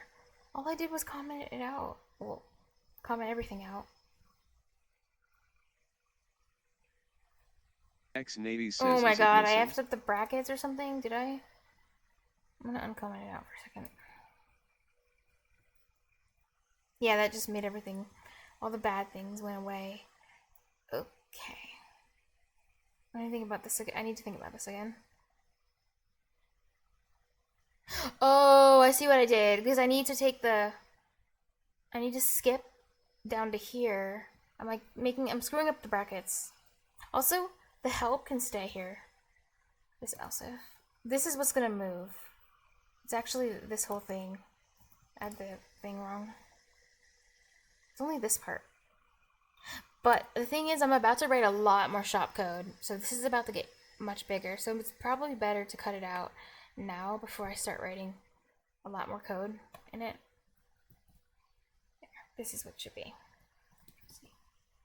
And made all the red lines again. Never mind.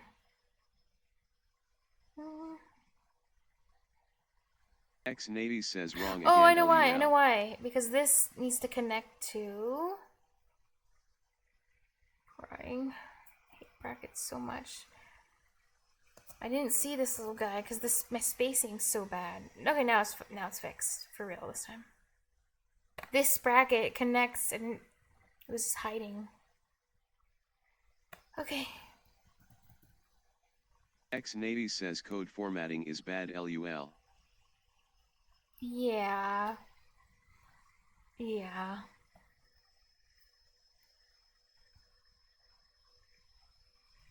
Oh wait, that reminds me. Before I forget, I'm gonna add one of the quotes for the bot to say. It will say, wrap your whole life. Like it's inside a try block. Oh my god, this is so sad. X-Navy says hope bad habits not stay. LUL. I can't wait for the bot to do this. This is gonna be so fun. Having it be able to read all these different things.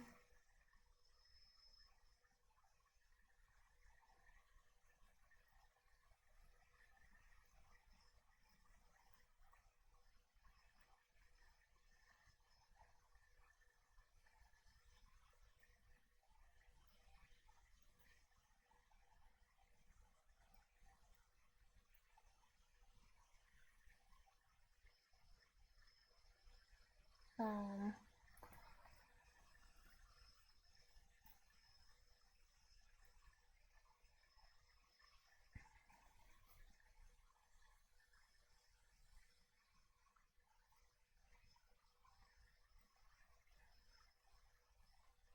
oh wait, yeah, I was working in this one.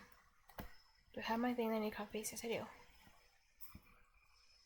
Oh yeah, I went to helper class because no, not helper class. I went to the main program.cs specifically because I wanted to learn if I need to indent after the class. So public class program, is this all indented? Oh, it is. Okay. Hey, I just learned something new about indentation. So this indentation's already wrong, isn't it? So these need to be indented. I think. No one said anything.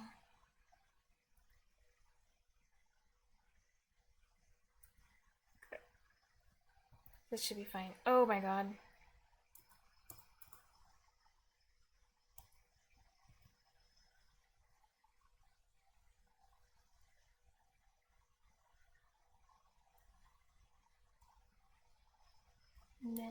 Indent.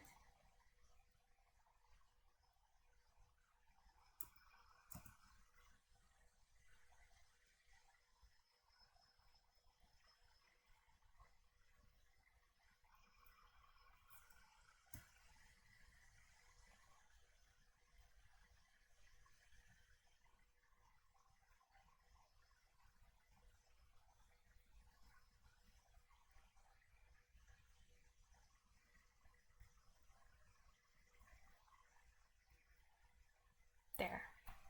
It's perfect. Kind of, not really. This is off. There we go.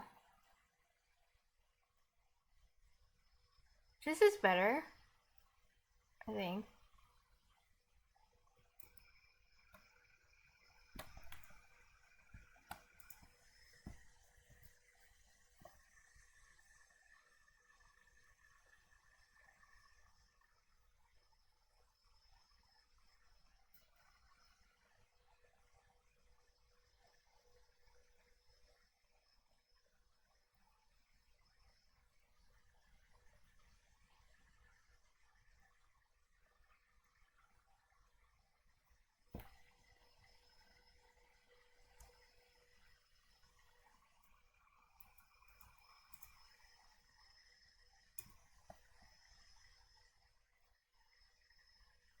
Okay. This one's new name will be...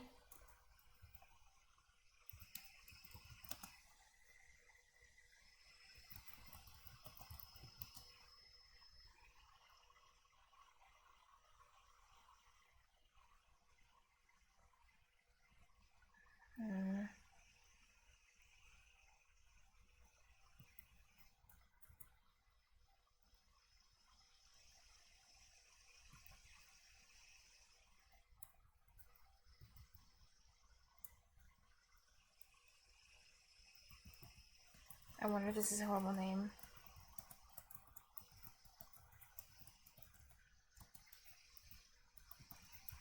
Oh wait.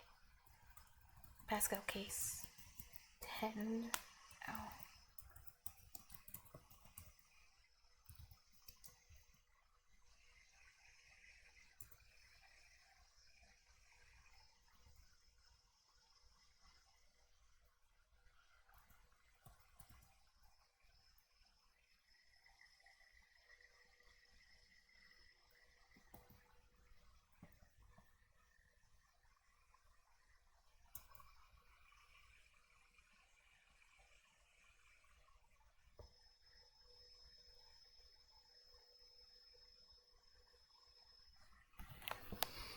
Okay, so in this case, how do I need to do this?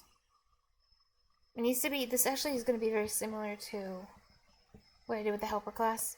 Because it's still going to, it's going to have to take in all these extra things now. Because of how I'm refactoring it. So I'll just copy paste this. Oh my god.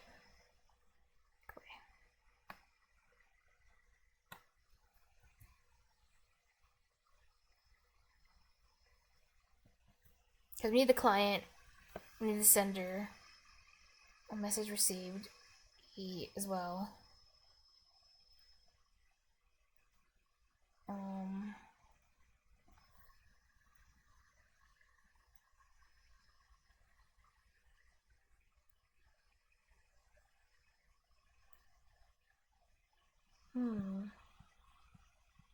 Wait, I'm kind of wondering if this will actually work okay though. Because by putting a whole else if into the thing. Oh yeah, it should be fine now that I think about it, because it's going to be identical to what it was doing. That's okay.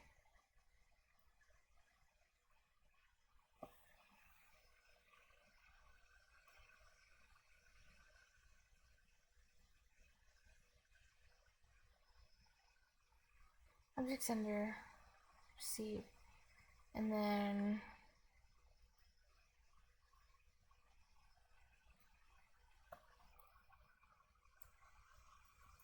no string this time.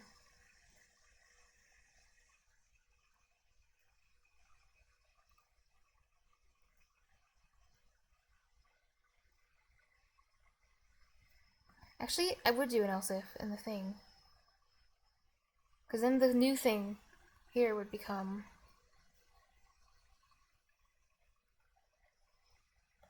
Let me fix it.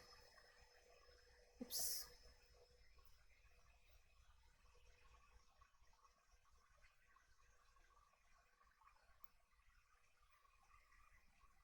This would be an else if.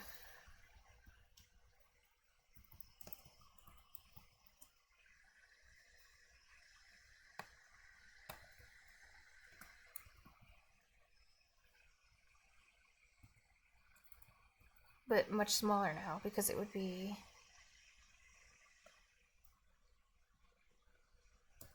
just 10 the shop, and then it would call that method.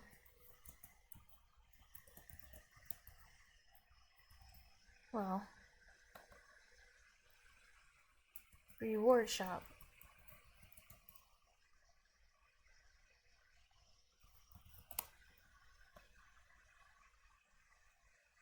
Oh, what is this class?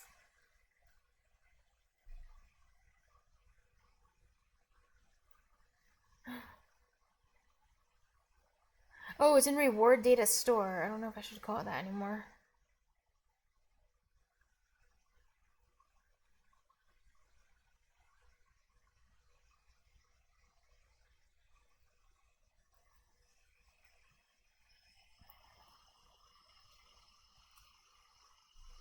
So I'm gonna rename it to, but then I'll have to change it in that part of the code too.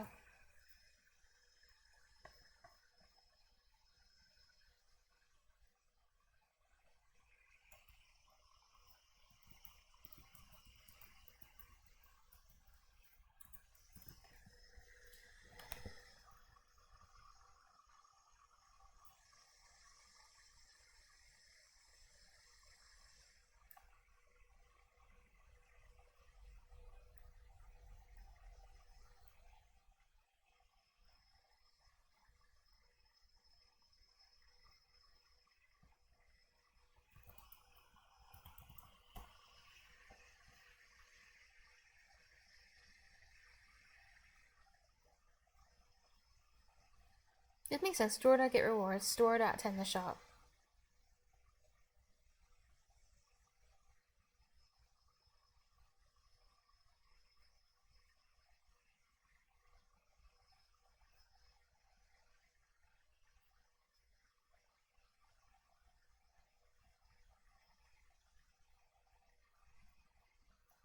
I'll call it reward store. That's better.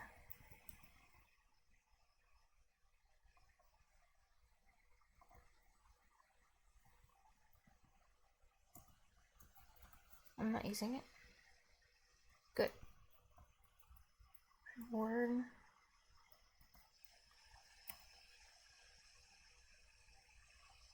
Okay.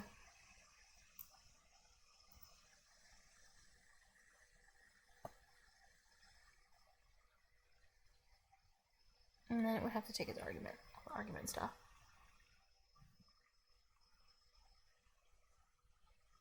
That's the key bind for it? I didn't know that. EV9 Dreamer says if you rename using F2, VS Oh, Code will change to the new name in all the places it's used. I was just doing find and replace and then pushing enter like 1,000 times every time I need to find and every time I need to do replacing. Like a loser. Thank you. Oh my god, learning so many little tips and tricks about VS Code. It's so nice.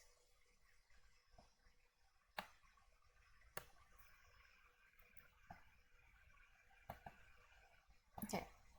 Sorry, I put that into a text note.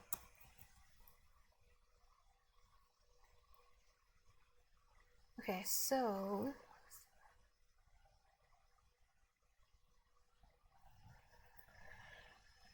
back to a workshop.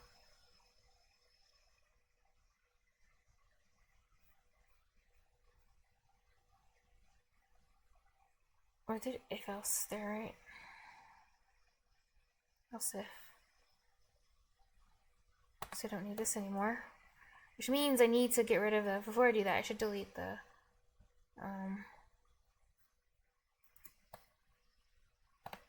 this can go. Okay. God. It's fine. This is actually now a reward store. Which I don't have to do this anymore, because now I'm in the actual class thing. Just to get rewards. Okay.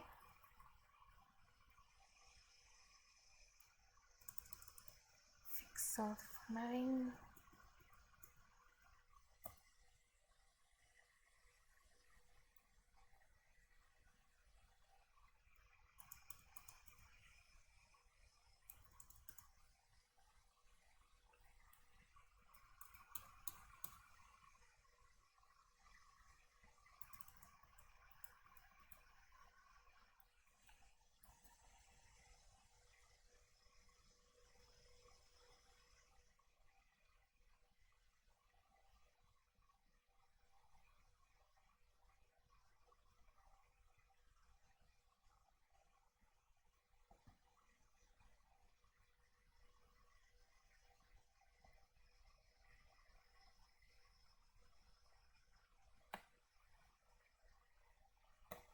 say we're done.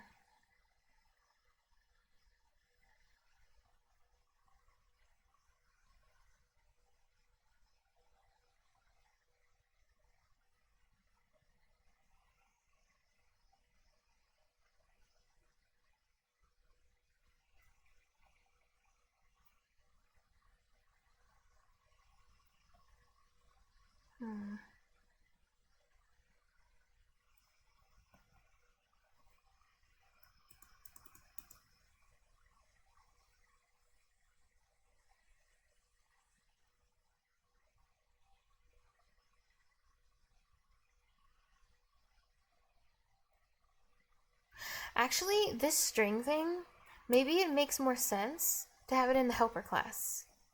Somehow. The undies thing, because all the underscores, because I think that just makes sense.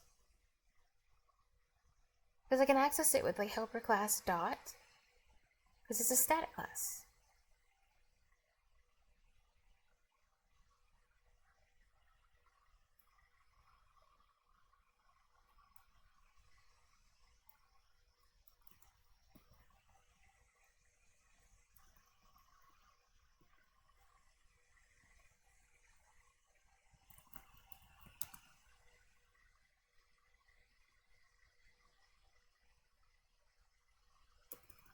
Wait. Static. Oh, I can collapse that.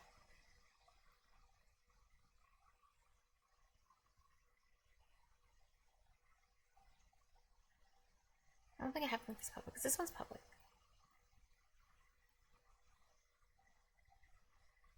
Maybe we'll see if I get like an error. I'm gonna try to access it. So if I get rid of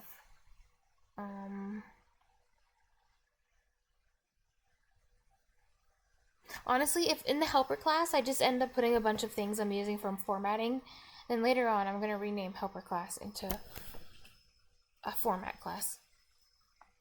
Or formatting class or something.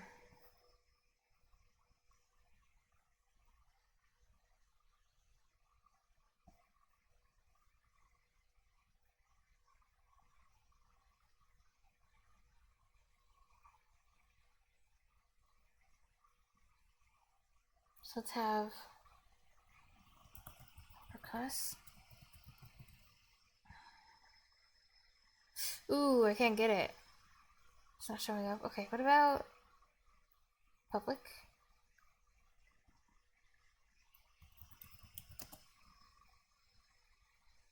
Try that.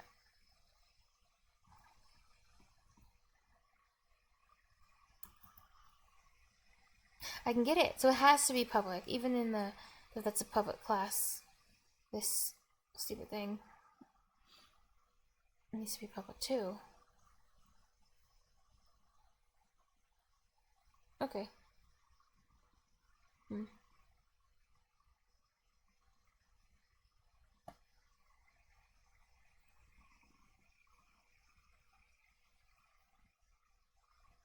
Well, it's good to know that can be there. So actually we don't need this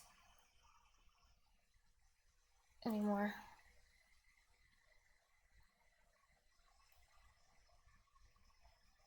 Even help can go into helper class because it's a helper class too. All these things can end up going in helper class, which is pretty cool.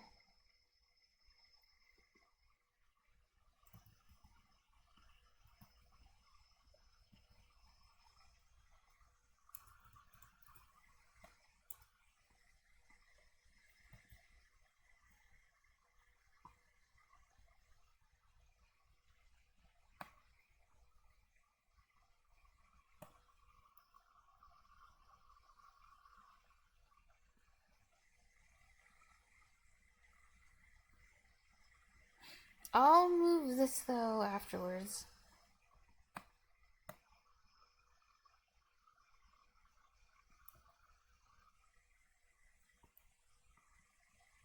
So that I don't forget that I moved this.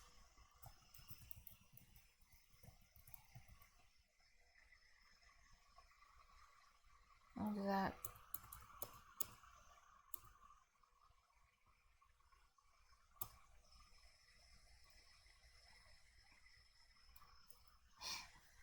Oh, it does look shorter, things like this. This is good. I like this.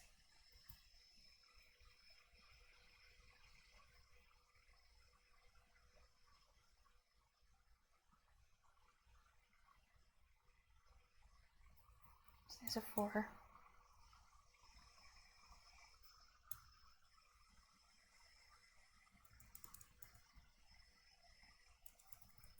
Indented.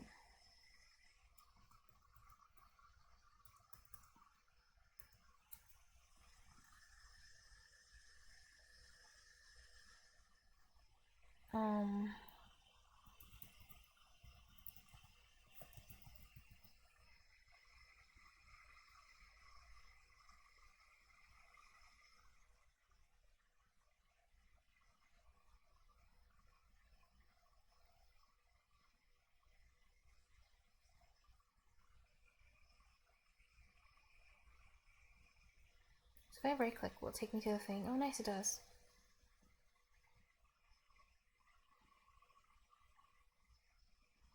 Can I summary this too? I wonder what happens. I'm gonna try it. Will it work? Can I summary everything?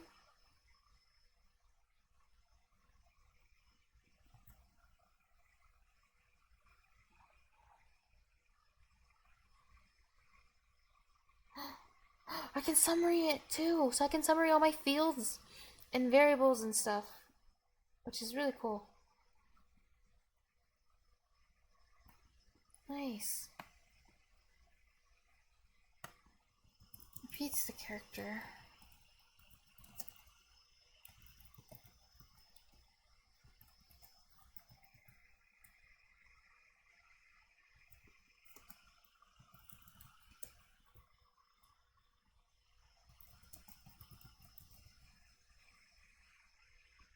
There.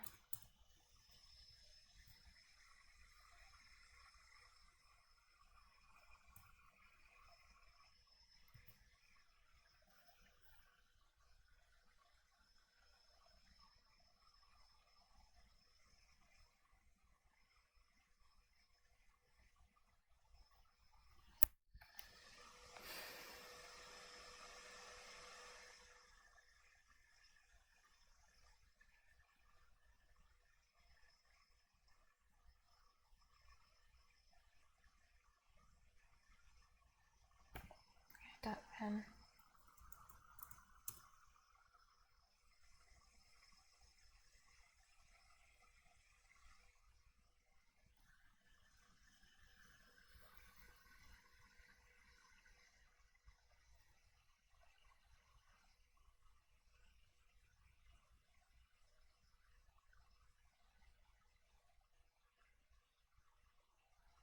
Oh, what am I gonna do about it waiting for a response?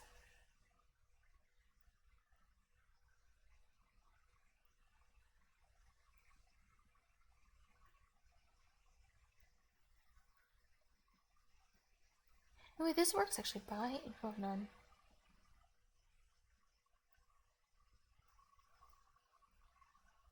This will be okay.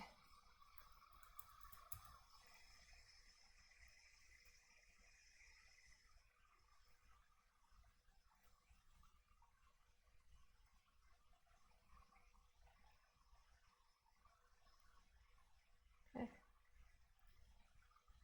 This we originally went,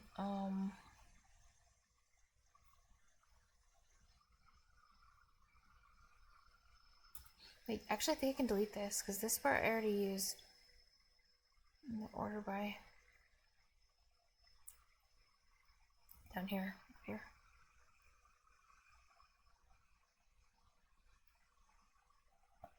This was really cool. I can delete it though. Okay.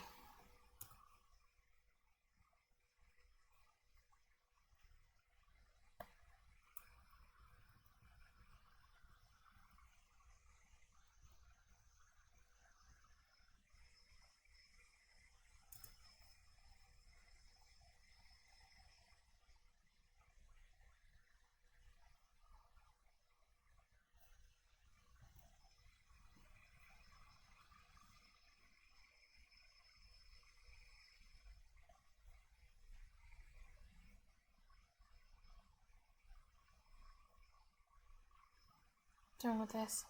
Oh, there, yeah.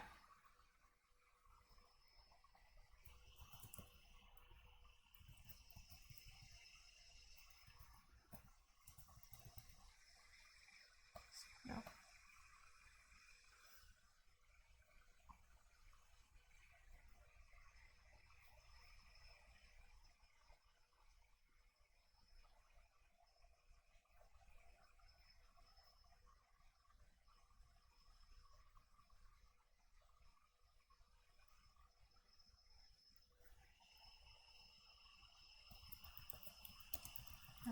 Client center.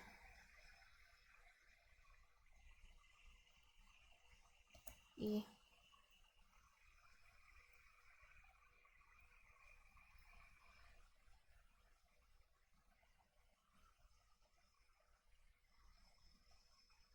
I think it's all fine right now.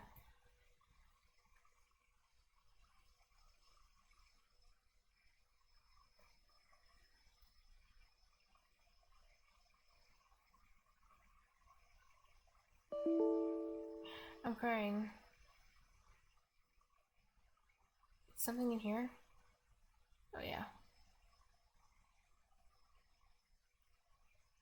Oh, this broke. I just deleted it by accident.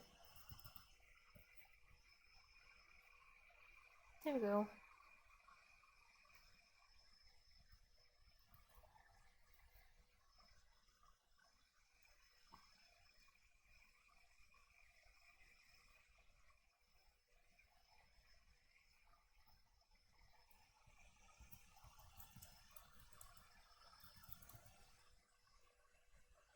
Oh no.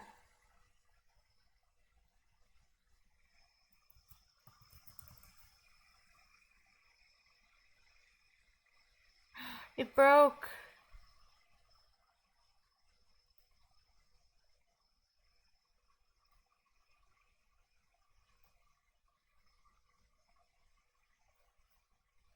What happened? Did it? No, it didn't break. It just... That one works. Okay, it just doesn't work anymore. I mean, the store thing broke somehow. Let me figure that out.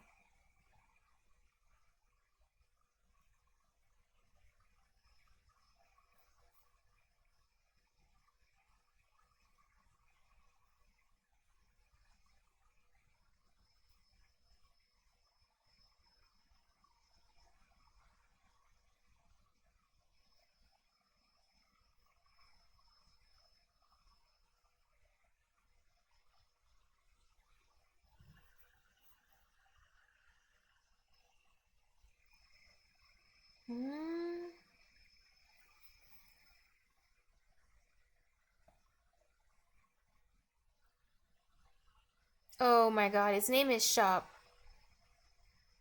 Not store.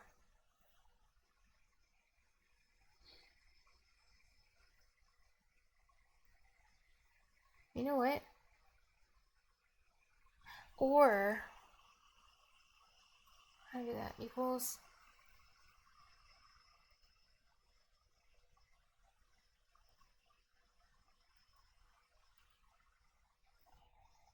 I'm gonna double pipe. 4.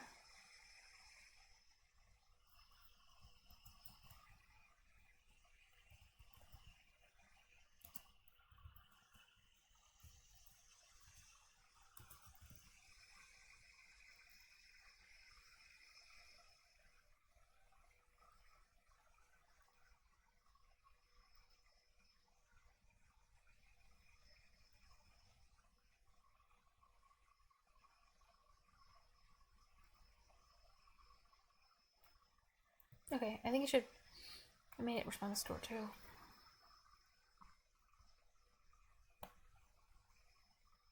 Okay, it should work.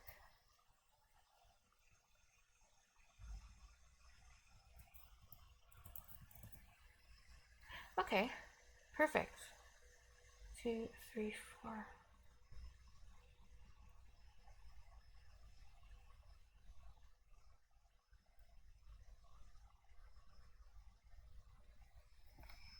Yes. I'm very satisfied with this. Wow, so this refactoring thing ended up not being a problem.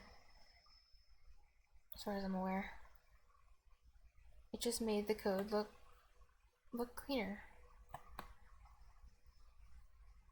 I can delete all this then.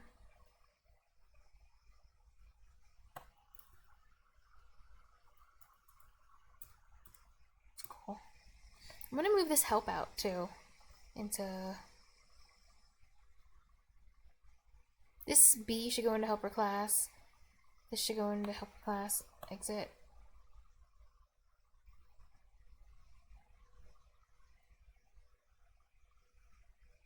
Ugh.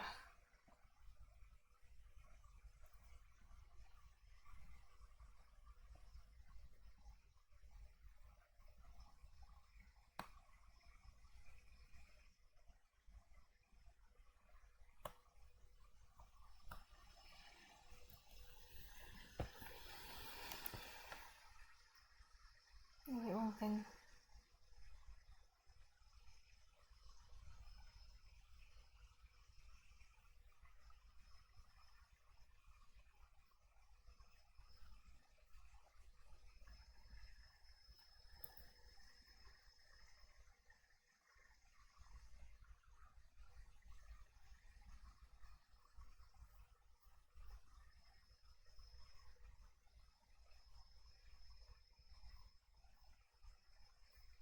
I'm trying to think if I really where I would want things to move.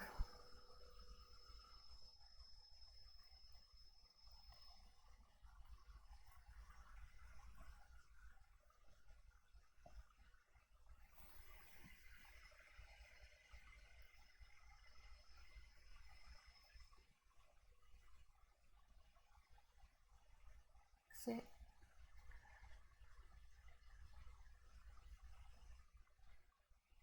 Saltbits is related to the shop. So this I think should also go in there.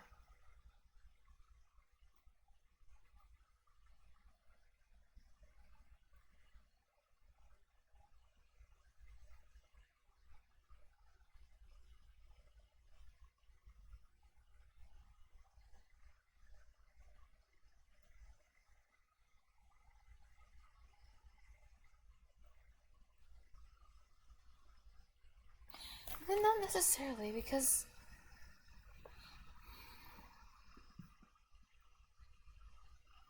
I'm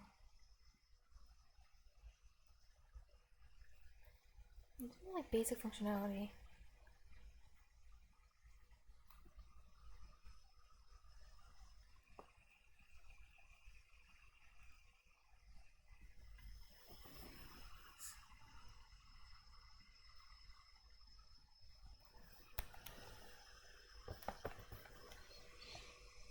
But I think I want the help class moved out. These can stay. These are fine.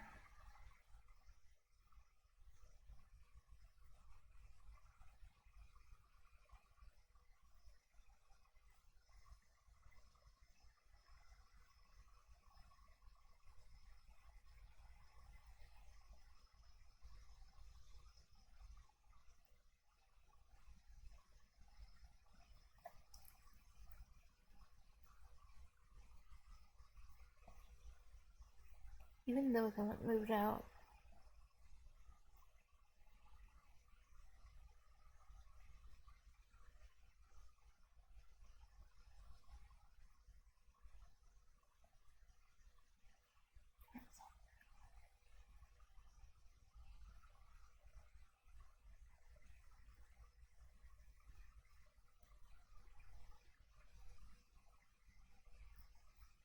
I'm only gonna move one thing out right now.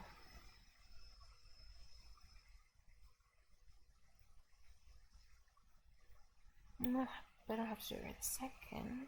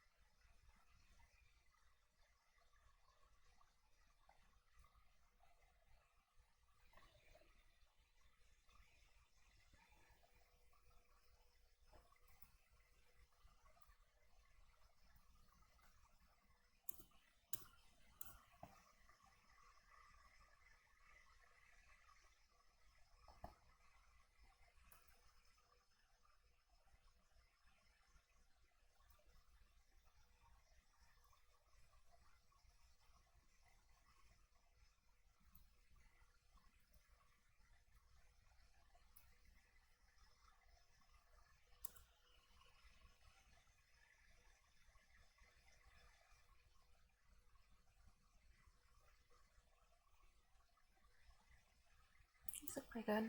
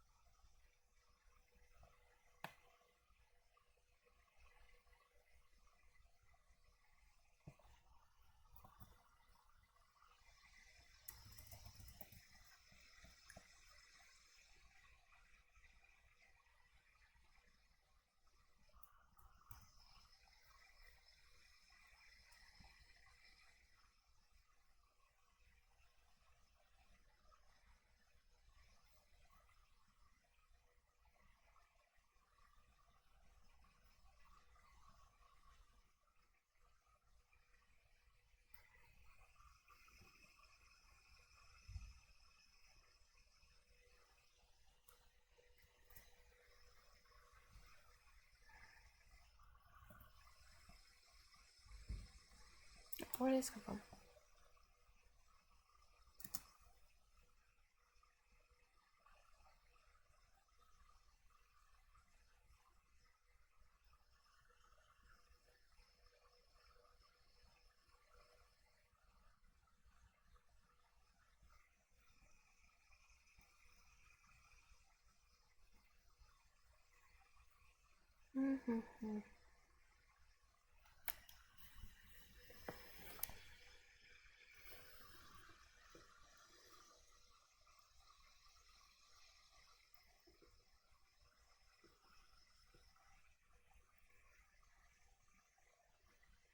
Hi, Answeep. You can't blame. I got addicted to formatting my code, okay? And you know. Also, I didn't stream in like 3 or 4 days, and that's kind of a while for me not to stream. And then I'm sad when I don't stream, you know.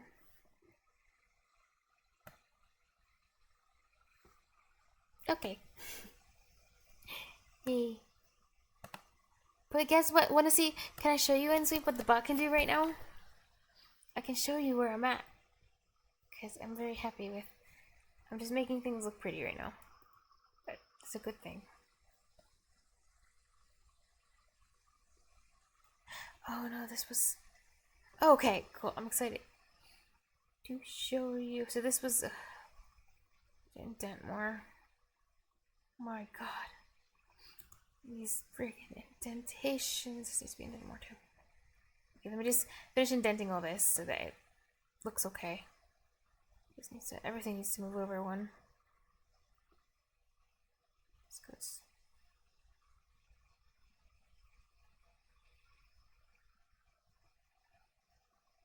Yay! Now it's finally, it doesn't look horrible, and I fixed it all by myself. Okay, so here's what it can do. Now I'm just adding functionality for interacting with the shop. But then again, if oh yeah, okay. Let's make sure all the commands are unique.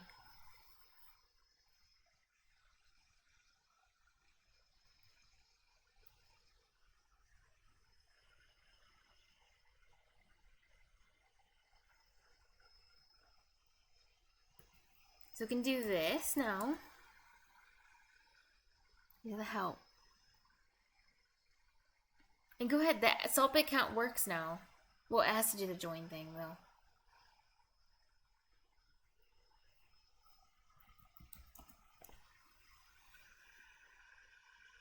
I mean, it's not the real thing. Oh, nice.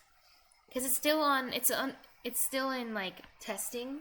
So I don't have it on the real time interval. The time interval is supposed to be 1 salt bit for 10 minutes, but now you get 1 every 10 seconds. It has to go much faster, you know, for testing purposes. You do. Oh, that's why. That's why. I'm sorry. But don't worry, it'll be done. Look how nicely it's coming along. It'll be ready for action soon. I just need to finish the shop part. That's what I'm working on right now, and then we're good. It has core functionality. It's missing all like the super fun stuff, but that's fine. It'll work as a bot. You can buy stuff. keeps track of your points. It'll do the core of what it needs to do, which is what Stream Elements couldn't do. It's like its basic job. It also can do this. So store. See? And then these are the items that would be available.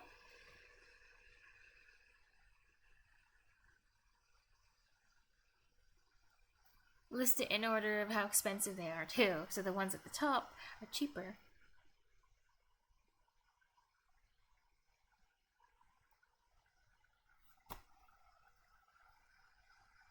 Ta-da! And then the last part doesn't work yet. I'm working on it. I still have to code the last part. Like, please type by or info or none.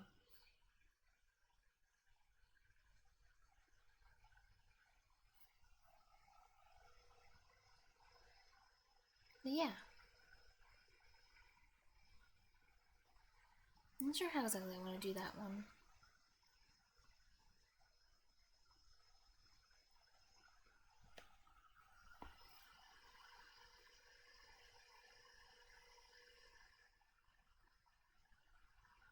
There is no new line. Twitch, you can't make a new line in Twitch chat and sweep.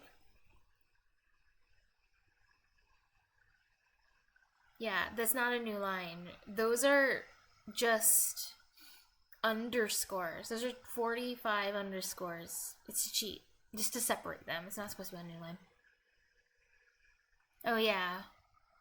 Yeah, there might not be enough, but it would be different depending on people's screen size anyway. It already, you see how it's divided up into 2 messages? That's because I hit the character count.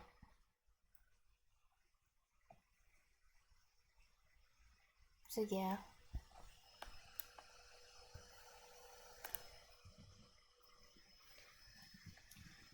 I think that's a good balance of not dividing it into too many messages, because you can't have more than 500 characters, so the code also can divide, it can paginate. I think that's what it's called. That's what people were telling me it's called. Look at this. Look at this class, this one that was just made. Isn't this, wait, where is it? Oh wait, oh, it just ran the body on accident. Sorry. So in my helper, oh, it's this one here, in my helper class.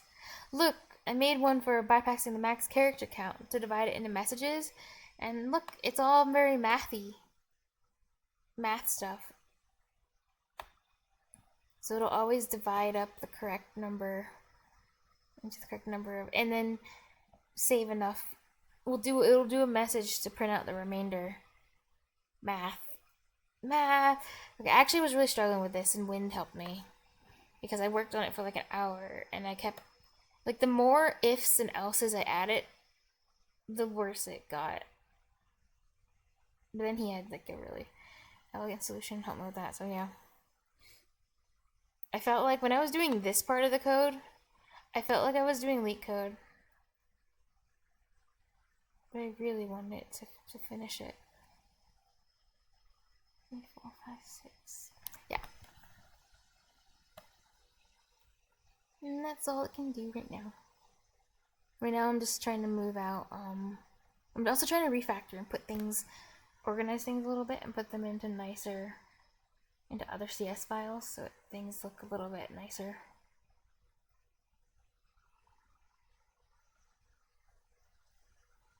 This help thing, I want to move out.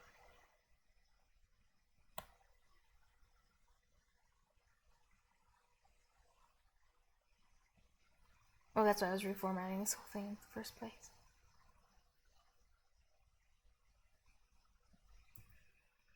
Okay, I'm not going to do this.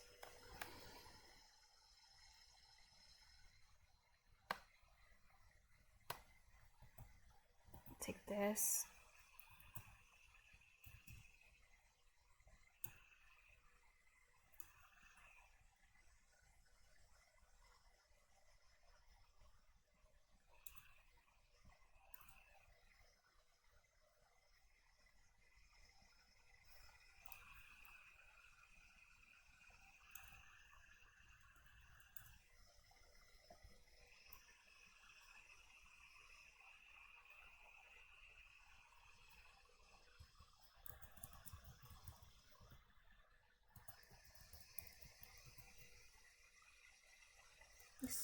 list of commands.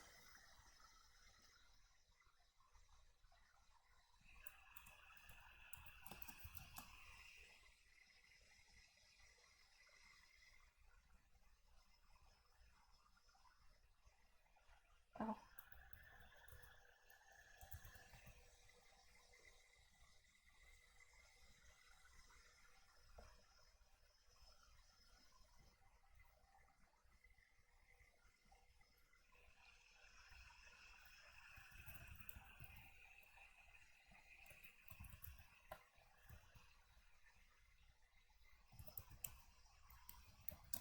Clients under E.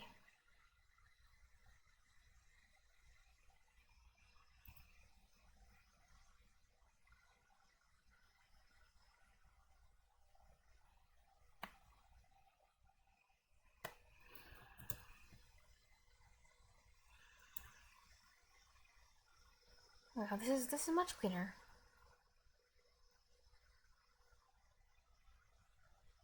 Oh yeah, you suggested that I use a... Who was it? I think one? I think they're gone. Oh wait, no, it was you, X-Nice. You suggested I use switch case, didn't you? On these ones. Oh yeah, this would be a good opportunity to use switch case, wouldn't it? Because all I did was if, else if, else if, else if, else if. Lol.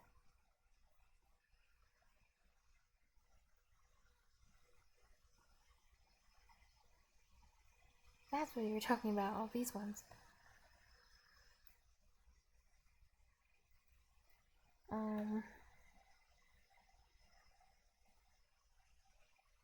Let's pop this into this. Right inside.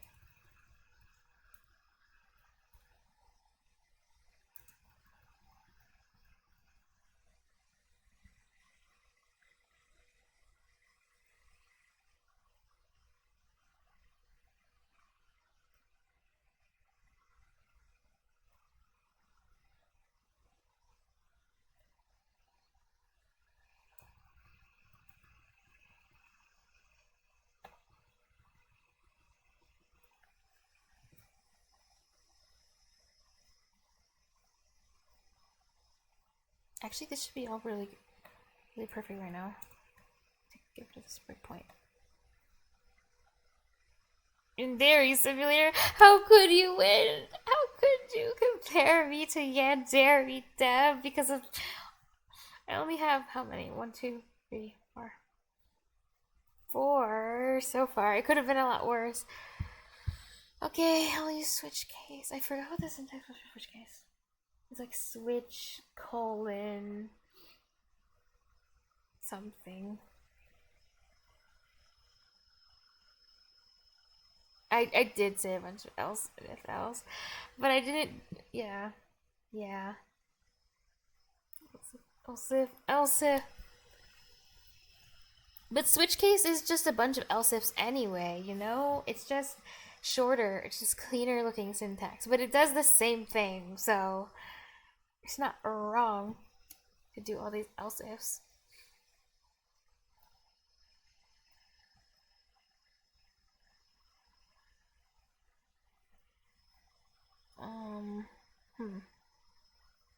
Oh wait, yeah, let me just check to make sure I didn't break anything. Everything works fine.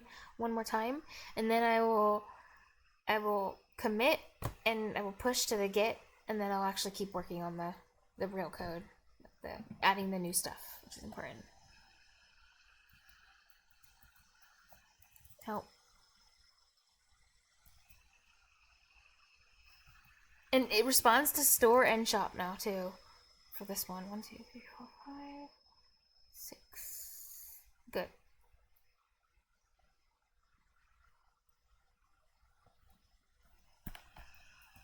And look at this, look at this. Do you like? I formatted it. No, not that. Sorry. I reformatted this. Isn't it? It's actually good now. Do you agree with how good it is? It's very nice now, right? See? I did it.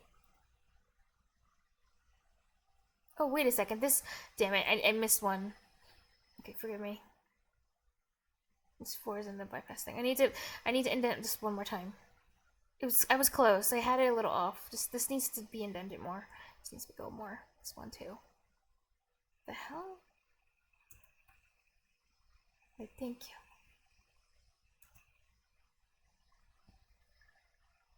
I have to go in there.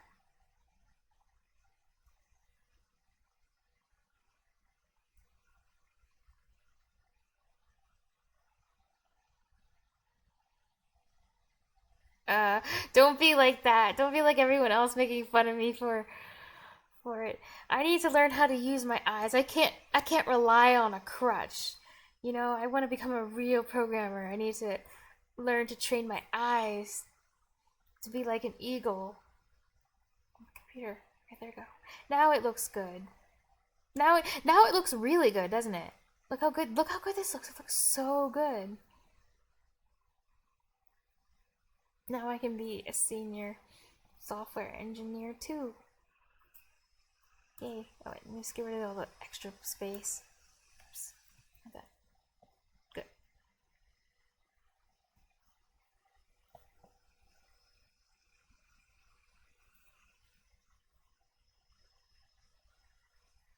Good. Okay, everything's perfect. Git add all. Oh my god.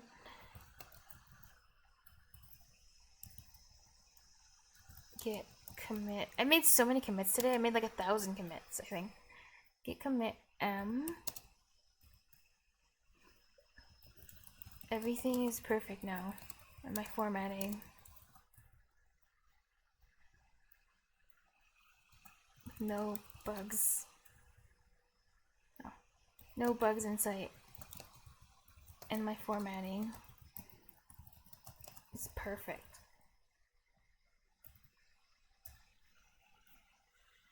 You wanna know something funny and sweep? The only 2 branches of this okay, it's called a repo, like sheep, right? When the only 2 branches of this repo that exist are, other than the main branch, which is the one I've been pushing to, the only other ones, they're all formatting. Like one person made a formatting branch, like fix this formatting. And the other one made another branch for something. It just says fix. It just says for formatting. It's not that bad. I'm working on it. Yeah. Like sheep. Yes. Because I kept mispronouncing it, and then Win caught on, and then Win was like, "That's not how you say it." I was like, "Repo, Rippo," and stuff like that. I kept like saying everything that wasn't repo. Repo, like sheepo. Well, yeah, that's my mnemonic, so I can learn to pronounce it right. Reap, like the E in sheep. Don't count the sheep at night. Count the repos. Oh, you thought it was. You're like, I don't get this joke. You're like, this is such a bad. This is worse than your usual dad jokes, is what you were thinking. This is horrible. This isn't funny at all. But no, it's just a mnemonic. It's not supposed to be funny. It has something to do with sheep. So yeah, okay. Everything is perfect now, and so now it's good. Now I can actually start writing new lines. Oh, I was like, oh, yeah, repo originates from she. Oh my, I get it. That would be really interesting. But if you ask ChatGPT, why did it come from the word sheep? It'll probably hallucinate a decent answer for you.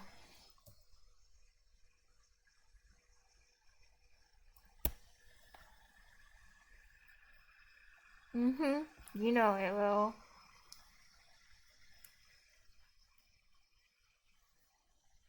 Okay, so what did I need to do after this? One. Well, maybe I should update before I go edit the code. I should update this. I haven't updated this in a while. Oh, you know one thing that'll be really, really fun? Oh, maybe I should keep it a surprise, but but then you might come up, I'm gonna tell you about it, because you might come up with something good. I'm gonna add a fun command to the bot. The command is exclamation point, make me senior dev, and then it will spit out a random fact in a, well, not actually, it won't be in a JSON, it will just be in a list, like a separate class, but it will spit out a random fact, and it will say, to become a senior dev, all you need to do is, and then it will say various quotes, and this is what stuff that viewers came up with, so I just wanted to make a whole collection. I think it'd be really fun. A space a day keeps the red squiggle away. Isn't that cute? I didn't code it yet on me. I just said I'm going to add it. There's the no reference exception. This one's awesome. This one's from Wind. Do you love them? Always push your code at the end of business on Friday. And no preserve root. It's great. Wrap your whole life inside a try block. Yeah, if you come up with anything that is...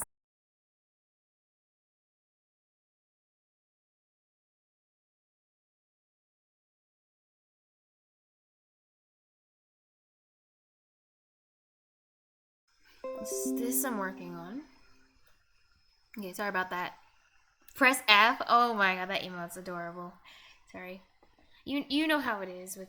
I think the J clip on my Ethernet cord is starting to wear out. That's sad. It's only been a few months, or it's been like a month and a half. But I think it's starting to like slide. Maybe that's what's happening. Like the Ethernet, when it wiggles, sometimes it disconnects. Oh, hi Renadon. Yeah. So many things. I'm working on this one. This is something I'm working on right now, too. This is together with this one. These are gonna be together. This is not important, because I don't even need a freaking command to do this. I don't even think I'm gonna do this one, because I don't think it's necessary, because it's easy. I can just go into the JSON, Command A, delete everyone. It's not that hard.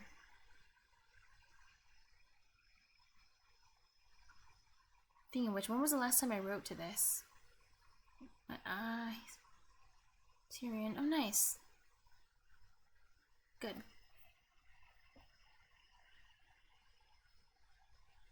Oh, there's a little Easter egg in here, too. I'm actually gonna grab wings. Some of these need to be...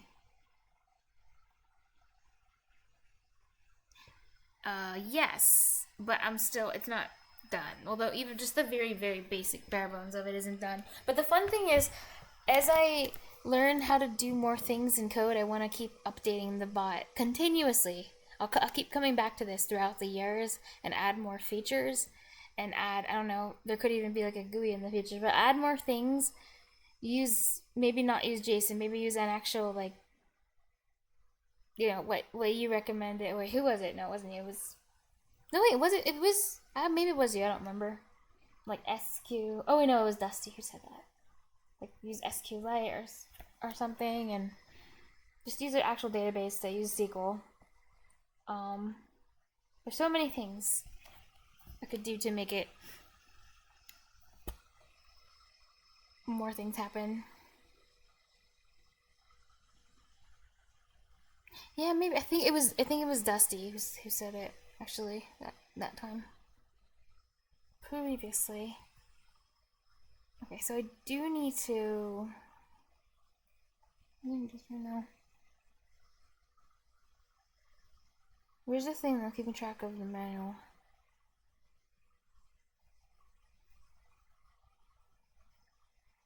Oh, wait. Program.cs.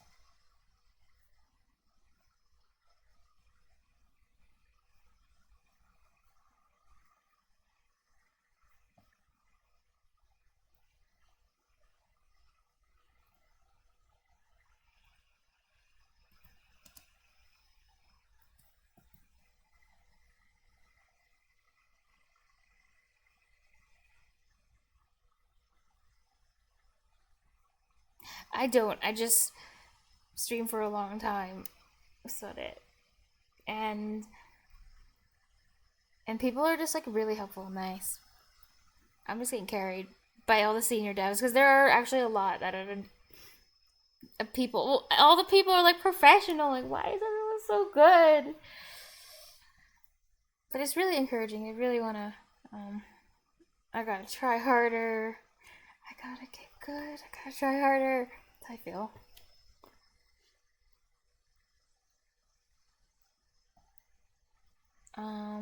What's it doing again? Oh yeah, copying.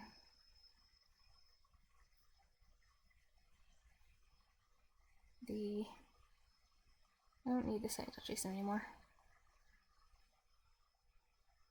Motion win. Some of these are getting copied in too.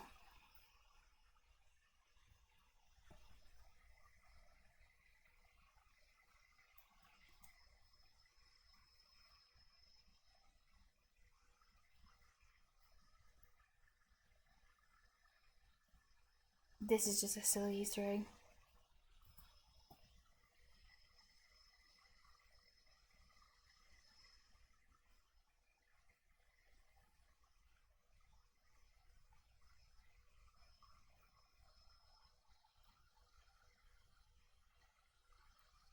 Yeah, it does support. I knew it supported 2D, but I know, like 3D is the thing most people like to do. I don't know what the 2D is like or how nice it is to work with it.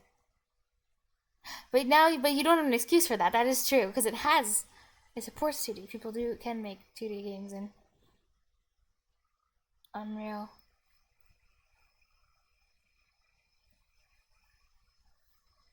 Okay.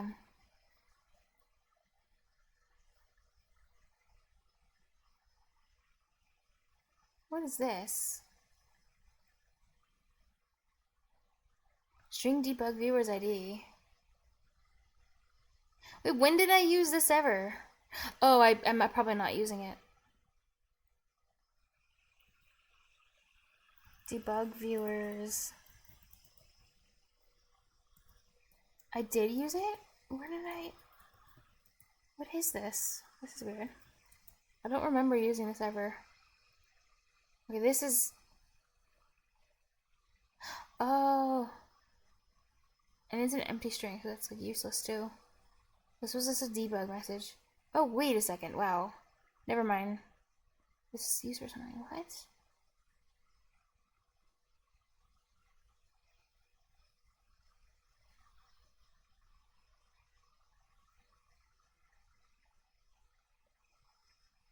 So when did I put... This is an empty string though. How does this make sense? How does this make... I mean, the code works, I guess. It works, but... Oh, and this is also used in the catch anyway. This doesn't make sense. This shouldn't be... I don't think that makes sense at all. I think this was a mistake. This was supposed to be something else in there. Because this is freaking blank.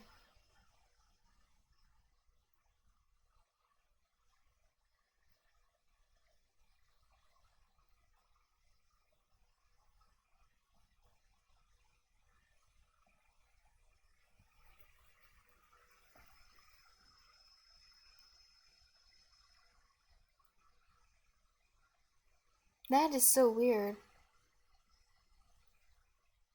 Oh, I did. Where is it commented out? Oh, I get it. Oh. That is so awkward. That must have been a mistake.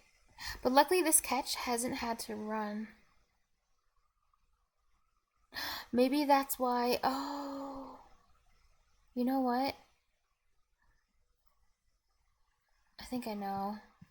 There's this one thing that happens where if it can't find someone in the dictionary, because I commented that line out by accident, there was this one thing that happens. An exception is supposed to be thrown where it crashes the program, but that's why I have this continue here. But something changed where it's getting the same... I was having the same exception earlier, but it was like getting stuck in like an infinite loop. Like it just wasn't... The exception registered, but it just didn't stop the program from running. It just kept It just didn't respond. The bot stopped responding to commands. I think maybe it was this, because this is an async thing.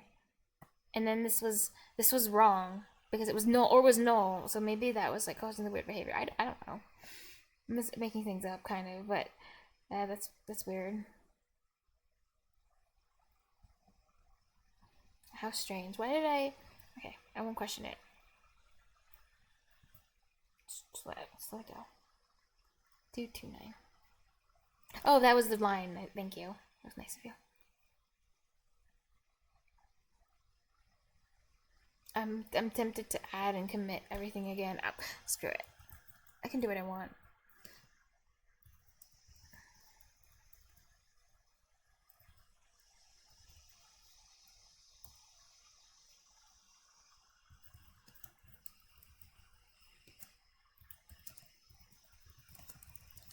Just some touch-ups.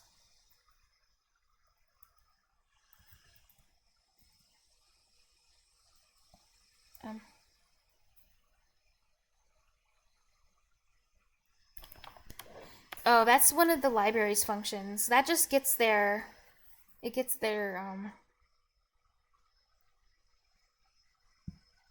the opposite value. It gets, these are saying, where is that again?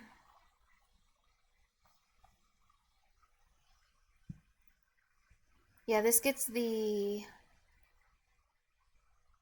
it gets the username. I'm trying to get their username.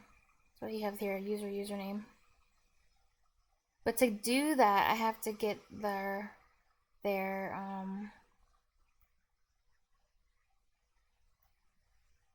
why did I do it like this? What is this again? This returns.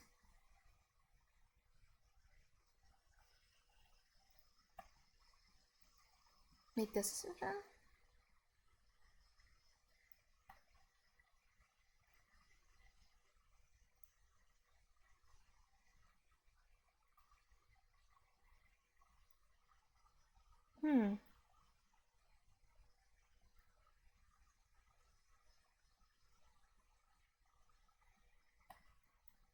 Wait, oh my god, user?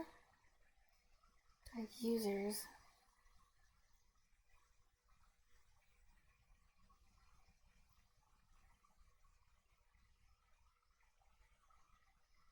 What the hell? I guess am I not using it for anything? Or maybe I was gonna use it and then ended up not using it? I'm kind of not sure anymore. This has a use, but I think I ended up maybe not using it. Why is this in the catch block anyway? Wait a second, things are all... You know what? It might not write to the JSON correctly right now anymore, now that I think about it. But I haven't tested it in a while. I should test it, because this... I don't think this should be in the catch block. I think this was a mistake, because I need the response.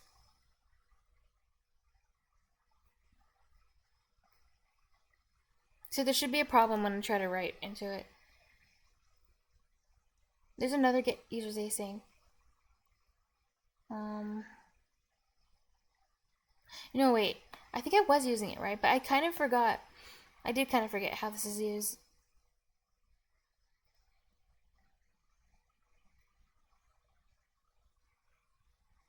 Why is it not storing into anything? Yeah, but this isn't... I don't think that line was supposed to be in the catch block. That's why I'm thinking, that's related to writing to the... What is it related to? No, that's related to telling if I'm online or not. I can easily test to see if it works. But I don't... Now I'm just like puzzling over old code.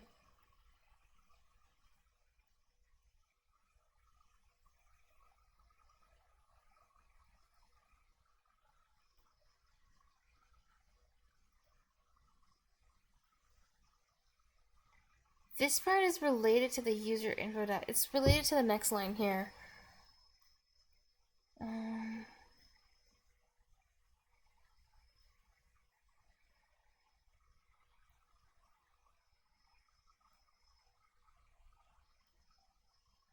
Wait, logins.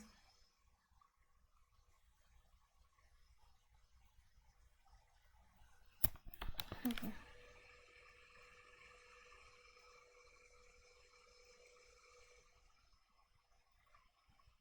Yeah, maybe I just didn't, because it was so... Maybe I just didn't question it at the time. Now I'm questioning it, like, how does this work? This syntax is weird, now that I think about it. This is... Oh, you know what? It has to be doing something behind the scenes with fields and stuff, because this is their library thing. So this username thing. I don't know, it's related to their library. So when I do this, it's updating something, like some variable on the inside so that I can grab the user ID.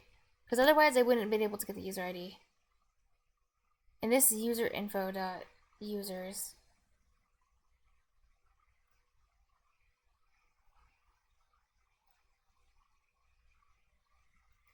Yeah.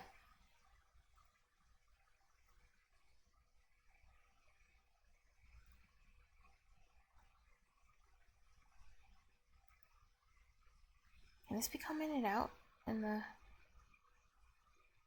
Yeah, that makes something red. What does it make red though? Username.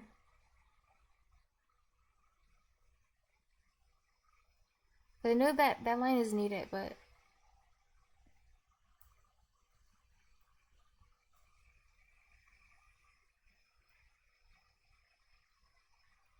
Oh, I'm stupid. I have word wrap on. I have word wrap on. This isn't get users async. This is api.helix.users.getUser async being stored in user info. It's because word wrap is... I thought it was separate. It's not. When you asked that question, I just forgot. It's because it's word wrap is making it look like, you know, it's just making it look weird. This is one thing. This is api.helix.users.users async. And what this does, by the way, is it returns their... It's the opposite. So it gets me their username, and then with their username I can get their ID. So I can get one of the things and then get the opposite.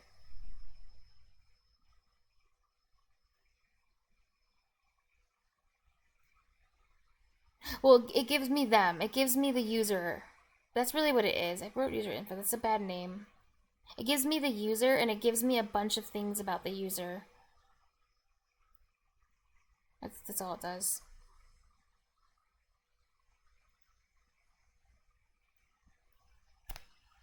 Yeah.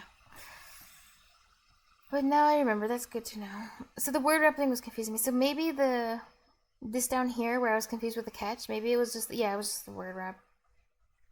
Viewer's ID. So this is the viewer's ID because I want the display name. So you do the opposite with this.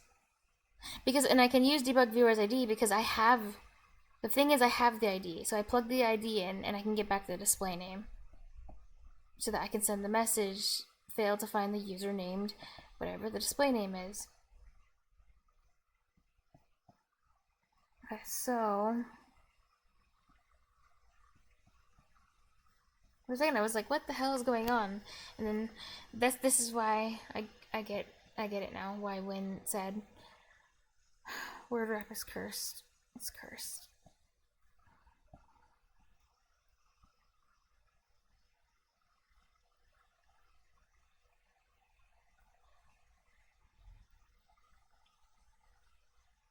It's cursed when that happens, when it like lines up and makes it look like a different function. You're like, what the...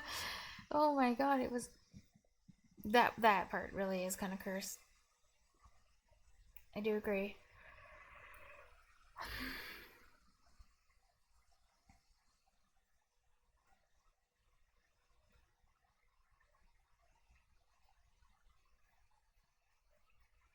I guess what I need to do is... This is actually a good stopping point. Especially because I wrote... Maybe I will stop here. I think.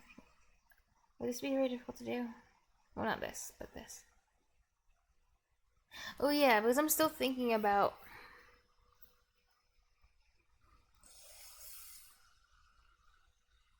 how I wanted to do this. So when I have buy, I might modify what it types. Actually, yeah.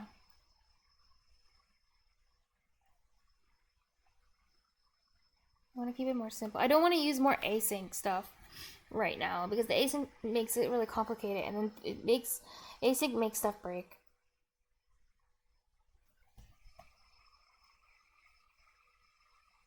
I want to keep it simpler if I can. I already have a few async things that I made, well, that were made. I'm gonna try to limit how much extra async is happening on top of all the other async. Okay, one thing I think I will do is change for the helper class. This message, or not? No, wait, never mind. It's supposed to be in reward shop.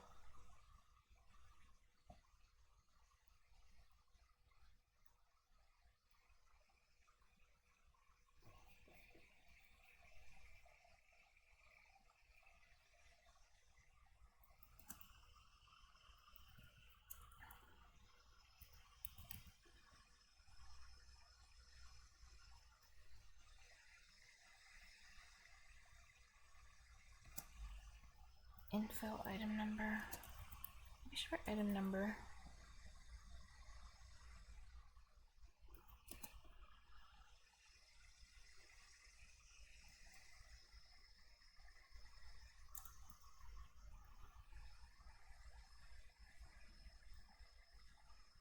Item number. Item number. I don't need them anymore then.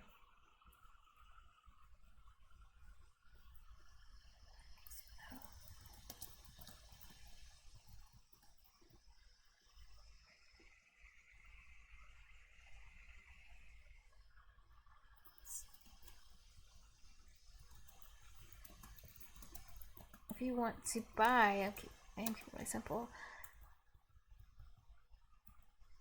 To buy a particular item, or sell, or not sell, what am I saying? You can't sell these virtual goods. Get more information.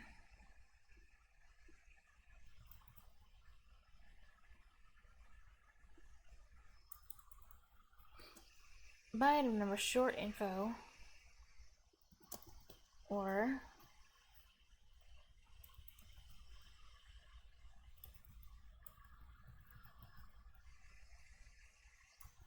I'll change it to description.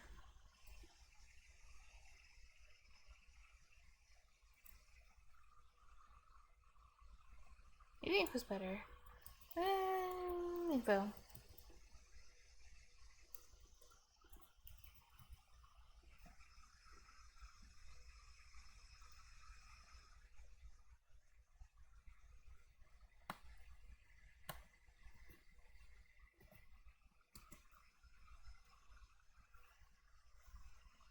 If you want to buy a particular item or get more information.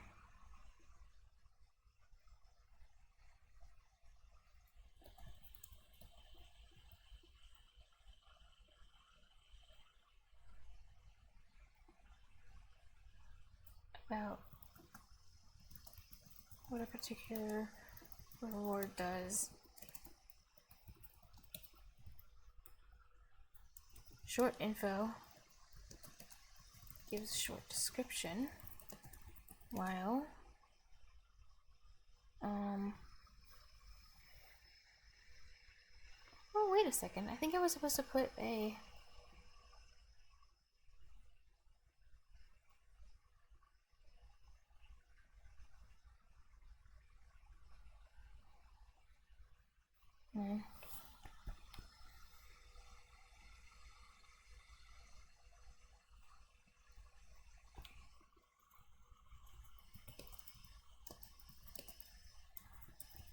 well, long info.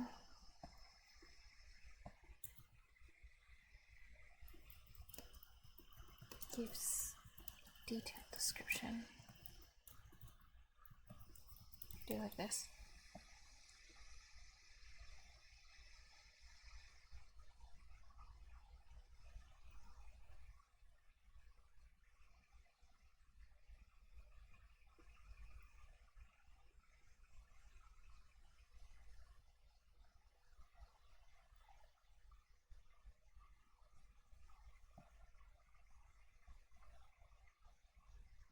I think I can shorten this, actually.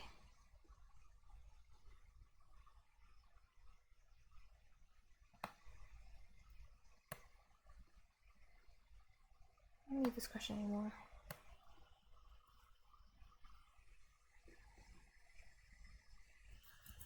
You can type by.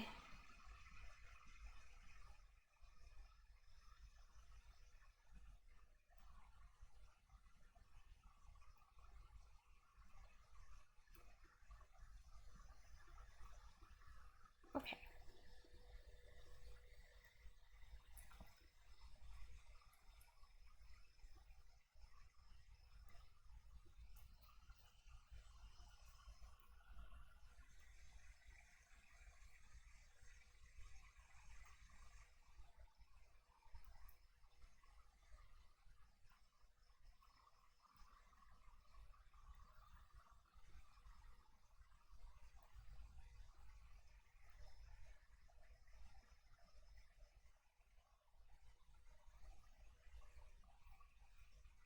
Wait a second.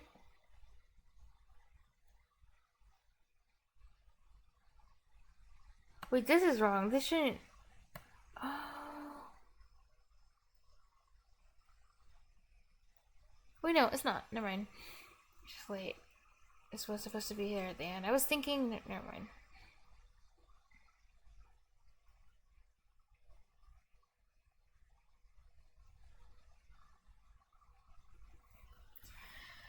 Okay.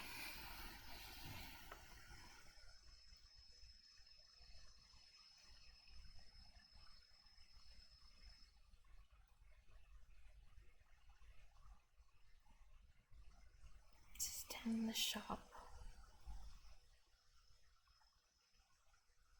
Order by.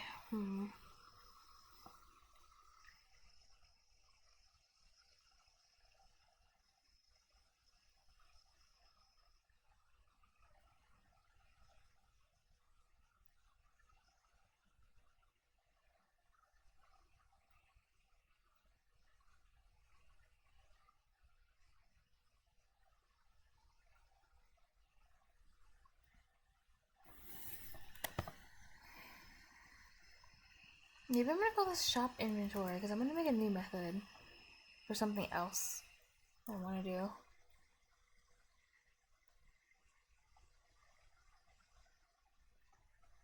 This is gonna make thing another part.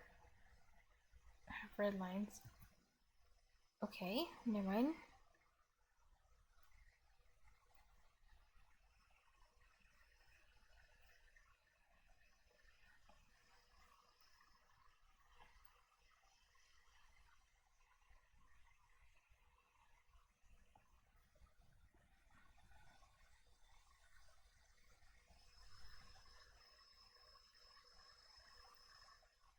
There it is.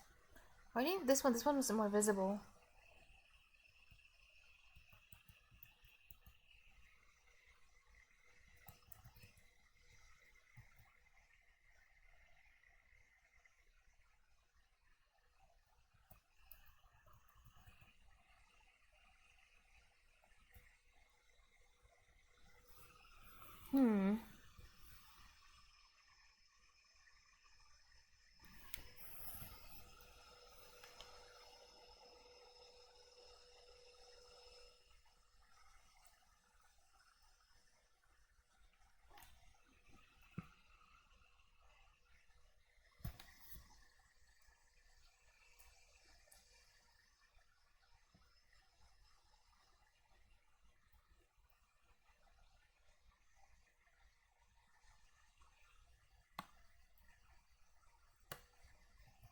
I think it wants to be outside the method actually.